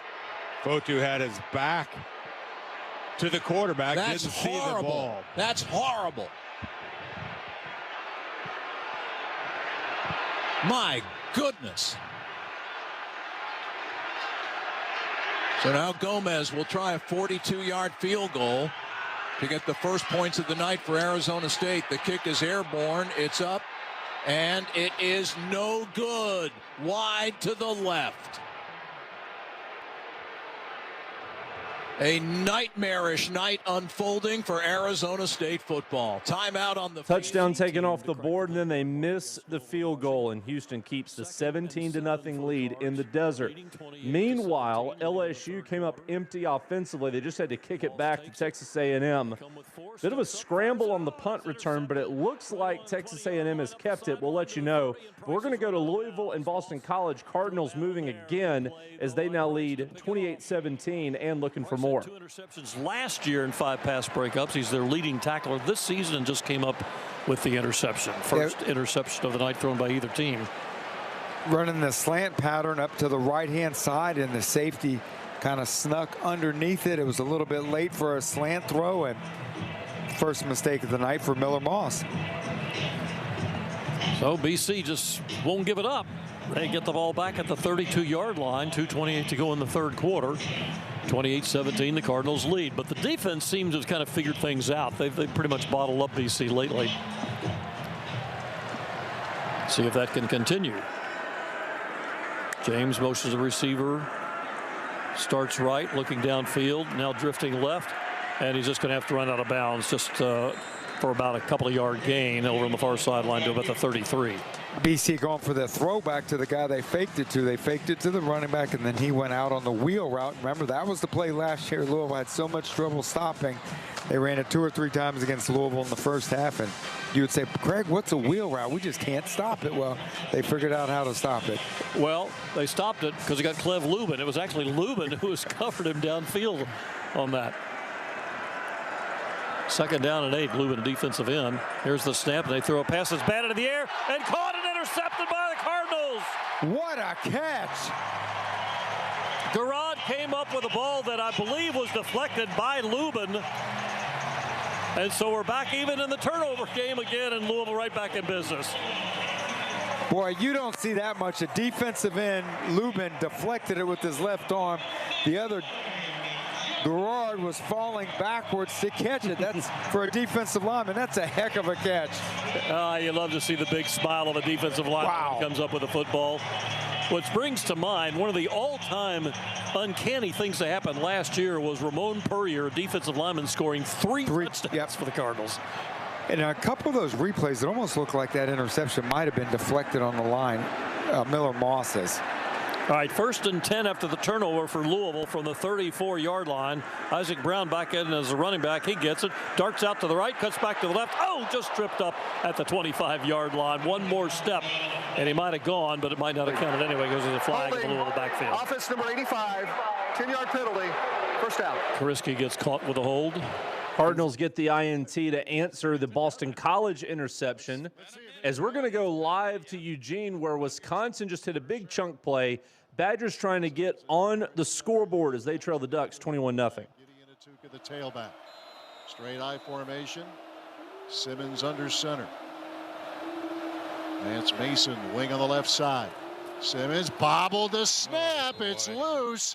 And a pile at the 2-yard line.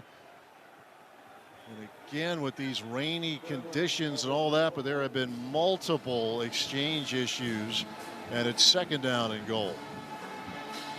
That ball didn't come up, and very fortunate that Hunter Simmons was able to get it. I was nervous when I said it. It's hard, and we're making it harder to try and get our first points in a long time. 2nd and goal at the 2. Now into the shotgun. Atuka to the right of Hunter Simmons. Chris Brooks wide right. Vinny Anthony wide left. Simmons gets the snap, and he'll throw it right side. Caught by Mason. Touchdown, Wisconsin. There, I said it. How'd that feel? Felt good. A little pent up, let it rip. That you didn't try to run it in. You made a play. You got Mason leaked out to the right side. Simmons delivered it, and I'm telling you, I think Badger fans. Listening in to Matt LePay there in the Wisconsin Sports Network, we don't mean to pile on to the Badgers, but it's just facts. They've lost the last 2 conference games 71-0, but they get on the board against Oregon. Meanwhile, it sounds like Michigan might have just scored at Michigan State. What a drive. Boy, he can really hit that red button, can he? I mean, the acceleration when he gets to the edge, and he gets there, and he's got leverage on the defense. There is absolutely no one on this field that's going to catch Justice Haynes. John, they're heading to the X's right now, buddy. I'm telling you, you knew it was going to happen. You could see it. They're flooding the aisles.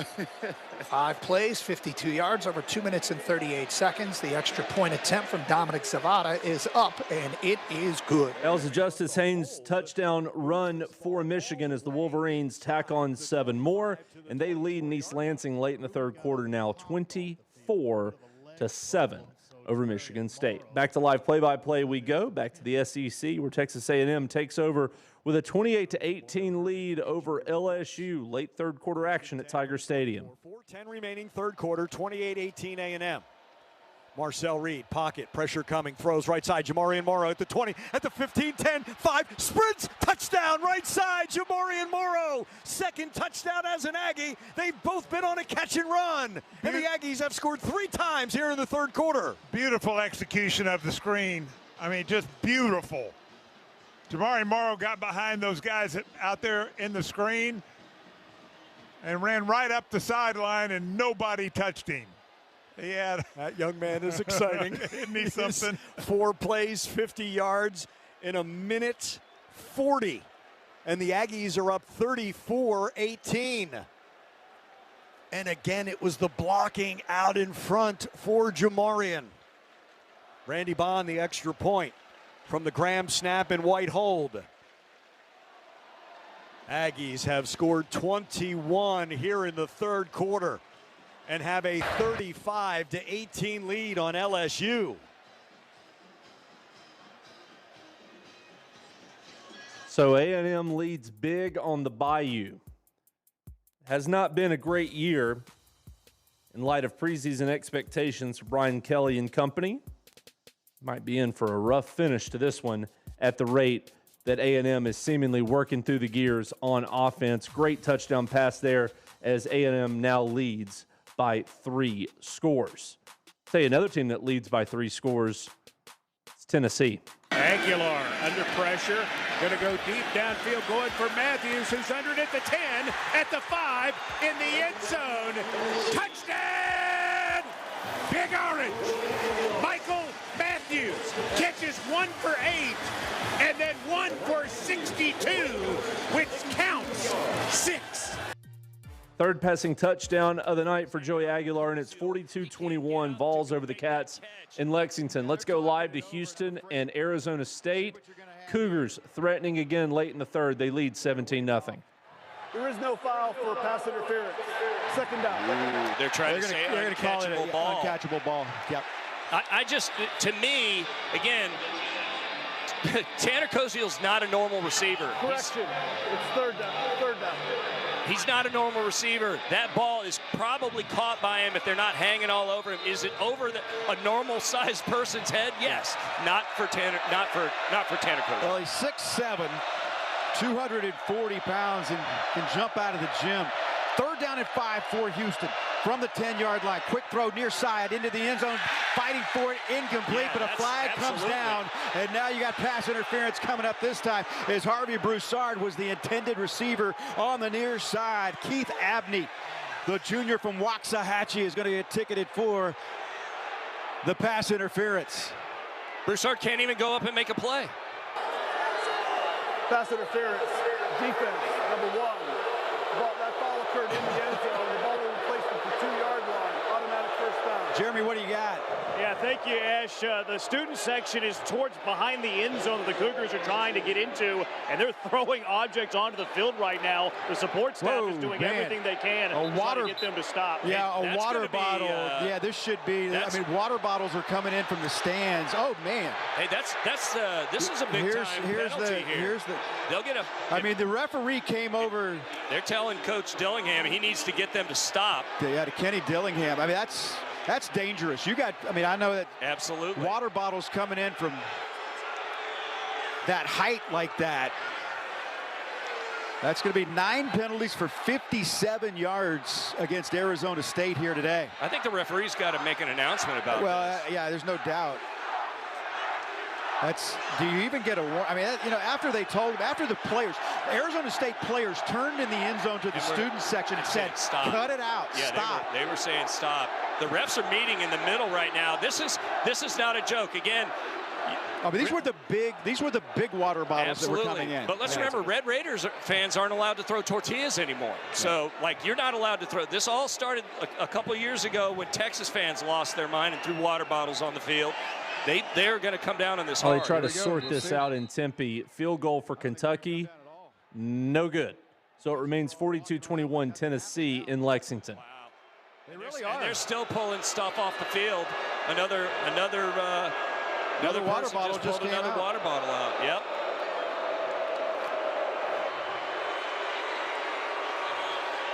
Okay, so the ball should be set at the 2-yard line. The call was in the end zone. Hey, Jeremy, you need a batting helmet down there? Just making sure you're all right. I do. It started off with yellow towels. They were doing that on the Koziel PI, and then you saw French fries and water bottles start to be launched onto the field. Look out. I wish somebody throw French fries at me right now. I'm a little hungry. First down and goal to go for the 2-yard line for the Cougars. Wigman keeps it himself. Wigman burrowing his way to the end zone. Connor Wigman is just short, but there's going to be a penalty coming off. False start. A false start. Offense, number 73. 5-yard penalty, first down. Man, that's Jason Brooks again.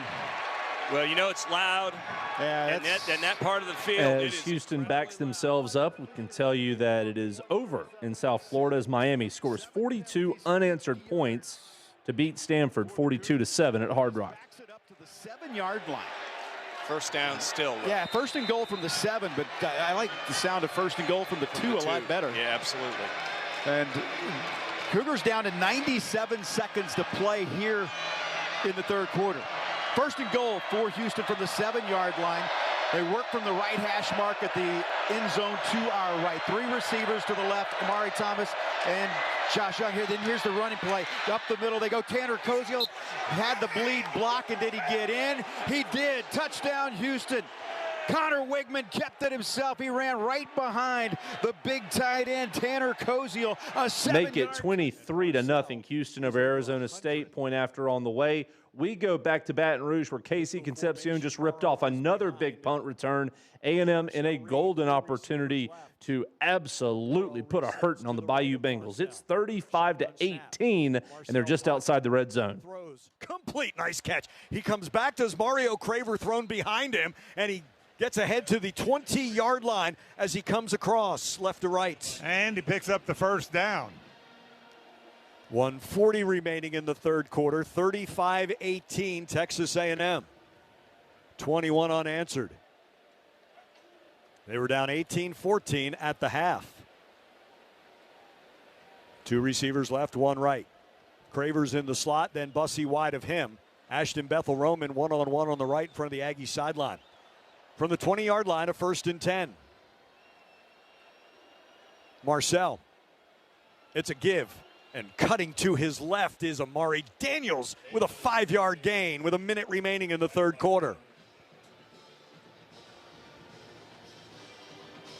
It's almost like a wave of running backs at times, isn't it? Well, they sort this out. We're going back to Lexington. Tennessee's doing that thing again. Big chunk play for the Vols. They're in the red zone. A 50-yarder. He now has 4 catches for 138 in this game. So 2 Vol receivers over 100. Joey Aguilar over 300 yards passing, and we still have 6:22 left in the third. 2nd and goal, just inside the 10. Ball's handed off to Lewis. Lewis to the 5. Breaks out of a tackle and is run out of bounds at the 4. Nichols makes the stop there. And I think he may be down. Nichols went down immediately. Now he grabs his helmet and he's limping to the sidelines. Don't know if he twisted an ankle or caught himself. Now he is lying down in the middle of the Kentucky bench area, obviously in a lot of pain. Tough for that young man. Well, it looked as if Peyton Lewis was trying to give out a little punishment right there, and he absolutely did.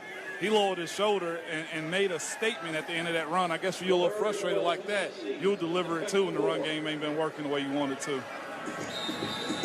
Lewis is the back, 3 carries, 7 yards. Kentucky runs on a defensive back late. That's Scott. Bunch set of 3 receivers to the right. Single receiver Matthews left. 3rd and goal at the 4. Aguilar looking, firing, incomplete. And there is a marker on the play in the end zone. Addison was defending. Looks like it's on Kentucky. Prior to the pass, holding, defense, number 21. Half the distance to the goal, automatic first down. It was Addison, the man on whom the foul was called. And so the Vols do pick up the first down by penalty to the 2-yard line. Ball on the left hash. Tennessee 42, Kentucky 21. 5:51 left in the third quarter.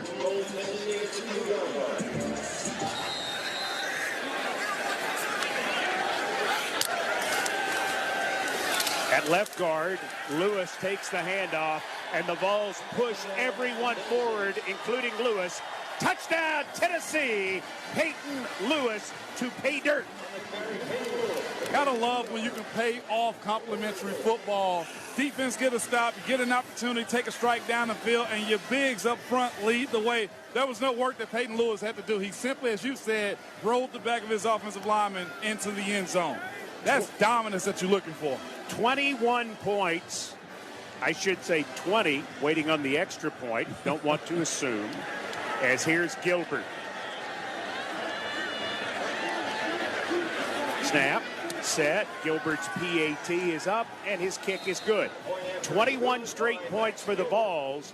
Tennessee officially putting a whooping on Kentucky as it is 49-21, and there's still 5 minutes and 46 seconds left in the third quarter. Vols on the verge of hitting the over by themselves. Let's go to East Lansing, where Michigan leads Michigan State 24-7. Marsh inside the 5 at the goal line. He's got it and into the end zone for a Michigan State touchdown. Any chance the Spartans had, they needed to score quickly, and they did with 12:47 to go here, third quarter. It's 24-13. I know, Shug, he broke off his coverage at about the 10-yard line. I don't know if he felt like he had more support over the top or if he just lost track of where his receiver was. It was a touchdown. The play's under further review. Question whether or not he got into the end zone. He was right at the pylon when he got hit. Was that a double move, John? I think it was a double move. It was a double move, and I think he just lost where he was on the field and lost his receiver. While they review this, we will go to Baton Rouge for the start of the fourth quarter, where, again, Texas A&M 35, LSU 18 is the score, but the Aggies are on the doorstep of another touchdown. Suffered their second conference loss earlier today in that close one against Vanderbilt. So we're off next week and then off to Columbia on November 8th. And how about what we saw during this fourth quarter changeover, guys? Most of this A&M team ran down to the corner where the Aggie band and the 12th man is, and they started firing each other up. And it was a great scene in what is usually a hostile road environment, Tiger Stadium. But now A&M on offense trying to cash in deep in LSU territory, trying to up the lead to start the fourth quarter. On a 1st and goal from the 2. Aggies up 35-18, 21 unanswered. Nebu sprints over the ball. Bussey one-on-one on the right. E.J. Smith pushing just shy. Oh, he's inside. He's almost inside to the goal. the one. Yep, 2nd and goal from inside the one. Hey, tonight's game is brought to you by Community Coffee, the official coffee and freshly brewed tea of Texas A&M Athletics. Start every game day with a great tasting cup of Community Coffee. Discover more at communitycoffee.com. Inside the one. 2nd and goal from the half-yard line. Perkins leaves for LSU. Now under center is Marcel Reed.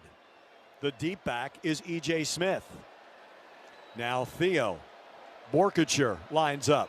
Offset I formation. In motion right to left. Bussey. Give. Nate. Touchdown. Flag. Lay at the 2. Borkacher from a yard out dives in. What's the flag? We'll have to wait and see.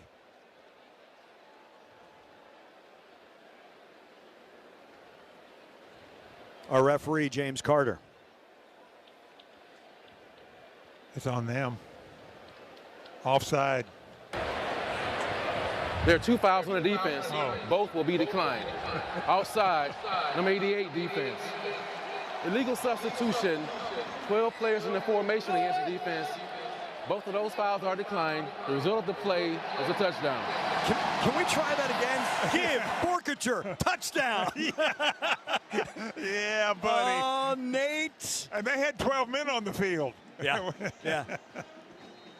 Said a few moments ago that Tennessee is putting a whooping on Kentucky on the road in the SEC. I think we can officially say that Texas A&M, barring a miraculous comeback, is going to do the same to LSU tonight. 41-18, Aggies over the Tigers. Point after on the way with 14:15 to go in the ball game. Michigan State, the touchdown was taken off the board after video review, but it was 1st and goal at the half-yard line. Sparty punched it in, so most of the fourth quarter left in that game at Spartan Stadium, and it's now 24-13 with a point after on the way for Michigan State in moments. We'll sneak in a timeout. We'll get you back there shortly as you listen to this October 25th edition of The Blitz.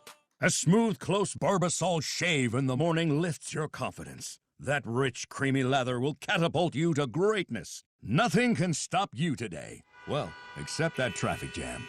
Barbasol, it's a can of can-do. Snakes, zombies, public speaking. The list of fears is endless. But the real danger is in your hand when you're behind the wheel. Distracted driving is what's really scary and even deadly. Eyes forward, don't drive distracted. Brought to you by NHTSA and the Ad Council. He's got the speed. He's got room. He's going to score. No one gets you closer to the game than Sirius XM College Sports Radio. For the win. Got it! Let's go! Tune in for news, talk, and analysis from the offseason through regular season and into the postseason. We've got your team covered anywhere you go. Deep to center field. Oh, it's gone! Get a free trial at SiriusXM.com/College Sports Radio 2025. Progressive knows there are 2 things RV owners love: to travel and relax. And they like to take both nice and slow. Just like this commercial. And what's more relaxing than the peace of mind knowing their RV is protected by Progressive? Now here comes the best part. Progressive Casualty Insurance Company and Affiliates. What's up, fans? This is Roddy Jones, co-host of College Sports Now. We're breaking down all the action from around the country weekly during the football season. We'll look beyond the box score and keep our finger on the pulse of college football from September all the way to the national championship game in January, from the East Coast to the West Coast. Listen all season long on Apple Podcasts, Spotify, or wherever you love to get your podcast. And while you're at it, be sure to give us a follow along on Twitter @CSNowTweets. From game-winning touchdowns, It's caught, and Kansas will win. Holy cow! to goal line stands. Takes the snap, hands it off to the Gators, kept him out of the end zone. We're living it all on the College Football Blitz. Hanging out with you for another 90 minutes or so up until midnight Eastern. Phil Brame with Brennan Beavers at the controls and Aaron Brunk, our producer. Let's get you back to live action as we go to Louisville and Boston College. Eagles footballs, they trail 28-17 against the 19th-ranked Cardinals on the road in the ACC with 11 to play. Ball back at the 37. McDonald, the running back, to the left. He flares out to the left, but the pass is going to go downfield, and it's too high and intercepted. Cards have a pick by Caleb Perry, running to the 40-yard line, to the sideline, to the 30-yard line, and out of bounds. Oh, this defense is magnificent. Yeah, they make mistakes paid that time. There was a little high throw, went off the hands of the receiver after that. Tried to get it to Harris, and it just glanced off his fingertips to Caleb Perry. And the Georgetown, Kentucky native comes up with the play, played at Tennessee, transferred here to Louisville, and comes up with a big play tonight. And he just continues to improve and improve. After Stanquan Clark got hurt, he was forced into a full-time role that time. Louisville showed blitz, backed up off the fingertips of Harris, their big, tall receiver, and right to Perry. Now we're even in turnovers again. 1st and 10 at the 30 for the Cardinals. Here's the snap, and there's a give to Keywan Brown. Tries to bounce it out to the right, leans forward and gets about 3 yards or so. 28-17, Louisville on top with 10:25 to go, but this game has been one adventure or misadventure after another. It seems like each time one team has a turnover, it's almost immediately followed by a turnover by the other team. Net result is Louisville's right back in a pretty good field position right at the 10-minute mark. 2nd down and 7 at the BC 27-yard line.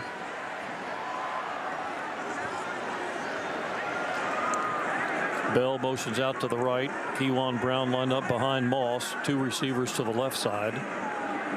Now he sets Brown to his right. They rush 4. Miller looking. Now going to run out of there. Looking for somewhere to go. Buy some more time. Now goes back to the middle. Miller back and forth. Zigzags to the 25-yard line. That was kind of comical as he just could not find the receiver, but somehow kept the play alive and strung it out for a 2-yard gain. Couldn't find the receiver. Couldn't find a place to run. You kept saying, wow, they're closing in on you. Better do something. But then he'd find another little pocket and took a big hit at the end. So good job holding on to the ball. I'm giggling again watching the replay. 3rd and 5. Cards are just 2 of 8 on their 3rd downs tonight. Came into the game at 43%. Lacey's back to take a snap, maybe. Now they're going to call a timeout. Wow. I think they've only got 10 players on the field. Lacey was lined up next to Moss. Looked like it was a play that was going to see Lacey take the snap, Jody. And Chris Bell looked over that time and put his hands up. It was like, it's not me, because he's done that a couple times in the last 2 weeks to where they've had lineups being bad, and it was him, but it was not him. It was a wide receiver on the opposite side that somebody didn't go out there. Wow. I don't want to be Deion Branch right now. But they, yeah, with only 10 out there, Jeff did call a timeout as they're on 3rd down now. And a good scoring opportunity that could really, get them up to 35-17. Still 9:02 left to play. Time for us to step away from this one and go back to Texas A&M and LSU, 42-18. It's getting ugly in Baton Rouge. 16 plays. 90 is now number 84 for LSU. 90 is 84. The longest drive is 6 plays for 13 yards. Backwards end over end. KC, fair catch at the 19-yard line. KC playing it safe, but I think he could have returned that one probably very successfully. With 12:53 to play in our fourth quarter, Texas A&M leads 42-18. 12:53 left. So as they take time out there, they're going to a commercial break. Meanwhile, quick postscript on that Michigan State touchdown. 24-13, Sparty actually went for 2, didn't get it. So it's an 11-point deficit for Michigan State against Michigan. Let's go to Houston and Arizona State now. Early in the fourth, Sun Devils being shut out on their home field, trying to get something together offensively. Down and 5 from the Houston 39-yard line. Again, Levitt goes to work, gets the pass. It's deflected at that pass deflected at the line of scrimmage. I think it was deflected by a guy who's played a terrific game tonight for Houston. Eddie Walls, their defensive end, has a couple of sacks. You're making a change at left tackle. Jalen Clem is in there. They've tried 2 different left guards, 2 different left tackles. Clem is at left tackle. Jameto Obibo is back at left guard. And they also have a true freshman at right guard, Makai Stewart. Fade route. Levitt throws the fade here, and it's caught in stride by Malik McClain. And McClain has a 1st and goal inside the 5-yard line. They'll spot the ball at the 3, a 36-yard reception. And the one bright spot tonight for Arizona State has been the emergence of Malik McClain as a go-to receiver for the Sun Devils. Yeah, I like what Sam did with that. He didn't lead him down the field, threw it right on his body. Big wide receiver, fade route on the left side. This is the Devils' deepest penetration in the game. 1st and goal at the 3. Levitt to throw for the end zone, has a man open, and it's caught for a touchdown by Cameron Harpole. His first touchdown as a Sun Devil. Harpole flags it down in the far corner of the end zone. A nice floater from Sam Levitt found its target, and the Sun Devils get on the board for the first time tonight. 1 minute and 4 seconds into the final period of play. Yeah, they've got Harpole runs a deep out route, and then you've got running back Raleek is in front, and then Harpole just leaks back into the corner of the end zone like a delayed post corner route. Nice throw. All eyes were on Raleek Brown in the flat. And it looks like the Devils are going to go for 2 to try to chip away at this Houston lead. Levitt will line up under center. Gets the snap, fakes the give to Raleek Brown, in trouble, spins to his left, rolling out, being chased by Carlos Allen. Levitt runs downfield, throws for the end zone, and the pass is incomplete. That play never down really 24-0. Arizona State technically still a 3-score deficit. Awfully tough to score 3 times and hit a 2-point play on every single one. So they had to try. They come up empty, and it's 24-6. Houston with the lead in Tempe. Meanwhile, Louisville has added a field goal. Cardinals now lead BC 31-17 with 8 minutes to play in the Bluegrass. And we're going to hit a quick timeout. Come back with more of the Blitz in 2 minutes. Morning, Zoe. Got donuts. Jeff Bridges, why are you still living above our garage? Well, I dig the mattress, and I want to be in a T-Mobile commercial like you. Teach me, Saldana. Oh, no, I'm not really prepared. I couldn't possibly. At T-Mobile, get the new iPhone 17 Pro. On them, it's designed to be the most powerful iPhone yet and has the ultimate pro camera system. Wow, impressive. Let me try. T-Mobile is the best place to get iPhone 17 Pro because they've got the best network. Nice, Jeffrey. You heard them. T-Mobile is the best place to get the new iPhone 17 Pro on us with eligible trade-in in any condition. So, what are we having for lunch? Dude, my work here is done. The 24 monthly bill credits on experience beyond for well-qualified customers plus tax and $35 device connection charge. Credits end and balance due if you pay off earlier. Cancel. Finance agreement iPhone 17 Pro, 256 gigs, $1,099.99 and new line minimum $100 plus a month plan with auto pay plus taxes and fees required. Best mobile network in the U.S. based on analysis by Ookla Speed Test Intelligence data 1H2025. Visit T-Mobile.com. He's got the speed. He's got room. He's going to score. No one gets you closer to the game than Sirius XM College Sports Radio. For the win. Got it! Let's go! Tune in for news, talk, and analysis from the offseason through regular season and into the postseason. We've got your team covered anywhere you go. Deep to center field. Oh, it's gone! Get a free trial at SiriusXM.com/College Sports Radio 2025. Most people in radio commercials talk really fast. But we made this one for RV owners. Progressive knows they like the slower pace of RV life, like this commercial. And they know Progressive will protect their RV at a fair price with discounts. Now here comes the fast part. Progressive Casualty Insurance Company and affiliates. Discounts not available in all states or situations. Your heads-up know how to look around the nation. He's not human. Pistols firing. Touchdown, Oklahoma State. Out of the 10, into the end zone. Touchdown, Tulane. It's the College Football Blitz. 9 minutes to go in East Lansing. Michigan State putting a drive together as they trail Michigan 24-13. Just like Jimmy Rolder on the play before, you got to find a way to hold him up, wait for reinforcements to arrive. Mason Curtis stopped his motion, made him chop his feet, and everybody else swarmed to the ball. They're going for it from the Michigan 28-yard line. They have to get it inside the 24. From the 27, 4th down and 3 for MSU. Childs in a shotgun. Takes the snap. He's going to roll out to his right, and the pass is broken up. Jimmy Rolder knocks it away from the intended receiver. And the Wolverines get the stop on defense. A little misdirection and a pass, and Jimmy Rolder. Big 4th down stand there for Michigan. Let's go back to Boston College and Louisville. Eagles have it, plus territory, down 2 scores. 7 minutes to play, and that's because in Baton Rouge, A&M punting back to LSU. You haven't missed anything there. It's still 42-18 Aggies with 10 to go. Now comes back to the quarterback. Compact formation. Nobody's split very wide. Louisville coming with pressure. He escapes it, rolls out to the left. Hit as he throws one high. Oh, it should have been intercepted. It went right through Hutchinson's fingertips. It was a little high, had to jump, but he got both hands on it. Thought he had one, but didn't get it. Yeah, as far as interceptions go, that would have been one of the easier ones for Louisville. It was still a little high, but it went, again, way over the receiver's head. It wasn't tipped, and it came to Hutchinson and went through his hands, and he wants that back. And he's getting some jazz from his teammates, too. 4th and 10. James empties out the backfield. Took a pretty good hit on that last play. Just barely got rid of the ball in time. He brings Broom back up next to him again. Takes it in. Steps up in the pocket, fires Wilson. Nice grab at the 35-yard line.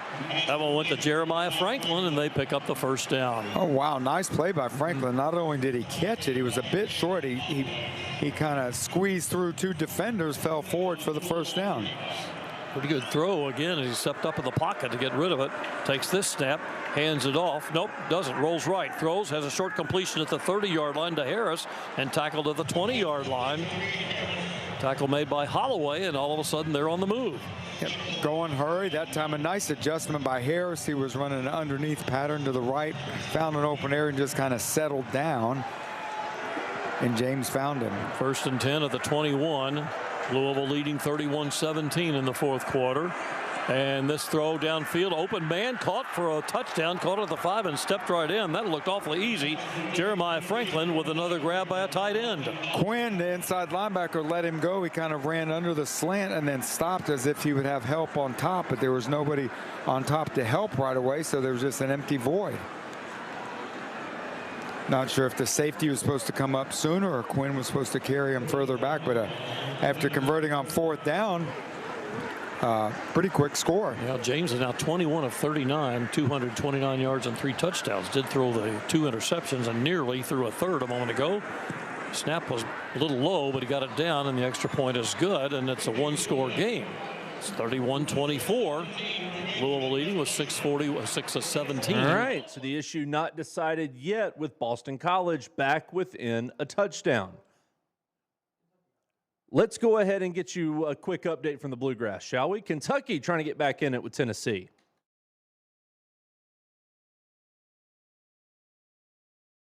Actually, we'll get that in just a second. We're going to sneak in a quick timeout. Be back in 2 minutes.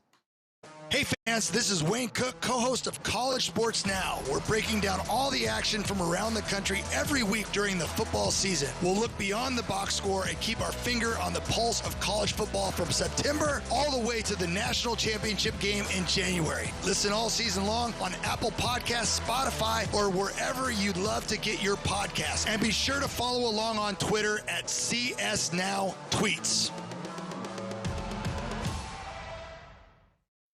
When you're on the move and looking for nonstop college sports action, get the Varsity Network app and take the game with you everywhere. Stream live play-by-play from schools across the country right from your phone, free. Catch hundreds of weekly podcasts, including shows from your favorite teams, all in one place. From football Saturdays to midweek hoops, it's your all-access pass to the college sports world. Whether it's game day or just your daily drive, the Varsity Network app has you covered. Download now and listen live for free on the Varsity Network app. Progressive knows not all rides are smooth. Meet Sarah. She loves her motorcycle. What she doesn't love is when it suddenly rains. As she sits underneath a bridge waiting for it to stop, she grows quite fond of the graffiti on the overpass. She really likes the one with John Hart's Claire and wonders if they're still together.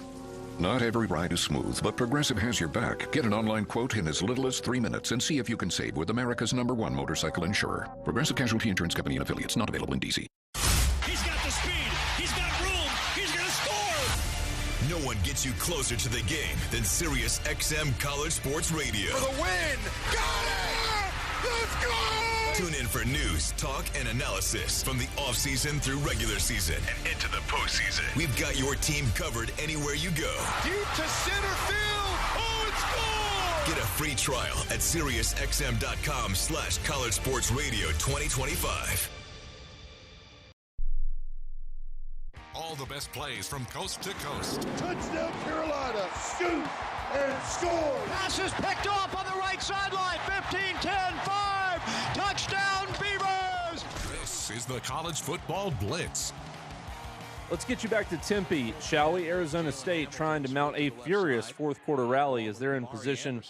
11 minutes to go in the red zone. They trail Houston 24-6. Throws downfield, caught by Malik McClain at the 40, and McClain has a first down well into Houston territory, and he is tackled down near the 30-yard line. In fact, they'll mark him down at the 30.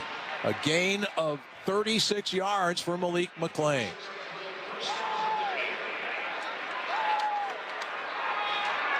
On first down, Levitt again to throw. This one to the near side of the field, incomplete, intended for Hamilton. Went through his arms as he was crossing over the goal line. Hamilton covered on the play by Houston cornerback Zelmar Vetter. Runs a fade route to the right side. Hamilton's there. That ball thrown beautifully. Goes right. Hits his forearms and his biceps down the sidelines, and he drops it. Man, oh man. Second down and 10 from the Houston 30.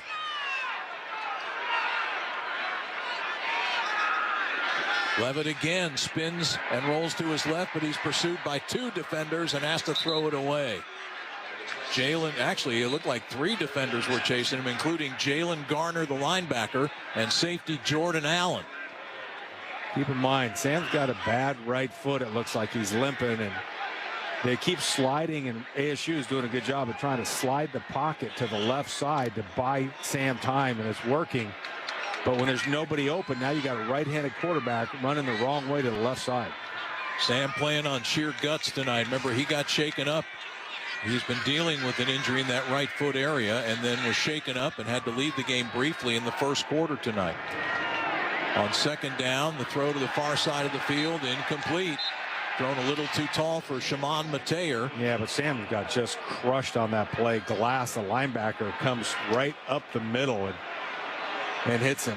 Carmicah Glass, a transfer from Louisiana, came on the blitz.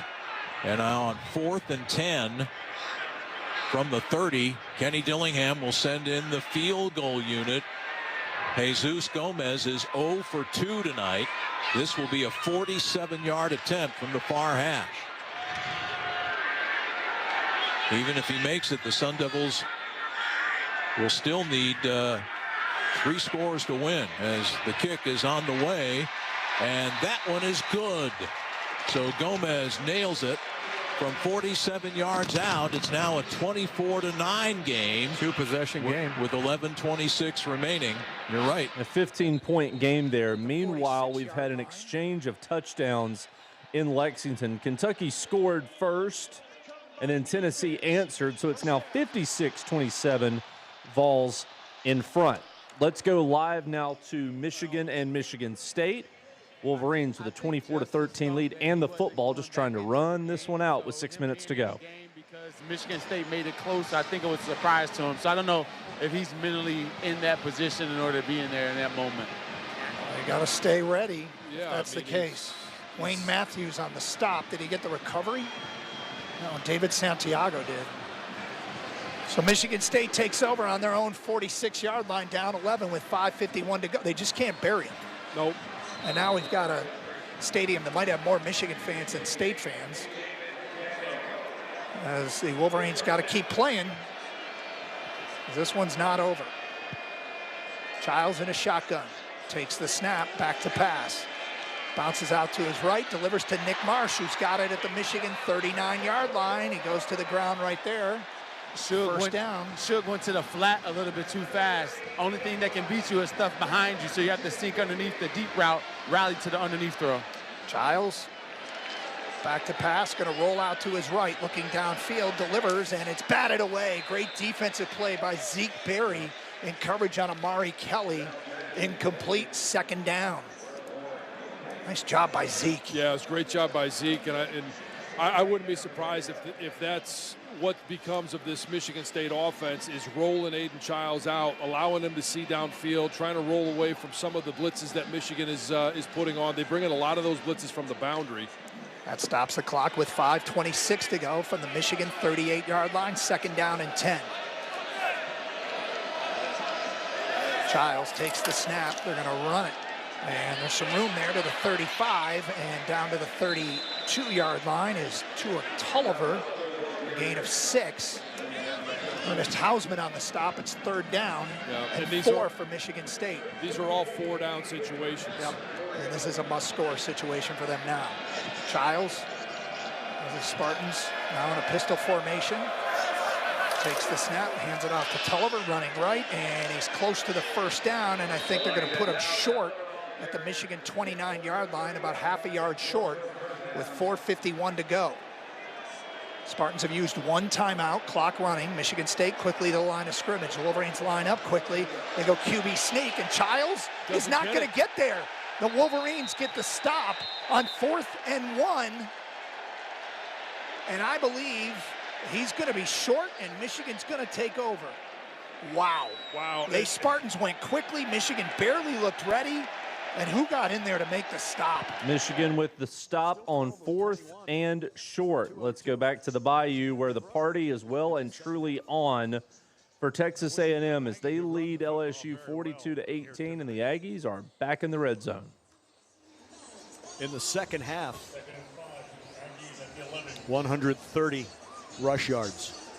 Injury timeout, by the way, earlier tonight, putting a bow on the Oregon-Wisconsin game. Ducks win 21-7. We're going to hit another quick timeout. Come back. We'll catch the finish in Louisville as Boston College had to kick it back to the Cards down 7. Eagles trying to play some defense and get the ball back.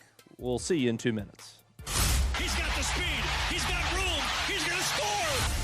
No one gets you closer to the game than Sirius XM College Sports Radio. For the win. Got it! Let's go!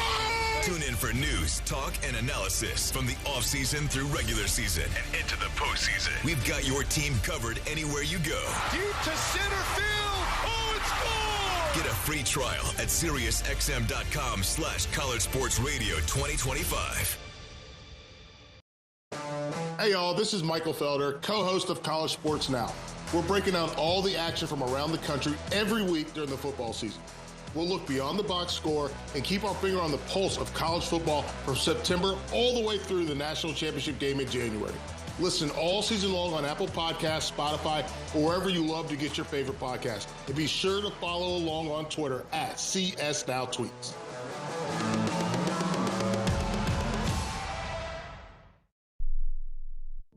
Progressive knows not all rides are smooth. Meet Claire. She loves her motorcycle, and she's learned to love the insects she encounters on her rides. She may not know the difference between a gnat and a mosquito at 55 miles per hour, but she does know one thing. It's always gross when one flies into her mouth. But she's so used to it that it's weird when it doesn't happen. Not every ride is smooth, but Progressive has your back with comprehensive and collision coverage from America's #1 motorcycle insurer. Progressive Casualty Insurance Company and affiliates, not available in D.C. When you're on the move and looking for nonstop college sports action, get the Varsity Network app and take the game with you everywhere. Stream live play-by-play from schools across the country right from your phone, free. Catch hundreds of weekly podcasts, including shows from your favorite teams, all in one place. From football Saturdays to midweek hoops, it's your all-access pass to the college sports world. Whether it's game day or just your daily drive, the Varsity Network app has you covered. Download now and listen live for free on the Varsity Network app. The biggest moments. Steps out of a tackle, end zone, touchdown Colorado. Game-winning plays. It's a 95-yard return, and that's a victory for Tulsa. Are you kidding me? Amazing. It's the College Football Blitz. Man, you thought it was bad in Tiger Stadium?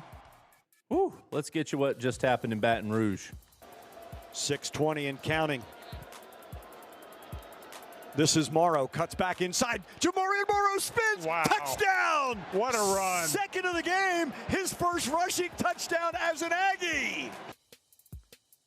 Home team had won 8 straight in this series. That's going to come to a screeching halt tonight as Texas A&M leads 49-18 at LSU, and there's still 6 minutes to go. Let's get you up to East Lansing, Michigan 24, Michigan State 13 with 3 minutes to go.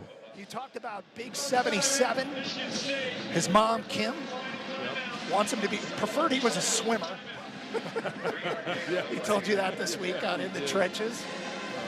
What a great message, though, from the captain, Gio El-Hadi, when Evan Link went down, and that's all that Blake kept saying. I wasn't nervous. I was worried about Evan, but when he got put in at left tackle last week against Washington, what did Gio El-Hadi say to him? You and me, baby. Let's go do it. Go. That's what you need from a captain up front. You get a young buck next to you.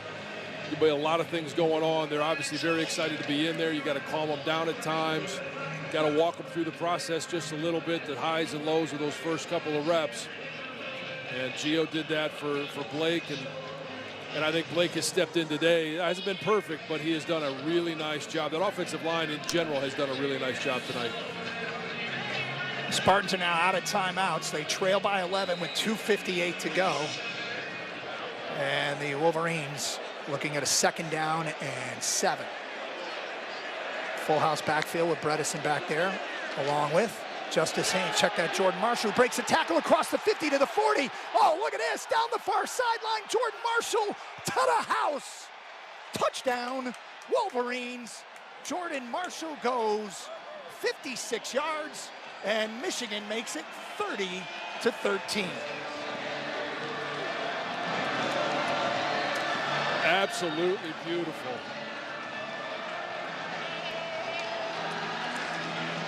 That'll be all she wrote in that one, as the Wolverines now lead 30-13 with a point after to come with 2:45 left in the game. We're going to go to Salt Lake for the first time tonight. Utah is putting it to Colorado. 17-0 Utes lead, and they've got the ball back late first quarter.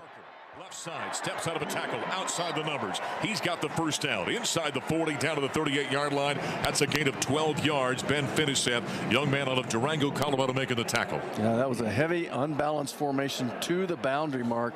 They had almost all 22 guys on that side of the hash. First down and 10 now for the Buffalo 38-yard line. Parker in there at running back. Now 2 tight ends shifting. Bentley goes to the right side. The other man out of the backfield. They hand off to Parker. Runs up inside and took a shot by Jeremiah Brown after only a 1-yard gain. The senior out of Carabel, Florida. Now we got a flag in the play. Well, Solatoa Moea is a big offensive lineman that they put number 49 on. And he's been lining up in the backfield. Been playing as the tight end. He's the 6th offensive lineman that goes in there, and he's blocking after the play really is well. over. Unsportsmanlike conduct on the offense. Number 1, It's a 15-yard penalty. Second down. That was the ball carrier. First unsportsmanlike conduct on number 1. Wayshawn Parker. We're going to go back to Lexington, try to catch some more points as Kentucky threatening against Tennessee. Vols lead huge, but let's see if we can get more points out of this one. I think they'll discuss it. Now they're saying touchdown is the call. Well, that's an interesting call. On the field, it's a touchdown. So they're going to give Hester a touchdown. He clearly lost the ball at some point, and it rolled out of bounds. He takes the hit from Redmond, stretches the ball. I don't know if he broke the plane and then fumbled, or if he didn't. Surely they'll have a good look at this. I personally think he broke it before it came out, and Okay. all it takes is the nose of the front line. That's it. Yep. If you break it, it's all over. Yep. It'll stand. Callaway for the extra point. His kick is up, and his kick is good. Still 8:12 remaining, and the scoring continues. Tennessee 56, Kentucky 34 as we play in Lexington. So Kentucky gets more points as it's 56-34 with a point after to follow. Let's get you back to the end of the quarter between Utah and Colorado. So it ends up being positive 1 yard. That's if they still have it, and now we get indication it is still is Utah football, but they're going to have to pump this one away. That brings us, by the way, to the end of the quarter as well. So on the other side of the break, we'll see. So as they break in Salt Lake City, listening in to Mark Johnson on the Colorado Sports Network, rough first 15 minutes for the Buffs as they trail Utah 17-0. We got about 52 minutes of our show left, so come on back. We'll see you in 2 minutes. Morning, Zoe. Got donuts. Jeff Bridges, why are you still living above our garage? Well, I dig the mattress, and I want to be in a T-Mobile commercial like you. Teach me, Saldana. Oh, no, I'm not really prepared. I couldn't possibly. At T-Mobile, get the new iPhone 17 Pro on them. It's designed to be the most powerful iPhone yet and has the ultimate pro camera system. Wow, impressive. Let me try. T-Mobile is the best place to get iPhone 17 Pro because they've got the best network. Nice, Jeffrey. You heard them. T-Mobile is the best place to get the new iPhone 17 Pro on us with eligible trade-in in any condition. So, what are we having for lunch? Dude, my work here is done. 24 monthly bill credits on experience beyond for well-qualified customers plus tax and $35 device connection charge. Credits ended. Balance due if you pay off earlier. Cancel. Finance agreement. iPhone 17 Pro, 256 gigs, $1,099.99, and new line minimum $100 plus a month plan with auto pay plus taxes and fees required. Best mobile network in the U.S. based on analysis by Ookla Speed Test Intelligence data 1H2025. Visit T-Mobile.com. Progressive knows not all rides are smooth. Meet Peter. He loves his motorcycle. What he doesn't love is wind. Which is ironic, because wind is a big part of the whole wind-in-your-face motorcycle cliche. But nobody ever tells you how relentless a strong crosswind is, or the cliche wouldn't exist. Not every ride is smooth, but Progressive has your back. Get a quote to see if you can save with America's #1 motorcycle insurer. Progressive Casualty Insurance Company and affiliates, not available in D.C. Your morning shave with Barbasol is a time for self-reflection. Look in that mirror and ask yourself, can I make a real difference in this world? Of course you can. Just not today. There's football on. Barbasol. It's a can of can-do. If you can plan barbecues and weddings, you can plan to protect yourself from a natural disaster. Sign up for local alerts, prepare an emergency kit, and make a family communications plan. Get started at ready.gov/plan. Brought to you by FEMA and the Ad Council. Record-setting performances. And that is touchdown pass number 7. Game-winning plays. The 10, the 5, touchdown, the Huskies score, one play. You're listening to the College Football Blitz. Get you back live to Utah and Arizona State. Sun Devils trying to mount a furious late rally inside of 7 minutes to play. They are in plus territory, down 24-9. Sets up, delivers downfield, and it's a low pass incomplete. He had Malik McClain coming open just past midfield, but McClain trapped the football. And I think you just chalk that up to a quarterback that just hasn't had a heck of a lot of reps. The pass underthrown. Yeah, I mean, he's had quite a few reps, though, because Sam got hurt, right? But again, 6'4" wide receiver, try to keep it off his shoes, get him up high. Curl route on the left side was open. So now a third down play. You got to get the first down. First of all, 3rd and 3, and Raleek Brown will do that and more down the near sideline, past midfield, out of bounds with a first down at around the 41-yard line of Houston. They'll spot it at the 40, and it's a first down run on a 22-yard pickup for Raleek Brown. If you're Jeff Sims, too, and you don't like what you see in the pass game, tuck it and run. You're big, you're fast, you're athletic. Clock ticks again, under 6.5 minutes remaining as the Sun Devils desperately try to get back into this game as Sims throws to the far side of the field. The pass is complete at the 30-yard line, caught by Derek Eusebio, and he is wrestled out of bounds by nickelback Rook Brown of Houston, but it's a first down for ASU on an 11-yard pickup. Good throw that time by Sims. Yeah, ASU, they moved the chains. They didn't stop it to move the chains. They just kept it running the whole time, so we lost about 7 seconds there. On first down, again, Sims drops back under pressure, and down he goes. As Jeff Sims taken down by, once again, Eddie Walls III, his 3rd sack of the night. That one a 6-yard loss. Second down and 16. Line of scrimmage, the 35-yard line, as Sims throws to the far side of the field, caught by Shimon Mateer, forced out of bounds inside the 30 at the 27. That's an 8-yard gain.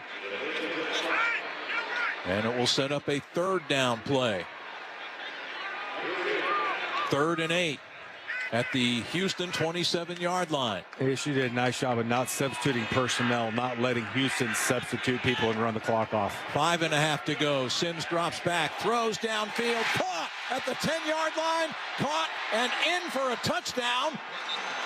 A penalty flag is down. Shimon Mateer made the catch and went in for the touchdown. A flag thrown near where the penalty occurred. A 27-yard touchdown if it stands. Defense, number 6. That penalty is declined.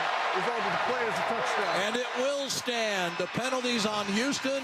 Shimon Mateer almost had a touchdown in the 3rd quarter on a spectacular one-handed grab that was nullified by an ASU penalty. And now he's got a touchdown of his own. And that is the first touchdown pass that Jeff Sims has thrown in his 2 years at Arizona State. And now Jesus Gomez will try to kick the extra point. That could make it a 1-possession game with 5:12 to play. And Gomez converts. The Sun Devils, badly outplayed for 3 quarters, are fighting their fannies off to try to get back in it here in the 4th. Timeout with 5:12 to play. It's now Houston 24 and Arizona State 16. Got a 1-score game in the desert. They're going to break. So are we. We'll get you back there momentarily. He's got the speed. He's got room. He's going to score. No one gets you closer to the game than Sirius XM College Sports Radio. For the win. Got it. Let's go. Tune in for news, talk, and analysis from the offseason through regular season and into the postseason. We've got your team covered anywhere you go. Deep to center field. Oh, it's gone. Get a free trial at SiriusXM.com/College Sports Radio 2025.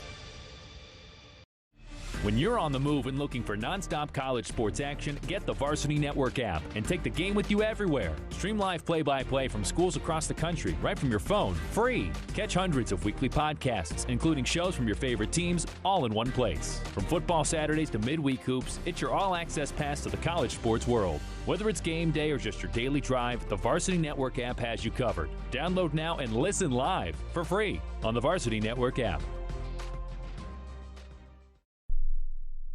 A smooth, close Barbasol shave in the morning lifts your confidence. That rich, creamy lather will catapult you to greatness. Nothing can stop you today. Well, except that traffic jam.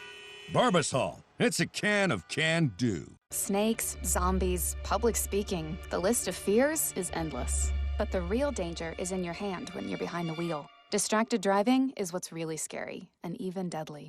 Eyes forward, don't drive distracted. Brought to you by NHTSA and the Ad Council. As America's #1 motorcycle insurer, Progressive has your back. Oh, like replacing my bike in case of an accident? Progressive's total loss coverage can help with that. Great. And you also agree with me that my riding club should ride to the aquarium instead of cruising around a mountain, right? Actually, we just do insurance. We don't vote in riding clubs. Nice. 2 votes for the turtle exhibit. To be clear, Progressive has your back for insurance only. So get a quote and see if you can save. What are you, some kind of turtle hater? Progressive Casualty Insurance Company and affiliates. Covered subject to policy terms, limits, and conditions. Your heads-up no-huddle look around the nation. Touchdown! Game-winning touchdown, Illinois! Hit immediately, ball comes free, covered up by Missouri. It's the College Football Blitz. Go back live to Salt Lake City, early second quarter. Colorado with a football as they trail Utah 17-0. There were 3 guys on him. Offense, number 3. The penalty happened in the end zone, results in a safety. Jonathan Hall, the linebacker, I think was the main culprit that got pressure. And Micah intentional Welch grounding in the end zone, 19-0 now Utah over Colorado. That's a safety, and they're brought to you by the Sickos Committee Safety Alert System, where all football is good football. Check out their podcast on Twitter and Blue Sky at Sickos Committee. Give them a follow and embrace the college football lifestyle. Quick update from Baton Rouge. LSU has scored a consolation prize, but Texas A&M is going to take the victory 49-25. Aggies on their way to 8-0. LSU is going to suffer a 3rd loss as they drop back to 5-3. Let's go live to Houston and Arizona State. You heard the touchdown. Sun Devils within a possession. It's 24-16 with 5.5 minutes to go. 4:50 to play in the game. Tons of time. 8-point game. 24-16. Cougars on top on the road. First step, make it 2nd down and 7.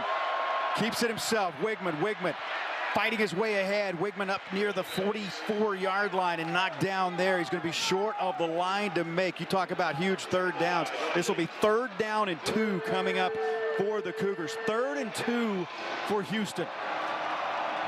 And I'm talking, Arizona's got everybody in the box except the 2 receivers that are covered by corners.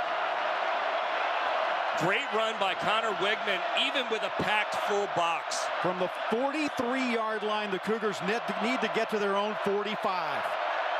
Wigman stands in a shotgun formation. Everybody is right on the line of scrimmage as far as Arizona State is concerned. They snap it to Wigman. Wigman has the 1st down across the 45 and dives ahead to the 49-yard line, and a Cougar 1st down and a pickup of 4 with 3:45 to play in the ball game. I mean, that is just confidence in your offensive line to get their blocks, to get everybody on the same page, get a big push right up the middle, and let the talented quarterback make the, figure it out himself. He does a great job of finding the crease and going to getting that 1st down. 15 on the play clock, 3:20 on the game clock. 1st down and 10, Houston. From their own 47-yard line. Houston on top late in the 4th quarter, leading at 24-16. Wigman keeps it himself, and Wigman out near midfield as he'll pick up 3 more yards. And is this timeout called by Arizona State? I believe it is. Arizona State calls a timeout with 3:08 to play. That is the second timeout. Their 2nd timeout. They may want to look at this play too, because there was some helmet to helmet on that play. So they call the timeout, does Arizona State, with 3:08 to play in the ball game. Sun Devils trying to use their timeouts, stretch this game if they can, and get the football back. Update from East Lansing. Michigan State with a late touchdown to make it 31-20 with 7 seconds left. And friends, as we like to say sometimes on this show, that touchdown was significant to quite a few. Get you back to Tempe. Here in this 4th quarter has tightened this game up considerably. 3:08 left in the ball game, 24-16. Houston on top by 8. And Kevin, a lot of fans have left. So that last series, obviously, where Arizona State goes down and scores, if this is a packed house, it's a lot different environment than right now. Right now, half the fans are gone. And so they're just trying to figure out do we have enough in the tank to try to stop Houston. I think this has, again, been a part of the script all along, is get the fans out of the game. That is 2 timeouts taken by Arizona State. They have 1 more remaining, plus the 2-minute timeout. Houston on a 2nd down and 8 from the 49-yard line. Fake the handoff. Connor Wigman back to the line of scrimmage. It's going to be 3rd down and long as he is tackled for a 1-yard loss. It's going to be 3rd down and 9. C.J. Fight, junior from Tatum, Texas, made the stop. He lost a yard on the play. It's 3rd down and 9 with 2:50 to play and counting. Arizona State subs out 2 of their box players. 3 box players. They got a rush end in now and a big man in the middle and an extra DB out there. So you're getting sort of the size advantage that you needed to throw the ball. But again, Arizona State matches it with another defender. 3rd down and 9, Houston from their own 48-yard line. And I think the Cougars are going to call a timeout, and they will. They call timeout with 1 second on the play clock, 2:21 on the game clock. Houston has called their first timeout of the half. 30-second timeout. Yeah, you want to make sure you got all your I's dotted and T's crossed on this play right here. What do you do? Well, they're going to be in man coverage all the way. They probably won't put a safety over the top. You've got to get some kind of a rub route. Mesh is a popular play where you can run your receivers across in the middle. You've got to have something that's going to create leverage to give the receivers a little bit of leverage. I think what I would do, I'd run get that slot receiver, get Amari Thomas and Tanner Kojo on a mesh across the middle, and you'll get one of those 2 guys open. The Cougars will be taking on the Mountaineers of West Virginia on Saturday at TD-ECU Stadium. Be sure and get your tickets and be a part of it. Be loud, wear red. Come out and support your Houston Cougars. SeatGeek is the official ticketing partner of University of Houston Athletics. Cougars 3rd down, and it's almost 10 to go for the 1st down. Line of scrimmage is the Houston 47-yard line. They need to get to the 43 of Arizona State. 2:21 to play in the ball game, 24-16. Cougars on top by 8. Wigman throws, and it is incomplete. It was intended for Amari Thomas, and they'll say incomplete. Now the clock will stop with 2:15 to play, and you hear the crowd's reaction. It was a sliding attempt by Amari Thomas, but they say it was an incomplete pass. And the Cougars will bring their punt unit out onto the field in an 8-point game with 2:15 remaining. Arizona State will get the football back. And you'll see just how far they'll have to go as Liam Doherty will try to pin Arizona State deep back in their own territory. Zachariah Sample waits inside his own 10-yard line for the punt. Liam Doherty, the left-footed Aussie, takes the snap. They don't come after it. He hits this one downfield, a high hanger. Sample calls for the fair catch and makes it at the 4-yard line. And that is where Arizona State will scrimmage 1st down and 10 with 2 minutes and 8 seconds remaining in this ball game. A 48-yard punt that Arizona State will take over at its own 5, make it 4 yards. See where they marked this. I thought it was the 4, but instead they put it on the 5. They got it on the 5. So here we go. Got to see the Cougar defense step up right here. Arizona State has not lost a game at home since 2023. They won 10 in a row here at Mountain America Stadium. Remember, Jeff Sims, backup quarterback, he's struggled this year. He's got a 47% completion percentage. Let's see how he does. Well, he'll take this snap from inside his own end zone. Back to pass Sims. Sims rolls to the right. He dumps it, and he gets it out of bounds here on the near sideline. It'll be 2nd down and 10, but the clock will stop with 2:03 to play in the ball game. They'll run one more. You know, that was very near to whether or not he was out of the pocket on that. And I'm not sure he was, but he threw it out of bounds. And no grounding call on the play. I think the Cougar coaching staff was asking that question as well. So 2nd down and 10 for Arizona State from their own 5-yard line. Arizona State deep in its own territory. This will be the final play before the 2-minute timeout. Sims will keep it himself. Sims is hit at the 11-yard line and brought down at the 11, and that will stop the clock with 1:58 to play for the 2-minute timeout. It's a pickup of 6 yards, so it'll be 3rd down coming up and 4. But first, the 2-minute timeout. What a game we've got going on here in Tempe, Arizona. You don't want to go anywhere because it is far from over with 1:58 left.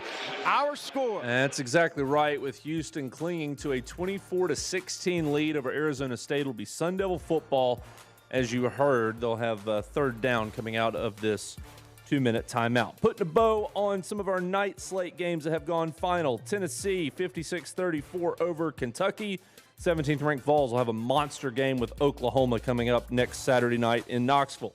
Meanwhile, in East Lansing, Michigan State, as you heard, a late, significant to some, touchdown. Michigan wins, though, 31-20. As Sparty goes to 0-5 in the Big Ten, Michigan improves to 6-2. Louisville beats Boston College 38-24. You heard the A&M blowout at LSU. Aggies are 8-0 as they win 49-25. We're going to sneak in a timeout. We'll get you the finish in Tempe coming up right after this. Progressive knows RV owners like to travel at a nice, relaxing pace. Just like this commercial. They're not rushing to a departure gate at the airport, because they depart from their driveway. And they can relax even more knowing they're protected by Progressive. Now here comes the fast part. Progressive Casualty Insurance Company and Affiliates. When you're on the move and looking for nonstop college sports action, get the Varsity Network app and take the game with you everywhere. Stream live play-by-play from schools across the country right from your phone, free. Catch hundreds of weekly podcasts, including shows from your favorite teams, all in one place. From football Saturdays to midweek hoops, it's your all-access pass to the college sports world. Whether it's game day or just your daily drive, the Varsity Network app has you covered. Download now and listen live for free on the Varsity Network app.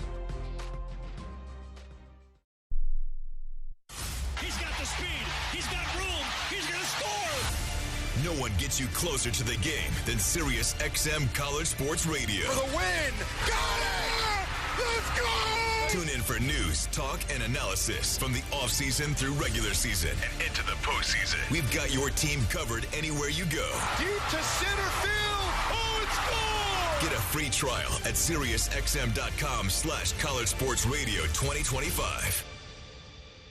Your morning shave with Barbasol is a time for self-reflection. Look in that mirror and ask yourself, can I make a real difference in this world? Of course you can. Just not today. There's football on. Barbasol. It's a can of can-do. If you can plan barbecues and weddings, you can plan to protect yourself from a natural disaster. Sign up for local alerts, prepare an emergency kit, and make a family communications plan. Get started at ready.gov/plan. Brought to you by FEMA and the Ad Council. Bringing you the best in the game today. Five to the end zone. He's in for a touchdown, Oregon. It's going to be another long touchdown for Iowa State. It's the College Football Blitz. Hanging out with you here for another half hour or so. Aaron Brunk is our producer. Brendan Beavers is at the controls. Phil Brain with you as we get set to go back to Tempe, where Arizona State has a long way to go, but only 8 points deficit to Houston, 24-16. Let's get you there. In for a touchdown. Shimon Mateer made the catch and went in for the touchdown. A 27-yard touchdown. And that is our Old Dominion best in the game highlight. Old Dominion Freight Line working hard to be the best in the game, and proud to support those striving to be the best in theirs. That was the Shimon Mateer touchdown. There was a penalty on the play, but the penalty for what seems like one of the rare times tonight was on Houston, and Arizona State's touchdown stood, and that touchdown made it a one-possession game, and it still is with 1:59 to go. But the Sun Devils are deep in their own end of the field. They have been deep in their end of the field for a good chunk of this football game, and that's been a big reason why they have trailed throughout and trail now 24-16 with 1:59 left. Jeff Sims in at quarterback. Sam Levitt left the game briefly in the first quarter with an injury, came back, threw for 270 yards and a touchdown. But on the previous Sun Devil possession, Coach Kenny Dillingham inserted Jeff Sims in, and Sims was able to lead the team downfield for a score. And Sims is out there now with a 3rd and 4 at the ASU 11-yard line. Yeah, kind of a 2-deep shell. They got the safeties deep. They don't want the ball going in front of them. Sims gets the snap, wants to throw, does throw, and the pass incomplete. Trying to throw a short slant to Jaron Hamilton on the far side of the field, and was defended by cornerback Will James. And so the Sun Devils' hopes come down now to one play with 1:55 remaining. A 4th down and 4 at the Arizona State 11-yard line. The Devils are 89 yards away from the promised land, but they really are 5 yards away. They need at least 4 yards to keep their hopes alive in this game. And Sims will try to throw for that yardage, and the pass is broken up. Incomplete, intended for Derek Eusebio. Kentrell Webb unloaded on Eusebio. They're not going to call targeting on that. And they're not going to call targeting on that. And the Houston players start celebrating what they feel to be a big upset win, as they are now 1:52 seconds away from handing Arizona State its first home field loss since the Territorial Cup game against Arizona in November of 2023. Yeah, that's a good hit on replay. Stayed in the body. Good hit by the safety. Is under further review. They're going to take another look, but I don't like. I think it was a good call on the field. You know, why do you wait 40 seconds to take a look at it? ASU be shocked if they get this call. You know, one thing that Houston has done is they have played ASU to throw the first look, meaning, you know, not run a double move. The slants, the outs, the curls, they've been attacking everything. You know, slant route, they jump the slant on 3rd down, and safety inverted hard on the 4th one. You know, they're playing kind of a banjo cover on Eusebio in the slot. Kentrell Webb just unloaded on Eusebio, but it looks like the hit was legal. They're reviewing it now. Yeah, it's totally legal. Yeah, there's no way they should call this. Not really sure why they're wasting our time reviewing it.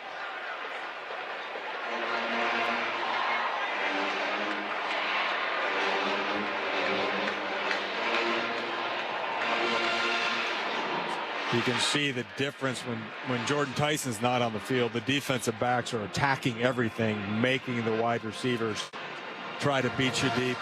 After review, there is no foul for targeting. It'll be 1st down. And so that'll put the period to the paragraph here. And it's pretty much all she wrote. Houston is going to beat Arizona State and improve to 7-1 on the year, 4-1 in the Big 12, 24-16, as the Sun Devils only have one timeout, and the Cougars are in the Sun Devil red zone. Let's go back to Salt Lake City, where it has been all Utah in this Utes-Buffalo contest, 26-0. Utah in front. Let's go there live now, early 2nd quarter. Grabbed from behind by Tawfiq Byard as he bounced it to the right side. A gain of a yard to the 42. And it's 2nd down and 9 now for Utah. Clock running inside 10 to play. Tell you what, Bert Ficklin, Gary's going to be a problem in this league in years to come. Yes, he is. 2nd down and 9. Snap to the freshman, drops, he's got time, steps up in the pocket, pressured from behind. Now he escapes to his right, being chased to the far sideline, and he steps out of bounds at the 40. There's a flag on the play. As he stepped out of bounds, Jeremiah Brown was there. Also took some pressure by Anquin Barnes. Are they calling that a late hit as he went out of bounds? I don't know. It was a scramble for 4, almost 5 yards on the play. I didn't think there was contact enough as he went out of bounds for. Personal foul, illegal blindside block, offense. Okay, all right. Number 99, 15-yard penalty from the slide of foul.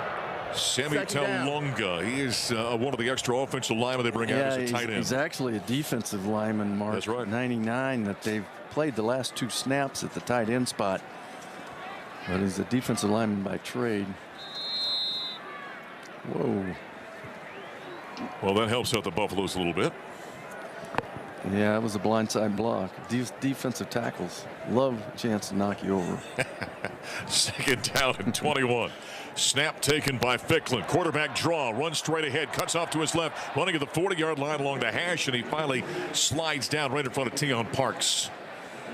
He ends up being a gain that time of a run of 10 yards on second down and 21. Now it's third down and 11. Martavius French tried to make that tackle, but he had to get off the blocker. Couldn't quite get there.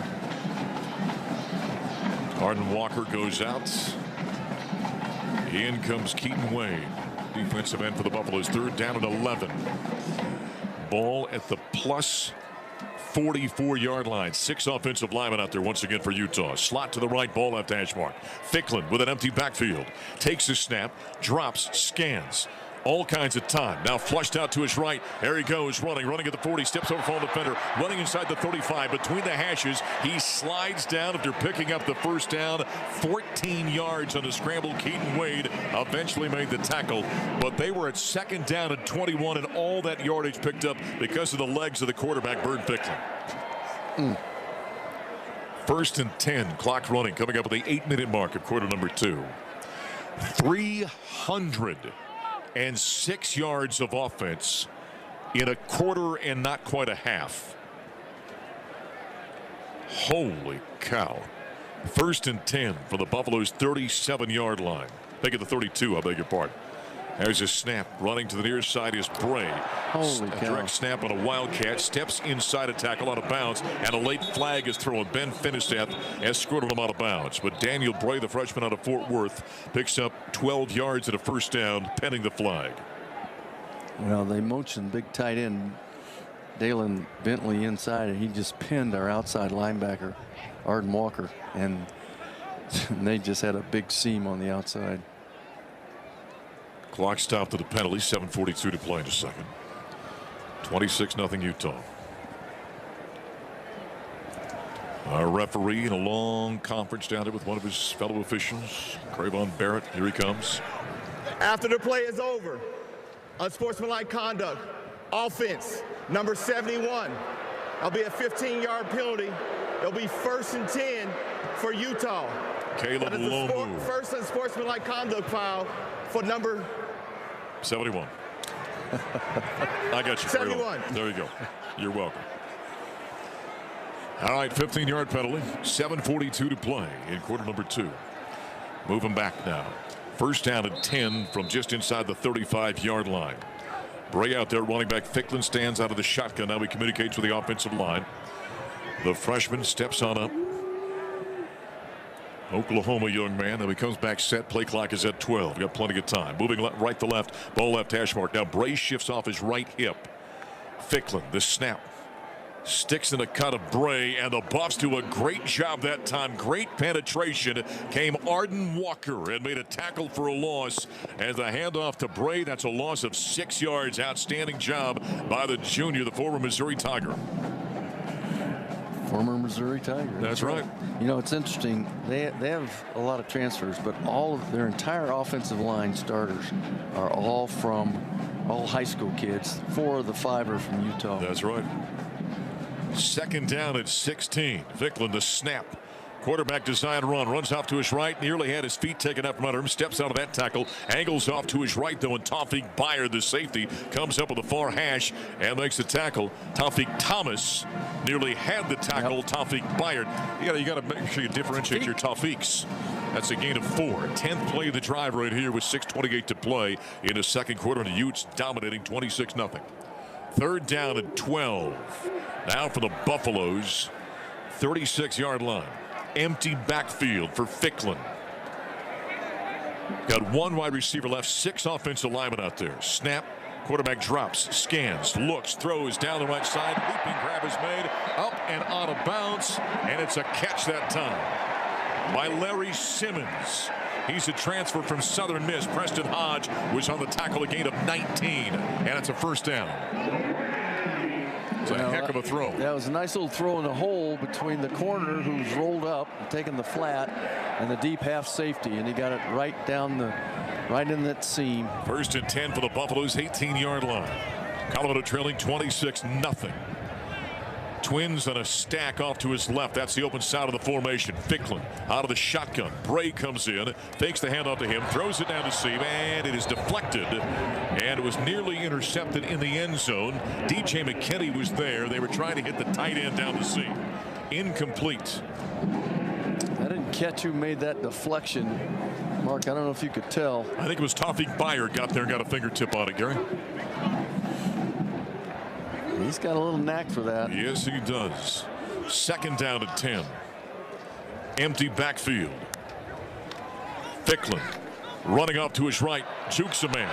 Tries to do it a second time in between the hash and numbers on the far side at the 10-yard line. And he's grabbed and brought down by DJ McKinney, but it's a gain of 8 yards. Mark, they've been in 6 offensive linemen, probably 4 out of 5 snaps now, right. And they're just blocking the edge with those big guys, and we can't get any penetration. 3rd down and 2. Ball on the 9-yard line. Inside Buffs territory, coming up on the 5-minute mark of quarter number 2. It's all Utah. Look at this compact formation here. Quarterback under center, full house backfield. Ficklin now communicating with the offensive line. Now he's going to shift one of the 3, the tight end Bentley to the right. Handoff, right side. Tries to step inside a defender, Nakari Rogers on the carry. And he got brought down inside the 5-yard line. The 4, Keaton Wade making the tackle. That's a gain of 5. Tawfiq Byard got there as well. Trying to make that initial tackle. Big boy football right now. Oh, man. This is line them up and hit you in the face. That's what you call bone on bone right now, man. That offensive line. Look they at got that. 7 offensive linemen out there right now for the 4-yard line. 1st down and goal. One hand grenade would kill 22 guys that are so tight in there. I formation behind him. Give tailback left side. Now the Buffs are able to hold down to Nakari Rogers. Gain of 2. Byard on the tackle. Boy, number 7, Tawfiq Byard has been everywhere tonight. Making one play after another. You don't even need hash marks when you line 11 guys up inside 7 yards. 2nd down, goal to go from the 2-yard line. 7 offensive linemen again. Another I formation. Handed off Rogers. Right side finds a seat end zone touchdown. Number 21, Nakari Rogers with his 7th rushing touchdown. Semi Talonga, number 99. Big offensive lineman that they use as a tight end, defensive line. I think he's played both actually at one time or another here, but he led the way. That makes it 32-0 in favor of Utah. That looks like the Yellowstone Corral out there. Those great big dudes. Holy cow, Gary. We've got 3:42 to play. Out for the extra point, Curtis Dillon. Now he bisects the uprights. It was a 2-yard run by Rogers. The extra point makes it 33-0. 16 plays, 60 yards in 7 minutes as Utah manhandling Colorado in Salt Lake City. That is the only game happening in Division I college football right now. So we'll hit a timeout, come back and check in with the Utes and the Buffs right after this. Morning, Zoe. Got donuts. Jeff Bridges, why are you still living above our garage? Well, I dig the mattress, and I want to be in a T-Mobile commercial like you. Teach me, Saldana. Oh, no, I'm not really prepared. I couldn't possibly. At T-Mobile, get the new iPhone 17 Pro on them. It's designed to be the most powerful iPhone yet and has the ultimate pro camera system. Wow, impressive. Let me try. T-Mobile is the best place to get iPhone 17 Pro because they've got the best network. Nice, Jeffrey. You heard them. T-Mobile is the best place to get the new iPhone 17 Pro on us with eligible trade-in in any condition. So, what are we having for lunch? Dude, my work here is done. 24 monthly bill credits on experience beyond for well-qualified customers plus tax and $35 device connection charge. Credits ended. Balance due if you pay off earlier. Cancel. Finance agreement. iPhone 17 Pro, 256 gigs, $1,099.99, and new line minimum $100 plus a month plan with auto pay plus taxes and fees required. Best mobile network in the U.S. based on analysis by Ookla Speed Test Intelligence data 1H2025. Visit T-Mobile.com. He's got the speed. He's got room. He's going to score. No one gets you closer to the game than Sirius XM College Sports Radio. For the win. Got it! Let's go! Tune in for news, talk, and analysis from the offseason through regular season and into the postseason. We've got your team covered anywhere you go. Deep to center field. Oh, it's gone! Get a free trial at SiriusXM.com/College Sports Radio 2025. What's up, fans? This is Roddy Jones, co-host of College Sports Now. We're breaking down all the action from around the country weekly during the football season. We'll look beyond the box score and keep our finger on the pulse of college football from September all the way to the national championship game in January, from the East Coast to the West Coast. Listen all season long on Apple Podcasts, Spotify, or wherever you love to get your podcast. And while you're at it, be sure to give us a follow along on Twitter @CSNowTweets. The biggest games. One man to beat 30 off to the races. You're not going to catch him. The biggest moments. Puts a stake in the heart of the undefeated season. This is the College Football Blitz. As we close down this edition of the Blitz, reminder you can hear a summary of everything that happened today on tomorrow's edition of Split Zone Duo, college football pod that covers the entire sport, SEC to the Mountain West, and everything in between, with pride, independence, and attention to detail.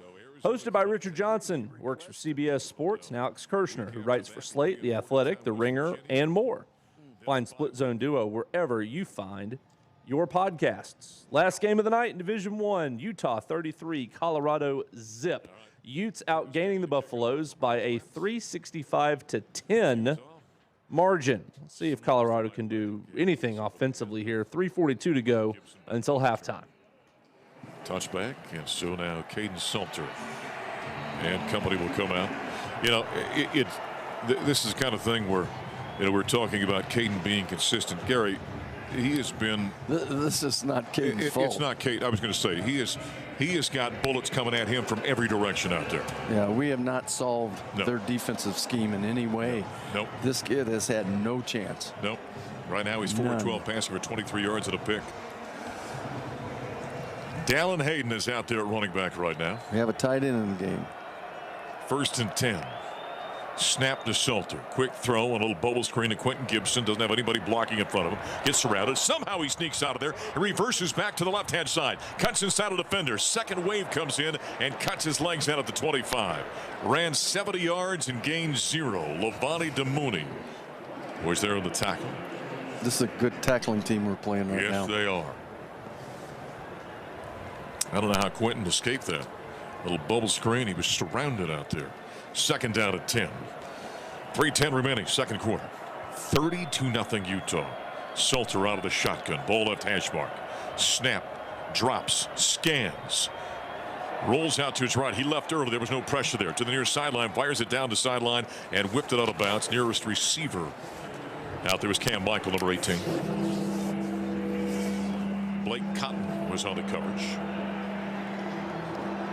Unfortunately, we stopped the clock. Yep. 3rd down and 10. Yeah, at this point, get rid of the time on the clock. Just get to the locker room. 3rd and 10. The Buffaloes are 2 of 7 on 3rd downs. Salter's out of the shotgun. See if they bring pressure. They did. Yeah, they do. Rolls to his right, giving ground. Got hit back at the 5-yard line. They blow it dead. Jonathan Hall got there. They blew that dead over quickly. That's a loss of 20 yards. Well, you know, this would not be a popular thing to do, but the only way we're going to gain ground is to run the football. Yes. We have no chance throwing it. None. They are teeing off, and so just to timeout. Save face here. We can't do it now, but obviously we got to come out and just run the ball and let our linemen have a chance. I'm with you. I'm with you. Timeout. Utah. Their first of the half. Now, why would they do that? It's greedy. They're greedy guys. Have you talked much? You know Kyle Whittingham all that well? You know, I used to. I haven't talked to him in a long time now. Okay. Yeah. He's an intense guy. He's an intense guy. His team plays like it. Yep. I recall when they made the move to the Pac-12, and there was a couple of years where they had to adjust to it and weren't playing very well. And there were calls here in Salt Lake City that we need a new coach. He can't make that transition. Now he's the winningest coach in Utah history. All right, Damon Greaves back to punt this away, and he stands about 7 to 8 yards deep in the end zone off to our left. Carvalho is back to return for Utah. He's right at midfield at the 50-yard line. Watch the pressure here. He should bring it. And he shanks it. It ends up about 5 rows deep in the stands down below us. Hang time about 2.5 seconds. Damon Greaves has been very good this season. The 2 or 3 times we've seen him do that is when it was obvious pressure situations. I think he rushed a little bit. That's a